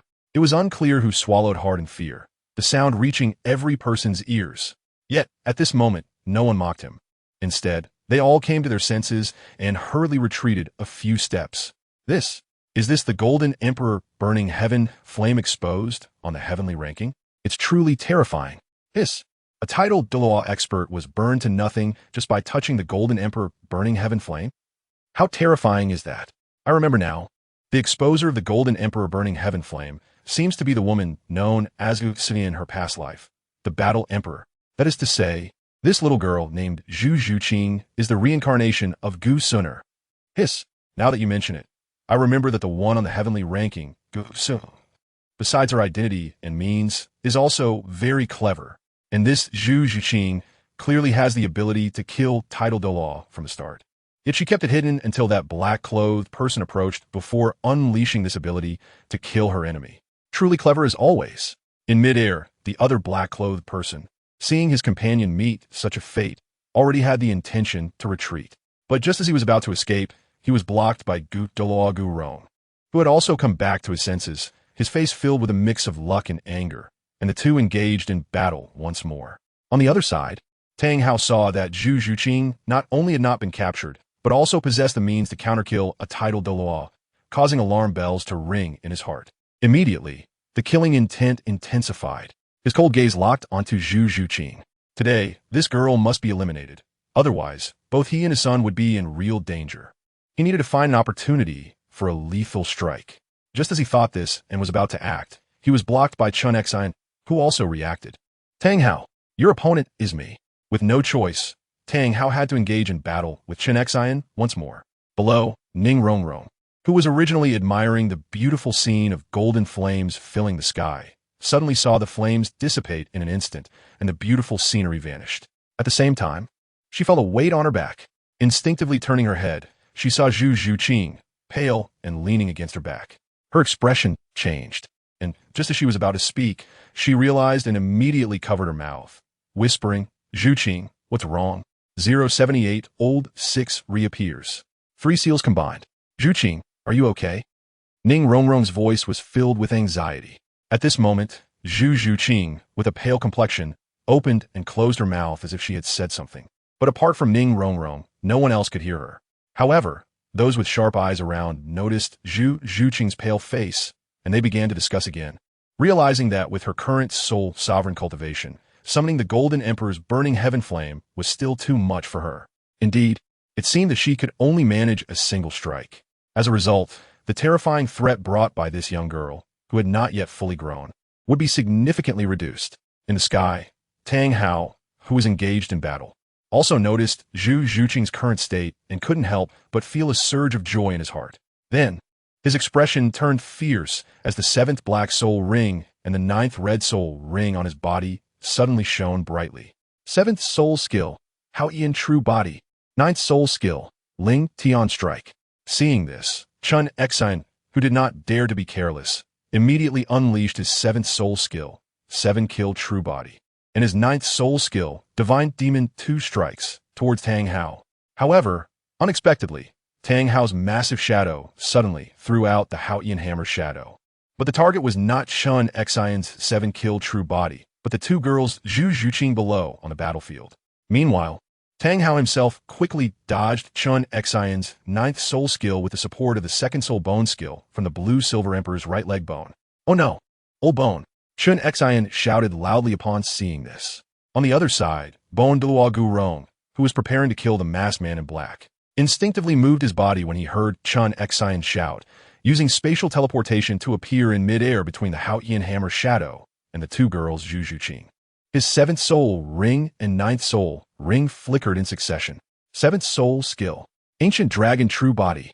9th soul skill, Bone Transformation Divine Dragon. Roar. In the next moment, a gigantic bone dragon soared into the sky, roaring upwards, its voice resonating, and even Soto City could hear it. At this moment, the Hao Ian Hammer's shadow, which carried unmatched might, finally came crashing down. Bang! A thunderous sound echoed through the heavens and the earth, just as everyone was nervously focusing on the outcome of this clash between the strongest power and the strongest defense on the Douluo continent. A black-clad masked man stealthily approached the ground and suddenly lunged towards Zhuqing, who was pale and could only lay on Ning Rongrong's back. At this moment, the eyes revealed beneath the masked man's mask flashed with a sense of triumph. It turned out that in the sky, the black-clad masked man, who had already shown signs of fatigue under the Bone Douluo's attack and was looking for an opportunity to escape, saw the Bone Douluo rush to take on Tang Hao's fierce attack. He also abandoned his original escape plan and set his sights back on Zhuqing on the ground. While the clams struggle, the fisherman benefits. Now, even that Do Emperor reincarnate had exhausted all his tricks and was powerless. I wonder who can stop me this time. Haha. In midair, Bone Douluo Gurong had just withstood the immense force of the Hao Ian Hammer's attack when he suddenly sensed that familiar aura approaching again. Turning his head to look at the ground, Gurong shouted angrily, "You bastard! Stop it!" But unfortunately, at this moment, he still had to withstand the residual force generated by the previous Hao Ian Hammer attack. Otherwise, it was uncertain whether Zhuqing, with her Do Emperor heritage, would be harmed. But his little Rongrong would definitely be left with nothing but ashes. He simply couldn't pull away. At this moment, Bone Douluo Bone Rong was almost exploding with anger. Damn it, which force raised this bastard to become a titled Douluo powerhouse, but act so insidiously? Is there no dignity as a strong person left? Above, Sword Douluo Chan Exine also noticed the sudden change below and immediately stepped on the 7 killing sword, activating his 2nd soul skill to dive down. However, the man in black with a mask as a titled Douluo powerhouse was equally fast. In the blink of an eye, he had already rushed to about 10 meters away from Zhuqing and the other girl. For some reason, just upon reaching this distance, a feeling of panic inexplicably surged in the heart of the man in black. No problem. With Chun Exine's speed, he can't catch up to me at all. Moreover, as long as I capture this little princess of the 7-treasure glazed tile school, even if Bone Rong can teleport, it won't help. The feeling of unease grew stronger in his heart, and the man in black couldn't help but start to mumble to himself to comfort himself. But at that moment, the man in black suddenly seemed to see something that terrified him, and his expression changed dramatically. Marshall's soul possessed. 2. accompanied by the crisp shouts of two young girls. A seven-layered, colorful, glazed pagoda, martial soul, and a shadowy, ethereal, fresh, and stunningly beautiful goddess-like martial soul emerged. Looking at the man in black, who was panicking and trying to stop his forward momentum, Ning Rongrong's cute little face revealed a mischievous smile as she stuck out her little tongue, successfully baiting him. Congratulations. You've been tricked. Then, without hesitation, two yellow soul rings instantly lit up around her, and the seven treasures turned out to be glazed. First, strength. Second, speed. In an instant, two beams of light surged directly into the cold-faced Zhu Zhuqing beside her, who had just appeared pale and as if she were about to die. In a moment, the goddess shadow behind Zhu Zhuqing seemed to gaze a little. At this moment, Zhu Zhuqing didn't say a word, her eyes flashing with golden light, her hair suddenly lengthening, and her whole aura rising dramatically. As Zhu Zhuqing changed, the goddess shadow martial soul behind her also revealed a golden flame and a strange orange flame lotus in its eyes. At this time, as Zhu Zhuqing's hands began to form three special seals continuously, the two colored flames in the eyes of the goddess shadow martial soul dimmed slightly, while the right-hand shadow solidified directly, seeming to contain earth-shattering energy. All of this happened in less than half a second. In front of him, the man in black had already stopped his steps, but upon sensing the energy in the right hand of the goddess shadow behind Zhu Zhuqing, he abandoned the thought of escape, knowing that he absolutely could not outrun the explosion range of that energy. Instantly summoning his martial soul, 9 soul rings shone brightly. Just as the man in black prepared to resist, he also wanted to see if he could kill Zhu Zhuqing before that energy exploded to stop her. Zhu Zhuqing's cold voice rang out. Mountain opening seal, sea turning seal, earth covering seal. 3 seals combined.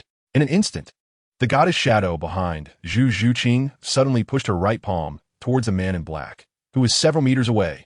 As a dazzling golden giant palm appeared, the entire Shrek ground began to tremble and tear apart. Wherever the giant palm passed, cracks appeared in the surrounding space. 079, Harmless Zhu Zhuqing. Emperor Tian appears. Here comes a 4,000-word chapter. Boom! Where the golden giant palm passed, the man in black didn't even have time to resist before being turned into powder. The next moment, the golden giant palm directly struck a not-so-small mountain next door, and then, with a thunderous roar and earth shaking, the entire mountain was wiped out before everyone's eyes by the golden giant palm. Whether it was a group of titled law powerhouses or other onlookers, they all felt a chill throughout their bodies stiffened, as if they were frozen by a huge cold air. They stared wide-eyed, unable to regain their senses for a long time. After a long time, some ordinary soul masters could no longer control their bodies and collapsed directly to the ground. At this moment, it seemed as if a switch had been activated, and countless sharp inhalations echoed throughout Shrek Academy. Hiss! Hiss! What is this method? So terrifying! Hiss! The entire mountain just vanished without a trace. Is this power truly something humans can control? At this moment, in the direction of the blue electric Tyrannosaurus family, Yu Yuanjin was still in a daze, beads of cold sweat covering his forehead. In the hidden family position, the 3 titled couldn't help but exchange glances. Trembling all over, at the spirit hall, Ghost Douluo, who had originally crossed his arms, had unknowingly let them drop. His already pale face was now drenched in cold sweat. Next to him, Judo Yuan was so frightened that his face lost color, his lips trembling uncontrollably. At this moment, when the titled Douluo came back to their senses and looked towards the original center of the battlefield along with everyone else, especially upon seeing the culprit who had caused the collapse of everyone's worldview, now actually pale and gasping for breath, being supported by Ning Rongrong, their mouths twitched. Could it be that this cunning little girl felt that killing 2 titled Douluo strong ones was not enough, and was preparing to lure a few more over to kill again? Especially when looking at Zhu Zhuqing's bright, clear eyes and her seemingly harmless weak appearance, everyone felt a chill run down their backs, as if they saw the Grim Reaper beckoning to them. Gulp! Everyone swallowed hard, then collectively took several steps back, as if only by doing so could they feel a semblance of safety. She must have really used her trump card, right? Someone whispered, resulting in countless eye rolls from those around. In the center of the battlefield, supporting the pale-faced Zhu Zhuqing, Ning Rongrong was blushing with excitement. Zhuqing, you're amazing. You actually anticipated that someone would come to ambush us, and you've already caused the downfall of 2 titled Douluo strong ones. That's just incredible. Those are titled Douluo strong ones. Hee hee. And unexpectedly, this young lady has also participated in the action of killing titled Douluo strong ones. I must tell my dad when I get back. He will surely drop his jaw. Hee hee. Looking at the overly excited Ning Rongrong, a faint smile also appeared on Zhu Zhuqing's cold and pale face. However, recalling the successive ambushes by the titled Douluo strong ones, Zhu Zhuqing's heartbeat had yet to calm down. When she first encountered the ambush from a titled Douluo, Zhu Zhuqing merely activated the source of the Golden Emperor burning heaven flame within her body to summon the flame to burn the enemies. At that moment, she had already realized how powerful her allure was to titled Douluo strong ones. Hence, she became even more cautious. Unexpectedly, a second titled Douluo ambusher really appeared. This time, Zhu Zhuqing directly drew part of the power from the Golden Emperor burning heaven flame and the pure lotus demonic fire to activate the Imperial Seal technique, simultaneously injecting all her soul power into it. While achieving a shocking result, she had indeed almost drained all her power. This meant that at this moment, Zhu Zhuqing was not fishing. She was truly extremely weak. However, if another titled Douluo were to ambush her now, they might witness the terror of the pure lotus demonic fire, which was even more fearsome than the Golden Emperor burning heaven flame. Swish! Standing on the 7 killing sword, the sword Douluo Chan Xian was also looking at the half-squatting Zhu Zhuqing with a shocked expression, the astonishment in his eyes unable to be concealed. You! At this moment, Chan Xian seemed to want to say something, but he couldn't get the words out. He didn't even know what he wanted to say. On the other side, a passage for one person opened up in space, and then Bon Douluo Gu Rong walked out from it. Haha! As expected of a reborn Do Emperor. Even though Miss Zhuqing has only inherited part of her previous life strength, she can easily kill a titled Douluo. It truly opens my eyes, haha. Looking at the appearing sword Douluo and Bon Douluo, Zhu Zhuqing, who had recovered somewhat, stood up directly, showing her gratitude. Zhuqing, thank you both seniors for saving me multiple times. Chun Xian and Gu Rong both silently nodded in their hearts when they saw Zhu Zhuqing actually bowing and thanking them at this moment. It's fine. No big deal. Gu Rong raised his hand to touch the few precious hairs left on his bald head and laughed heartily. Miss Zhuqing is a good friend of my little Rongrong, and she has even protected little Rongrong before. So, as elders, we should repay her kindness. Speaking of which, even we old men didn't expect that little Zhuqing would hide such means. Otherwise, with just the two of us old guys, we really wouldn't be able to protect Miss Zhuqing and little Rongrong. So, in this sense, we really owe it to little Zhuqing. The sword Douluo Chan Xian also nodded in agreement with Gu Rong's words. On the side, Ning Rongrong saw that her two grandfathers were ignoring her and immediately pouted. Humph. I also helped kill that titled Douluo. Okay.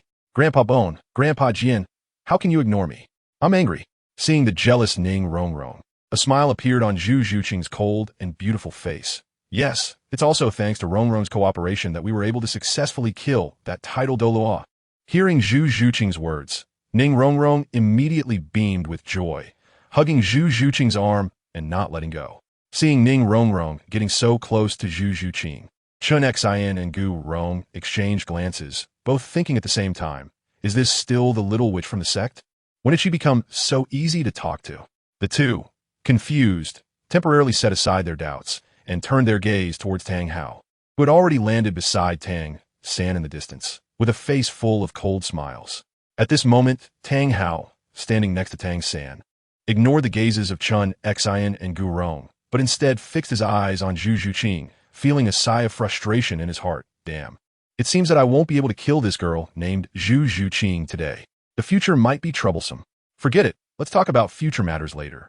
It's not a good place to stay here. We should withdraw. Just as Tang Hao was pondering in his heart, at a certain height of 10,000 meters. TheYoung looked at Gu Yuna beside him with a face full of surprise and respect, his golden eyes full of admiration. No wonder the master stopped his subordinates just now and didn't let them take action. It turns out that the master already knew that the girl named Zhu Zhuqing had such a terrifying trump card. The master really has a keen eye. Hearing TheYoung's praise, Gu Yuna's calm and beautiful face showed the slightest emotional fluctuation for the first time, her lips twitching slightly.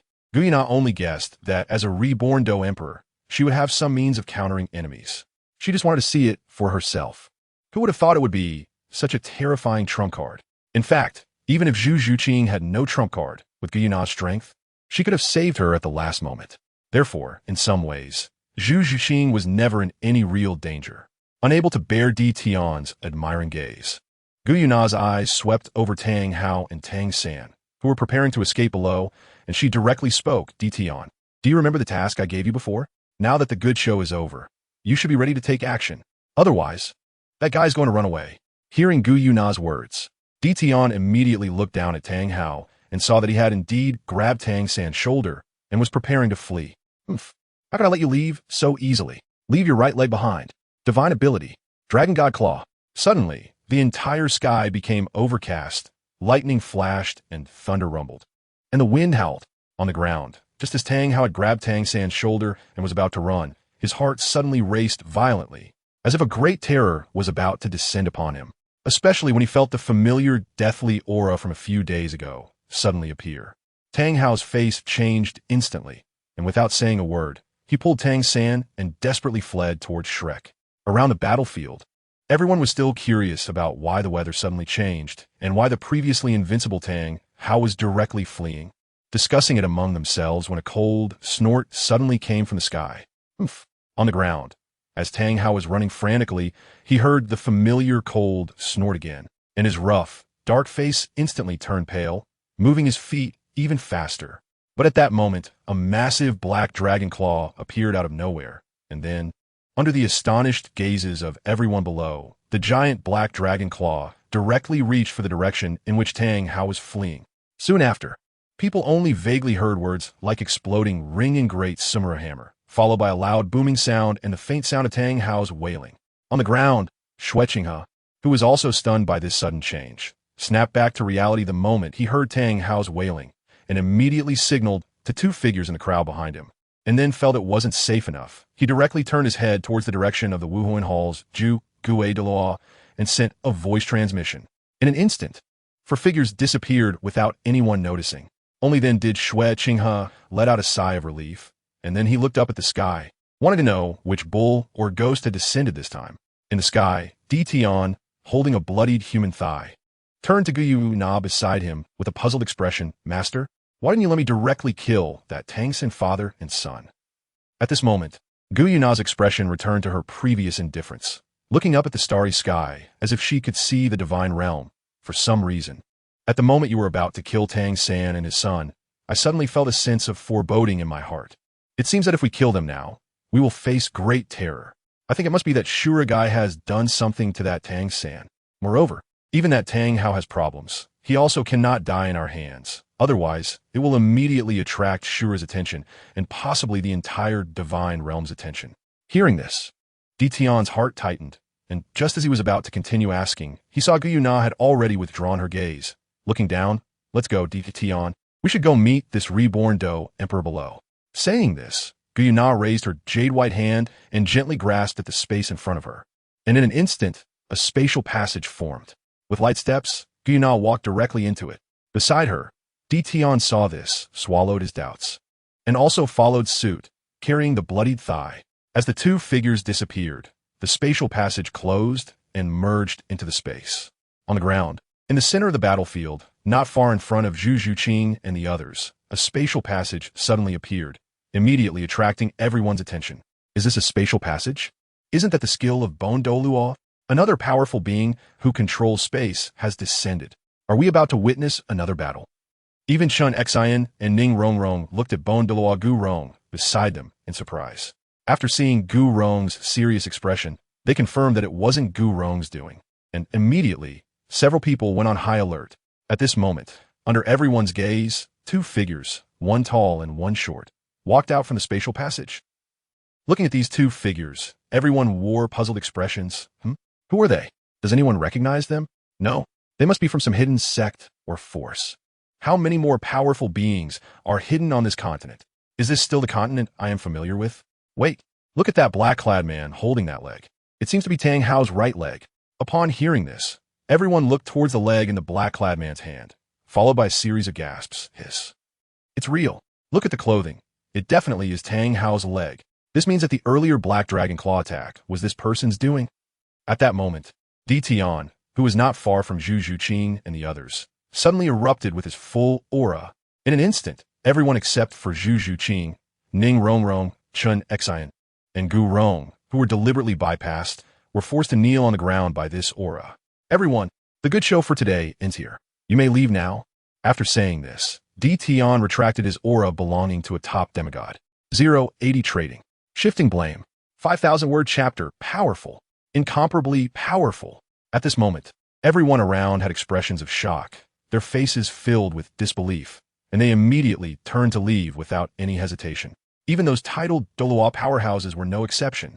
The cavalry of the Tiando royal family returned in full force, and in the center of the cavalry team, inside the exclusive carriage of the Tiando prince, Xue Qinghe poured himself several cups of tea, drinking them one by one before putting down the teacup. His brows were still tightly knitted, and the shock in his eyes had not dissipated.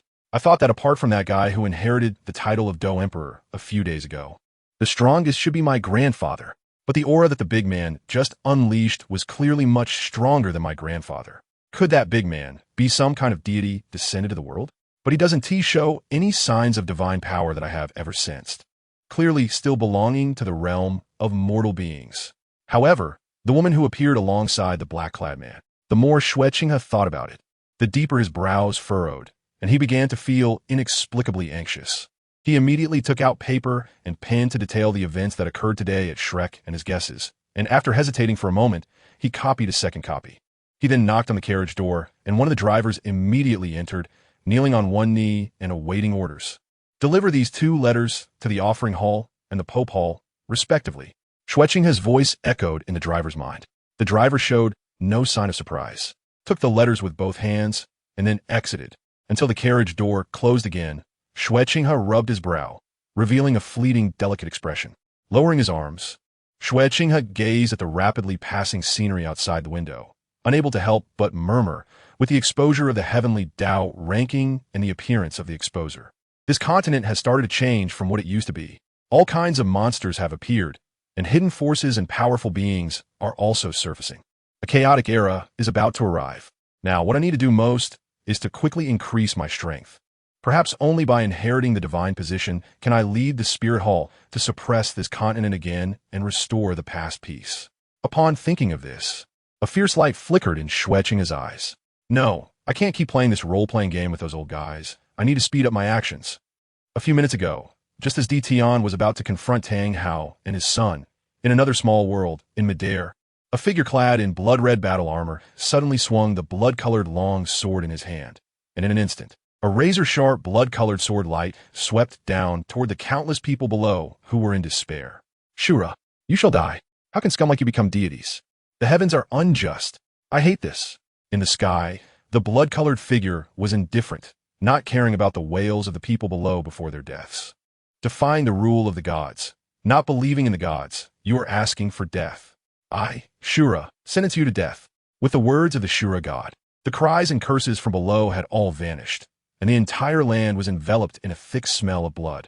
In the sky, as the Shura god saw all the sinners below die, he was about to move on to execute judgment in other places when suddenly his body halted. Did something happen to Tang San on Douluo continent just now?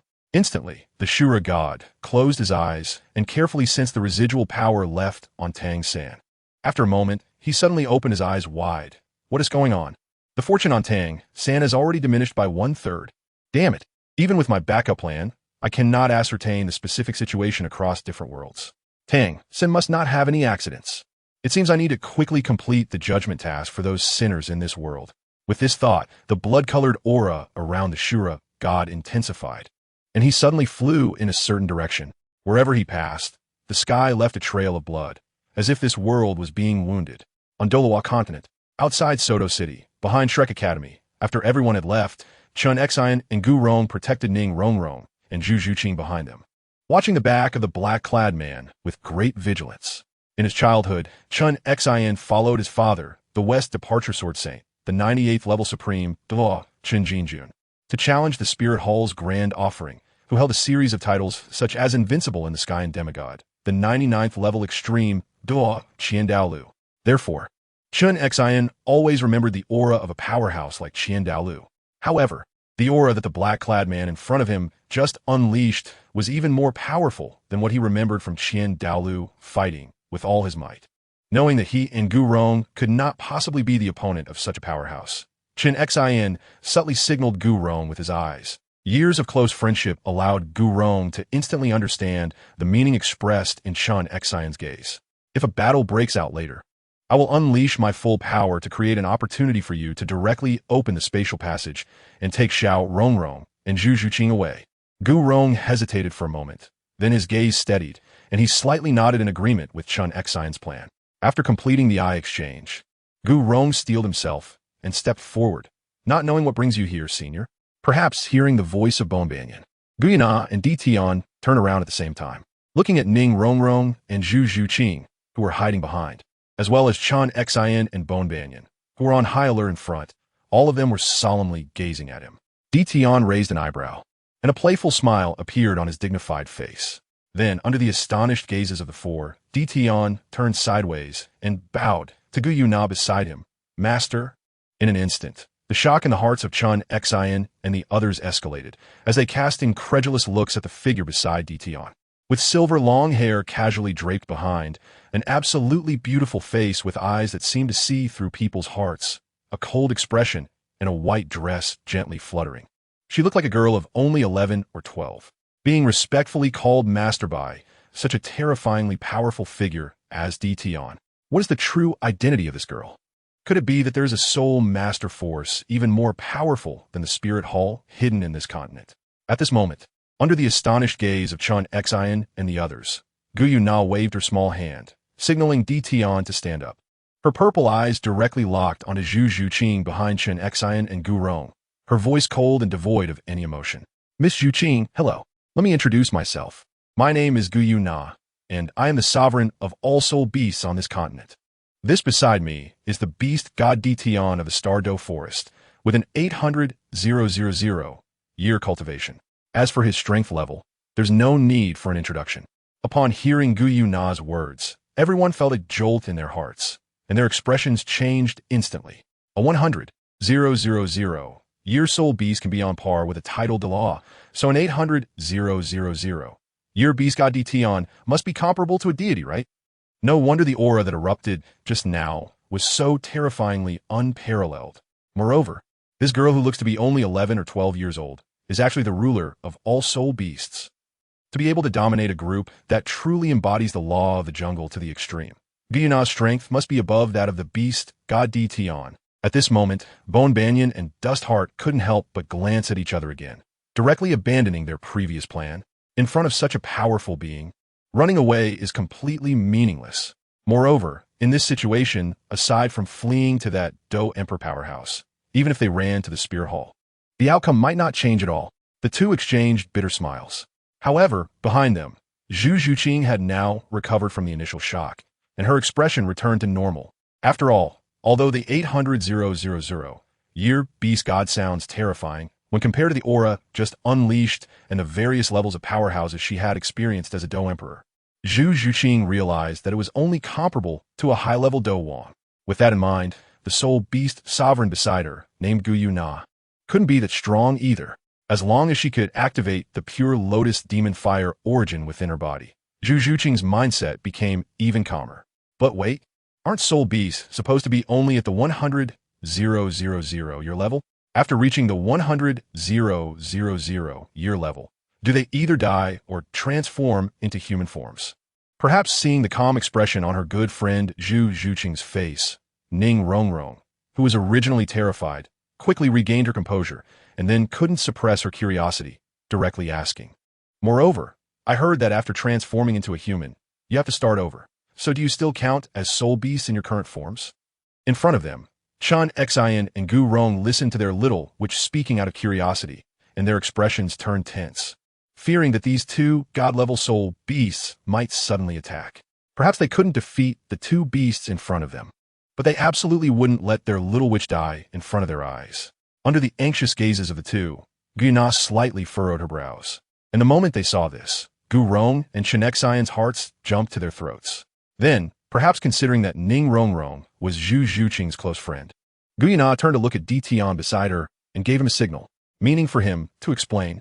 Seeing this, TheYoung, who understood his master's intention, stepped forward and said, "We soul beasts, after cultivating for 100,000 years, do not necessarily die after transforming. As long as we survive the 100,000 year thunder tribulation, we can continue to cultivate. Therefore, we soul beasts that have passed through the thunder tribulation are called ferocious beasts. And ferocious beasts have the ability to freely switch between human forms and beast forms, just like me.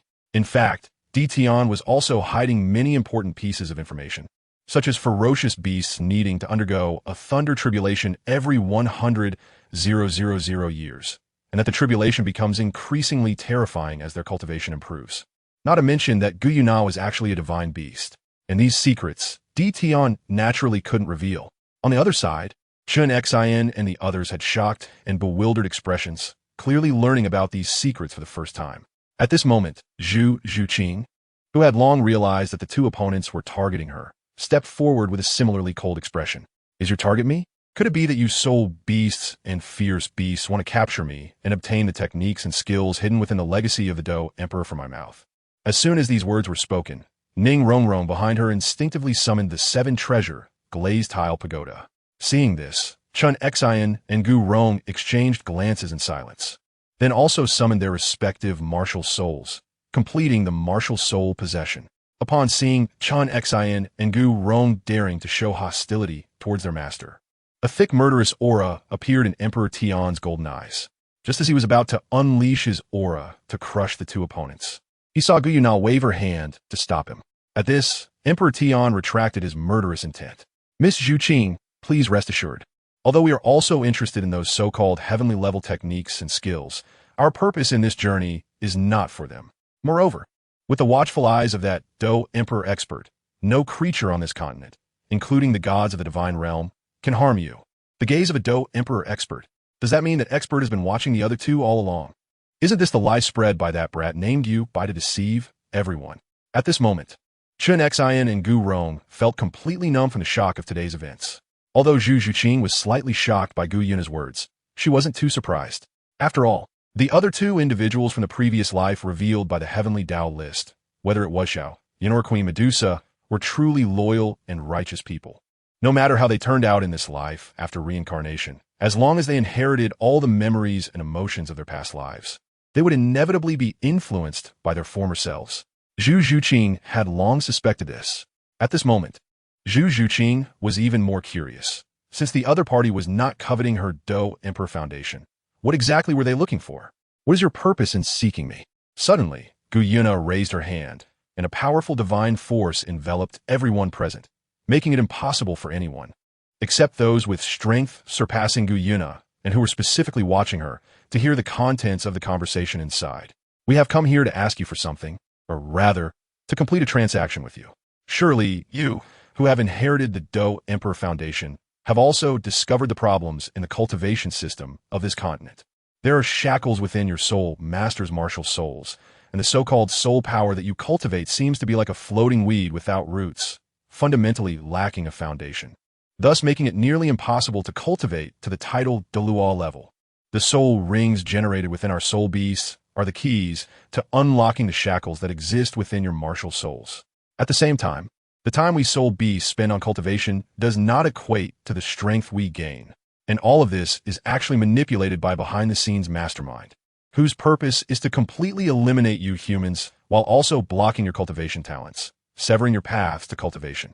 Without his permission, humans reaching title Douluo is the limit. Becoming a god at level 100 is merely a distant and beautiful dream. And this mastermind is the gods of the divine realm. Humans are merely tools for them to collect faith and exterminate our soul beasts. There is no way they would allow you to stand on equal footing with them.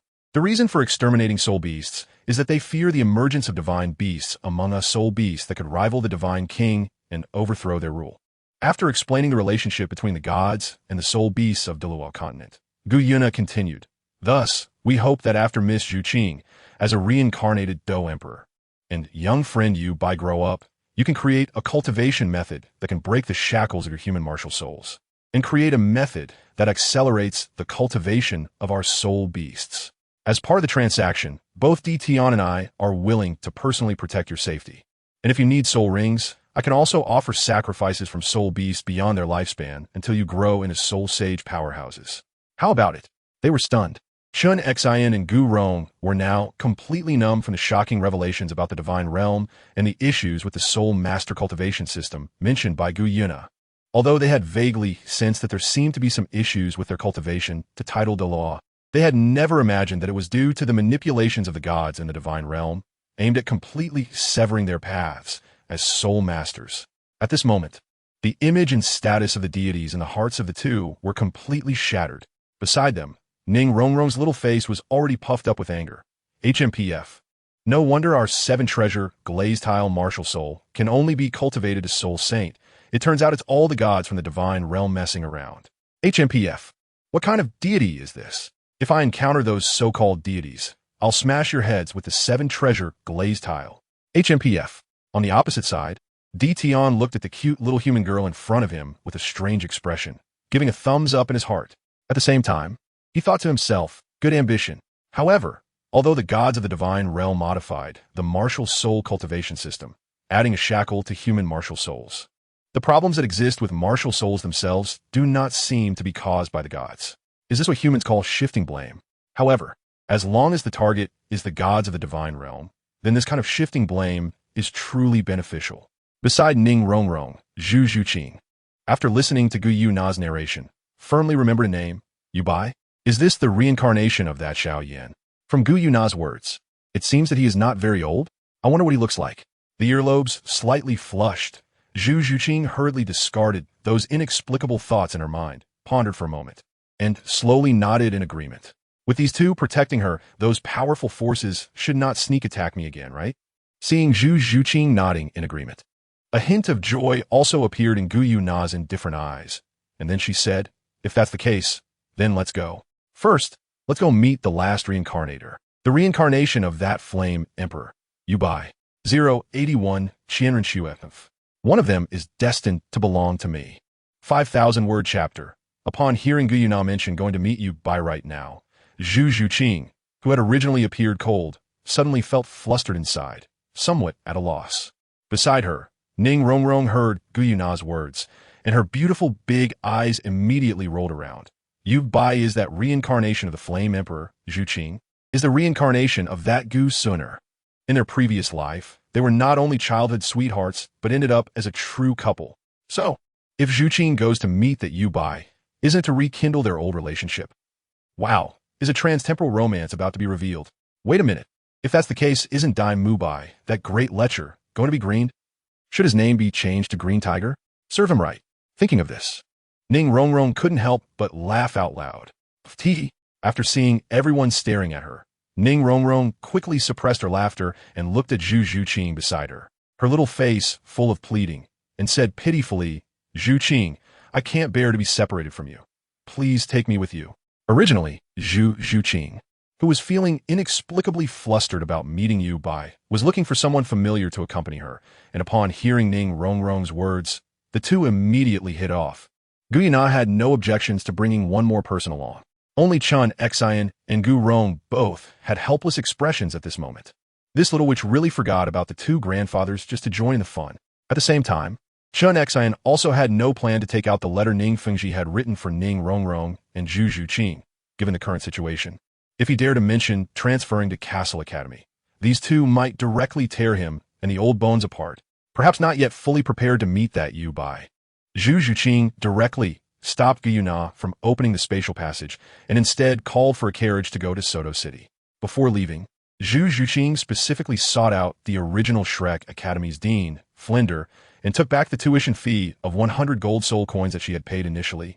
As for the additional registration fee of 10 gold soul coins, she considered it as living expenses during her days as Shrek and did not take it. Henceforth, Flinder's already not wealthy life became even more difficult. In the Spirit City, at the Pope's Palace, at this moment, Bibi Dong was reclining on a soft bed, looking both noble and slightly lazy, her long, beautiful legs crossed, adding to her seductive charm. Suddenly, Bibi Dong's stunningly beautiful face revealed a captivating smile. Her alluring and affectionate eyes opened, and she chuckled to herself. Hee hee, in my previous life as Gu Suner, you little vixen claimed to be that brat's childhood sweetheart. Didn't you? Didn't you have a good and close relationship since childhood? Now you're going to meet that stinky boy, and unexpectedly, you're actually nervous? Humph humph. As she spoke to herself, Bibi Dong's beautiful face also flushed slightly with embarrassment and anticipation. However, thank this empress for her grace in this life. This empress still allows you, little vixen, to meet that stinky boy first. Proud Bibi Dong would naturally not admit that, having inherited all the emotions from her previous life, she was now even more nervous than Zhu Zhuqing. She didn't know how to face that stinky boy Yubai. Therefore, she was waiting for Zhu Zhuqing to meet Yubai first.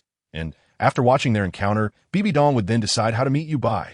At this moment, the door to the palace was gently pushed open. Only Bibi Dong's direct disciple, Hulaina, had the qualification to come here without asking for permission. As expected, with the sound of footsteps approaching, Hulaina's voice rang out. Teacher, according to your instructions, I have already notified all the subchapters of the Spear Hall. The mysterious Douluo strongman has become a special offering of our Spear Hall, holding the same status as the Pope. At the same time, I have also established a scripture pavilion according to your orders, and all the combat skills and techniques you entrusted to your disciples have been included in it. It has also been decreed that only those who have obtained the purple Lu medal and received the Pope's recognition can enter to browse. After listening to Hulaina's report, Bibi Dong nodded in satisfaction and chuckled. I suppose at this moment, Xiaoyu and Yin are already searching for suitable techniques and skills for their cultivation in the scripture pavilion. You worked hard, Laina. Upon hearing her teacher's praise, a hint of joy appeared on Hulaina's charming face. Being able to complete the tasks assigned by the teacher and not disappoint the teacher makes me very happy. Seeing this, Bibi Dong felt even more satisfied with this disciple, and after thinking for a moment, she directly took out a recently copied high-level Earth-grade technique, Soul Morning Charm, from the bedside and handed it to Hulaina. The scripture pavilion contains all the profound grade and below cultivation techniques and skills. Originally, I wanted you to practice the lower difficulty profound grade techniques first to get familiar with another cultivation system, and then I would give you this high-level earth grade technique. However, now I have decided to give it to you all at once. How to choose is up to you. Seeing that Bibi Dong had considered her so thoroughly, Hulaina was deeply moved. Thank you, teacher, for your cultivation. For Hulaina, Bibi Dong treated her like a daughter, and looking at Hulaina's moved face, Bibi Dong smiled and pulled her beside her. There's no need for such formality between us. Saying this, Bibi Dong seemed to remember something and her expression became serious.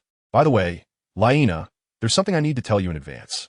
The main reason why low-level cultivation methods are distinguished from mysterious-level cultivation methods is that during cultivation, they can significantly purify and reshape the soul power cultivated, laying a stronger foundation for the future, allowing for further progress in cultivation. However, this means that the soul power originally cultivated through meditation will inevitably be reprocessed, which means that the soul power level may drop. At the same time, the time and resources required for future cultivation will be several times or even dozens of times more than before. As she spoke, Bibi Dong showed a hint of regret on her face. It's a pity, Nana, that you don't have the bloodline of a Do Emperor in your body, and as your teacher, I also lack the means to refine pills and medicines. After a sigh, Bibi Dong turned to look at Hulaina beside her, her expression serious. So, now I will present you with two cultivation options. The first is to directly cultivate the Soul Desolation Charm Cannon to build a stronger foundation. But the downside is that the soul power level will drop and the cultivation speed will be slow. The second is to first go to the Scripture Pavilion and choose a suitable advanced mysterious level cultivation method, which will multiply your cultivation speed several times and slightly improve the quality of your soul power. Then, seek a place of divine inheritance. Complete the first 8 trials of the divine examination and reshape your foundation through divine power. The downside is that the foundation created by divine power may not be as strong as the one you cultivated yourself. As for the divine punishment faced if you fail the divine examination, if that divine being dares to come down, your teacher will annihilate that divine being with you. When she said this, an indescribable majesty and dominance emanated from Bibi Dong, making Hulaina beside her feel a surge of admiration. Seeing this, Bibi Dong humorously raised her slender right hand and tapped Hulaina's head with her finger, bringing her back to her senses. After sheepishly sticking out her pink tongue, Hulaina finally calmed down, thought for a moment, and then looked at Bibi Dong seriously. Teacher, I choose the second option. In 2 years, It will be the 5-year Continental High-Level Soul Master Academy competition. I don't want to wait for the title of Great Soul Master or Soul Sovereign to participate. That would tarnish the prestige of the Spirit Hall. Even if I win the final victory, it will still attract unnecessary comments. As for strength, in this world, with you, a Do Emperor, as my protector, it's enough for me to barely be a divine king. Hearing Hu Laiina's words, Bibi Dong shot her a disapproving glance, but said nothing more. After all, as Hu Laiina said, with her protection as a Do Emperor, living happily as an immortal divine king without needing to care about others' opinions is indeed quite good. Meanwhile, the events that occurred at Shrek Academy finally dispersed as the surrounding crowd left. Hey, have you all heard about that incident at Shrek Academy? It really shocked me for the whole year. Who says it didn't? The 2 title Douluos from the Spirit Hall. The 2 protecting title Douluos from the 7 Treasure Glazed Tile School, the head of the Blue Electric Tyrannosaurus family, Yu Engine, and 3 unfamiliar title Douluos sent by the hidden 8 great families behind the Fighting Soul Arena, not to mention the Haotian Tang Hao. It was a complete chaos among the title Douluos of the Spirit Hall, the hidden 8 great families, and the 3 upper sects. The lower 4 sects didn't even qualify to participate. I heard it was a tremendous battle. Exactly. I heard it was all because that thief Tang San's identity was exposed, and all the major powers went for the Xintian treasure record in his hands. It seems that in the end, only the 7 Treasure Glazed Tile School, the Blue Electric Tyrannosaurus family, and the family behind the Fighting Soul Arena, along with the Tiando Prince, obtained the Xintian treasure record, right? Moreover, who would have thought that the so-called Shrek Academy, besides the exposer Tang San, also hides another Do Emperor exposer? TSK. It is said that in the later scenes, even a hidden 99th level title Douluo was drawn out. While ordinary people and soul masters across the continent were discussing this, the situation on the continent subtly began to change. Especially when they heard that the Spirit Hall had not obtained the Xintian treasure record, the lower 4 sects, which had originally secretly leaned towards the Spirit Hall, started to move closer to the 7 Treasure Glazed Tile School, the Blue Electric Tyrannosaurus family, and the Tiando Royal family. Many small forces and small soul master families openly sided with the Tiando Royal family. However, at this moment, another message from the Spirit Hall emerged. Queen Medusa reincarnated as a Do Emperor and became a special worshipper of the Spirit Hall. The Spirit Hall newly built the Scripture Pavilion, which houses cultivation methods and fighting techniques, only accessible to geniuses with the purple Lu medal in the Spirit Hall. The news spread, and the entire continent was in an uproar. The lower 4 sects, which had already secretly contacted the 3 upper sects, immediately turned back and returned to the embrace of the Spirit Hall. Numerous geniuses and some hidden powerful beings across the continent rushed towards the Spirit Hall, just to catch a glimpse of the indispensable cultivation methods from other worlds, along with various fighting techniques similar to self-created soul skills. Moreover, even the faraway Xingluo royal family, upon hearing the news about Zhu Zhuqing, joined forces with the Zhu family to send people to the Tiando Empire. The situation on the entire continent suddenly became tumultuous. In such an atmosphere, 2 days slowly passed. A cavalry escorting a luxurious carriage quickly entered Tiando City. In the prince's mansion, Xue Qinghe, who had just returned, had no time to wash up or rest when 2 middle-aged figures appeared. Raising an eyebrow, Xue Qinghe's eyes sparkled with anticipation. Uncle, what was the outcome? Did Tang Hao and Tang San die? Seeing this, titled Law and titled both lowered their heads in shame. I'm sorry, young master. When we arrived at the scene, there was only a deep pit and a pool of blood left, and nothing else was found. To prevent Tang Hao and his son from hiding nearby, we, along with the 4 of the Zhu Gosala, carefully searched the area for hundreds of miles over the past 2 days, but still found no trace of Tang Hao and his son. Zhu Douluo and Gui Douluo are currently reporting to the Spirit Hall.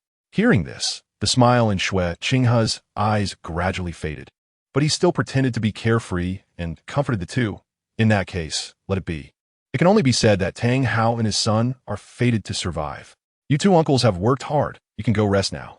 Upon hearing this, Title Douluo and Title Douluo hurriedly retreated. Taking a long breath, Xue Qinghe finally put away the unwillingness in his heart.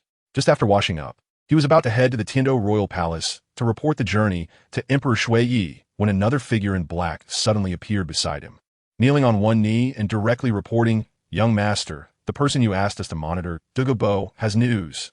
A few days ago, right after you set off to Barak Kingdom Soto City, Douluo brought two young boys and arrived in Tindo City by carriage. According to our investigation, Douluo's purpose for this trip is to purchase a large batch of medicinal materials, with toxic materials accounting for 70.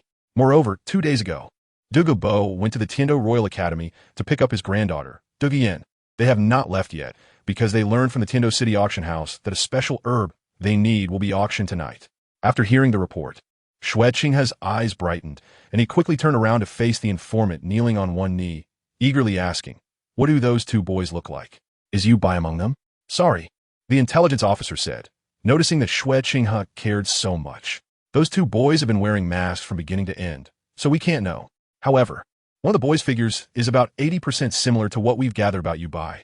After hearing the report, Xueqing's expression turned joyful, and after waving the intelligence officer away, a smile appeared on his lips. "Yu Bai, you finally revealed yourself." Three reincarnated Do emperors. One of them is destined to be mine. And you, Douluo, you old fellow actually planned to use your granddaughter to win over Yu Bai? If I hadn't returned in time, you might have succeeded. But since I've caught up with you, it won't be your turn. Little Yu Bai, let's meet at the big auction tonight. With that thought, Xueqing hurriedly tidied his clothes and headed toward the Tindo Imperial Palace to the study of the Night Emperor. On the other side, in Tindo City, on the food street, a girl with deep purple short hair, looking spirited and possessing a somewhat enchanting charm, was frantically sweeping through the various snack stalls. Each time she tasted a favorite snack, her green eyes would squint with joy, as if savoring the flavors. "Boss, this one, and this one." The girl pointed at several types of snacks on a small stall, assertively saying, "Give me 10 of each." Seeing the girl so generous, the stall owner smiled with his eyes squinted into slits and quickly responded, "All right, little girl, you sit down first. I'll prepare it for you a moment." Hearing this, the girl happily sat at a nearby wooden table and waved her hand behind her, calling out, "Hey, little fox, little fatty, what are you doing? Hurry up and come over. Your sister Yanzi is treating you to good food." Not far away, two boys wearing masks, judging by their height and skin, could easily be guessed to be only 11 or 12 years old, were each carrying 7 or 8 large plastic bags filled with snacks. They were struggling to walk, panting heavily. Anyone who saw them on the street couldn't help but show sympathy, especially some boys accompanying their girlfriends, who nearly pulled the two boys over to befriend them. Finally arriving at the table where the girl was sitting, the two boys placed all the things they were carrying on the table, then collapsed onto the ground, their faces under the masks covered in sweat. The boy in the fox mask couldn't help but complain first. Phew. I said, "Sister Yanzi, didn't you say you would take us to the food street? Why are we the ones carrying everything?" Beside him, the other boy wearing a skull mask quickly followed up, "Exactly. And these snacks could clearly fit in a storage soul guide. Why do we have to carry them?" Listening to the two boys' complaints, the girl sitting at the table casually took a portion of food from the packed snacks and glanced at the two, then waved her other hand, causing 2 money bags embroidered with unknown flowers to be thrown in front of the boys, 100 gold soul coins in each bag. "Is there any problem?" Upon hearing this, the two boys, who were originally exhausted, quickly reached for the money bags in front of them, weighing them in their hands, and simultaneously shouted with full spirit, "Report, Sister Yanzi, no problems at all." These three were naturally Yu Bai, Zheng, and Douluo's granddaughter, TheYoung. TheYoung felt pleased as she easily had the upper hand over Yu Bai and Zheng. "All right, since you two are accompanying me today, I'll treat you. Feel free to eat all the food on the table." As soon as TheYoung finished speaking, Zheng's figure rushed to the other side of the wooden table like a whirlwind, directly leaning over the table with sparkling eyes, then uncertainly turned to TheYoung. "Sister Yanzi, can we really eat as much as we want?" Meanwhile, Yu Bai, still sitting on the ground, looked at Zheng's embarrassing demeanor and covered his face, muttering, "I can't bear to watch." Even after successfully refining his body, he couldn't resist the temptation of food. His self-control was too weak. This shameful display was truly hard to watch. Although he said so, Yu Bai's body was honest, and almost in the blink of an eye, he was at the wooden table, then looked at TheYoung, his eyes under the mask flashing with the same expression as Zheng. Heaven knows that during the body refining and foundation building at the Ice and Fire Yin-Yang not long ago, he had been consuming the medicinal liquids prepared by himself for body refining every day, and his mouth was nearly tasteless. The shock in his eyes was even greater. But at this moment, facing the gazes of Yu Bai and Zheng, TheYoung swallowed the question she was about to ask and instead smiled, showcasing the charm of a big sister next door, of course. Otherwise, do you think I bought all this food just for myself? Can I really finish it all? Hurry up and eat. Sister Yanzi, long live. Shi Zheng cheered excitedly. Then his hands turned into shadows, directly pulling out portions of snacks and gobbling them down. Yubai looked at his friend's behavior and couldn't help but shake his head again, complaining, I can't bear to watch. As he spoke, Yubai's hands were not slow either, as he swiftly grabbed the food from the table and elegantly stuffed it into his mouth, which was slightly revealed beneath the mask. The food on the table visibly decreased. Duguyan, however, didn't mind much at this moment. Her mind was filled with the speed that Yubai and Shi Zheng had just displayed, which even her 38th level soul master eyes couldn't catch how they had instantly moved from several meters away to the table. It should be noted that Duguyan had seen Yubai and Shi Zheng's true faces and knew that they were only 12 years old now. Could it be that these two little guys are 12-year-old soul masters? Is there really such a genius in this world? Also, although these two little brothers are very interesting, why does their grandfather, a titled Douluo, seem to value them so much, even giving a sense of being on equal footing? Duguyan instinctively shook her head, dismissing this somewhat absurd thought from her mind. With her emerald green eyes fixed on the two who were eating heartily, she curiously asked, Little fox, little fatty, what level are you both at now? Why does it feel like your speed is even faster than mine, a 38th level soul master? Shi Zheng, who was eating like crazy, had no intention of hiding anything. I think I'm already at level 29, about to break through to level 30, right? A bit uncertain, Shi Zheng deliberately paused his eating to carefully sense his soul power level before nodding in confirmation. Oh no, wait, I'm already at level 30. After saying that, Shi Zheng continued to eat. Just a few days ago, during the body refining and foundation building process, the various medicinal liquids prepared by TheYoung contained a large amount of energy, coupled with the abundant fire attribute energy from the first level divine Fire Dragon King's hot spring water. Otherwise, the little fatty, who was cultivating the low-level, high-level skill in Muju, would find it hard to maintain even his original level of 21, let alone reach level 30. Across from Shi Zheng, TheYoung slightly paused in his action of grabbing food. I've been at level 30 for a long time. By the way, I almost forgot. I should go casually get a soul ring breakthrough. It was as if he was discussing something very ordinary. After finishing his sentence, he noticed that Shi Zheng was using both hands, and he quickened his own movements. Stunned, Duguyan, who was still savoring her food, was completely taken aback by the casual tone of TheYoung and Shi Zheng, as well as their already high soul power level of 30. Their complete disregard for their soul power levels made Duguyan begin to doubt. Are they really soul masters? Especially since it seemed from TheYoung's words that he had long since broken through to level 30, but just forgot to hunt for a soul ring, which is why he was still a great soul master at level 30. It's important to note that these two little brothers were only 12 years old. A 12-year-old with a soul power level of 30 could immediately become a soul sovereign after hunting for a soul ring. How terrifying is that? Comparing herself to these two, Duguyan suddenly felt that being 21 years old with only level 38 soul power, yet still being called a genius in the entire Tiando Royal Academy's Royal Battle Team, seemed so ridiculous. Even the captain of the Royal Battle Team, TheYoung, the grandson of the Blue Electric Tyrant Dragon Clan's leader, who she originally thought was exceptionally talented, seemed so mediocre in front of these two. How did her grandfather come to know such two prodigies? The shock in her heart was overwhelming. After a long while, Duguyan gradually calmed down from her shock, and another doubt surfaced in her mind.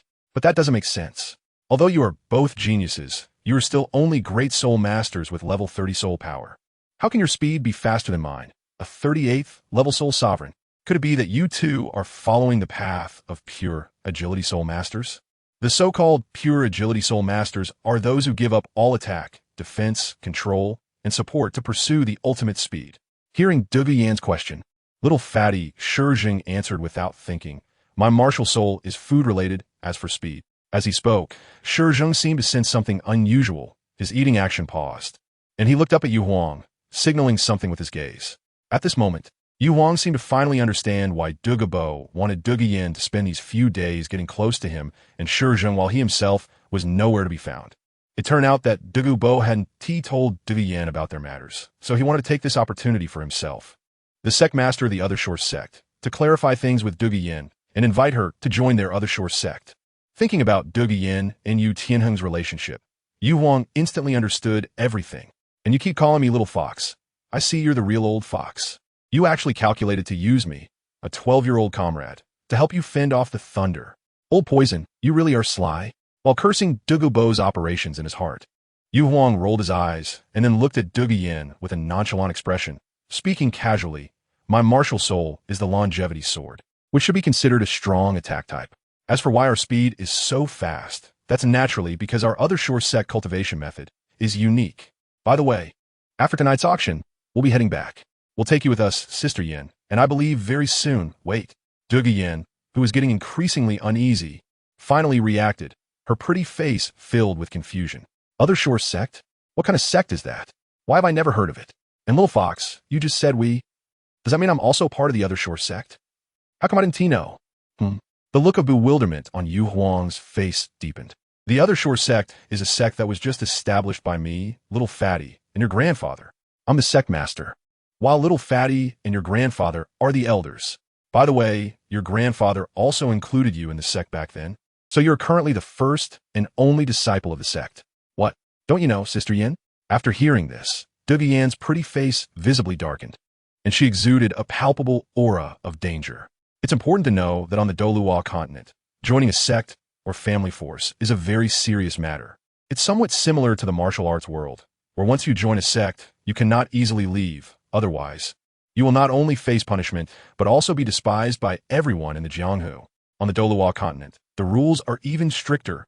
Generally, those who actively request to leave the sect either die directly or are hunted to death, unless they possess overwhelming power like Haotian Douluo Tang Hao.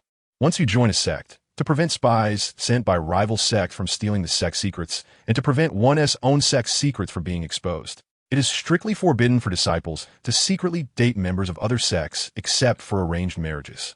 In other words, the romance between her and Yu Tianheng had already been completely severed without her knowledge. Just thinking about this, Dugu Yan's temperature instantly dropped. Then, looking at Yu Huang and Shi Zhong, who were quietly distancing themselves from her, she forced a smile with an icy cold expression and said, Little Fox, Little Fatty, you two continue eating slowly. Sister Yin has urgent matters to attend to and needs to go home for a bit. I'll take my leave now.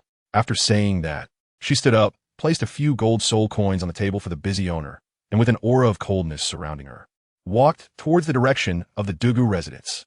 On the originally crowded and lively road, wherever Dugu Yin passed, the crowd automatically parted to the sides, and everyone fell silent until Dugu Yin walked far away, after which they began to discuss, and soon the street returned to its previous lively state.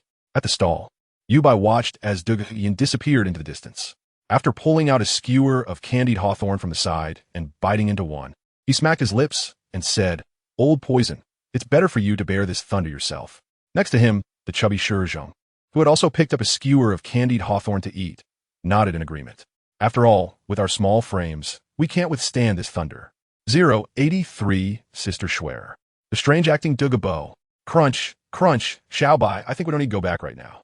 After all, that kind of bloody scene isn't very pleasant to watch. Don't you think?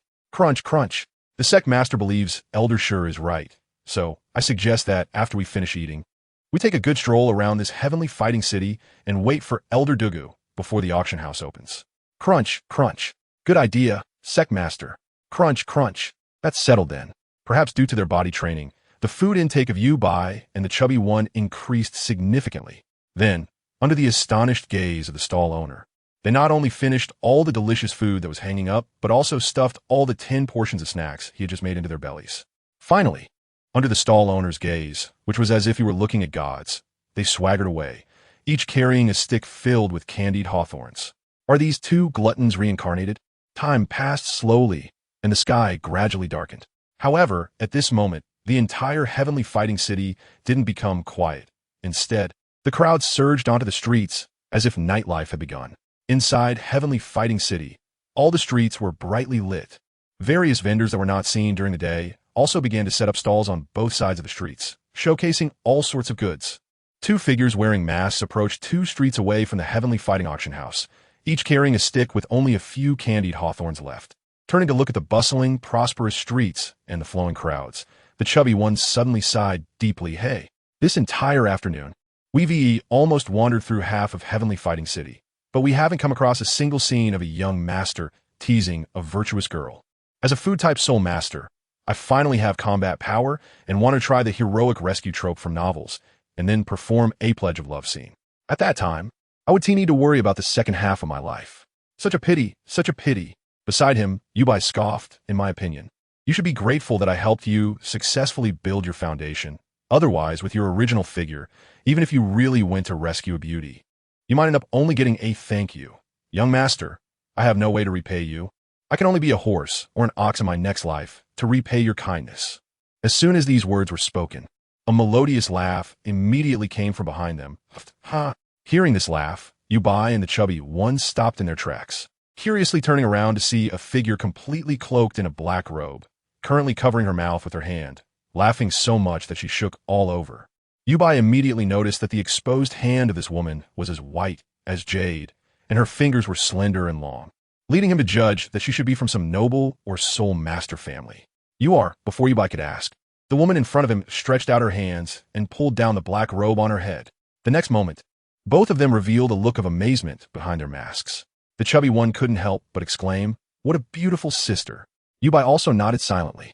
As the black robe was pulled down, a stunningly beautiful face that couldn't be found fault with came into view, with fair skin, a straight nose, and a pair of light blue eyes full of exotic charm. Her thin red lips were incredibly tempting. However, despite her beautiful face filled with a smile, there was a hint of a noble and domineering aura subtly revealed. At the same time, her long golden hair shone under the moonlight, looking like a goddess. At this moment, the street around them had unknowingly quieted down, and everyone was staring at this stunning woman with infatuated gazes. In response, the woman seemed to be used to it, directly ignoring the gazes of those around her, instead smiling at Yubai and the chubby one. You two little brothers are really interesting. Originally, I just saw you carrying candied hawthorns and wanted to come over to buy a couple of skewers, but I didn't expect to hear your conversation. Haha. Looking at this stunning woman, who hadn't even spoken 2 sentences before bursting into laughter. Yubai and the chubby one exchanged glances, and a hint of embarrassment appeared on their old faces behind their masks. However, fortunately, both of them were wearing masks at this moment, so they weren't afraid of being seen. Casually taking down 2 skewers of candied hawthorn from the stick that the chubby one was carrying, Yubai handed them to the woman. Since you're laughing so hard, these 2 skewers of candied hawthorn are for you. Also, we are not selling candied hawthorns. Remember that. Forcing herself to stop laughing, the stunning woman extended her white, jade-like, right hand to take the candied hawthorns. As she watched the 2 little guys turn to leave, she hurriedly took a few steps to catch up. You guys are so interesting. My name is Schwerer. You can call me Sister Schwerer. Is there any honor in getting to know each other? If you agree, Sister Schwerer will take you to tonight's Heavenly Fighting Auction House auction. Let you see the world. How about it?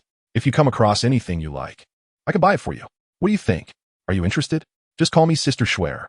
As she spoke, she had already come to Yubai's side, slightly bending down, and one hand directly pressed on Yubai's head, as if coaxing a child. Rolling his eyes, Yubai thought to himself, does she think we're 8-year-old kids? Just as he was about to say something, he heard the chubby one's voice, Sister Schwerer.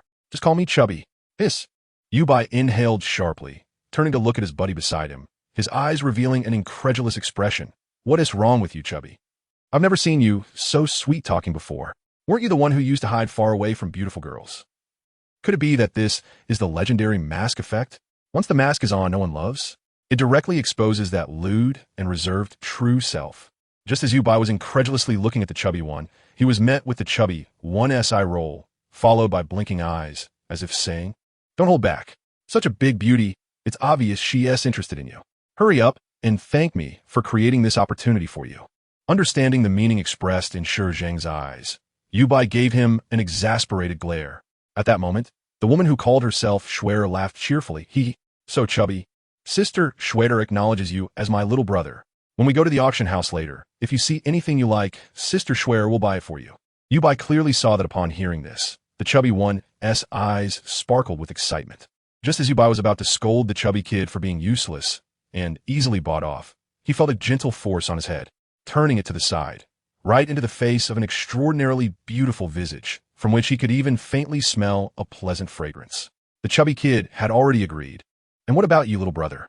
At this moment, looking at the smiling, beautiful face in front of him, a muffled voice came from beneath Yubai's mask. Hello, Sister Schwerer. Just call me Little Fox. Upon hearing Yubai's words, A hint of pride flashed in Schwer's light blue eyes, and her beautiful face broke into an even wider smile. All right, little fox, chubby kid, Sister Schwer will take you both to the Tiendo auction house now. Saying this, she grabbed Yu Bai's hand and, laughing and chatting, headed towards the Tiendo auction house, feeling the soft touch from her hand. The corners of Yu Bai's mouth also slightly curled up beneath his mask, thinking to himself, in this Tiendo city, there aren't many women in their 20s whose looks, temperament, and soul power surpass that of Sister Yen. With her noble and domineering golden hair, Schwerer. Sister Schwer, I wonder what tricks you want to play? A few minutes later, the trio had arrived at the luxurious and grand entrance, brightly lit, with the words Tiendo Auction House shining in golden letters. We're here. Just as they were about to enter, sharp-eyed Yu Bai noticed a familiar figure standing not far away. Sister Schwerer, wait a moment. I think I see a familiar face. I'll go check it out first. Saying this, Yu Bai broke free from Schwerer's hand and walked towards the increasingly familiar figure in the distance. Nearby, the chubby kid also spotted the figure and couldn't help but exclaim, Hey, isn't that old man Douluo? Why is he standing there with his back to the auction house? If it weren't for Little Fox's keen eyes, I would have almost missed it. Hearing the chubby kid's murmurs, Schwerer's beautiful eyes flickered, thinking to herself, it seems old man Douluo has a good relationship with these two little ones. Looks like I need to gain their trust and affection more quickly, or even recruit old man Douluo together. Thinking of this, Schwerer's light blue eyes brightened, as if she found a good idea. Meanwhile, Yu Bai had already arrived behind Douluo. Hey, old poison, what are you doing standing here? Can't you wait inside the hall? Saying this, Yu Bai patted Douluo on the shoulder. Perhaps hearing Yu Bai's voice, Douluo turned around. It's nothing. I just think the starry sky tonight is quite beautiful, and I got a bit lost in the scenery. Hearing this, Yu Bai scratched his head, then looked up at the dark sky. Apart from the round moon, there were no stars, feeling a bit confused. Moreover, seeing Douluo with his right hand pressed against his forehead, covering his right eye, in a pose resembling performance art, his confusion deepened. But you can't even see the stars tonight. And what kind of posture is this, old poison? Why do you feel a bit off tonight? Douluo, you little brat. You really know how to mess around. While speaking, Yu Bai glanced around and, finding no sign of Douluo Yen, his confusion deepened as he looked back at Douluo. And where is Sister Yen? Didn't we agree to come to the auction house together tonight? Why is there no sign of her? Perhaps this triggered Douluo's annoyance. His hand that was originally on his forehead shot out, slapping Yu Bai's shoulder hard. The voice was filled with anger. He gritted his teeth and said, Where is Yen? How dare you ask me where she is? You little brat. Don't you know what it means that I asked you to help take care of my granddaughter these past few days? I just wanted you to properly explain the situation to Yen and personally invite her to join our other shore sect. What did you tell her? First, you didn't mention that you could help her get rid of the toxins in her body. Second, you didn't explain your identity. Third, you didn't mention the benefits of joining our sect. You little brat emphasized that our other shore sect only has one sect master and 2 elders, counting Yen as the only disciple, making a total of just 4 people. What are you trying to do? Most importantly, you little brat even sold me out directly. You little brat, you really know how to mess around.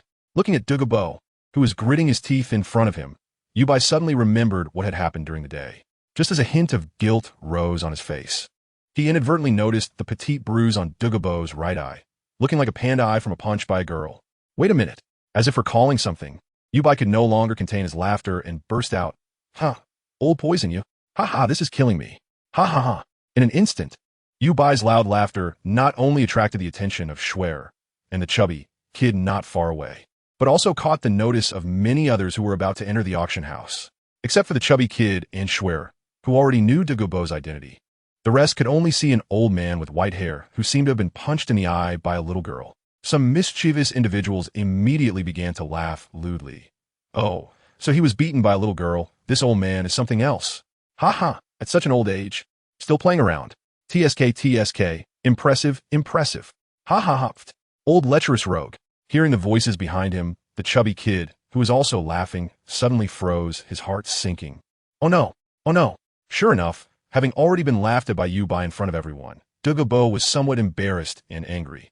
And upon hearing the lewd remarks from the group at the entrance, a wave of pressure from a title level 95 emanated, sweeping past the chubby kid and Schwerer beside him, pressing towards the group, still laughing at the entrance of the auction house. In an instant, all laughter ceased, and everyone turned pale, trembling and looking at Douluo in fear. Seeing this, Douluo's pent-up frustration finally eased a bit, and while retracting his title Douluo, he coldly shouted, "Get lost!" In an instant, the crowd that had been standing at the auction house entrance, ready to enter, scattered like birds and beasts. At this moment, Yubai also gradually controlled his laughter. All right, I'm not laughing anymore. Uffed. By the way, old poison, as a title Douluo, with that bruise from Sister Yan's punch, with your strength, shouldn't you recover in no time? Hearing Yubai's words, Douluo's previously calmed frustration surged again. You little brat, how dare you ask? As he spoke, Douluo couldn't help but raise his hand to touch the bruise around his right eye and sighed. Ah, Yin is really angry, isn't she? She said that if this dark circle doesn't disappear within 3 days, she won't pay any attention to me anymore. There's nothing I can do. Seeing Douluo, a titled Douluo, with such an expression, Yubai couldn't help but chuckle, then quickly raised his hand to cover his mouth and changed the subject. Ahem, let's hurry into the auction house, or we'll miss that precious herbal medicine and really lose out. With that, he rushed towards the chubby boy and Schwer, fearing that if he stayed any longer, he wouldn't be able to hold back his laughter. Behind Yubai, Douluo followed, one hand on his right eye, his face dark with frustration. At the same time, seeing Yubai's back, which was still twitching with suppressed laughter, Douluo thought fiercely, "Kid, if you want to laugh, just laugh early. When the time comes for me to give you and Yin some medicine, and after things are settled, let's see if you can still laugh then."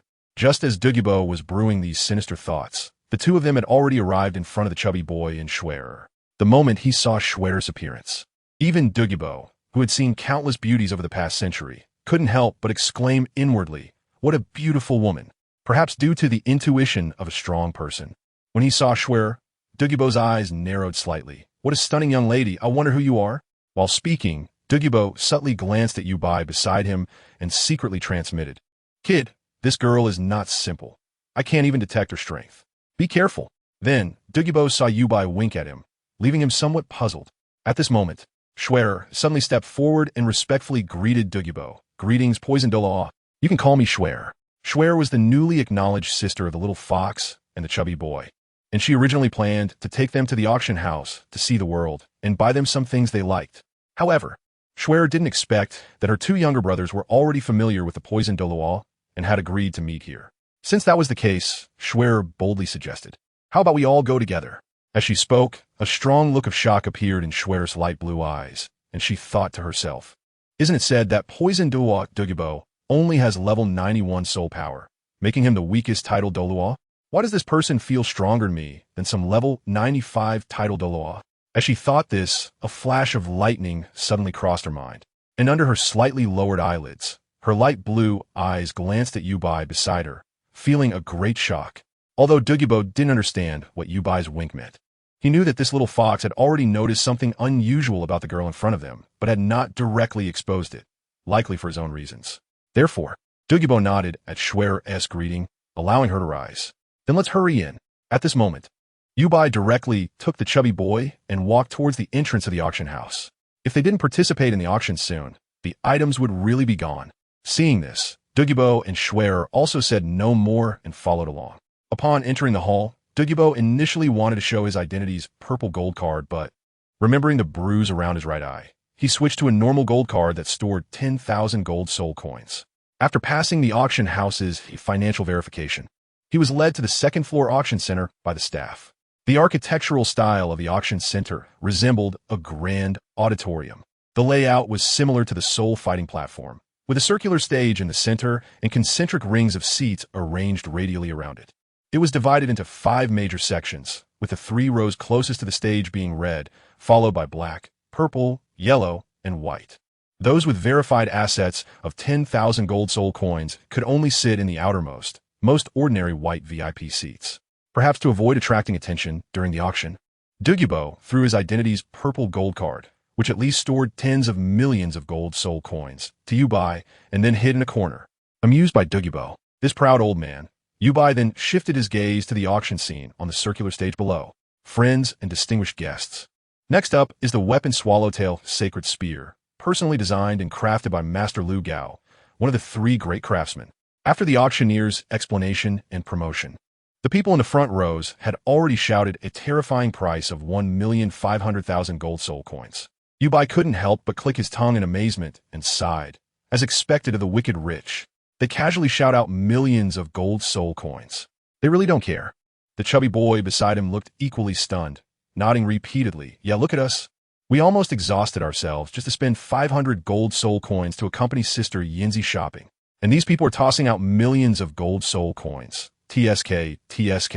Suddenly I have a rather bold thought. You better suppress that thought. Yubai replied with a glare at the chubby boy. With our current strength, that bold thought is not very practical for us. As he spoke, Yubai changed the subject, shook the purple gold card in his hand, and smiled. However, with Old Poison's purple gold card backing us today, once we buy that precious herb and go back to properly utilize it to enhance our strength, we can explore that bold thought later.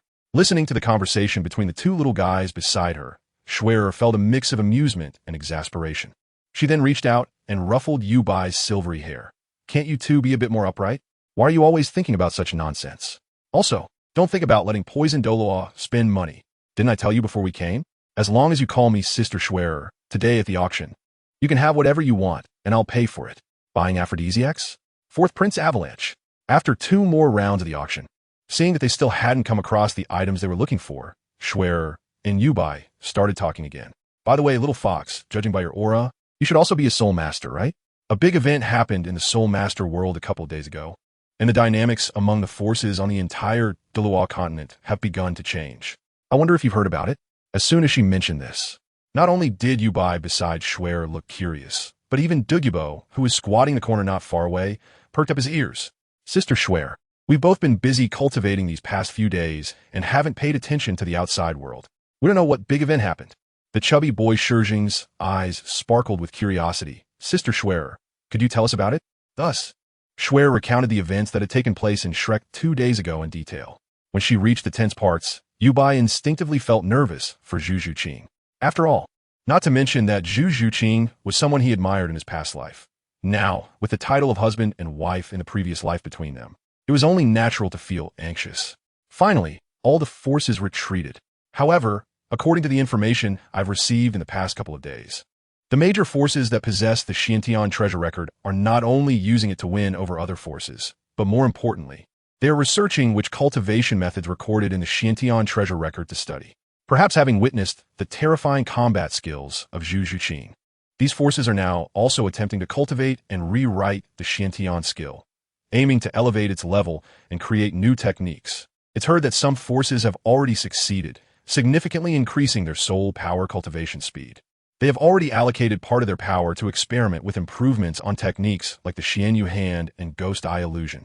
Moreover, with the reincarnation of Queen Medusa as a special offering to the Spirit Hall, directly providing combat techniques, the overall power of soul masters across the continent has surged. Meanwhile, the geniuses of various major forces are also growing rapidly. The next high-level Soul Master Academy competition in 2 years will be unprecedentedly intense. After listening to Schweer's account, everyone was taken aback, clearly not expecting such significant events to occur on the continent in just 2 or 3 days. Suddenly, the chubby Shijing thought of something and turned to Yubai, making a series of expressions. After understanding the meaning conveyed in his eyes, Yubai rolled his eyes in silence, too lazy to respond, and began to ponder. It seems that Zhu Zhuqing must have inherited the legacy of Gu Suner.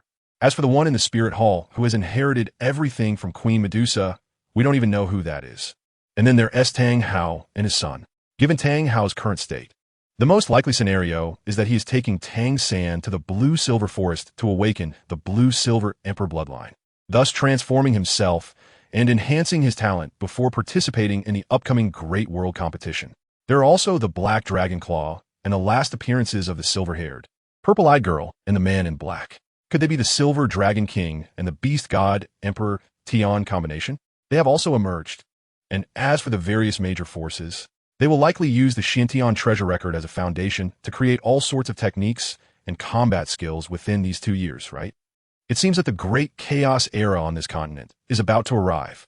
Thinking of this, a hint of worry inevitably showed in Yubai's eyes, and he couldn't help but wonder how those 2 unreliable couples were doing now. Just as Yubai was lost in thought, the chubby Shijing turned around and said, "Hey, little fox, what do you think about our Bienzong participating in the next Continental High-Level Soul Master Academy competition? It's a great opportunity to make our Bienzong's name known." Yubai was taken aback for a moment, and then his eyes lit up. At this moment, Schumer's voice came from his side. Is the buy-in sect the sect where you little foxes belong? Can you tell Sister Schuer what your sect's purpose is? Seeing Schuer take the initiative to bring it up, Yubai gave a knowing glance to the little chubby one. Although the little chubby one didn't quite understand, he still began to introduce proudly. Our buy-in sect takes its name from under the 3 live stone, the ghostly crossing, and the flowers on the other side of the yellow springs, which means pursuing extraordinary strength that allows us to transcend reincarnation and watch the flowers bloom on the other side. We aspire to gather a group of like-minded partners who are equally focused on pursuing strength, cultivating to become gods, or even surpassing them. As he spoke, the little chubby one looked at Schuer with eager eyes and invited, "How about it, Sister Schuer? Why don't you join our sect? You just need to swear with your martial soul." Schuer, who was originally a bit tempted, stiffened when she heard the word swear with martial soul and began to decline. "No.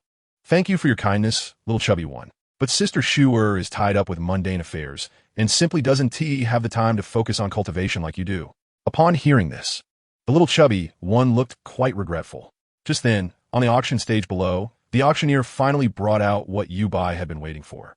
He lifted the red cloth covering the tray, revealing a blood-red vine about 3 feet long, with a white flower blooming at one end, its petals resembling those of a white chrysanthemum. At that moment, the auctioneer tapped his wooden hammer and excitedly began to introduce it. "Dear guests, especially the male guests among you, pay attention. This item, called red vine, is not just about its appearance, but rather its effects. According to our appraisers, any male who consumes a petal will experience a permanent enhancement of virility. With this flower, gentlemen, your lives will be vibrant and colorful." Upon hearing this, the vast majority of men in the audience showed expressions of desire and urged the auctioneer to start the bidding quickly. Seeing the atmosphere heating up, the auctioneer was also pleased and quickly began the bidding. "All right, since that's the case, I want to delay your excitement. This medicinal herb, red vine flower, starts at a low price of 100,000 gold soul coins, with each bid increasing by no less than 10,000 gold soul coins. Now, let the bidding begin." As the auctioneer's words fell, the audience erupted with calls to bid. "I bid 120,000 gold soul coins, 150,000, 200,000. In the back row of the white VIP seats, hearing the auctioneer's enthusiastic talk about the red vine flower, especially seeing the lewd expression on his face, Yubai, who had just taken a sip of tea, immediately sprayed it out. Fortunately, Yubai reacted quickly and ducked his head to lift the little fox mask on his face, spraying the tea onto the ground. Even so, he was still coughing from the tea. After a series of coughs, when Yubai looked up again, he was met with 3 strange gazes. The little fox, in the end, saw a faint tempting blush appear on Schuer's beautiful face. After several attempts to speak, but hesitating, she finally said, "You're still young. Take care of your health, don't overdo it." As she spoke, Schuer's crystalline white earlobes turned completely red, resembling red jade. Beside her, the little chubby one exclaimed, "You little fox, you said we needed it for alchemy, but I didn't expect that you were actually 4. Before the little chubby one could finish his sentence, Yubai punched him hard on the head, instantly silencing him. Then, Yubai shot a fierce glare at the disdainful Douluo not far away before turning back to the auctioneer and scolding, "Bastard. Watered, vine and red vine flower. That thing is clearly called blood dragon vine. It's a celestial-grade medicinal herb. Moreover, its medicinal essence is not in those white flowers, but in that blood-red vine. If combined with some auxiliary herbs, it can fully activate the blood dragon vine's medicinal properties, completely stimulate the fire attribute within the human body, enhance physical strength, and raise soul power levels. For fire and dragon attribute soul masters, it can even cleanse bloodlines, improve talents, and evolve martial souls. Such a celestial-grade medicinal herb being sold as an aphrodisiac by this auction house is simply an insult to this divine herb." Hearing Yubai's explanation, the little chubby one gasped and then looked at the blood dragon vine below with shining eyes.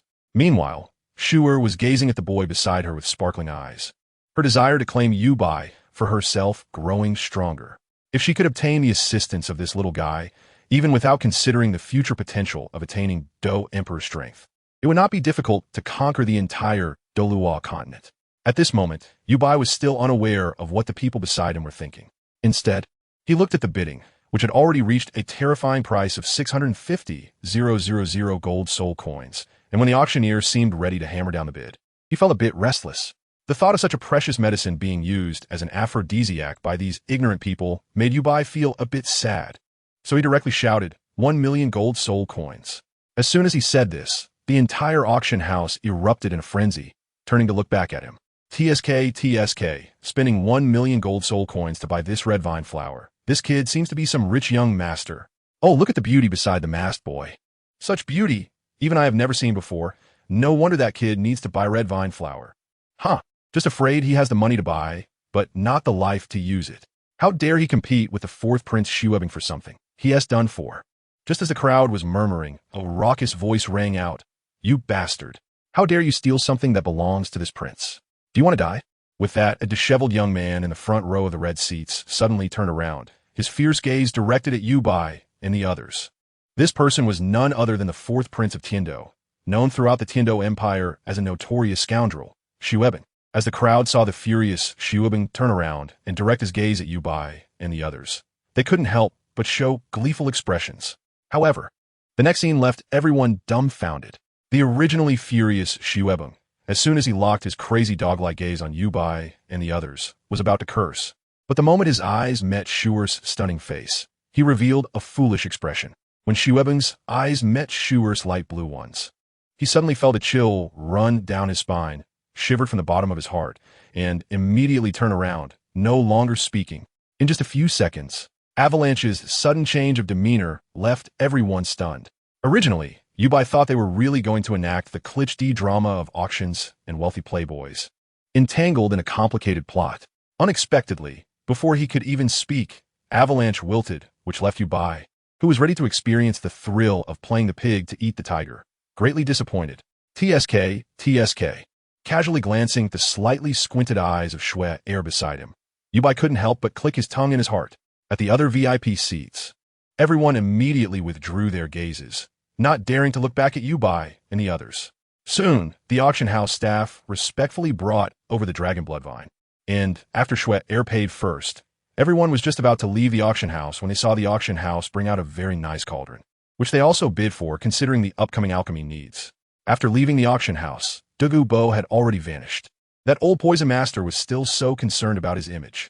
Knowing the hidden place where Douluo was, Yubai shook his head and chuckled, then turned to look at Shui Er, who seemed hesitant to speak.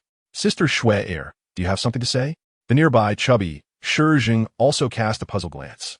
Seeing the gazes of these two little ones, Shui Er's beautiful face twitched, and she felt a surge of frustration.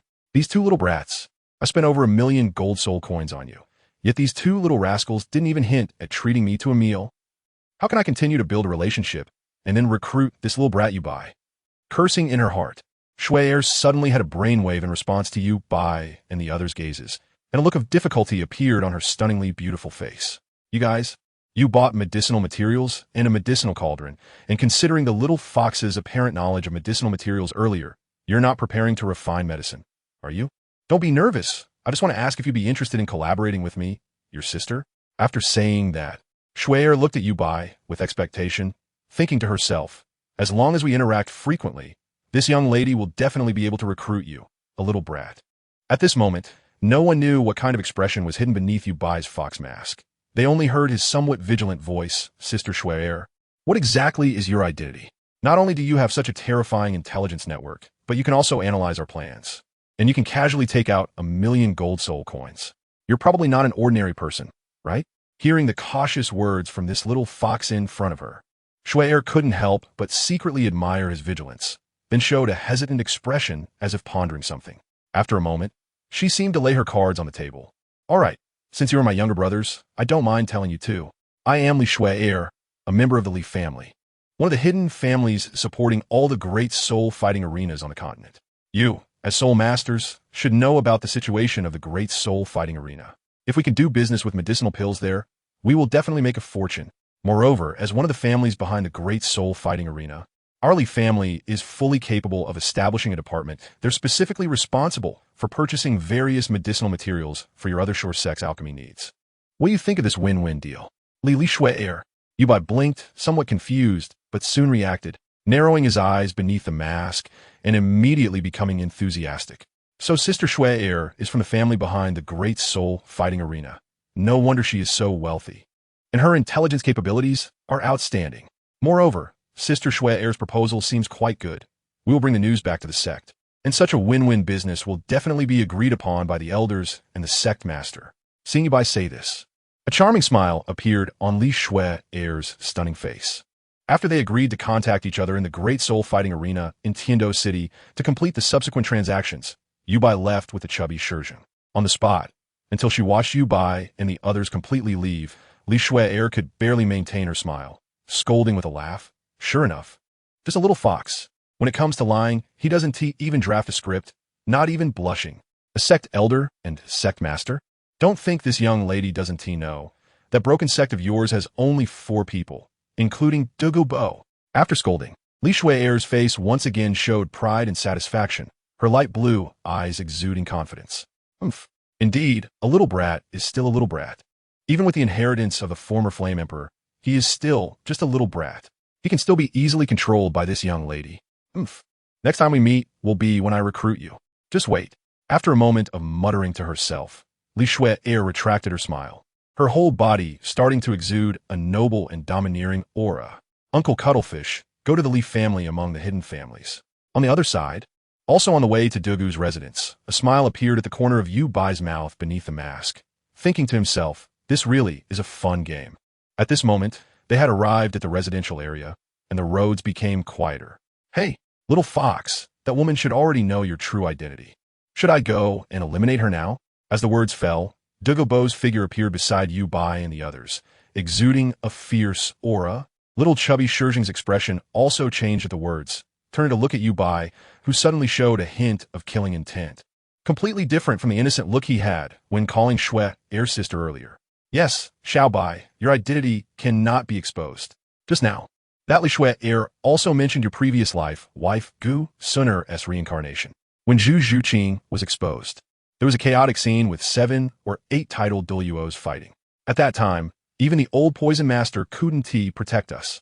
Seeing the fierce looks of the old and young, Yubai's face twitched. Kill her? Are you joking? Is she someone we can deal with right now? Moreover, regarding the business that Li Shui Air mentioned, I am quite interested. So he immediately shook his head, stopping the plans of the two. Are you really planning to do business with that woman on alchemy? Understanding Yubai's meaning, Douluo couldn't help but ask, smiling, isn't this a win-win situation?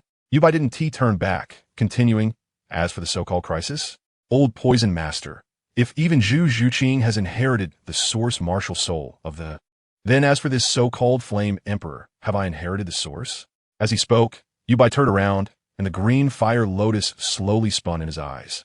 Hearing Yubai's words, both Douluo and little chubby Shizheng were stunned, especially when they saw the green fire lotus spinning in Yubai's eyes. They were all astonished. Meanwhile, at the Wuhuan Hall, in the Pope's palace, Bibi Dong suddenly opened her eyes, the complex expression in her gaze difficult to describe. Shui Air, you must not.